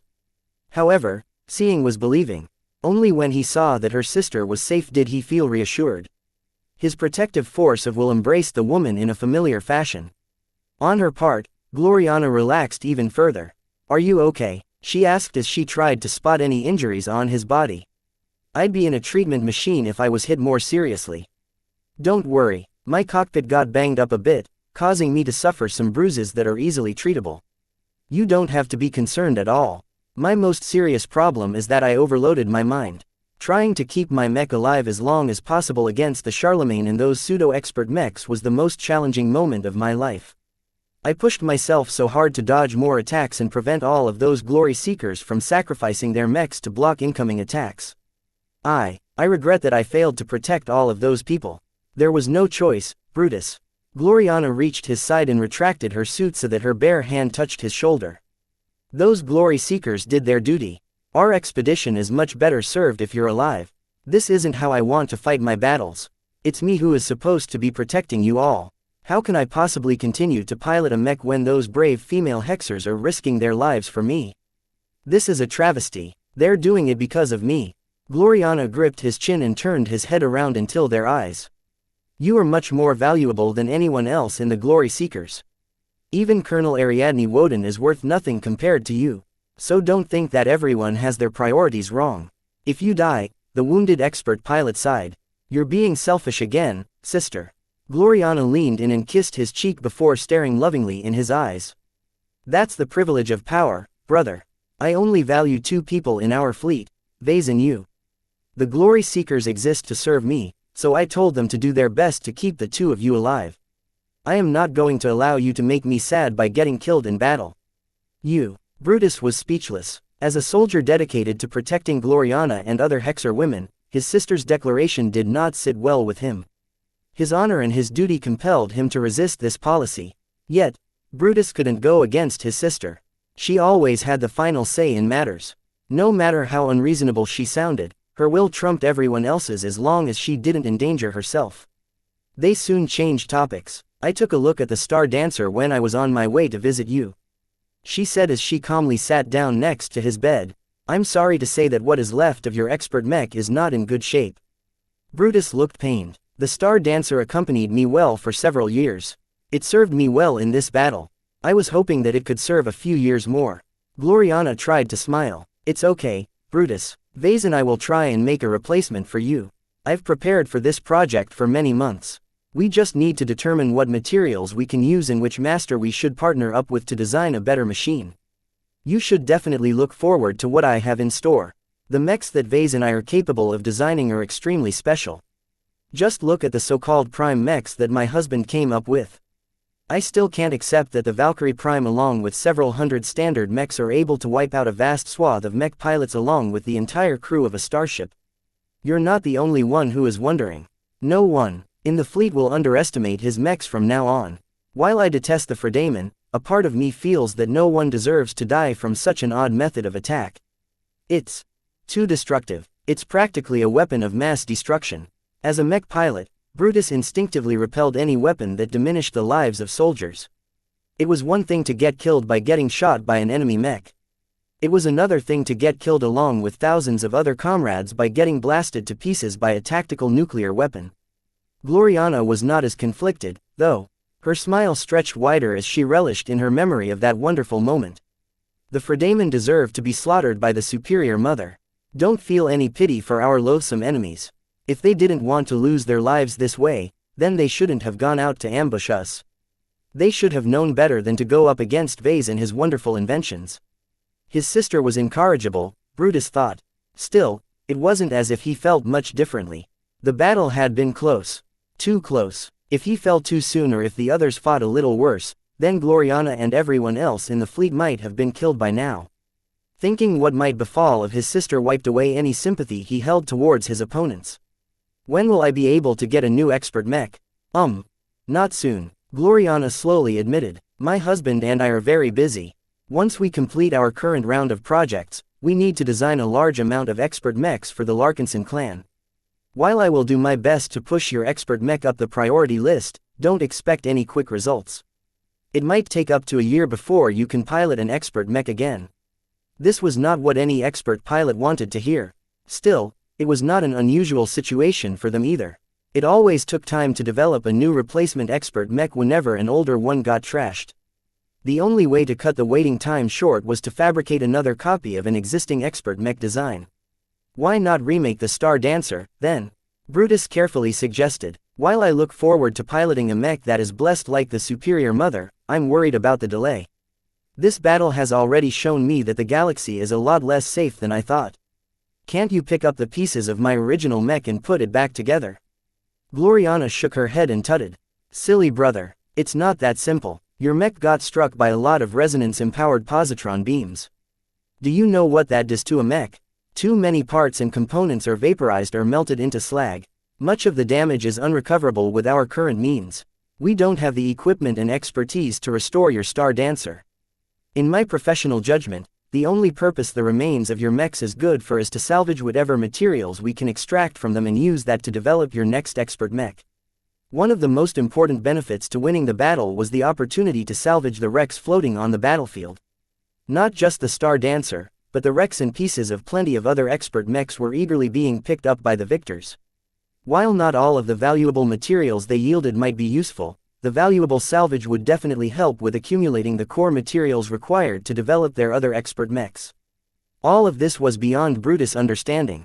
I trust you with the development of my next expert mech. Just make it even faster and more agile so that I can evade enemy attacks even better. I've progressed my piloting style after I've participated in this battle. I don't have the patience or the inclination to sit back in the rear and snipe my opponents from afar like Venerable Davia. Stark, I need to be more in front so that I can be a lot more proactive in protecting you and my fellow glory seekers. A run-and-gun style suits me best. Gloriana nodded. As his sister, she knew him best. I've already taken that into account. It's quite hard to design a mech that is highly mobile while at the same time boast a high amount of firepower. I'll do my best to push for a mech that excels at both, but it will cost us a lot. Our dynasty is funding this project, so they must be convinced to invest more in your expert mech. That might be difficult. According to what I am hearing from back home, every dynasty in the Hexadric hegemony is tightening their belts. With how the Komodo War is proceeding, it looks like our state will soon be devastated by war. Everyone has to plan to defend their space while evacuating as many people and valuables as possible. He was right. The Woden dynasty could not afford to be unprepared when faced with a possible enemy invasion. The Wodens had to acquire as much transportation as possible and establish several different escape channels. All of that cost a huge amount of money, especially considering that the demand and therefore the price of starships had skyrocketed. A part of Brutus felt as if he was in the same shoes as Davia Stark. Previously, it was third raters like her who were being threatened with invasion and annihilation due to the relentless advance of the Sandmen. Now, it was the Hexers who were beginning to panic and trying to obtain passage that could get them out before it was too late. The internal stability within his home state had deteriorated. Too many Hexers who never thought they would lose were beginning to realize that the outcome of a war was never decided beforehand. Both Wodens looked downcast. The situation back home was growing more pessimistic by the day. Will your next Hexer mechs be able to do anything to stop the Friday Coalition from advancing? Brutus carefully asked. I don't know, she slumped. We have some interesting projects on the way, but they're mostly auxiliary in nature. It's too difficult to design a mech that can counter expert mechs. We're trying out some ideas, but I don't think they will work out as well as Vase expects. Expert mechs and expert pilots are too strong. This battle has just illustrated that. The amount of standard mechs needed to fight against a handful of expert mechs is too much. The Hex army can't handle this loss ratio. Even she could no longer maintain her upbeat confidence when all of the news she was hearing from the front was negative. While the Hex army still achieved plenty of victories, the results didn't change the overall strategic trend. As long as the mech armies of both sides remained roughly even, the disparity in expert mechs played a decisive role. No matter how hard the hegemony tried, it simply wasn't possible for them to conjure additional expert pilots out of thin air. Gloriana actually hoped that Vase was able to solve this problem. If he could produce in the Larkinson clan, why shouldn't he be able to do the same for the hegemony? Unfortunately, he always put down her request by saying that the circumstances were different or that Master Willix prohibited him from spreading his experimental solutions. It was so frustrating. What can I do? Chapter 2690. Unease. The fighting still continued long after the Battle of Reckoning was decided. This was also the reason why everyone still wore their protective suits. No matter how safe the situation looked, there were still Fredaemon and Garlaners out there who were firing shots at the expedition forces. Thousands of Larkinsons, Glory Seekers and Crossers were still actively fighting their opponents in some way. Whether it was chasing down the routed starships or bombarding the hostile mechs that remained intact, people were still being killed hours after the initial confrontation. The only difference from before was that the proportion of losses heavily tilted in the favor of the Golden Skull Alliance. The rats fleeing before them no longer possessed the strength to win the battle, let alone preserve their lives. All of the chases devolved into a one-sided shooting match where the outcome was already set. This was how many space battles ended. There was no escape so long as one side was able to prevent the other one from transitioning into FTL travel. One of the most notable operations was the attempt to take over the Orlis. Inside and around the eerily silent fleet carrier, the golden vessel had suddenly become active without any warning. The boarding parties that were slowly making their way to the bridge, the primary engineering bay and several other important compartments had no clue that a cat had overtaken them. They were still breaching one hatch after another. They thought that even if the Golden Skull Alliance won the battle, it would take a lot longer for their infantry troops to make any progress inside. This was because unlike the Fredaemon, the Hexers and other foreigners would be met with active resistance from the ship's internal defense systems. Of course, the expeditionary forces could also choose to employ a more destructive approach by breaching through the interior by borrowing the power of mechs. This was an incredibly destructive approach that would inflict a lot of collateral damage to the Orlis. That was not conducive to taking over the ship in the best condition possible. Will they really keep their mechs out? A CRC Marine softly wondered. I don't know. I dare not say. Perhaps the ice will see sense when the enemy is tearing the ship apart from the inside. I hope the ship will unlock all of these hatches for us so that we can reach her critical compartments within minutes. Nothing seemed to have happened so far, so the boarding parties were still progressing slowly. Did you hear that? A combat engineer raised his helmet. My sensors are picking up faint activity above and below us. Something is vibrating beneath the deck. What is your best guess? A Marine captain stepped forward while holding his rifle ready. According to my judgment, it's as if a large mechanical system is about to activate beneath us. The only possibility that I can think of is, oh no. This is bad, we need to exit this hallway as soon as possible. The security systems are about to go online. The remainder of the boarding party didn't hesitate. Even if they had doubts, they weren't about to question the word of an expert. Unfortunately, it was far too late. Before the engineer running in front managed to cross half of the distance to the entrance they came from, the entire deck shoved upwards all at once before squashing straight against the ceiling. Ah, sounds of pain, fear and agony spread out for less than a single second as the deck pressed their armored forms into the ceiling with great force. Miraculously, none of them died, though plenty were dealing with broken bones or uncomfortable positions. The force that drove the deck into the ceiling wasn't powerful enough to flatten the tough combat armor worn by the Marines. This condition didn't last too long. A large laser projector emerged from a hidden port at the end of the hallway. It charged up briefly before firing a powerful beam that swept every trapped body in the narrow corridor. It only took a couple of seconds for all of the protection to melt and burn under the sustained attack. In the end, the deck receded back to its original position. Only several piles of slag and ashes remained out of the boarding party. In another compartment of the Aurelus, another boarding party suffered its end. Their deaths were much more straightforward. Turrets emerged from the ceiling. They instantly locked on to the fredamen that the ship considered intruders and began to open fire. Crap, the Hexers took control of the ship. A torrent of laser beams and small explosive shells impacted the boarding party. While the Marines fired back, the turrets were too well protected. Their firepower was also vastly superior to any weapon that could be carried on foot. They chewed through the resilient armor of the Marines with great efficiency. The fredamen were being killed off rapidly throughout the rest of the ships. Hundreds of visitors who wanted to take the Aurelus away or at least deprive her from the enemy were completely at the mercy of the powerful internal defense systems. There was no escape. It only took a minute to dispose of every enemy aboard the ship. Calabast observed the projections of the active incidents with satisfaction. Military starships of this caliber always featured extensive internal defense systems. Their lethality against hostile visitors was so great that successful boarding operations rarely happened in wars. Of course, these internal defense systems did not wake up under normal conditions. There were plenty of safeguards and locks in place to prevent them from activating by mistake. A ship could easily kill most if not all of her crew if it was hacked or glitched. For this reason, the internal defense systems only activated when a human gave them permission to do so. In this case, Calabast was easily able to do so once the Aurelus mistook her as the captain of the vessel. The permission of the captain was the greatest and most authoritative. If she assumed the identity of an ensign, then it was very difficult to get any of the internal defense systems to fire upon other people. "It's too easy," she muttered as she closed the projections. While she couldn't guarantee that every intruding fredamen was killed, none of them should have been able to reach the critical compartments of the ship. The Aurelus wouldn't be at risk of blowing up if that was the case. "All right, Black Cats, the Aurelus is under my initial control, but don't lower your guard. There may be infiltrators and other survivors scurrying about. It's impossible to sweep the entire Aurelus with the manpower we have at hand, so just hold the critical compartments such as the bridge, the command center and the engineering bay until the rest of our fleet is able to dispatch follow-up parties. I've just registered your new identities to the Aurelus so that you'll be recognized as her officers and engineers.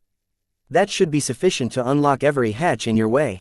The Black Cat operatives quickly entered deeper inside the Aurelus. Unlike the fredamen who were blocked at every entrance, the hatches automatically slid open when a Black Cat came close. This was the privilege that crew members recognized by the Aurelus enjoyed. Along the way, they encountered plenty of bodies along the way. What was notable about all of them was that their physical bodies were still alive. The sight became more and more eerie as the Black Cats encountered more and more brain-dead gaugers. Hundreds of them littered the decks of large and important compartments such as the command center and the hangar bays. At first, the Black Cats proactively fired their rifles at the bodies. They couldn't be sure if any of the original crew would wake up again. It was only after killing a dozen or so crew members that they stopped bothering. They're not alive anymore. Though Black Cats were trained to keep their cool under many different circumstances, the realization that they were on a ship with over 20,000 brain-dead crew members slowly dawned upon them. It was all well and good to hear about it from afar, but it was only when they started bumping into bodies left and right that they truly learned how horrible it was for all of these people to die out at once. This feels wrong. I don't think the weapon employed by the Valkyrie mechs should ever be used again. An officer smacked the back of his subordinate's helmet. Shut up, we can't show any mercy to our enemies. If our side didn't employ this new attack method, we'd be the ones who would be lying on the deck.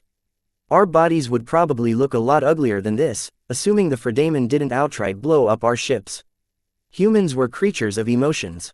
None of them could rein them in when faced with the horrible sights of hundreds if not thousands of Fredaimon lying senselessly on the deck. It would have been easier for them to accept the fate of their enemies if their bodies were riddles with holes and burn marks. Instead, their hazard suits and combat armor were completely pristine.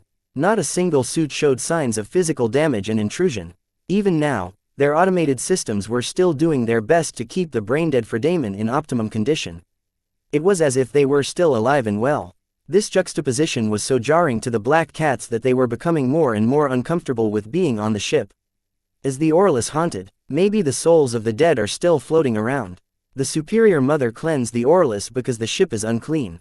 We shouldn't be here. Of course, the changes in mentality did not escape Calabast. She frowned deeper when she noted that the progress and efficiency of her operatives was dropping by the minute. It was as if they thought they were on a ghost ship. I should step up their mental training. Their performance is completely unacceptable. Diva agents wouldn't be quaking in their boots in this situation. Instead, they'd be happy whenever they saw another Fredaimon victim. While the takeover of the Orlus was proceeding apace, the fate of the other starships of the enemy strike force was already being decided. Task Force Umbra had lost its ability to defend itself. Aside from some scattered bunker mechs and some other heavily damaged mechs, the Eager Condemnation, the Amagi, the Forward Momentum and the Orca Tyrant were constantly being pursued by a number of opposing mechs and combat carriers. The crew of the Amagi and the Orca Tyrant both acted decisively. As soon as every window of escape was closed, the two Deep Strike Fleet carriers exploded from within. The pursuing Larkinson and Glory Seeker mechs abruptly turned around and tried to distance themselves from the two exploding vessels.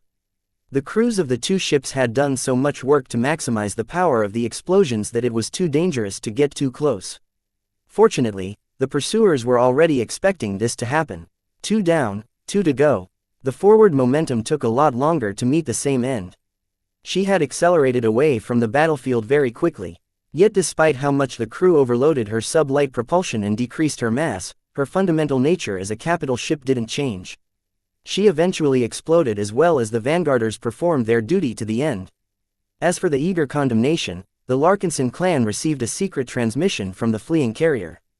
Vase became notified as soon as it became clear that the transmission was addressed to him in person. Are you kidding me? He looked skeptical. Ashling wants to defect to our clan. Yes, sir. Major Verl informed him over the comm. I don't think the rest of the crew will be happy to send her off on a shuttle. Lady Curver has already come up with a plan for that. She has already prepared an escape vessel, but she lacks an escape route. We'll need to open one up for her. She has sent a partial diagram of the fleet carrier to us in order to accomplish this. She specifically instructs our artillery mechs to concentrate their firepower at a specific section in the lower port hangar bay. That is the area where Unit L was assigned to. As long as we breach the right areas, the Fredaimon won't be able to prevent her escape. Vase crossed her arms. Why should we follow along with her plan? She not only offers her mech design expertise, but all of the confidential research data she has access to with regards to basic neural networks and asymmetrical neural networks. I see. That changed his consideration. Vase quickly made up his mind. Do it, then. I'm eager to get my hands on that data. Even if I can't use any of it, I can still gain a lot of insights by understanding Master Huron's methods. Major Verl did not immediately disappear. There's one more condition, sir. Lady Curver only agrees to hand over the data intact as long as you promise that you will keep her alive and treat her well. Not only that, she wants to join our clan and become one of us. As long as you don't promise that to her in person, the deal is off. She has assured us that we won't see any scrap of research data if we don't cooperate. She has stored it all in her implant and rigged it up with enough safeguards that it will all be corrupted if she isn't safe anymore. Damn, Ashling knew him too well. Vase felt really conflicted. He hated Ashling with a passion. Gloriana would probably love nothing more than to kill her as well. Yet, He really wanted to get his hands on her data. With Aisling's considerable technical expertise, he fully believed that her safety measures couldn't be circumvented. Proceed with rescuing her, Vase commanded. I still have time to make a final decision. I'll figure out my response when we bring her back to the spirit of Bentime. Just make sure that word doesn't spread. The last thing he wanted to see was Gloriana finding out about this secret deal. Chapter 2691. The pursuit of glory. The eager condemnation followed her sister ships to the grave, but not before someone made it out before the final moment. Just as instructed, the Transcendent Punishers targeted a specific section of the hull that encompassed one of the fleet carrier's hangar bays. After blasting through the hull plating and creating a large breach, a cockpit of all vehicles flung out of the gap. It turned out that Aisling had secretly holed herself up in the spare cockpit of the Charlemagne. Someone is escaping. Stop the traitor. Predictably, the rest of the eager condemnation's crew weren't happy about that. The surviving ranged mechs quickly began to fire at the escaping cockpit, but its shell was built to take a punishment. The cockpit survived long enough for the Larkinson to suppress or destroy the Fredaman mechs that stuck their necks out to kill the defector. The most forward Larkinson mechs soon reached the escaping cockpit and carefully escorted it back to the spirit of Bentime. The crew of the eager condemnation knew that they had failed. General Pierce shook his head and gave the command. Let us end this farce before more of us try to escape. Ladies and gentlemen, it is an honor to serve by your side. For the Friday Coalition, the last escaping deep strike fleet carrier exploded violently. The space around the vessel became filled with debris as an uncountable amount of pieces fling in every direction. While this was going on, the pursuit against the ships and mechs of the Praetors and planets proceeded a lot less smoothly. Unlike the Fredaman, the traitor clans still retained around 1,000 functional mechs when their commanding officers ordered a retreat. The Cross clan was determined to prevent their escape. The bad blood between the three clans was too great for either side to give up their vendetta against each other. However, the remnants of the enemy mechs were heavily outnumbered. Just as Vase and the others discussed, there was no need to get too close. The artillery mechs of the Golden Skull Alliance calmly maintained their distance while bombarding their enemies from afar.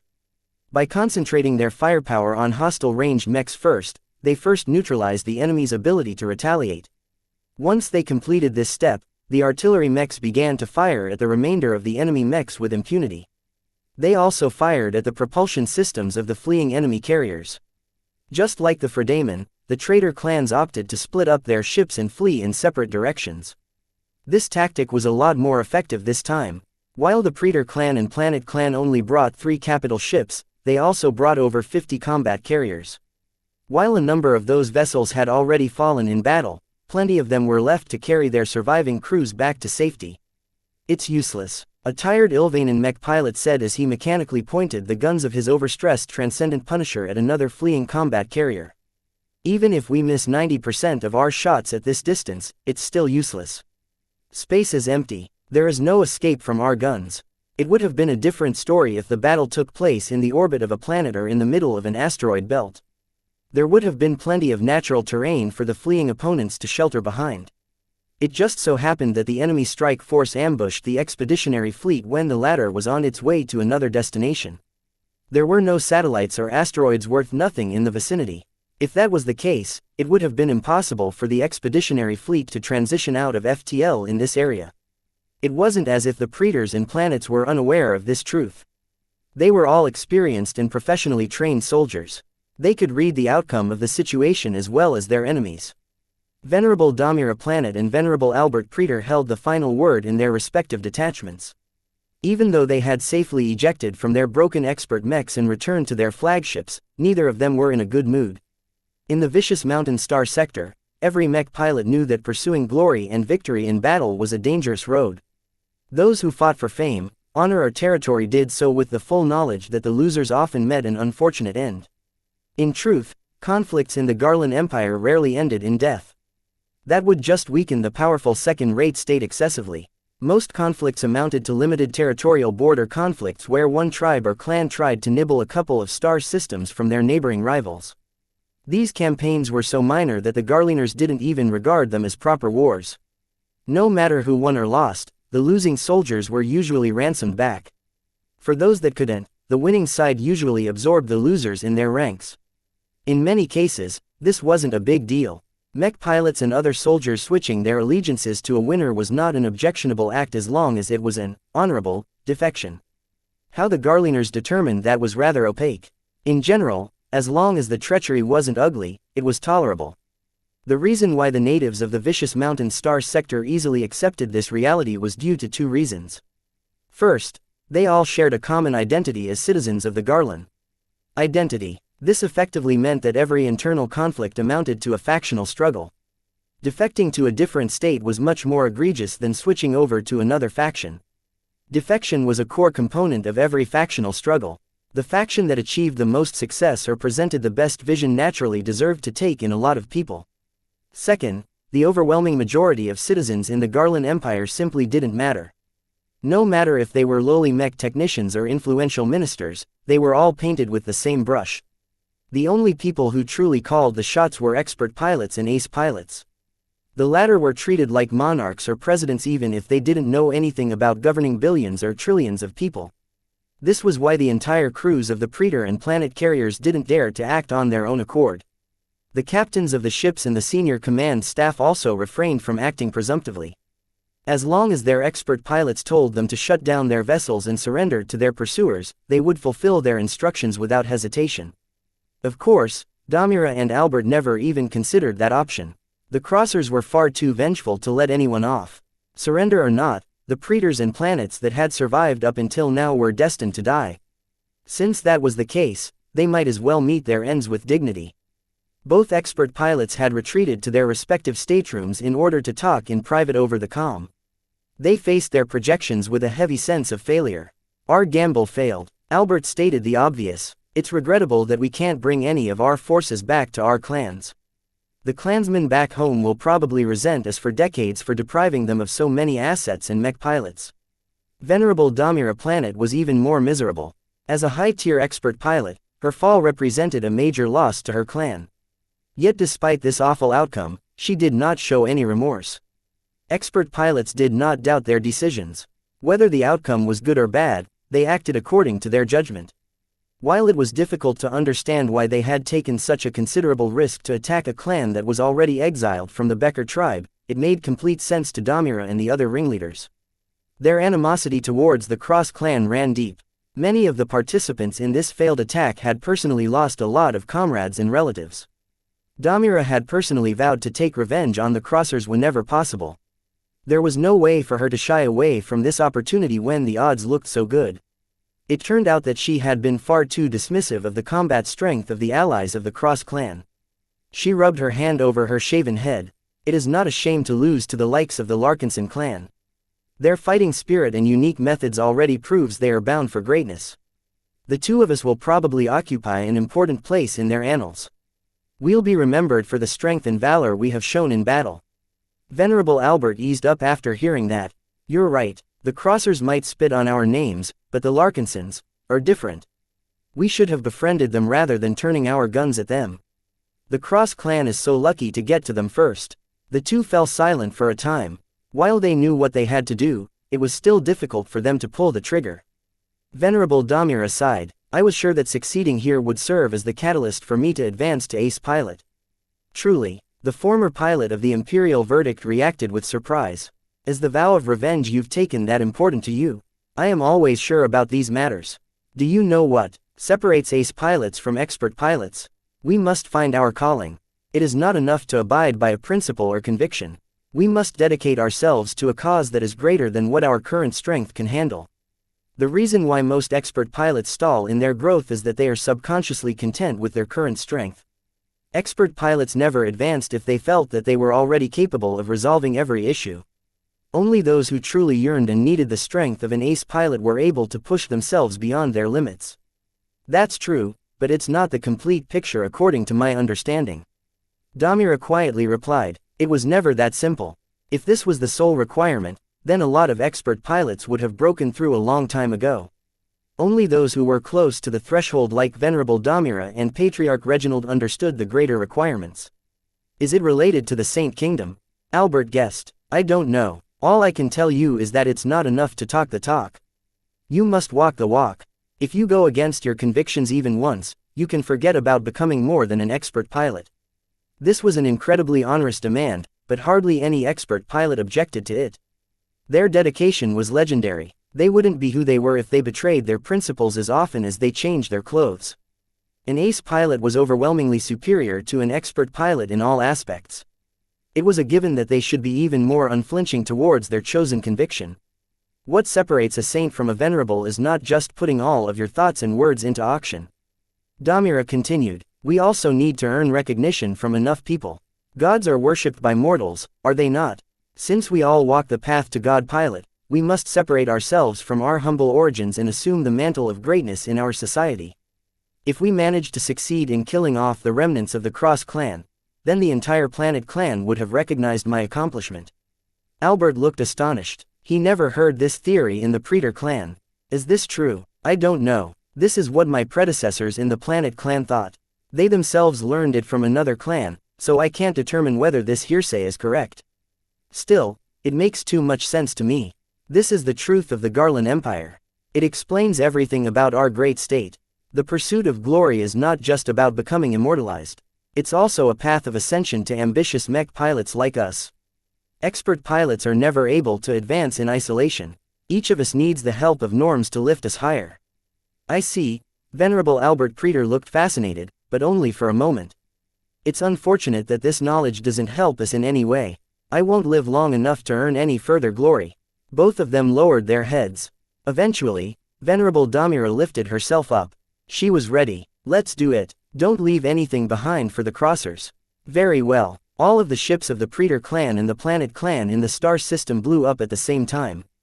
Chapter 2692. Solid protection. Vincent slowly woke up from his slumber. His mind was foggy and he could barely feel anything. As his eyes began to perceive more details about his surroundings, he discovered that he was surrounded by white. White ceiling, white bulkheads, white furniture. White bed. Where am I? Why do I feel so fuzzy? Vincent, you're finally awake. He looked to the side, only to see his girlfriend looking at him with concern and happiness. As she was wearing a hazard suit right now, Vincent figured out that not a lot of time had passed since he was forcibly put to sleep. The battle, he weakly groaned. Rayla Larkinson smiled at him in a reassuring manner. It's all over. We've won. While the losses we've suffered are considerable, I'm glad you're not among them. You're a hero, Vincent. You stepped up when it mattered the most. You confronted the Trost head-on despite facing an overwhelmingly superior mech and mech pilot. Everyone in the clan recognizes how much courage it took to face an enemy that could have easily crushed you like a bug. The memories flowed back into Vincent. If his body wasn't so weak, he would have jumped out of his bed. I fought an expert mech. He shouted in shock. Not only that, I survived. He knew how fortunate he was for being able to wake up like this and face his girlfriend with his mind intact. Thousands of other mech pilots had fought against the enemy expert mechs as well and did cruel and unjust deaths. Expert mechs were too powerful. Every attack aimed at them either stopped in front of their resonance shields or bounced harmlessly off their fantastic armor. Whenever an expert mech made a move, it could easily tear through the defenses of any standard mech as if they were made of leaves. Expert mechs and standard mechs didn't even belong in the same category of machines. Vincent barely remembered what was going through his head when he pushed himself to fight against the Trost and actually managed to fare better than most. Wait a minute, didn't I advance to expert candidate? It was only now that he recognized that something inside of him had changed. As his mind slowly cleared up even further, he instinctively felt a source of strength that matched the descriptions of what he read about expert candidates.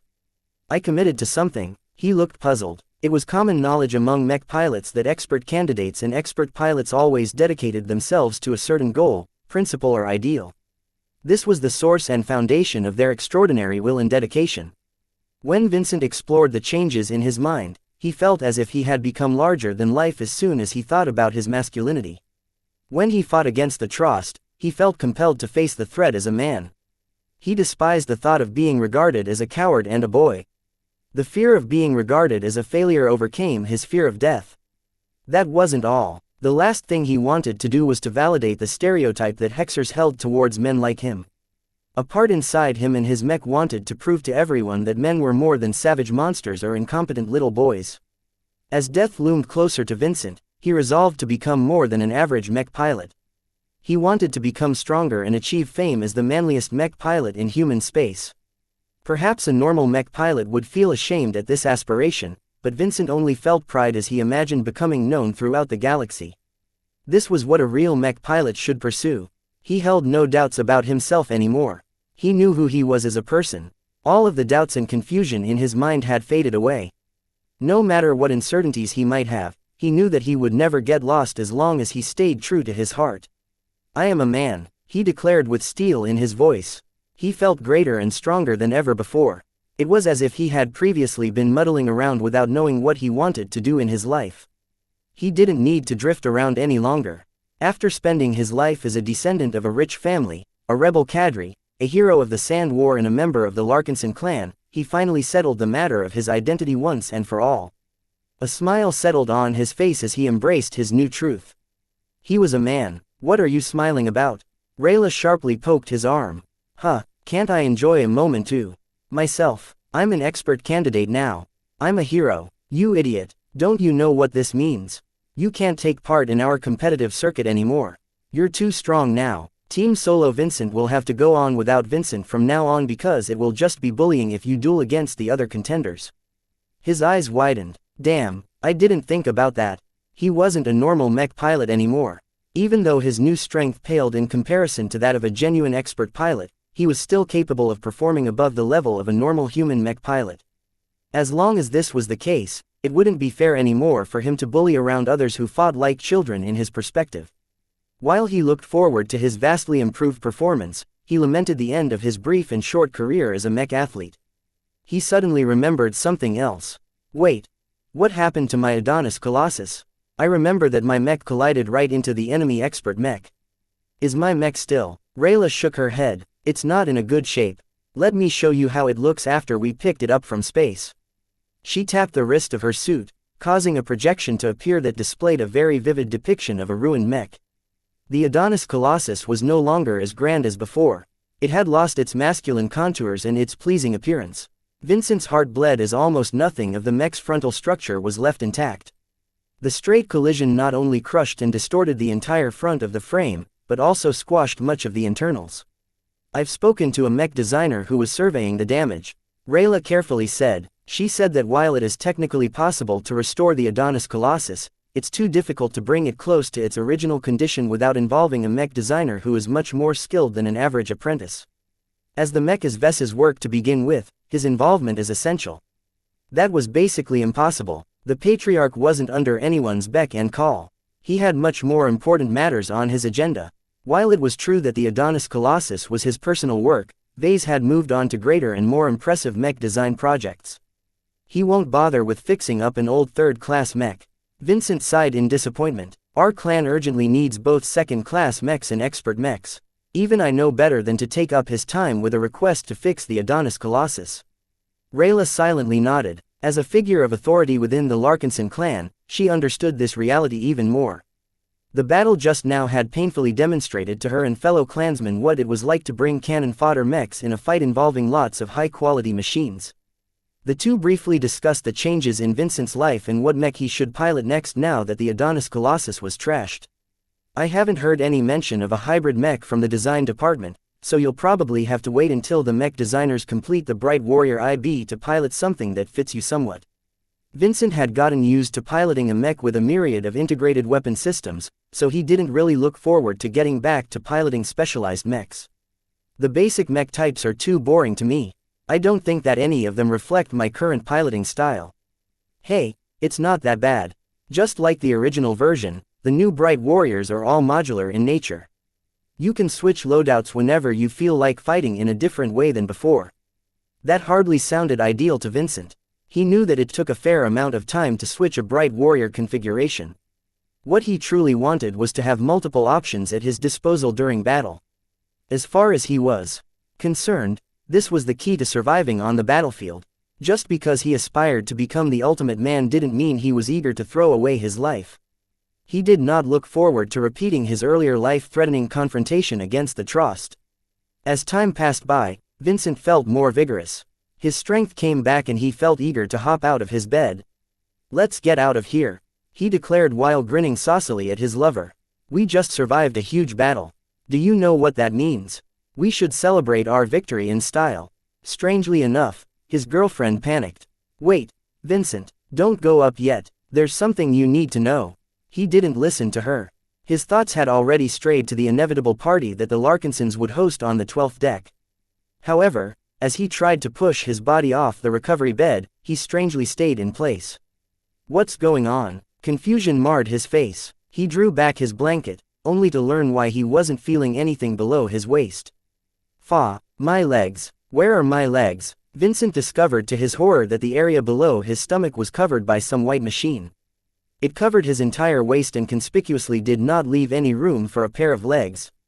Unless the high-tech brace possessed a dimensional space pocket, the sight basically indicated that his legs were gone. Your legs were amputated, she told him. When the rescue party pulled you out of your ruined cockpit, your lower body was in bad shape. When the cockpit of the Adonis Colossus became compressed, the interior essentially squashed your legs. While your piloting suit tried its best to keep you stable and alive, your situation was deteriorating by the minute. In order to prevent further damage and minimize the risk of death, your rescuers had no choice but to. She lifted her palm and made a sawing motion, causing Vincent to wince. He suddenly recalled an even more important matter. Wait. When they separated my lower body from my upper body, did they cut my third leg as well? His girlfriend fell silent. Vincent's heart sunk all the way to the bottom. Had his worst fears come true? Just the thought of it alone almost caused his will to shatter. How could he regard himself as the ultimate man if he no longer possessed the organ that served as the core of self-image? Vincent felt as if he had already descended into hell. Losing his manhood was a fate that was worse than death in his eyes. Ha ha ha, Rayla suddenly laughed. You should see the look on your face. What's going on? Did I lose it or not? It's still there, Vincent. It didn't get crushed when the front of the cockpit pressed up against your lower body. Your third leg is too small for that, ha ha ha.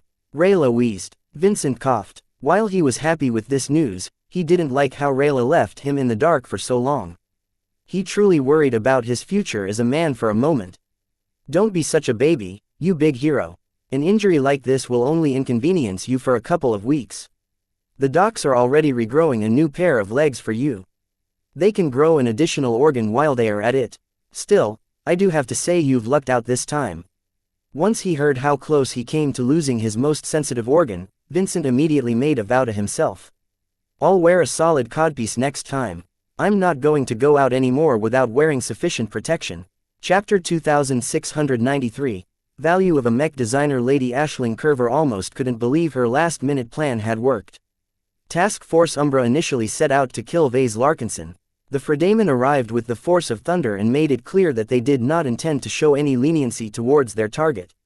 It would have been great if they won, but the reality was crueler. By now, almost every member of Task Force Umbra was dead. In fact, discounting the scattered Fredamen mech pilots who were stuck in derelict mechs, she might be the sole survivor left. That frightened her on a profound level. How many servicemen had taken part in Operation Head Crusher? The Aurelus alone was home to at least 20,000 crew members, and the other fleet carriers definitely brought at least 15,000 people each depending on their size. Now that all of those valuable fleet carriers blew up in order to prevent their enemies from deriving any value out of them, there was no way that any of those people made it out alive. Surrender wasn't an option. The hatred went deep on both sides. Aisling lowered her head as she sat on a comfortable chair in some kind of ready room. She brushed her hand over her tangled hair. As soon as the Larkinsons brought back the spare cockpit ejected from the eager condemnation back to the Spirit of Bentime, a team of security officers roughly pulled her out and stripped her of her hazard suit as well as all of her gear. While they had been generous enough to give her a comfortable jumpsuit, she felt terribly out of place. She normally wore fashionable outfits or perfectly fitted uniforms when she went about her day. She wasn't used to losing control. Well, at least the Larkinsons haven't treated me too poorly. From what she could tell, the Larkinsons considered her to be a security risk, but that was all. They attempted to make her feel more at ease.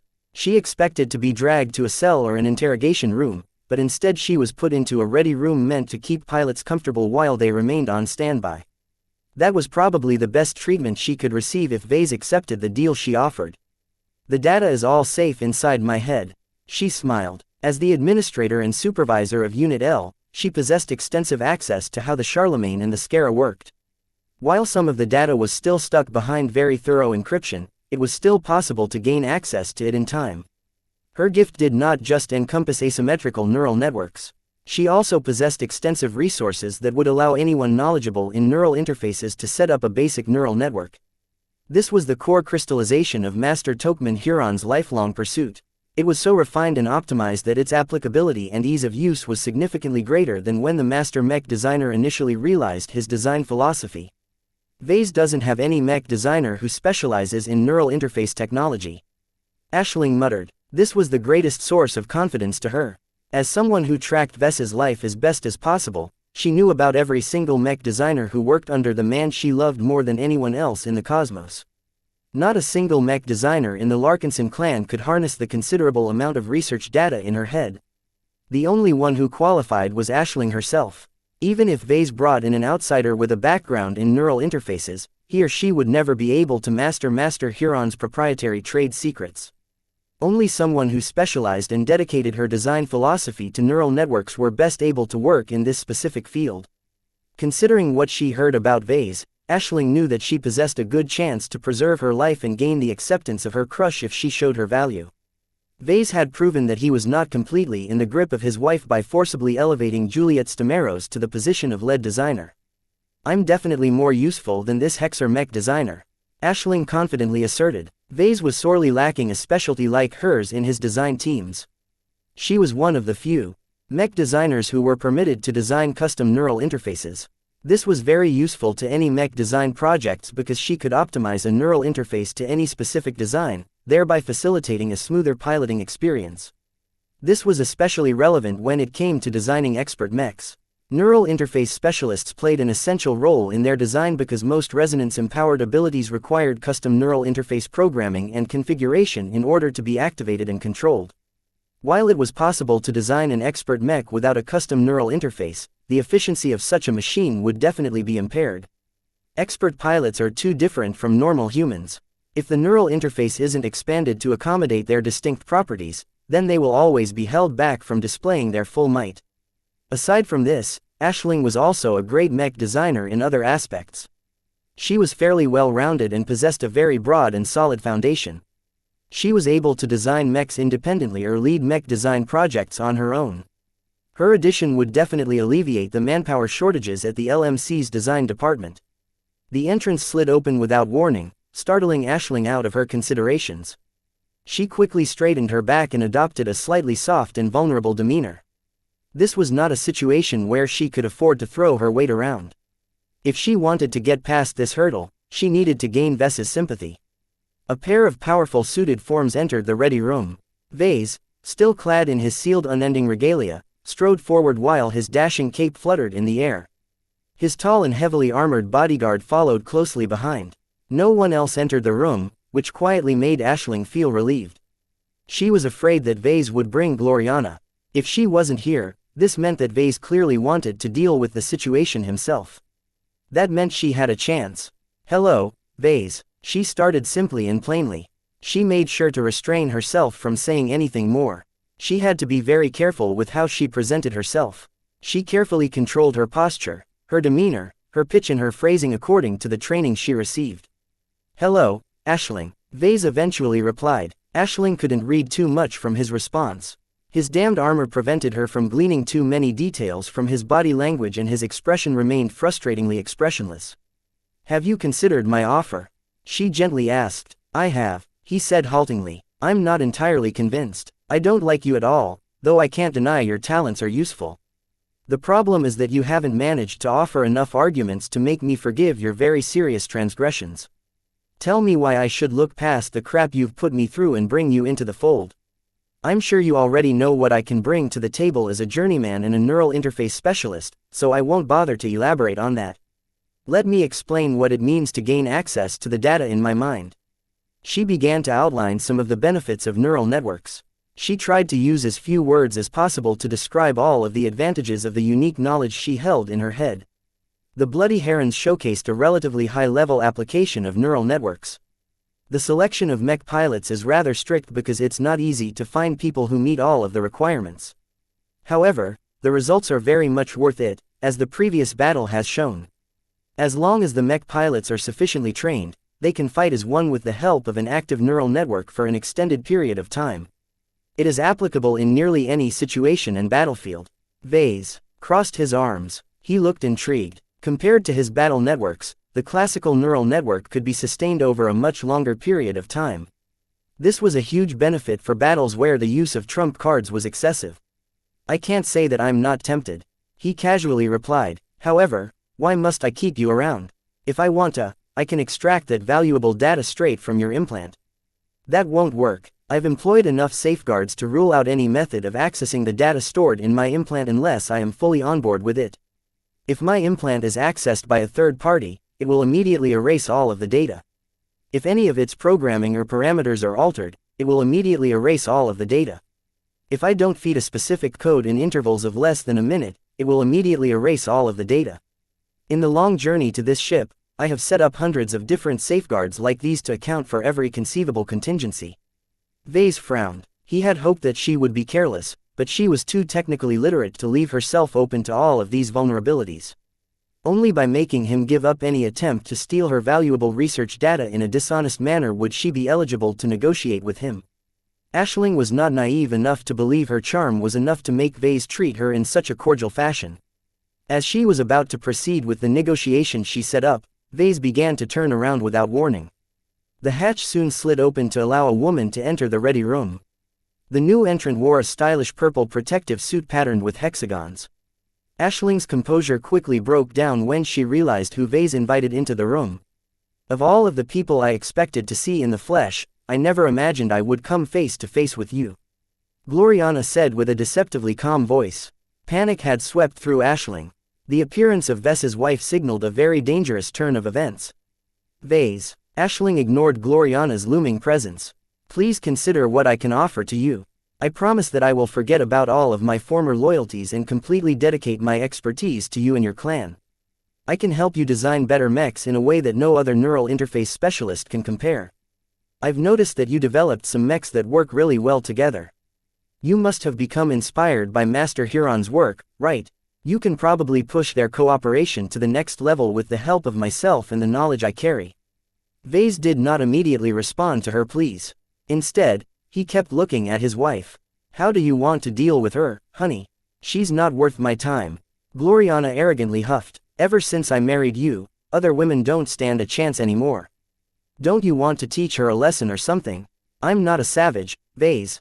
I'm a dignified woman. There is no need for me to stoop to Aisling's level. Just kill her so we can move on to more productive matters. No, please don't listen to her, Vase. Aisling begged. If you kill me, you won't get any of my data. My implant will immediately fry and self-destruct. There is no chance for you to retrieve anything valuable from my head. Vase looked at her as if she was already dead. I don't care. Those simple words sealed her fate. Aisling gradually realized that Vase never really cared about all of the benefits she could bring to him. He was fully okay with foregoing her valuable knowledge. Her body shook. Can you tell me why? I might as well, if only to ease your passing. Vase shrugged. It's very simple. You screwed me over. You wanted to take me away from everything I built and forcibly turn me into someone else. This is unforgivable. I simply can't get over it. While I don't deny my interest in the research data that you hold, I'm already a successful mech designer in my own right. As an innovator, I am already accustomed to making my own inventions. I don't need to rely on anyone's research to progress. The most it can do is serve as a source of inspiration. That's not enough to offset your transgressions, but even if you offered 100 times more value, I still would have rejected you out of hand. It turned out that Aisling didn't understand Vase sufficiently at all. His grievances took precedence over his greed. Don't forget about me. Gloriana smirked in an incredibly smug fashion as she leaned her suit against Ves's solid form. Vase knows better than to entertain you when he's married to me. He's mine, Aisling. I will never give you a chance to worm your way into his heart. That was that. Neither Vase nor Gloriana had any reason to keep their valuable captive alive. She lowered her head. Tears began to leak from her eyes. When she looked up again, her vision became filled by the barrel of a very ornate laser pistol. The weapon was aimed straight at her unprotected heart. Any last words? I will always love you, in life and in death. A bright red flash blinded her eyes. Chapter 2694, Most Valuable Salvage. Gloriana looked sick. She couldn't help but turn around in order to block her view of what remained of her former rival. I thought I could handle it, but it's too much for me. It's too disgusting. Corpses are never pretty, Vase remarked as he dematerialized his Amastandira. He looked down at the body, which had gained a very large and conspicuous burn hole through the chest. Unlike Vase, Aisling did not possess a Jutland organ or the like. Her augmentations and genetic treatments purely focused on upgrading her cognitive functions. Vase was pretty sure her head was tougher than it looked, though he doubted it could resist the firepower of his favorite laser pistol. Gloriana tried to cheer herself up. I'm glad that she got what she deserved. Aisling Curver is a horrible woman. She doesn't respect or love you like I do. You would have become a puppet of the awful Friday Coalition if she managed to sink her claws into you. Aren't you happy that I got to you first? Vase knew without a doubt that he would definitely suffer if he didn't answer to her satisfaction. I am, haha, you're a wonderful woman, Gloriana. I couldn't ask for a better wife to spend the rest of my life with. The mechs that we will design together will be just as perfect as our love. Oh, Vase, Gloriana softened up and released a loving sigh. If not for the awful lump of burning flesh next to us, I would have given you a reward by now. As it is, it's a long day, honey. I still have a lot of duties to attend to. I'll probably be busy for several days straight in order to handle the aftermath of the Battle of Reckoning. He had never taken part in a battle of scale, and neither did most of the Larkinsons. A lot of work had to be done to wrap everything up and allow the expeditionary fleet to resume its journey in the best condition possible. Vase hadn't even spoken with Colonel Ariadne Woden and Patriarch Reginald Cross yet about how to distribute the rich spoils they managed to secure. He was already salivating to get his hands on as many expert mech remains as possible. Gloriana eventually moved to leave. I really can't stand being in the same room as a dead body. Please make sure to clean up the mess. I don't want any piece of her to remain intact and whole. Don't worry, I'll just look and see if I can salvage anything from her brain and implant before I dispose of the bodily remains. His wife snorted as she walked away. Don't bother. The typical security arrangements of a high-quality implant rules out any way to retrieve any data. Even though he knew that, he still held a treasure hunter's mindset. He didn't want to rule out any option until he received solid proof. When Gloriana exited the room, Vase turned to his bodyguard. Give me another box. Nida passed over a familiar-looking metal box. When Vase opened it, he inspected the peace stone resting within. Once he saw that it was completely empty, he turned his attention to Aisling's body. A fair amount of time had passed, causing Aisling's mind to collapse and dissipate. Vase already expected to encounter this situation. Unlike expert pilots, mech designers were wired in a different fashion. They did not possess an unnaturally high willpower, but instead concentrated their spirituality in a condensed design seed, for a lack of a better word. From his own understanding of design seeds, they were very dense and resilient. Vase speculated that once journeymen died, their design seeds wouldn't evaporate in an instant like the rest of their fragile minds. His guess hit the mark. Aisling's design seed still looked as solid and whole as a minute ago. It didn't seem to deteriorate anytime soon. Of course, Vase had no idea what happened to them. Would they break down at a slower pace than normal? Would they slip into the imaginary realm and evolve into something else? Would they just fade out of the material dimensions and enter into a realm that is specific to mechs? No matter what was supposed to happen, Aisling's design seed could forget about getting away. Vase may not be able to salvage the valuable research data in her implant, but it was a different matter when it came to her spiritual essence. As a mech designer himself, he knew that the rest of a journeyman's mind was not that essential. Vase had no interest in retaining any portion of Aisling aside from the literal crystallization of her design philosophy. He could think about how to make use of it later. Right now, he just wanted to add it to his collection. Salvaging the design seed was as simple as picking up the design seed with a spiritual projection before depositing it into a waiting peace stone. It seemed that when Aisling died, her mental barrier and all of her mental defenses had collapsed. Her mind and design seed should have reacted violently to any intrusions if she was still alive, but since that was not the case, Vase didn't encounter any opposition. Interesting. As Vase looked carefully at Aisling's intact design seed, he became a bit uncertain. Was Aisling still alive? Was there any living part of her that still resided in her design seed? Did the design seed exist as a separate autonomous life form, or was it purely an extension of the mech designer who created it? All of these questions and more momentarily overwhelmed his mind. Whatever. I'll figure this out later. All that mattered for the moment was that he collected all of the spiritual loot he could obtain from this battle. His only regret was that he had missed out on too many opportunities to harvest more spirits. The enemy fielded 11 expert pilots in total. He could have used up all of his P-stones if he was in a position to salvage the crumbling will and spirits of those extraordinary mech pilots. Sadly, it wasn't as if he could hop on board a shuttle and fly next to an expert mech that just got wrecked while the battle was still raging hot. The risks were far too great. If his shuttle was attacked by a couple of mechs, then Vase didn't think his unending regalia would be able to protect him against the excess shock or heat that would sweep over his entire body. By this time, the spiritualities of all of those dead expert pilots had already faded away. It was no use even if the Larkinsons brought back the bodies before his feet. He had already tried to do so for Venerable Kelvin Preeter when the Trost got demolished right next to the spirit of Bentheim, but too much time had passed. These failures taught him that the only way he could realistically harvest an expert pilot's spirituality was to be right next to them with a P-stone within reach when they died. What an onerous restriction. It was too difficult to ensure that Vase would have more opportunities to expand his collection. His expert pilots would not only have to fight against an opponent that was at least equally as dangerous, but also achieve victory without taking any lives. Vase shook his head. I shouldn't be too impatient. Perhaps I'll figure out a better solution one day. He decided to take stock of his spiritual spoils. The 3 special containers were still within his reach. He opened every box and inspected the contents of every P-stone resting inside. Obviously, Ganso's spiritual remains were not in the best of shape.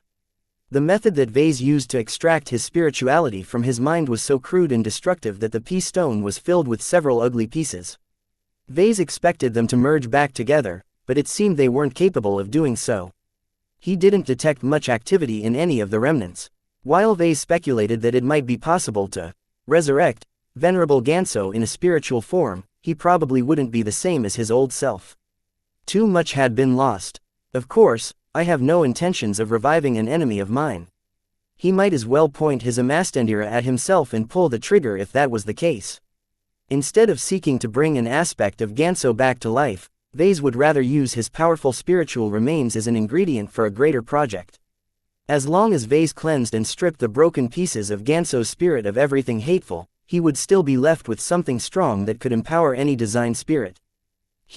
Rest well, Ganso, he grinned. I know you don't want to, but you'll be working for the Larkinson clan one way or another. Death is not an escape when I'm involved. He inspected the P-stone holding Venerable Relia Foster's spirituality next. Different from Ganso, Foster's spirituality was relatively whole and intact. Even though she died in a very bloody and aggrieved fashion, her will and spirit had remained strong no matter how much pain that Dice and Keddies inflicted on her body. Vase admired her perseverance. She truly exhibited the qualities of an expert pilot at that time. Due to being ready to receive her the moment her broken body finally succumbed to death, he managed to harvest her entire spirituality with remarkably few problems. Not only that, but Vase still sensed a powerful will from within. The P-stone actually radiated a weak force of will for that reason. This is much greater than with Ganso. While Ganso's spiritual remnant was also contaminated by his extraordinary will, it was much weaker and less active. Whereas Ganso's remains gave Vase the impression of a pile of body parts, Foster's remains seemed like a whole but comatose body. Her spirituality didn't appear to be conscious, but it still had some qualities that were definitely alive. Frankly, Vase was amazed by what he managed to obtain. This prize might possibly be the most valuable haul from this battle. Not even the Orlis in her entirety could compare to the complete and relatively intact spirituality of a promising and talented expert pilot. The only problem was that Vase had no clue what to do with it. He supposed he could chop it up and turn it into an ingredient, but that sounded far too wasteful to him. He could draw upon plenty of ingredients to create his design spirits. He should find another purpose for Venerable Foster's spirituality, one that would hopefully yield an entirely different result.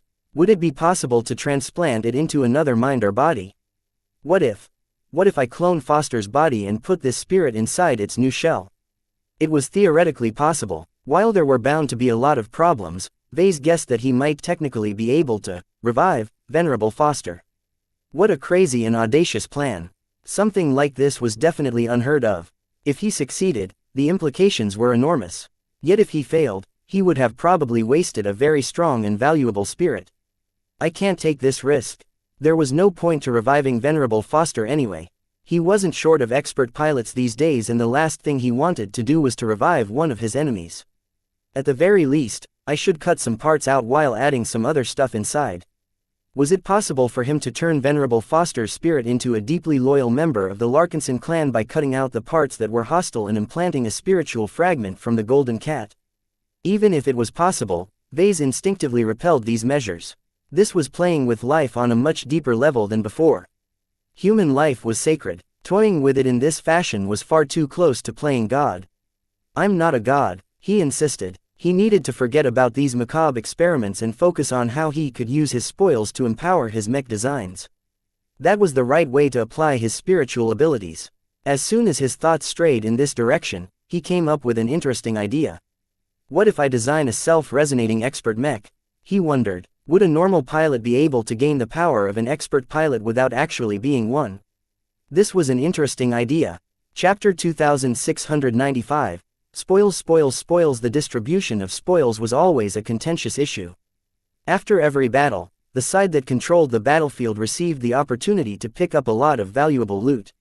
What was interesting was that the party that asserted control of a wreckage-filled battlefield was not always the winner. For example, in the case of deep raids, the attackers could only stay in a hostile star system for a limited amount of time before they needed to leave. If they lingered too long in order to pick up all of the valuable scrap, enemy reinforcements might drop in and corner the greedy raiders. Third parties might also be the final beneficiaries of a battle.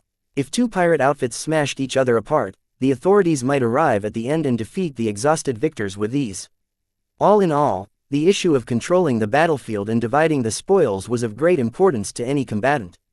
Entire wars were won or lost due to arguments and mishaps surrounding the recognition of claims on salvage and other matters with profound financial implications.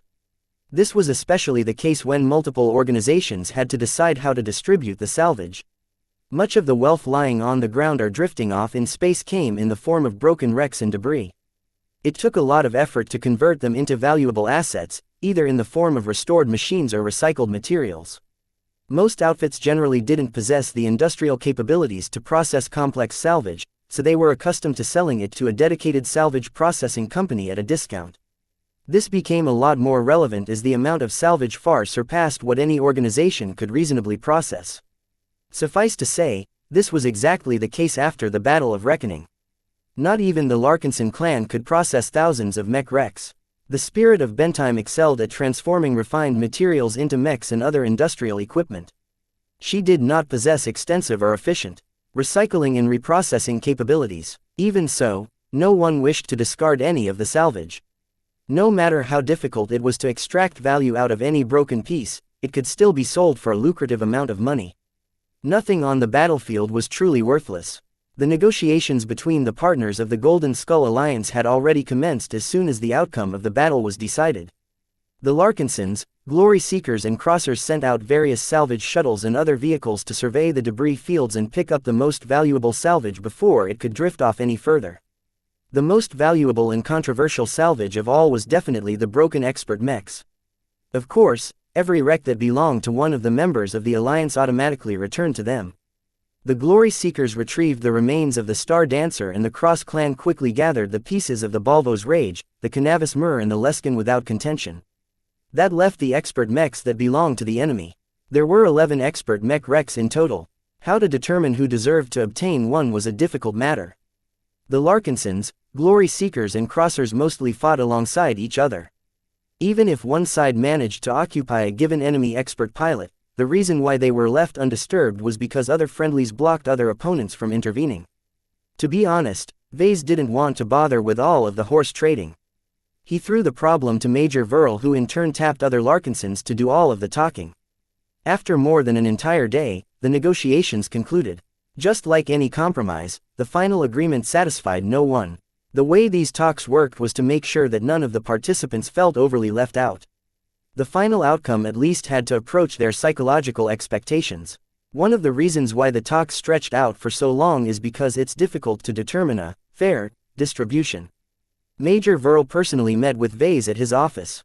Those that made more accomplishments should obtain more spoils. No one disagrees with that principle. It's just that everyone has different ideas on how to score a contribution. Another point of contention is the compensation of losses. What's that about? Vase questioned as he stroked Beigel's back. Calabast took Lucky on a trip to the Orlis, so Vase had little choice but to cuddle with a substitute. Though Beigel was obviously less lively than his first cat, the AI-driven projection had become a lot more realistic in acting like a real pet. The ASTERA's deep learning function constantly studied the cats on the spirit of Bentime and precisely tracked Ves's reactions to any given behavior. The results became better and better. While Beigel initially came across as stiff and artificial, now he had become a lot less distinguishable from actual cats. All of us have suffered losses, but some have lost more than others. Major Verl pointed out, each of us have lost thousands of mechs and at least half as many mech pilots. To us, these losses aren't too heavy, because we can easily recruit other mech pilots given our open recruitment policies. What are our current losses? Vase asked. The numbers are still in flux. We have a lot of injured who might not make it at the end of the day. However, the overall picture has become somewhat clear. Get ready, because the current tally isn't pretty. Just give it to me, Major. I'm not a newbie when it comes to hearing these reports. Very well, sir. Major Verl took a deep breath. Out of the 4,300 mech pilots of the Larkinson clan, around 1,800 of them are no longer with us. This time, the avatars of myth, the battle criers and the flagrant vandals have lost a disproportionate amount of soldiers. The three mech forces were responsible for fighting against the elite mech units of the Friday Coalition. Compared to the Praetor and Planet mechs, the Fredaman mechs were not only stronger, but also fought a lot harder. The detachments of famed elite mech regiments such as the Halvane Grenadier and the Silent Swords were so overwhelmingly powerful that the flimsy commercial mechs fielded by the Larkinson clan collapsed quickly without support.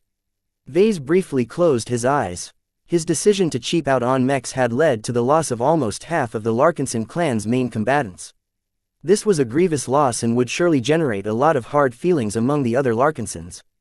Of course, the Larkinson clan was actually a lot weaker than these numbers suggested. The casualty figures specifically mentioned mech pilots. When it came to intact, combat-effective mechs, Vase loosely guessed that the Larkinson clan only retained around 20% of what it had before. This left the Larkinson clan remarkably vulnerable against any opportunistic enemies that might show up in the near future. What about our allies? They haven't shared the full picture with us, but they still supplied us with a couple of estimates. The Glory Seekers lost around 1,200 out of 2,600 mech pilots. The Cross clan lost around 1,500 out of 3,200 mech pilots. In both cases, the majority of deaths occurred during the attempt to contain the 8 destructive Fredaman expert mechs. Vase had tracked that desperate fight with great attention. The Golden Skull Alliance simply didn't have enough expert mechs, so it had no choice but to field an overwhelming amount of cannon fodder in the hopes of drowning the vastly superior opponents. Damn, our allies have lost a lot of mech pilots, all of whom were trained to military standards. That represents a great drop in strength. How will they address this problem? Vase inquired as he stroked his hand on Beigel's physically projected body. He relished getting back to wearing more comfortable clothes. Now that the entire area around the expeditionary fleet had been swept for threats, there was no need to wear any protective equipment any longer. The alert level had already been lowered to yellow, which meant that there was no need for the entire crew to be fully geared and permanently stuck at their battle stations. Let's start with the Glory Seekers, sir. The Hexers are in a bit of a bind because the Woden dynasty cannot reinforce them any further. Now that the Hexadric hegemony is facing an increasing amount of pressure from the Friday Coalition, the Hexers truly need every single mech pilot. It is political suicide for the Wodens to transfer mech pilots away from the front. That was understandable. How will the Hexers get back to full strength? I'm not sure. You should know them better than I do, sir. Verl replied. In my judgment, they will probably hire female mech pilots who are compatible with their ideology. It's the only viable way for them to get back to a level of strength that allows them to defend the Indigo Tremor and other valuable assets. This was a desperate measure, but one that could not be avoided. The Indigo Tremor was a newly built fleet carrier that incorporated state-of-the-art Hexer military technology. Yet no matter how many features she possessed, she would only become an attraction to thieves if there weren't mechs on guard to serve as a deterrent. Vase looked nonchalant. I'm not sure whether the Hexers can attract any decent mech pilot considering their eccentric culture, but maybe they'll surprise us all. What about the Cross clan? We haven't heard anything from the Cross clan about this matter so far. It will likely take some time for them to come to a decision. Do you think the Crossers will open their doors as well? They have no choice, sir. Verl firmly answered. If they want to succeed in the Red Ocean, they can't arrive at the dwarf galaxy at half strength. They can't afford to wait decades for their descendants to grow up, so the only viable solution is to recruit outsiders. It will be difficult. That was an understatement, but it wasn't any of their business. Now that Vase gained a decent overview of the losses suffered by everyone in the Alliance, he became a bit worried how they would proceed in the coming months. Right now, the Golden Skull Alliance was at its most precarious moment. It would take at least several months for the injured mech pilots to heal and to restore, build or acquire enough mechs to make them useful again. It might take a lot longer to replace the huge amount of mech pilots that had fallen in the Battle of Reckoning. That made the next steps of their journey a lot more dangerous. However, there was plenty of time to formulate a couple of plans. Vase was much more interested in the more immediate topic of distributing all of the juicy loot. Let's get back to dividing the spoils, Major. Just give me the short version. Who gets what? I'll start with our clan. We may have fielded the most mechs, but most of them are considerably weak. The only good performers we had were our prime mechs, our Valkyrie Redeemers and our Transcendent Punishers. While it's true we've pulled off some very astonishing moves, we didn't contribute nearly as much in the more punishing clashes. So we'll be getting less of the share of the spoils.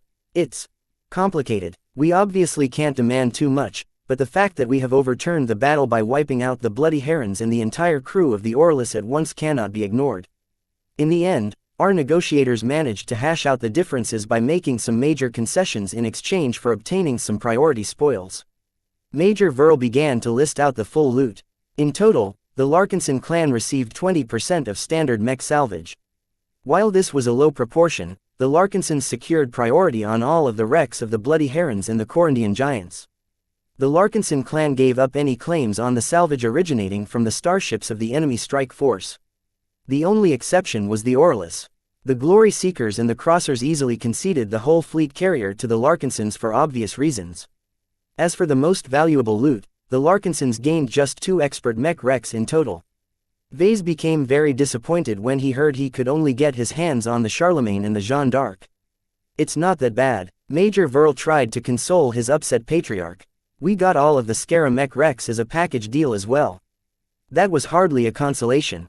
Chapter 2696, Payment for Services Rendered. Obviously, the Larkinson clan's major coup was the Orlus. No matter whether the Larkinsons attempted to bring her into service or sell her off, the ship was packed with value. What was especially important here was that the Larkinsons gained sole custody of the Deep Strike fleet carrier. They did not have to share the ship with anyone else, which saved everyone a lot of trouble. The problem was that the Orlus accounted for a huge proportion of spoils that the Larkinson clan had to skimp out on other spoils.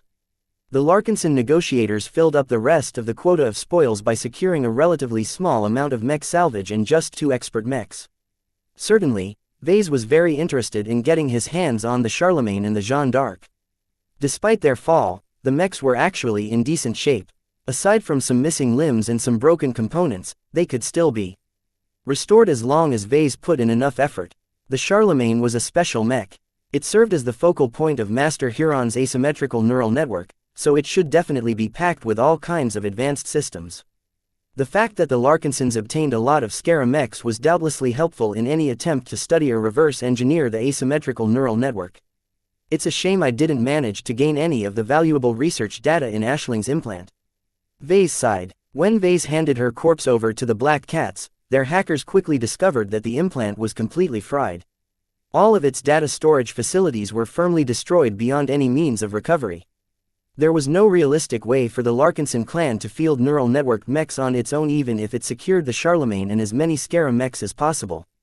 It would have been much more useful to retain the services of the Ashling Curver and gain access to all of the proprietary research data in her head. It was too bad that Vase had made a different choice. While he did not regret killing someone he loathed, he also had to accept the implications. The Jeanne d'Arc wasn't as complicated. Its design was quite simple for an expert mech because its strength lay in its fundamentals. It hit hard, it flew fast, and it could take an enormous beating. The latter was the key feature of this swordsman expert mech.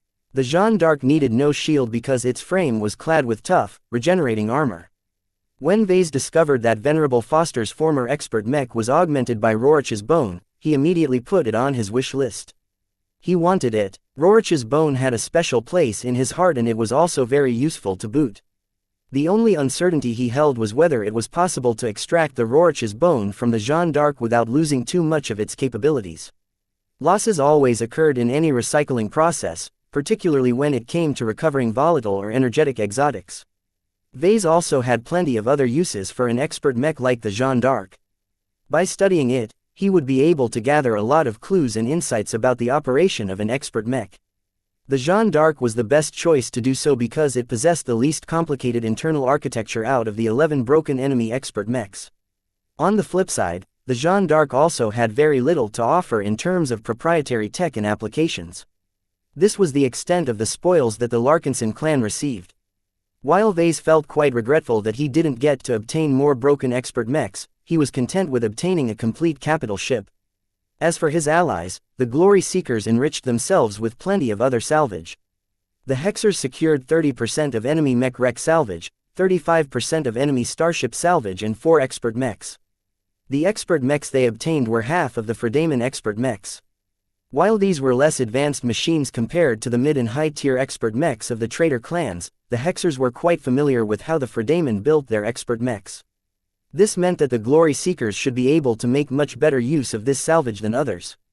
As for the Cross clan, they arguably obtained the highest share of spoils. Their powerful mechs and veteran mech pilots contributed a lot of battle strength to the Alliance's lineup. Their powerful expert mechs also stopped the equally powerful Praetor and Planet expert mechs in their tracks. The Errant Terror, the Imperial Verdict, and the Trost were so powerful that they could easily slaughter thousands of mechs or entire starships if left alone. What was even more crucial was that Venerable Banner Cross sacrificed his life in an attempt to help with containing the Fredaman expert mechs. This was a very painful sacrifice for an organization that looked up to high-ranking mech pilots to an insane degree. The Larkinsons and the Glory Seekers weren't heartless enough to discount Venerable Banner's role. If the Leskin did not keep the Charlemagne and the Jeanne d'Arc busy, the Fredaman would have been able to leverage their advantage in expert mechs even better, leading to a much faster collapse of the Golden Skull Alliance's battle lines. From an objective point of view, the Cross clan definitely earned the most merits in battle. Of course, it was also due to their presence in the expeditionary fleet that the Fredaman managed to invite the traitor clans to take part in the ambush in the first place. The Alliance members didn't quibble over this detail. It was not as if the Crossers were obligated to help the Larkinsons and Glory Seekers fight the Fredaman. The moment they signed the Alliance Treaty, they formed a mutual defense pact that encouraged them to form a united front against external enemies. In consideration of the Cross clan's huge contributions, it gained the lion's share of spoils. The Crossers obtained 50% of mech wreck salvage, 65% of the enemy starship salvage, and 5 expert mech wrecks. In addition to obtaining the very valuable Errant Terror, the Imperial Verdict, and the Trost, they also managed to rope in the Ulver Quinn and the Prava Lone Star. Part of the reason why the Larkinsons and Glory Seekers agreed to hand over so much loot was to keep the Crossers happy enough. If they perceived that they were being shortchanged, there was a very realistic possibility that they might leave the Alliance. Not even Professor Benedict Cortez or Patriarch Reginald Cross could stop all of the rank and file from demanding a separation. After all, they just lost a huge amount of battle comrades. Hardly any of the Crossers were in a mood to go on a risky adventure in the Red Ocean at this time. We need the protection of the Cross clan even more at this delicate time, Major Verl explained to Vase. Through this battle, we have learned that the Crossers are honorable, upright warriors who can be relied upon to cover our backs. It's quite difficult to secure valuable allies like these. Much of the spoils we have surrendered is actually their pay for protecting us in the next couple of years. That's reasonable, Vase murmured. He was fine with this. He wasn't particularly greedy for the other salvage. Their main value lied in how much money they could yield when sold to salvaging companies. Was the Larkinson clan short of money? No. Therefore, Vase personally felt it was beneath his clan to drop to its knees and grab as much trash on the ground as possible. The Cross clan was in the opposite situation. While the addition of their latest guest designer certainly alleviated their income concerns, Professor Cortez did not come with a large-scale mech company. Their desire to restore the strength they used to hold back when they led the Becker tribe meant they needed to make huge investments. They had to acquire a lot of starships, a lot of mechs, and possibly hire and nurture a lot of talents. All of that cost money.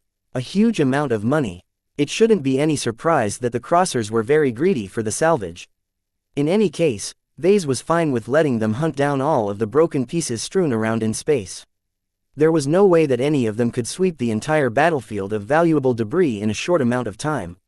Vase wasn't sure whether any of their starships had enough cargo capacity to store it all. Eventually, the expeditionary fleet had to resume its journey. The debris field definitely attracted a lot of vultures. While individual outfits didn't pose a threat to the expeditionary forces, it would be a different matter if other Garlaner clans and tribes dropped by. Aside from that, staying in this border system also exposed the weakened fleet to attacks from other powerful state actors. It was best to reach a star system that offered a much greater degree of protection. Major Verl laid out their awful situation in very clear terms. We are effectively down to 15 to 20% of our original battle strength, sir. We not only lost a lot of standard mechs, but effectively lost all but one of our expert mechs. The Amphies alone cannot possibly shield us against a hostile force that deploys multiple expert mechs. We still have our prime mechs. Those mechs are subject to many limitations, and you know it. The fact of the matter is that we are simply not in shape to fight another battle. That's not a critical concern if we are near the Hexadric hegemony or other friendly territory, but that is not the case right now.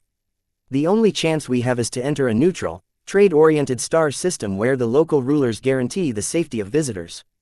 We need to reach the Life Research Association as soon as possible. Vase concluded. Correct, sir. There's more. In my talks with Colonel Ariadne Woden and Patriarch Reginald Cross, we came to the conclusion that our ratios of mechs to starships is so low that we cannot adequately ensure our safety for the next couple of months. Something was afoot here. What are you getting at, Major? We are thinking about contracting mercenaries. Vase immediately froze. Mercenaries? Yes, mercenaries. Verl confirmed. They're not as bad as you think. That hasn't been my experience with soldiers for hire. They're cowards and can't be relied upon to fight against serious opposition. Mercenary corps come in all shapes and sizes, Vase. You can't paint them all with a single brush. While it is true that the lowest grade of mercenaries are unreliable, it's a different story as long as we pay serious money. Also, don't forget that second-class mercenary corps are much more trustworthy and professional than any third-class mercenary corps. They're also vastly stronger as well. The largest mercenary organizations can supply enough protection to guard us against any enemies for a reasonable amount of time. These were reasonable arguments. Vase acknowledged that much of his views on mercenaries were colored by his mixed experiences with the Udis Mudriders years ago. Then again, he should have known better to employ a mercenary corps with a black mark on their record. Vase had another reason to be reluctant about hiring mercenaries. This is going to cost us a lot, right? Major Verl nodded. Every partner will have to give up a portion of the share of the earnings gained from processing our spoils. In order to protect us against most possible threats, we need to do business with powerful mercenary organizations that are at least the size of a mech regiment. They're very expensive to hire on short notice and without establishing an existing relationship. In the absence of favorable conditions, we can only secure a contract by paying a hefty premium. A short-term monthly contract will already cost us several billion hex credits, and that doesn't address their battle pay. What? Chapter 2697.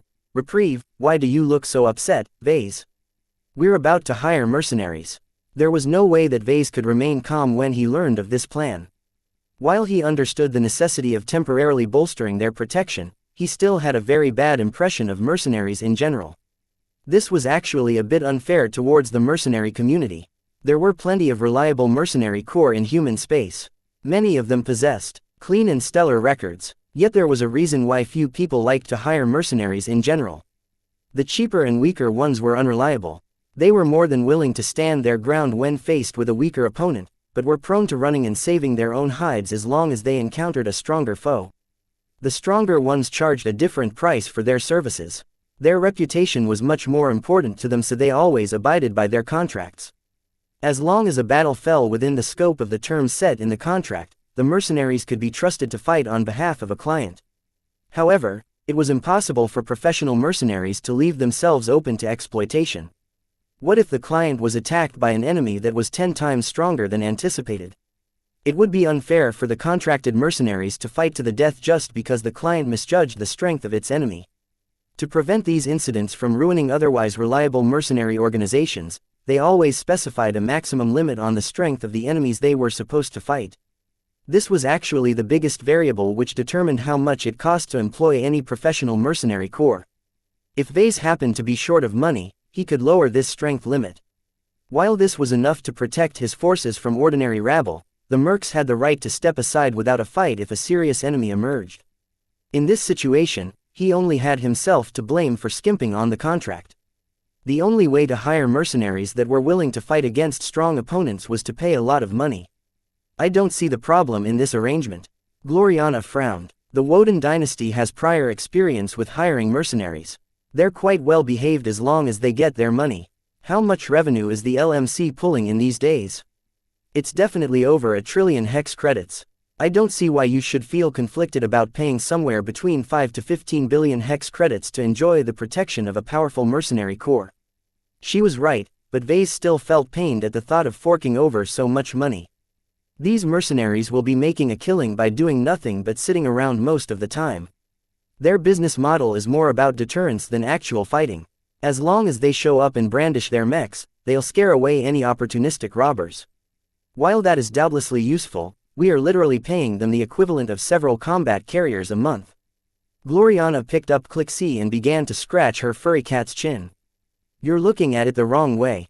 The cost of hiring powerful mercenaries is expensive, but losing our entire fleet and getting everyone killed is an even greater cost. In this situation, it's best to choose the lesser of two evils. If we get defeated by an enemy because you were too reluctant to pay a bigger share of our vast earnings, you'll feel as much regret as you did earlier when you realized what a mistake it was to procure cheaper mechs for your mech forces. His face grew ugly. She had a point. The Larkinson clan could have retained more mech pilots if they piloted premium mechs rather than budget mechs. It didn't matter too much if the more powerful machines were also more difficult to pilot. Their improved defenses alone would be enough to save a lot of precious lives. Maybe you're right. Vase reluctantly conceded. We'll have to set back a couple of plans if we spend this much, but this is a trivial cost compared to losing everything. No wonder mercenaries could still stay in business even when they charged such exorbitant prices. There was always a need for protection in this dangerous galaxy. Some needed more protection than others, and the expeditionary fleet just happened to fall into this category. As Vase sat down at a couch next to his wife, he leaned into her in order to plant a modest kiss on her cheek. He also took in her fresh floral scent. He. Gloriana turned her attention away from Clixie and kissed his cheek in return. I'm so glad we survived in the end. I don't even mind it if we lost as long as we managed to make it out intact. We can always rebuild what we lost, you know. We're the most promising pair of journeymen in this star cluster. That makes us desirable no matter where we travel. That may be true, but how easy was it to get over the loss of so much family? The Larkinson clan had become more than just a vehicle for his ambitions as far as Vase was concerned. Perhaps he might not care for the deaths of thousands of regular Larkinsons, but he would still feel pained if Melkor, Kedis, Rayla and Joshua died in battle. He shook his head and changed the topic. How are the Glory Seekers? They lost a lot of mech pilots without even reaching the Red Ocean. That must be a considerable setback. Gloriana tapped his cheek with her finger. They're not as depressed as you think they are. None of them are really angry, Vase. They fought against the Friday Coalition and managed to eliminate a considerably powerful force of deep strike fleet carriers, elite mech units and expert mechs. The casualties they suffered are quite reasonable in relation to our opposition. Not only did they manage to fight against a true enemy of the hegemony, they also did so under the blessing of the Superior Mother. To witness her making a move in battle is the most glorious moment of their lives. That is nice to hear. I'm not worried at all as long as your mother is there to protect us all. She pressed up against him in a loving manner. Your mother is so strong. I feel absolutely reassured. Every Glory Seekers also feels the same now. We can defeat any opponent with a Supreme by our side. My mother isn't as strong as you think. She can't fight all of our battles for us. We can't keep relying on trump cards like battle networks to bail us out. We need to develop our base strength as quickly as possible. Gloriana was banking way too much on the superior mother. That was a dangerous habit that Vase did not wish to see in anyone.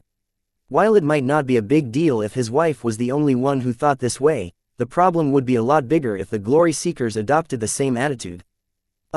Vase placed his head into his palms. Meow. Clixie moved over to his lap in order to cheer him up. Her tail wagged in a cute manner as she looked up at him. Vase couldn't resist and stroked her head and tufted ears. Meow meow Tilda, when are we departing? Gloriana asked. Do you know that already? Not really. Our schedule is completely shot to hell. We'll probably linger on this battlefield for at least a week in order to pick up a sufficient amount of valuable salvage. We also need this time to perform large-scale repair operations on our starships and our mech assets. It's a lot easier to do this in real space than in FTL because we can easily transfer parts, materials and personnel to each other. The spirit of Bentime already began to act as a foundry for replacement parts for the entire expeditionary fleet. It was times like these where Vase appreciated his factory ship the most. It felt so great to be able to rely on their own capabilities to restore their hardware and produce new ones. Our clan has gained 2 expert candidates. I know. To be honest, I pretty much knew that Town Melon would reach this point sooner or later. He's the golden boy of the living prophet. As for the other guy, I'm not inclined to pay attention to him. We've got too many expert candidates. I was actually hoping that a couple of them would die in this battle. Vase wouldn't have to develop as many expert mechs in the medium term if that was the case. He hadn't even started with designing expert mechs for his first batch of expert pilots yet. He would probably be forced to work himself to death if more expert candidates emerged. Did any of them die? Unfortunately, no. They're just too damn good at preserving their lives. While many of their colleagues were dying left and right, the expert candidates of the Larkinson clan were able to rely on their greater skill and instincts to stay alive. Every expert candidate ranging from Commander Casella Ingvard to Percival Larkinson performed admirably in the Battle of Reckoning. Vase truly couldn't find fault in any of them. None of them managed to achieve apotheosis either. Each of the Larkinson clan's existing expert candidates had advanced too soon. They still needed to accumulate for many months before they reached the bottleneck that barred their way to becoming an expert pilot.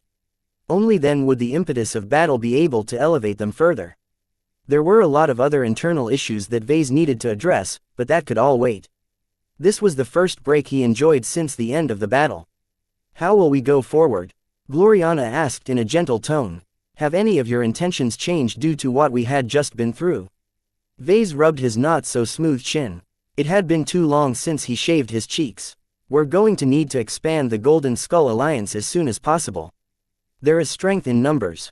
I originally intended to take my time, but I think we need to hurry up in roping in more partners. I hope we can find at least one new partner in Majestic Teal. Gloriana became a lot more intrigued. Will you be looking for a partner in the Life Research Association? There are a lot of good biotech researchers in this state. As long as we attract a good organization, then we'll have access to a lot of advanced biotech-related services. I'm not so sure that will work, honey. The lifers are very attached to their biomechs. While I don't have anything against these biological machines, they rely on an entirely different infrastructure than mechanical mechs. It's not efficient to mix them both in the same force. Are you sure about that? Biomechs have their own advantages, Vase. I think it is worthwhile to field at least some of them in case we're faced in a situation where regular mechs fail. Peef. As if that will ever happen. Ordinary mechs are dominant in human space for a reason. They can handle any situation as long as their design allows it. Vase declared. Personally, I don't specifically object to them, but I don't think there are sufficient benefits to adding them to our fleet. What about you? I never took you for someone who has taken a liking for these odd mechs. Gloriana smiled. Some of them are quite gruesome, but the better ones are quite charming in their own way.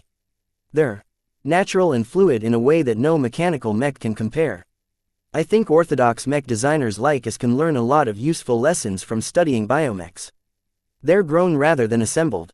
There are many implications to their design methodology because of that. The only flaw that I can't stomach is the high variance between copies. Every biomech was unique. Even mass-produced copies from the same batch were distinguishable from each other with the naked eye. Vase found that to be the most interesting part about biomechs. If it wasn't so difficult to get started on designing these organic machines, he would have tried it out by now. Chapter 2698, Convenient Belief. A lot of salvaging work commenced in the coming days. Valuable goods flew aimlessly in space, just waiting to be plucked. There were also a lot of restorable wrecks and parts floating around that could easily be put back into working order after expending a bit of effort. Now that the strength of the expeditionary fleet had dropped to a low point, the restoration of even a single mech was of utmost importance. Turning broken mechs into functional mechs was difficult work.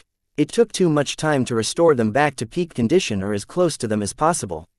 We'll have to do some judicious jury rigging, Vase decided. It doesn't matter if a mech is only half as effective as before if it only takes a few hours to slap some random parts onto an incomplete frame. I would rather have half a mech at my disposal than nothing at all during another crisis. In order to fix as many mechs as possible, Vase decided to halt all of his current design projects. No one in the design department was in the mood to go back to designing mechs at this time. The assistant mech designers were much more useful if they lent their expertise to the maintenance crews trying to fix all of the broken Larkinson mechs. Vase also had a fair amount of work to do. Some of the prime mechs such as the Valkyrie Prime, Piranha Prime and the Bright Spear Prime accumulated a fair bit of damage to their internals. While the enemy completely failed to breach their unending armor, a varying amount of shock and heat damage still managed to pass through and affect the more delicate internals. There are so many items on my agenda that I don't even have time to inspect the Charlemagne and the Jeanne d'Arc. Time was of the essence, and the Golden Skull Alliance had far too little of it. News of the battle had already spread. While the details in public were scarce, the first scout ships had already arrived in the star system. Vase knew that this was just the beginning. As long as those corvettes observed the expanding debris field for some time, they would know that a lot of very valuable military hardware had been destroyed recently. We'll be welcoming all kinds of vultures soon. There was no order in this border star system. With no authority laying down the law, the only way for the expeditionary forces to deter opportunistic thieves was to have the biggest fist. The problem is that our fist is already bloodied and broken. We can't punch as hard as before. The solution they came up with was to hire mercenaries. While Vase had his misgivings on this course of action, it was objectively the best solution they could make at this time. They already signed a contract with a very large and renowned mercenary organization on an emergency basis. The cost of calling in a strong mercenary force on extremely short notice was considerable, but what choice did they have? At the very least, Vase felt that he got what he paid for. The mercenary organization that was about to supplement the defense of his expeditionary fleet not only possessed a great track record, but was also a behemoth in the Yena star cluster. Any mercenary organization that operated multiple branches across multiple star sectors had to maintain an excellent reputation. Their credibility was important to them as the misdeeds of one branch could affect business in every other branch that operated under the same brand. This was why these huge mercenary companies never turned against their own clients. Considering the huge value of the expeditionary fleet, this was not an impossibility. As long as the benefits outweighed the very considerable costs, unscrupulous mercenaries were more than happy to turn against their own customers. That was not going to happen here. The mercenaries the Alliance chose to work with could earn much more money by doing steady business across the star cluster than performing a robbery just a single time. Of course, it still took time for the local mercenary branch to mobilize all of their forces and travel to a border star system. This meant that the expeditionary fleet would have to fend for itself for the foreseeable time. "We'll manage, sir," Major Verl reassured Vase during another meeting. "Our surviving mech pilots are surprisingly optimistic after the battle." Vase reacted with surprise. "Oh, if I recall, more than 1,800 of their comrades in arms have died." The senior military commander smiled. "You haven't been spending time among the men lately, haven't you? While there are plenty of Larkinsons who are depressed, the overall sentiment in the clan is still positive." "How can that be? This doesn't make any sense." "There are several reasons why the negative blowback is lower than anticipated. First, the Larkinson clan is already inoculated against suffering considerable losses in major battles. The Battle of Kesseling 8, the Battle of Ulimo Citadel and the battle against the Abyss have all caused our clansmen to cope increasingly better with these kinds of outcomes." "That makes sense. Not a single mech pilot of the clan is unaware of the risks we are facing. We have deliberately overemphasized the dangers in order to lessen any backlash. Throughout the short history of our clan, it has become increasingly clear that we are not destined to lead peaceful lives. Sorry about that, Vase lamely said. There was no denying that he was the principal cause behind much if not all of the aforementioned battles. He bore the responsibility of disappointing so many Larkinsons who believed in his vision and wanted to be a part of it. Now, they were no longer among the living. You don't need to feel sorry about anything, sir. You have always been transparent about the risks we incur. In fact, that is something that we have been emphasizing over and over among our men, both new and old. It's kind of cruel to put it in this way, but they only have themselves to blame. If you are at risk of losing your savings if you play at a casino, you don't have the right to complain if the worst-case scenario actually happens. It's the same with our clan. Everyone who we recruited into the clan wants to win the jackpot. That doesn't mean that they are entitled to win the grand prize. Equating the Larkinson clan to a casino was not exactly the most flattering comparison, but Vase found it to be an apt comparison. As long as every Larkinson adopted the same mentality, then he could see how there would be less hard feelings. Of course, that's not enough to placate the surviving Larkinsons. Verl continued, one of the other reasons why we have managed to temper the consequences is because of how well we treat the deceased and their family. Anyone who dies will be completely assured that their relatives will be taken care of. We don't kick any spouses and kids out of our clan. Instead, we give them generous pensions and provide them with preferential treatment. This alone is a cause worth dying for to many mech pilots. The kind of people the Larkinsons hired all cared about family. Kinship was of great importance to the clan, so those who got in were never too selfish or cruel. Vase nodded in understanding. Okay, I can see how those reasons have kept the reactions within a healthy range. I guess that our officers and leaders have also become better at managing the morale and expectations of our men. Are there any other reasons, or is that everything? There is one more factor that may be playing a role. Major Verl reluctantly said, I'm not sure I should even mention it because of how silly it sounds. That makes me even more curious. Just tell me, Major. If you say so. The truth is that there are an increasing amount of Larkinsons who believe that the dead are still sticking around. Vase resisted the urge to clean his ears. Did he hear that right? What the heck are you talking about? I'm unsure how to explain it, sir. The best way I can describe it is that an increasing number of Larkinsons, particularly the more religious-minded ones, have developed the impression that the honorable deceased of our clan is still among us and watching over us. One interpretation even posits that the ancestors of the original Larkinson family have been protecting us from the shadows all this time. It's a way to rationalize the invisible bond they formed to the clan ever since they joined. Quote. Vase didn't even know where to begin. This was pure superstition. The Larkinsons who died were gone. He was pretty sure about that. He didn't know what happened to people once they perished, but they definitely weren't hanging around. He would have been able to spot any ghosts with his spiritual vision if that was the case. The Larkinson network may be remarkable in many ways, but it did not have any functions related to preserving any aspect of people's lives. It was not designed to substitute the afterlife. Still, now that he thought about it, was it possible to turn it into a new home for the dead? What if it was possible to program the Larkinson network in a way to capture and preserve the spiritualities of dead Larkinsons? Would it work on anyone, or would it only work for those with spiritual potential? What about the expert pilots of the clan?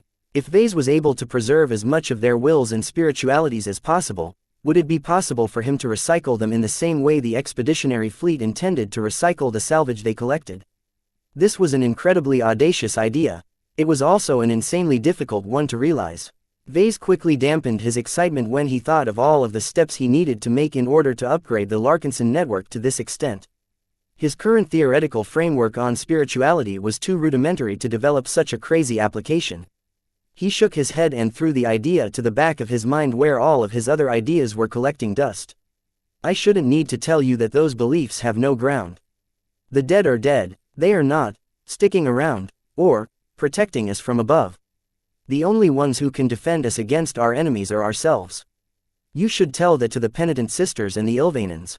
The incidents where they activated their battle networks seem to have connected them to greater entities that have adopted some very difficult outlooks on life and death. It figures. He should have realized that exposing the minds of his mech pilots to Prophet Ilvain and the Superior Mother would lead to this outcome. The penitent sisters and the Ilvanans just so happened to be the most religious and superstitious members of his clan. Vase was too annoyed to deal with this problem. Make sure that our officers don't encourage any of these baseless theories. That has been our stance from the start, but there are limits to this approach. You can't control what people believe, sir. You can encourage and discourage the propagation of certain dangerous beliefs, but we can't be too heavy-handed. It's useless anyway. The believers would just go underground if that was the case. If Vase really wanted to, he could probably root them out as well, but that would just make the clan become a lot less pleasant. Well, whatever. As long as no one imposes any beliefs on anyone, it's fine as long as our mech pilots keep doing their jobs. Speaking of our religious-minded Larkinsons, there is something that you should know. Something has happened to a very influential leader of ours. I think you should pay a visit to him before it's too late. Who are you referring to? Vase grew curious. It's James Ilvain. Chapter 2699. Step up. Vase didn't have a habit of meeting with the living prophet. He detested religion and had no patience to listen to the gospel of any believer. As far as he was concerned, he only needed to care about his immediate life. There were way too many unknowns in current science that he would need trillions of years to figure out all of the answers. There was no way he could spare the time to contemplate the more mysterious and philosophical aspects of reality and existence. I'm just a mech designer. Why should I bother with aspects that are completely unrelated to my area of expertise? Scams should be left to the professional scammers. Because of this, Vase rarely met with James. For his part, the living prophet was content with spending time with his adherents and trying to fool more unsuspecting Larkinson into his faith. If there was one good thing that Vase had to say about the religious leader, it was that he looked the part. Even though James was fairly young for a prophet, he was quite handsome. Of course, that wasn't special enough in itself. In an age where cosmetic treatments were highly developed and commonplace among those with enough money, anyone could put on a pretty face. What the living prophet had was a lot more special. He was persuasive and charismatic in a way that would probably make any politician and statesman green with envy. Whether James trained hard to become such a good speaker or whether it was his natural talent, his charm was so compelling that even enlightened writers fell under his sway. Vase expected to meet a handsome and charming man who was about his age when he paid a visit to the so-called Ilvain quarter of the Spirit of Bentime. Instead, he encountered an aged figure whose appearance almost matched the classical depiction of Prophet Ilvain. When Vase entered the shrine where a disturbingly accurate statue of himself was spreading out his hands in a welcoming gesture, a single figure knelt before the altar. When that robed figure rose to his feet and turned around, Vase felt as if the original prophet had traveled forward in time. The wrinkles, the loss of vitality, the decrease in energy and above all the graying hair all matched the original prophet back when he was alive during the time where his faith was at its peak. This older version possessed a more subdued presence. A profound sense of wisdom and sagacity exuded from his thinner and frailer-looking body. The current James had taken on an appearance that many men would want to look like when they grew older. Even Vase wanted to foster a similar kind of air when his body eventually aged to this level. He quickly suppressed his yearning and focused on the more important matter. "What happened to you?" he asked bluntly. "If I remember correctly, you didn't have as many wrinkles when we last met, and that was just before the Battle of Reckoning." The older-looking James smiled in that annoyingly familiar fashion. It was the kind of smile that someone adopted when they knew something that the other person was ignorant of. It was the kind of expression that one took when they wanted to be smug about their information superiority. "The battle that we have fought is indeed a reckoning, but not just to our enemies. They have all received the judgment they deserve, have no doubt about that, but we are not exempt either. There is a price for everything. In order to ensure a better outcome, I have decided to make a sacrifice that is well worth it considering the alternatives." "This doesn't answer my question. What exactly did you do? Is it because of a lack of energy?" James shrugged. "You might as well see it that way. I no longer have as many worshippers as before. While my influence in the Larkinson clan is slowly expanding, it is incomparable to the flock that I used to have before." Ah, Vase had already suspected as much. With the Ilvain Protectorate doing everything possible to warp its interpretation of the Ilvainan faith in a different direction, even the diehards had difficulty maintaining their grasp on their original beliefs. With the loss of so many believers, the amount of people who supplied actual spiritual feedback to the Ilvain the design spirit had dropped to a paltry level. Aside from scattered believers living elsewhere in the Komodo Star sector, the only core that the Great Prophet had left amounted to thousands of sincere believers. While this was still a large sum in some respects, apparently it was not enough to fuel Ilvain's demanding powers. Vase couldn't hold his curiosity any longer. Are you dying? James nonchalantly shrugged. Everyone is dying, bright martyr. Some die sooner than most. I suppose that I have fallen into this category as well. I can't say when I will finally succumb. It could be weeks. It could be years. All I can say for certain is that my current end has been shoved forward by a wide margin. It's a shame to skip over so many decades, but it is a worthwhile sacrifice considering how many lives I have saved through my actions. I would gladly exhaust my entire life if that is what it takes to grant salvation to every Larkinson. The living prophet sounded as if his great sacrifice was just a trivial matter to him. Vase felt incredibly disturbed at this situation. He didn't like it. He hated to be put into situations where he or the ones who were on his side had to sacrifice their lives or freedom to pull others out of a fatal situation. Back in the past, he witnessed the destruction of the ground forces of the flagrant Vandals and Lydia's Sword Maidens at the hands of Venerable Foster and her fellow Visions. During the Battle of Kesseling 8, the Sword Maidens came to the aid of the Larkinson clan and lost even more of their precious mech pilots because of their decision. Now, it appeared that James had given up a considerable portion of his life to empower his design spirit. Was it worth it? Certainly. The instance where the Transcendent Punishers systematically demolished the Destiny Hammers was a crucial turning point of the battle. If the Ilvainans hadn't defeated their Fredaman counterparts so soon, they wouldn't have been able to provide as much support to the expeditionary forces in the later phases of the battle. The role the artillery mechs played in the Battle of Reckoning couldn't be overstated. The Larkinson clan would have definitely been in a much poorer state if Vase hadn't completed the design of the Transcendent Punisher in time. Yet, the mech still wasn't strong enough to carry the entire battle. The entire reason why the Larkinsons had to borrow the power of glows, design spirits, prime mechs and battle networks to begin with was because they were too weak. Their mechs were too cheap. Their mech pilots didn't receive enough training. Their expert pilots lacked proper expert mechs. Addressing these deficiencies became an even greater priority to Vase. He never wanted to end up in a similar situation in the future. He needed to work as quickly as possible in order to elevate his mech forces to their highest potential. However, that was easier said than done. The reason why those problems hadn't gone away was because it took far too much time to address them all. There was only so much design work he could accomplish by himself. Perhaps he should consider expanding the design department to a much greater extent than he originally planned. He needed to acquire more assistants to complete the grunt work faster. He also needed to obtain more lead designers in order to design more mechs concurrently. In short, everything needed to go faster. I won't let this happen again. Vase spoke with a measure of steel in his voice. We have a lot of resources at our disposal that we didn't enjoy before. I should have been more proactive in converting them into actual strength. I'll try my best to elevate our strength so that people like you don't have to make any choices again. James gently shook his head. That is a noble sentiment, but you don't need to work yourself to bone. The future is never as straightforward as you think it is. I wouldn't say that your previous approach is wrong. Time is a resource that every single existence is short of. Even gods wish they could conjure up more time for themselves. They soon entered into a philosophical discussion about time. Vase didn't know why, but he became increasingly more caught up in the prophet's interesting perspective on this subject. Their discussion only halted when a third person in uniform entered the shrine compartment. Ah, Town, you are here. Please come forward, my champion. The latest expert candidate of the Larkinson clan strode forward with a greater measure of confidence than he previously held.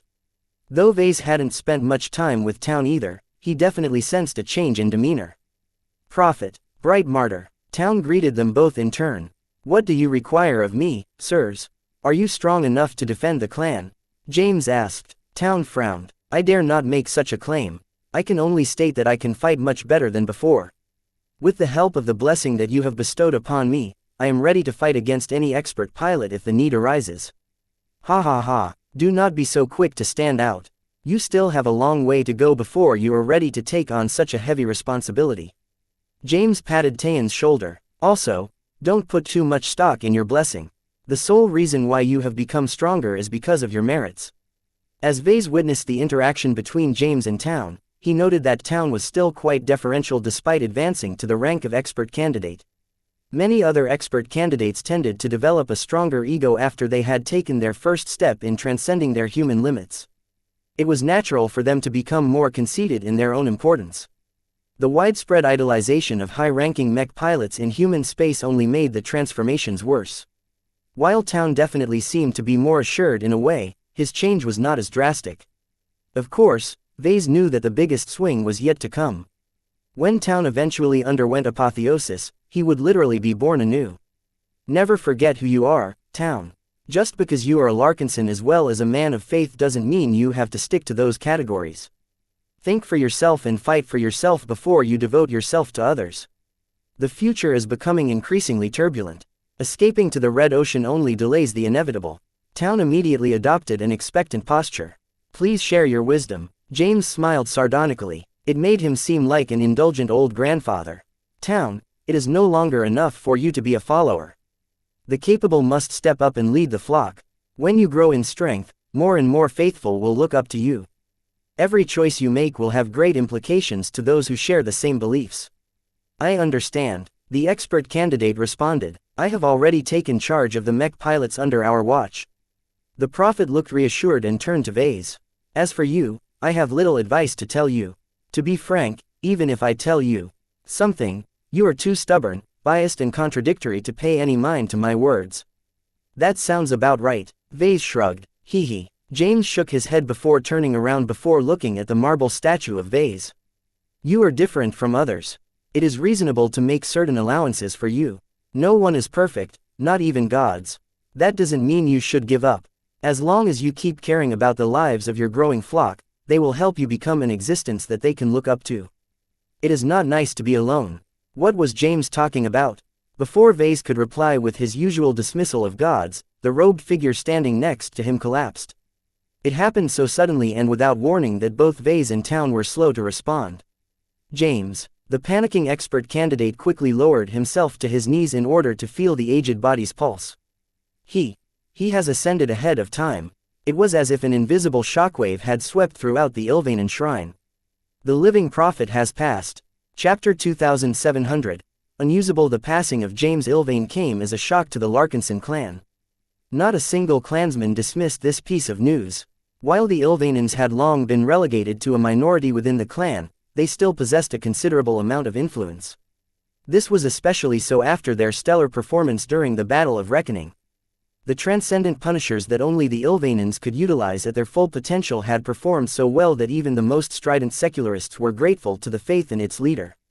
No matter what the clansmen thought about the unique existence known as James, the so-called living prophet possessed a sense of modesty and friendliness that few leading figures were able to match.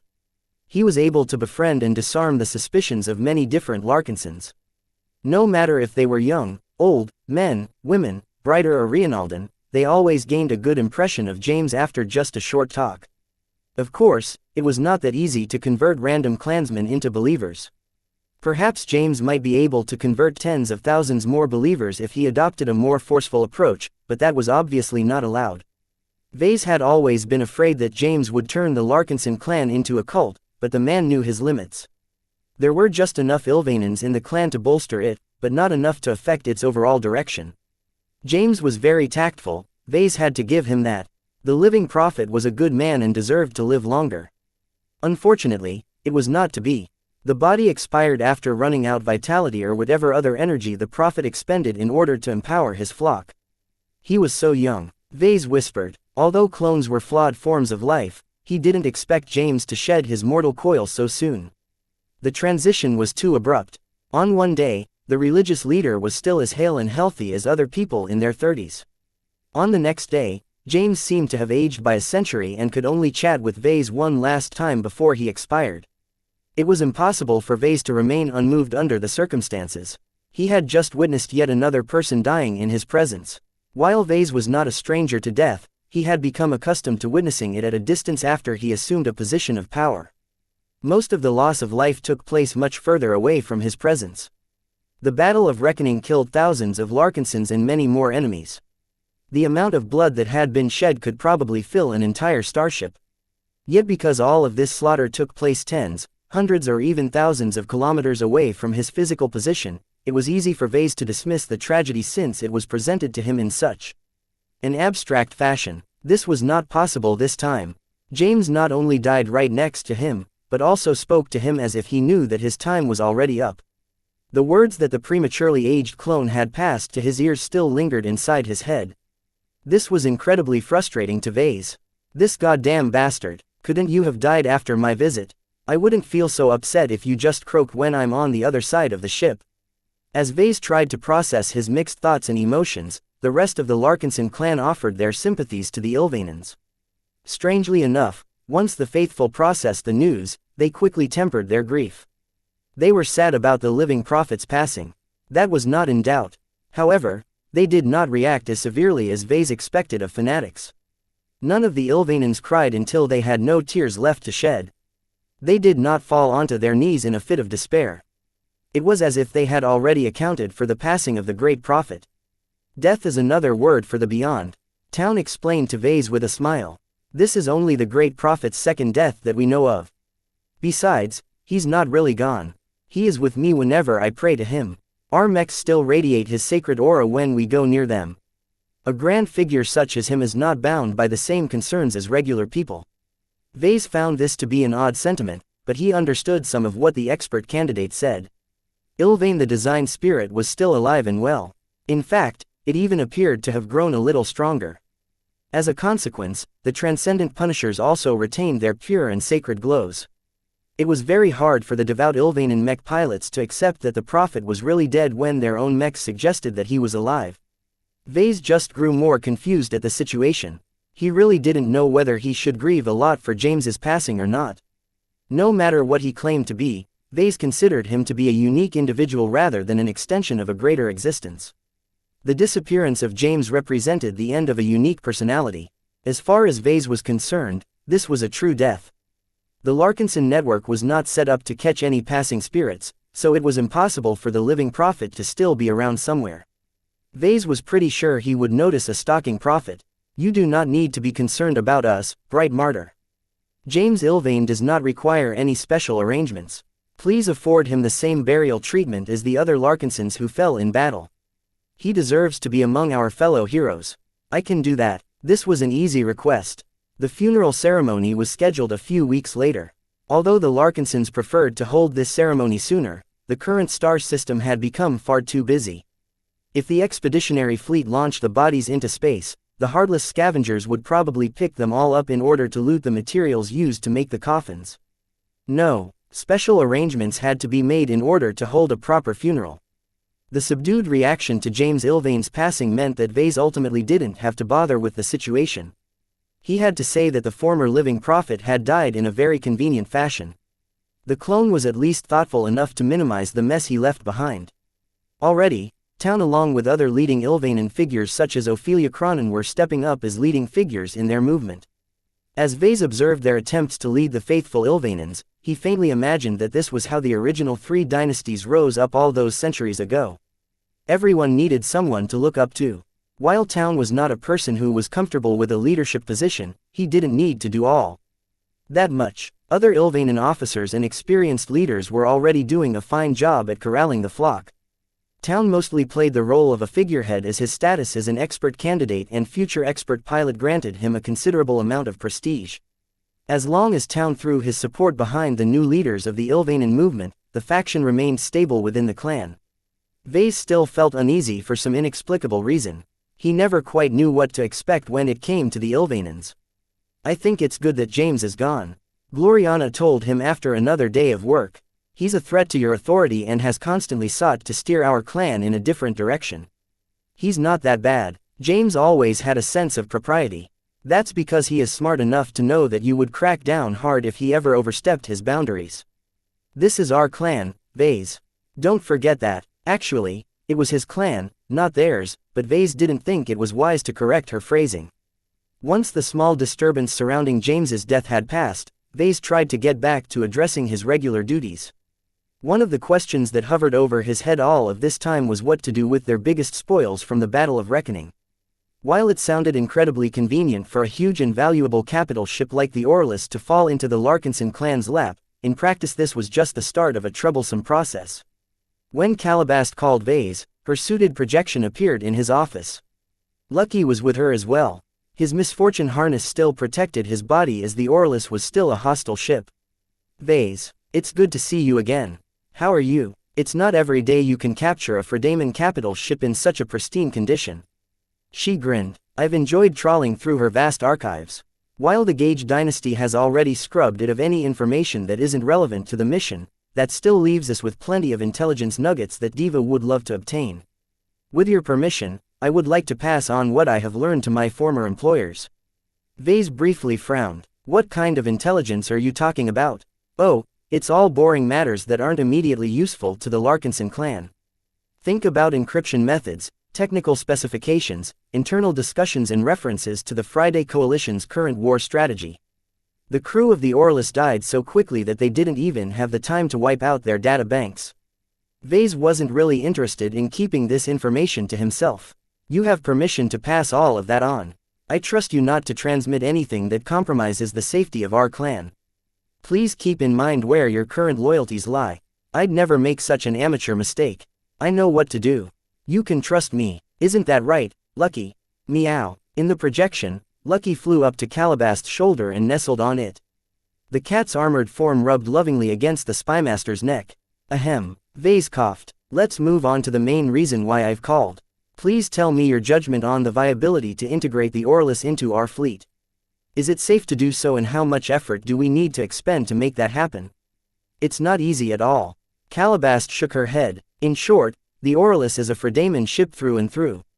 She's a powerful and richly featured vessel. That means that she also has the security of one. The Gage dynasty did not cut any corners when it came to securing her. In fact, if not for the fact that the ship has existed long enough for the hegemony to develop solutions for some of the tech that she carries, we would have never been able to gain initial control of her so easily. The Orlis recognizes you as her captain, correct? You're not wrong, but the captain of a capital ship cannot unilaterally decide over everything. In addition, we don't know how traps and hidden surprises the Orlis are hiding. Just because none of them have triggered yet doesn't mean we're still safe here. In my professional judgment, it is simply too dangerous to add the Orlis to our fleet. We haven't even swept the spirit of Bentime of all of her bugs. It will take far too long to do the same for the Orlis. Vase was afraid of hearing this answer, though he already expected it in his heart. I guess we have no choice but to sell this prize. He sighed. It's too irresponsible to make use of her ourselves. You don't have to sell her. I can still figure out opportunities to clear the Orlis. For example, you can ask for help from the MTA or the Rim Guardians. No, the price is too great, and I don't want to annoy them with such a trivial request. Calabast crossed her arms. Then another alternative is to swap the Orlis with an equally valuable capital ship. She's a top military asset of the Friday Coalition.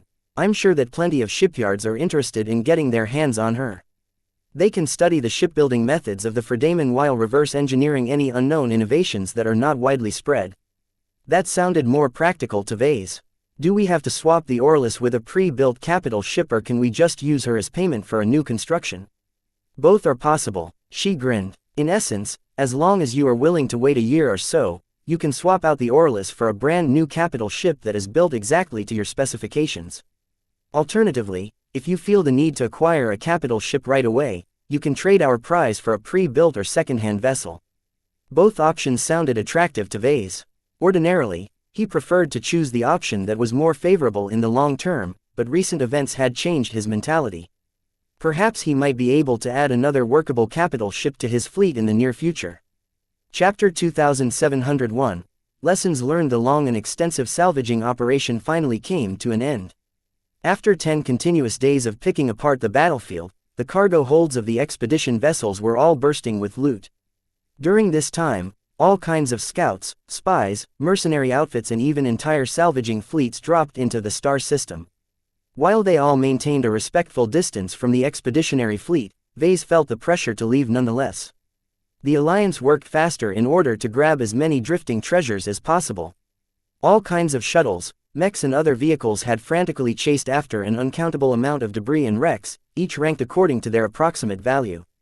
Despite their great size and mass, starship hull plating actually ranked pretty low on the priority list. While the hull of a complete fleet carrier could be worth trillions of hex credits, they took up way too much space.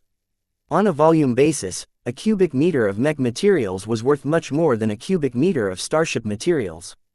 Mech designers and shipwrights adopted divergent approaches to their work. A mech designer always attempted to maximize the value in the smallest possible package. A mech that was oversized and bloated was not only uncompetitive in the market, but also terribly slow and unwieldy. To a mech designer, a cost-efficient product had to utilize the least materials possible to achieve the strongest possible effect. It was easy to cook a good meal with excellent, fresh ingredients. It was a lot harder to achieve the same level of satisfaction when the chef only had access to nutrient packs. This was also one of the main strengths of Vase. His iconic glow mechs provided a considerable degree of value without raising the cost to produce them. If making mechs alive demanded the inclusion of expensive materials or components that raised their cost by 50%, then the LMC's sales and profit margin would only be a fraction of their current level. Shipwrights abided by a different set of priorities. While mech designers always had to abide by volume and mass constraints due to the difficulty of transporting mechs, shipwrights did not have to pay too much attention to these limitations as long as their budget and purpose could accommodate their visions. Space was vast, so there was unlimited room for star-faring vessels. Whether a corvette was 80 meters long or 120 meters long didn't matter. There was a market for both. The age of mechs was a period of time where humanity spread across half the galaxy and beyond. Starships represented the dominant form of travel. The demand for ships was never sated. Larger starships and especially capital ships always attempted to do as much as possible within the constraints of a given budget. As long as a customer or client could afford a vessel, shipwrights possessed a wide latitude to configure them in a way that maximized their performance. Oftentimes, that meant making the hull or key sections bigger. For example, hull plating was a typical area where shipwrights chose to pile up a lot of bulk materials instead of opting for higher quality alloy formulas. The latter might be more effective, but they were too expensive when applied to the entire exterior of a starship. As a result of all of these considerations, the expeditionary fleet prioritized mech salvage to a heavy degree.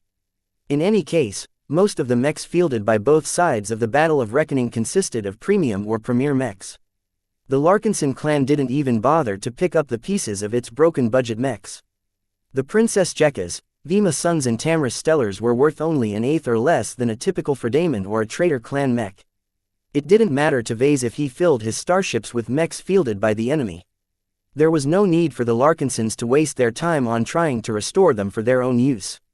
The Golden Skull Alliance already contracted a mercenary organization to cover its security needs.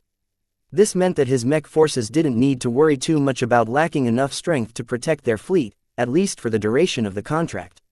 In the next couple of months, Vase intended to address the greatest need of the Larkinson clan by completing the crucial Giant Killer, Bright Warrior IB and Ferocious Piranha IB designs. Once the new mech models entered service, the Larkinson clan would finally gain the strength to fight against state-backed second-rate forces on a roughly equal basis. Of course, mechs were hardly the only factor that made the previous opponents strong. The skill, teamwork and discipline exhibited by the Fredaemon elite mech pilots was very impressive and brutally exposed the lack of accumulation on the part of the Larkinsons. The harsh truth was that it took a lot more time and effort to nurture true second-class mech pilots. So far, most of the Larkinson mech pilots just passed through the threshold. They weren't even that good at piloting the more powerful and complicated mechs at this performance level. This isn't an easy issue to address. Vase grimaced as he crossed his arms. Fortunately, the Larkinsons received a lot of help on this aspect. The Penitent Sisters, Glory Seekers and Crossers generously dispatched trainers in order to instruct the eager Larkinson mech pilots. While it was unrealistic to expect quick results, the Larkinsons would definitely be able to close the gap. In a couple of years, as long as this pattern continued. In the medium term, the initial batches of mech cadets would graduate from the Larkinson Mech Academy. Unlike the mech pilots the Larkinsons hired before, these promising graduates started off with a strong second-class foundation from the start. With the help of the Chiron model, Vase looked forward to witnessing the performance of mech pilots such as Lainey Larkinson. That will take some years. Vase grumbled. For now, the best way to strengthen my troops in the shortest amount of time is to provide them with better mechs. When the Golden Skull Alliance finally transitioned back into FTL travel, he convened the entire design department at the design lab. The principal designer, the two lead designers and a small army of assistants gathered for the first time in over a week. Vase even invited his 4 seeds. Michael and Xanthar sat noticeably apart from Maisie Ann and Rennie. Apparently, the young men hadn't made up with the young women as of yet. Considering how much the latter exuded some of the typical demeanor of Hexers, it was no mystery why the boys and girls didn't get along. Vase dismissed the sight. This issue was beneath him. It may even be beneficial to maintain a strong sense of rivalry between the two groups. Once the final stragglers entered the compartment, Vase began the meeting. Welcome back, everyone. I hope you all had a good time fixing up our broken machines.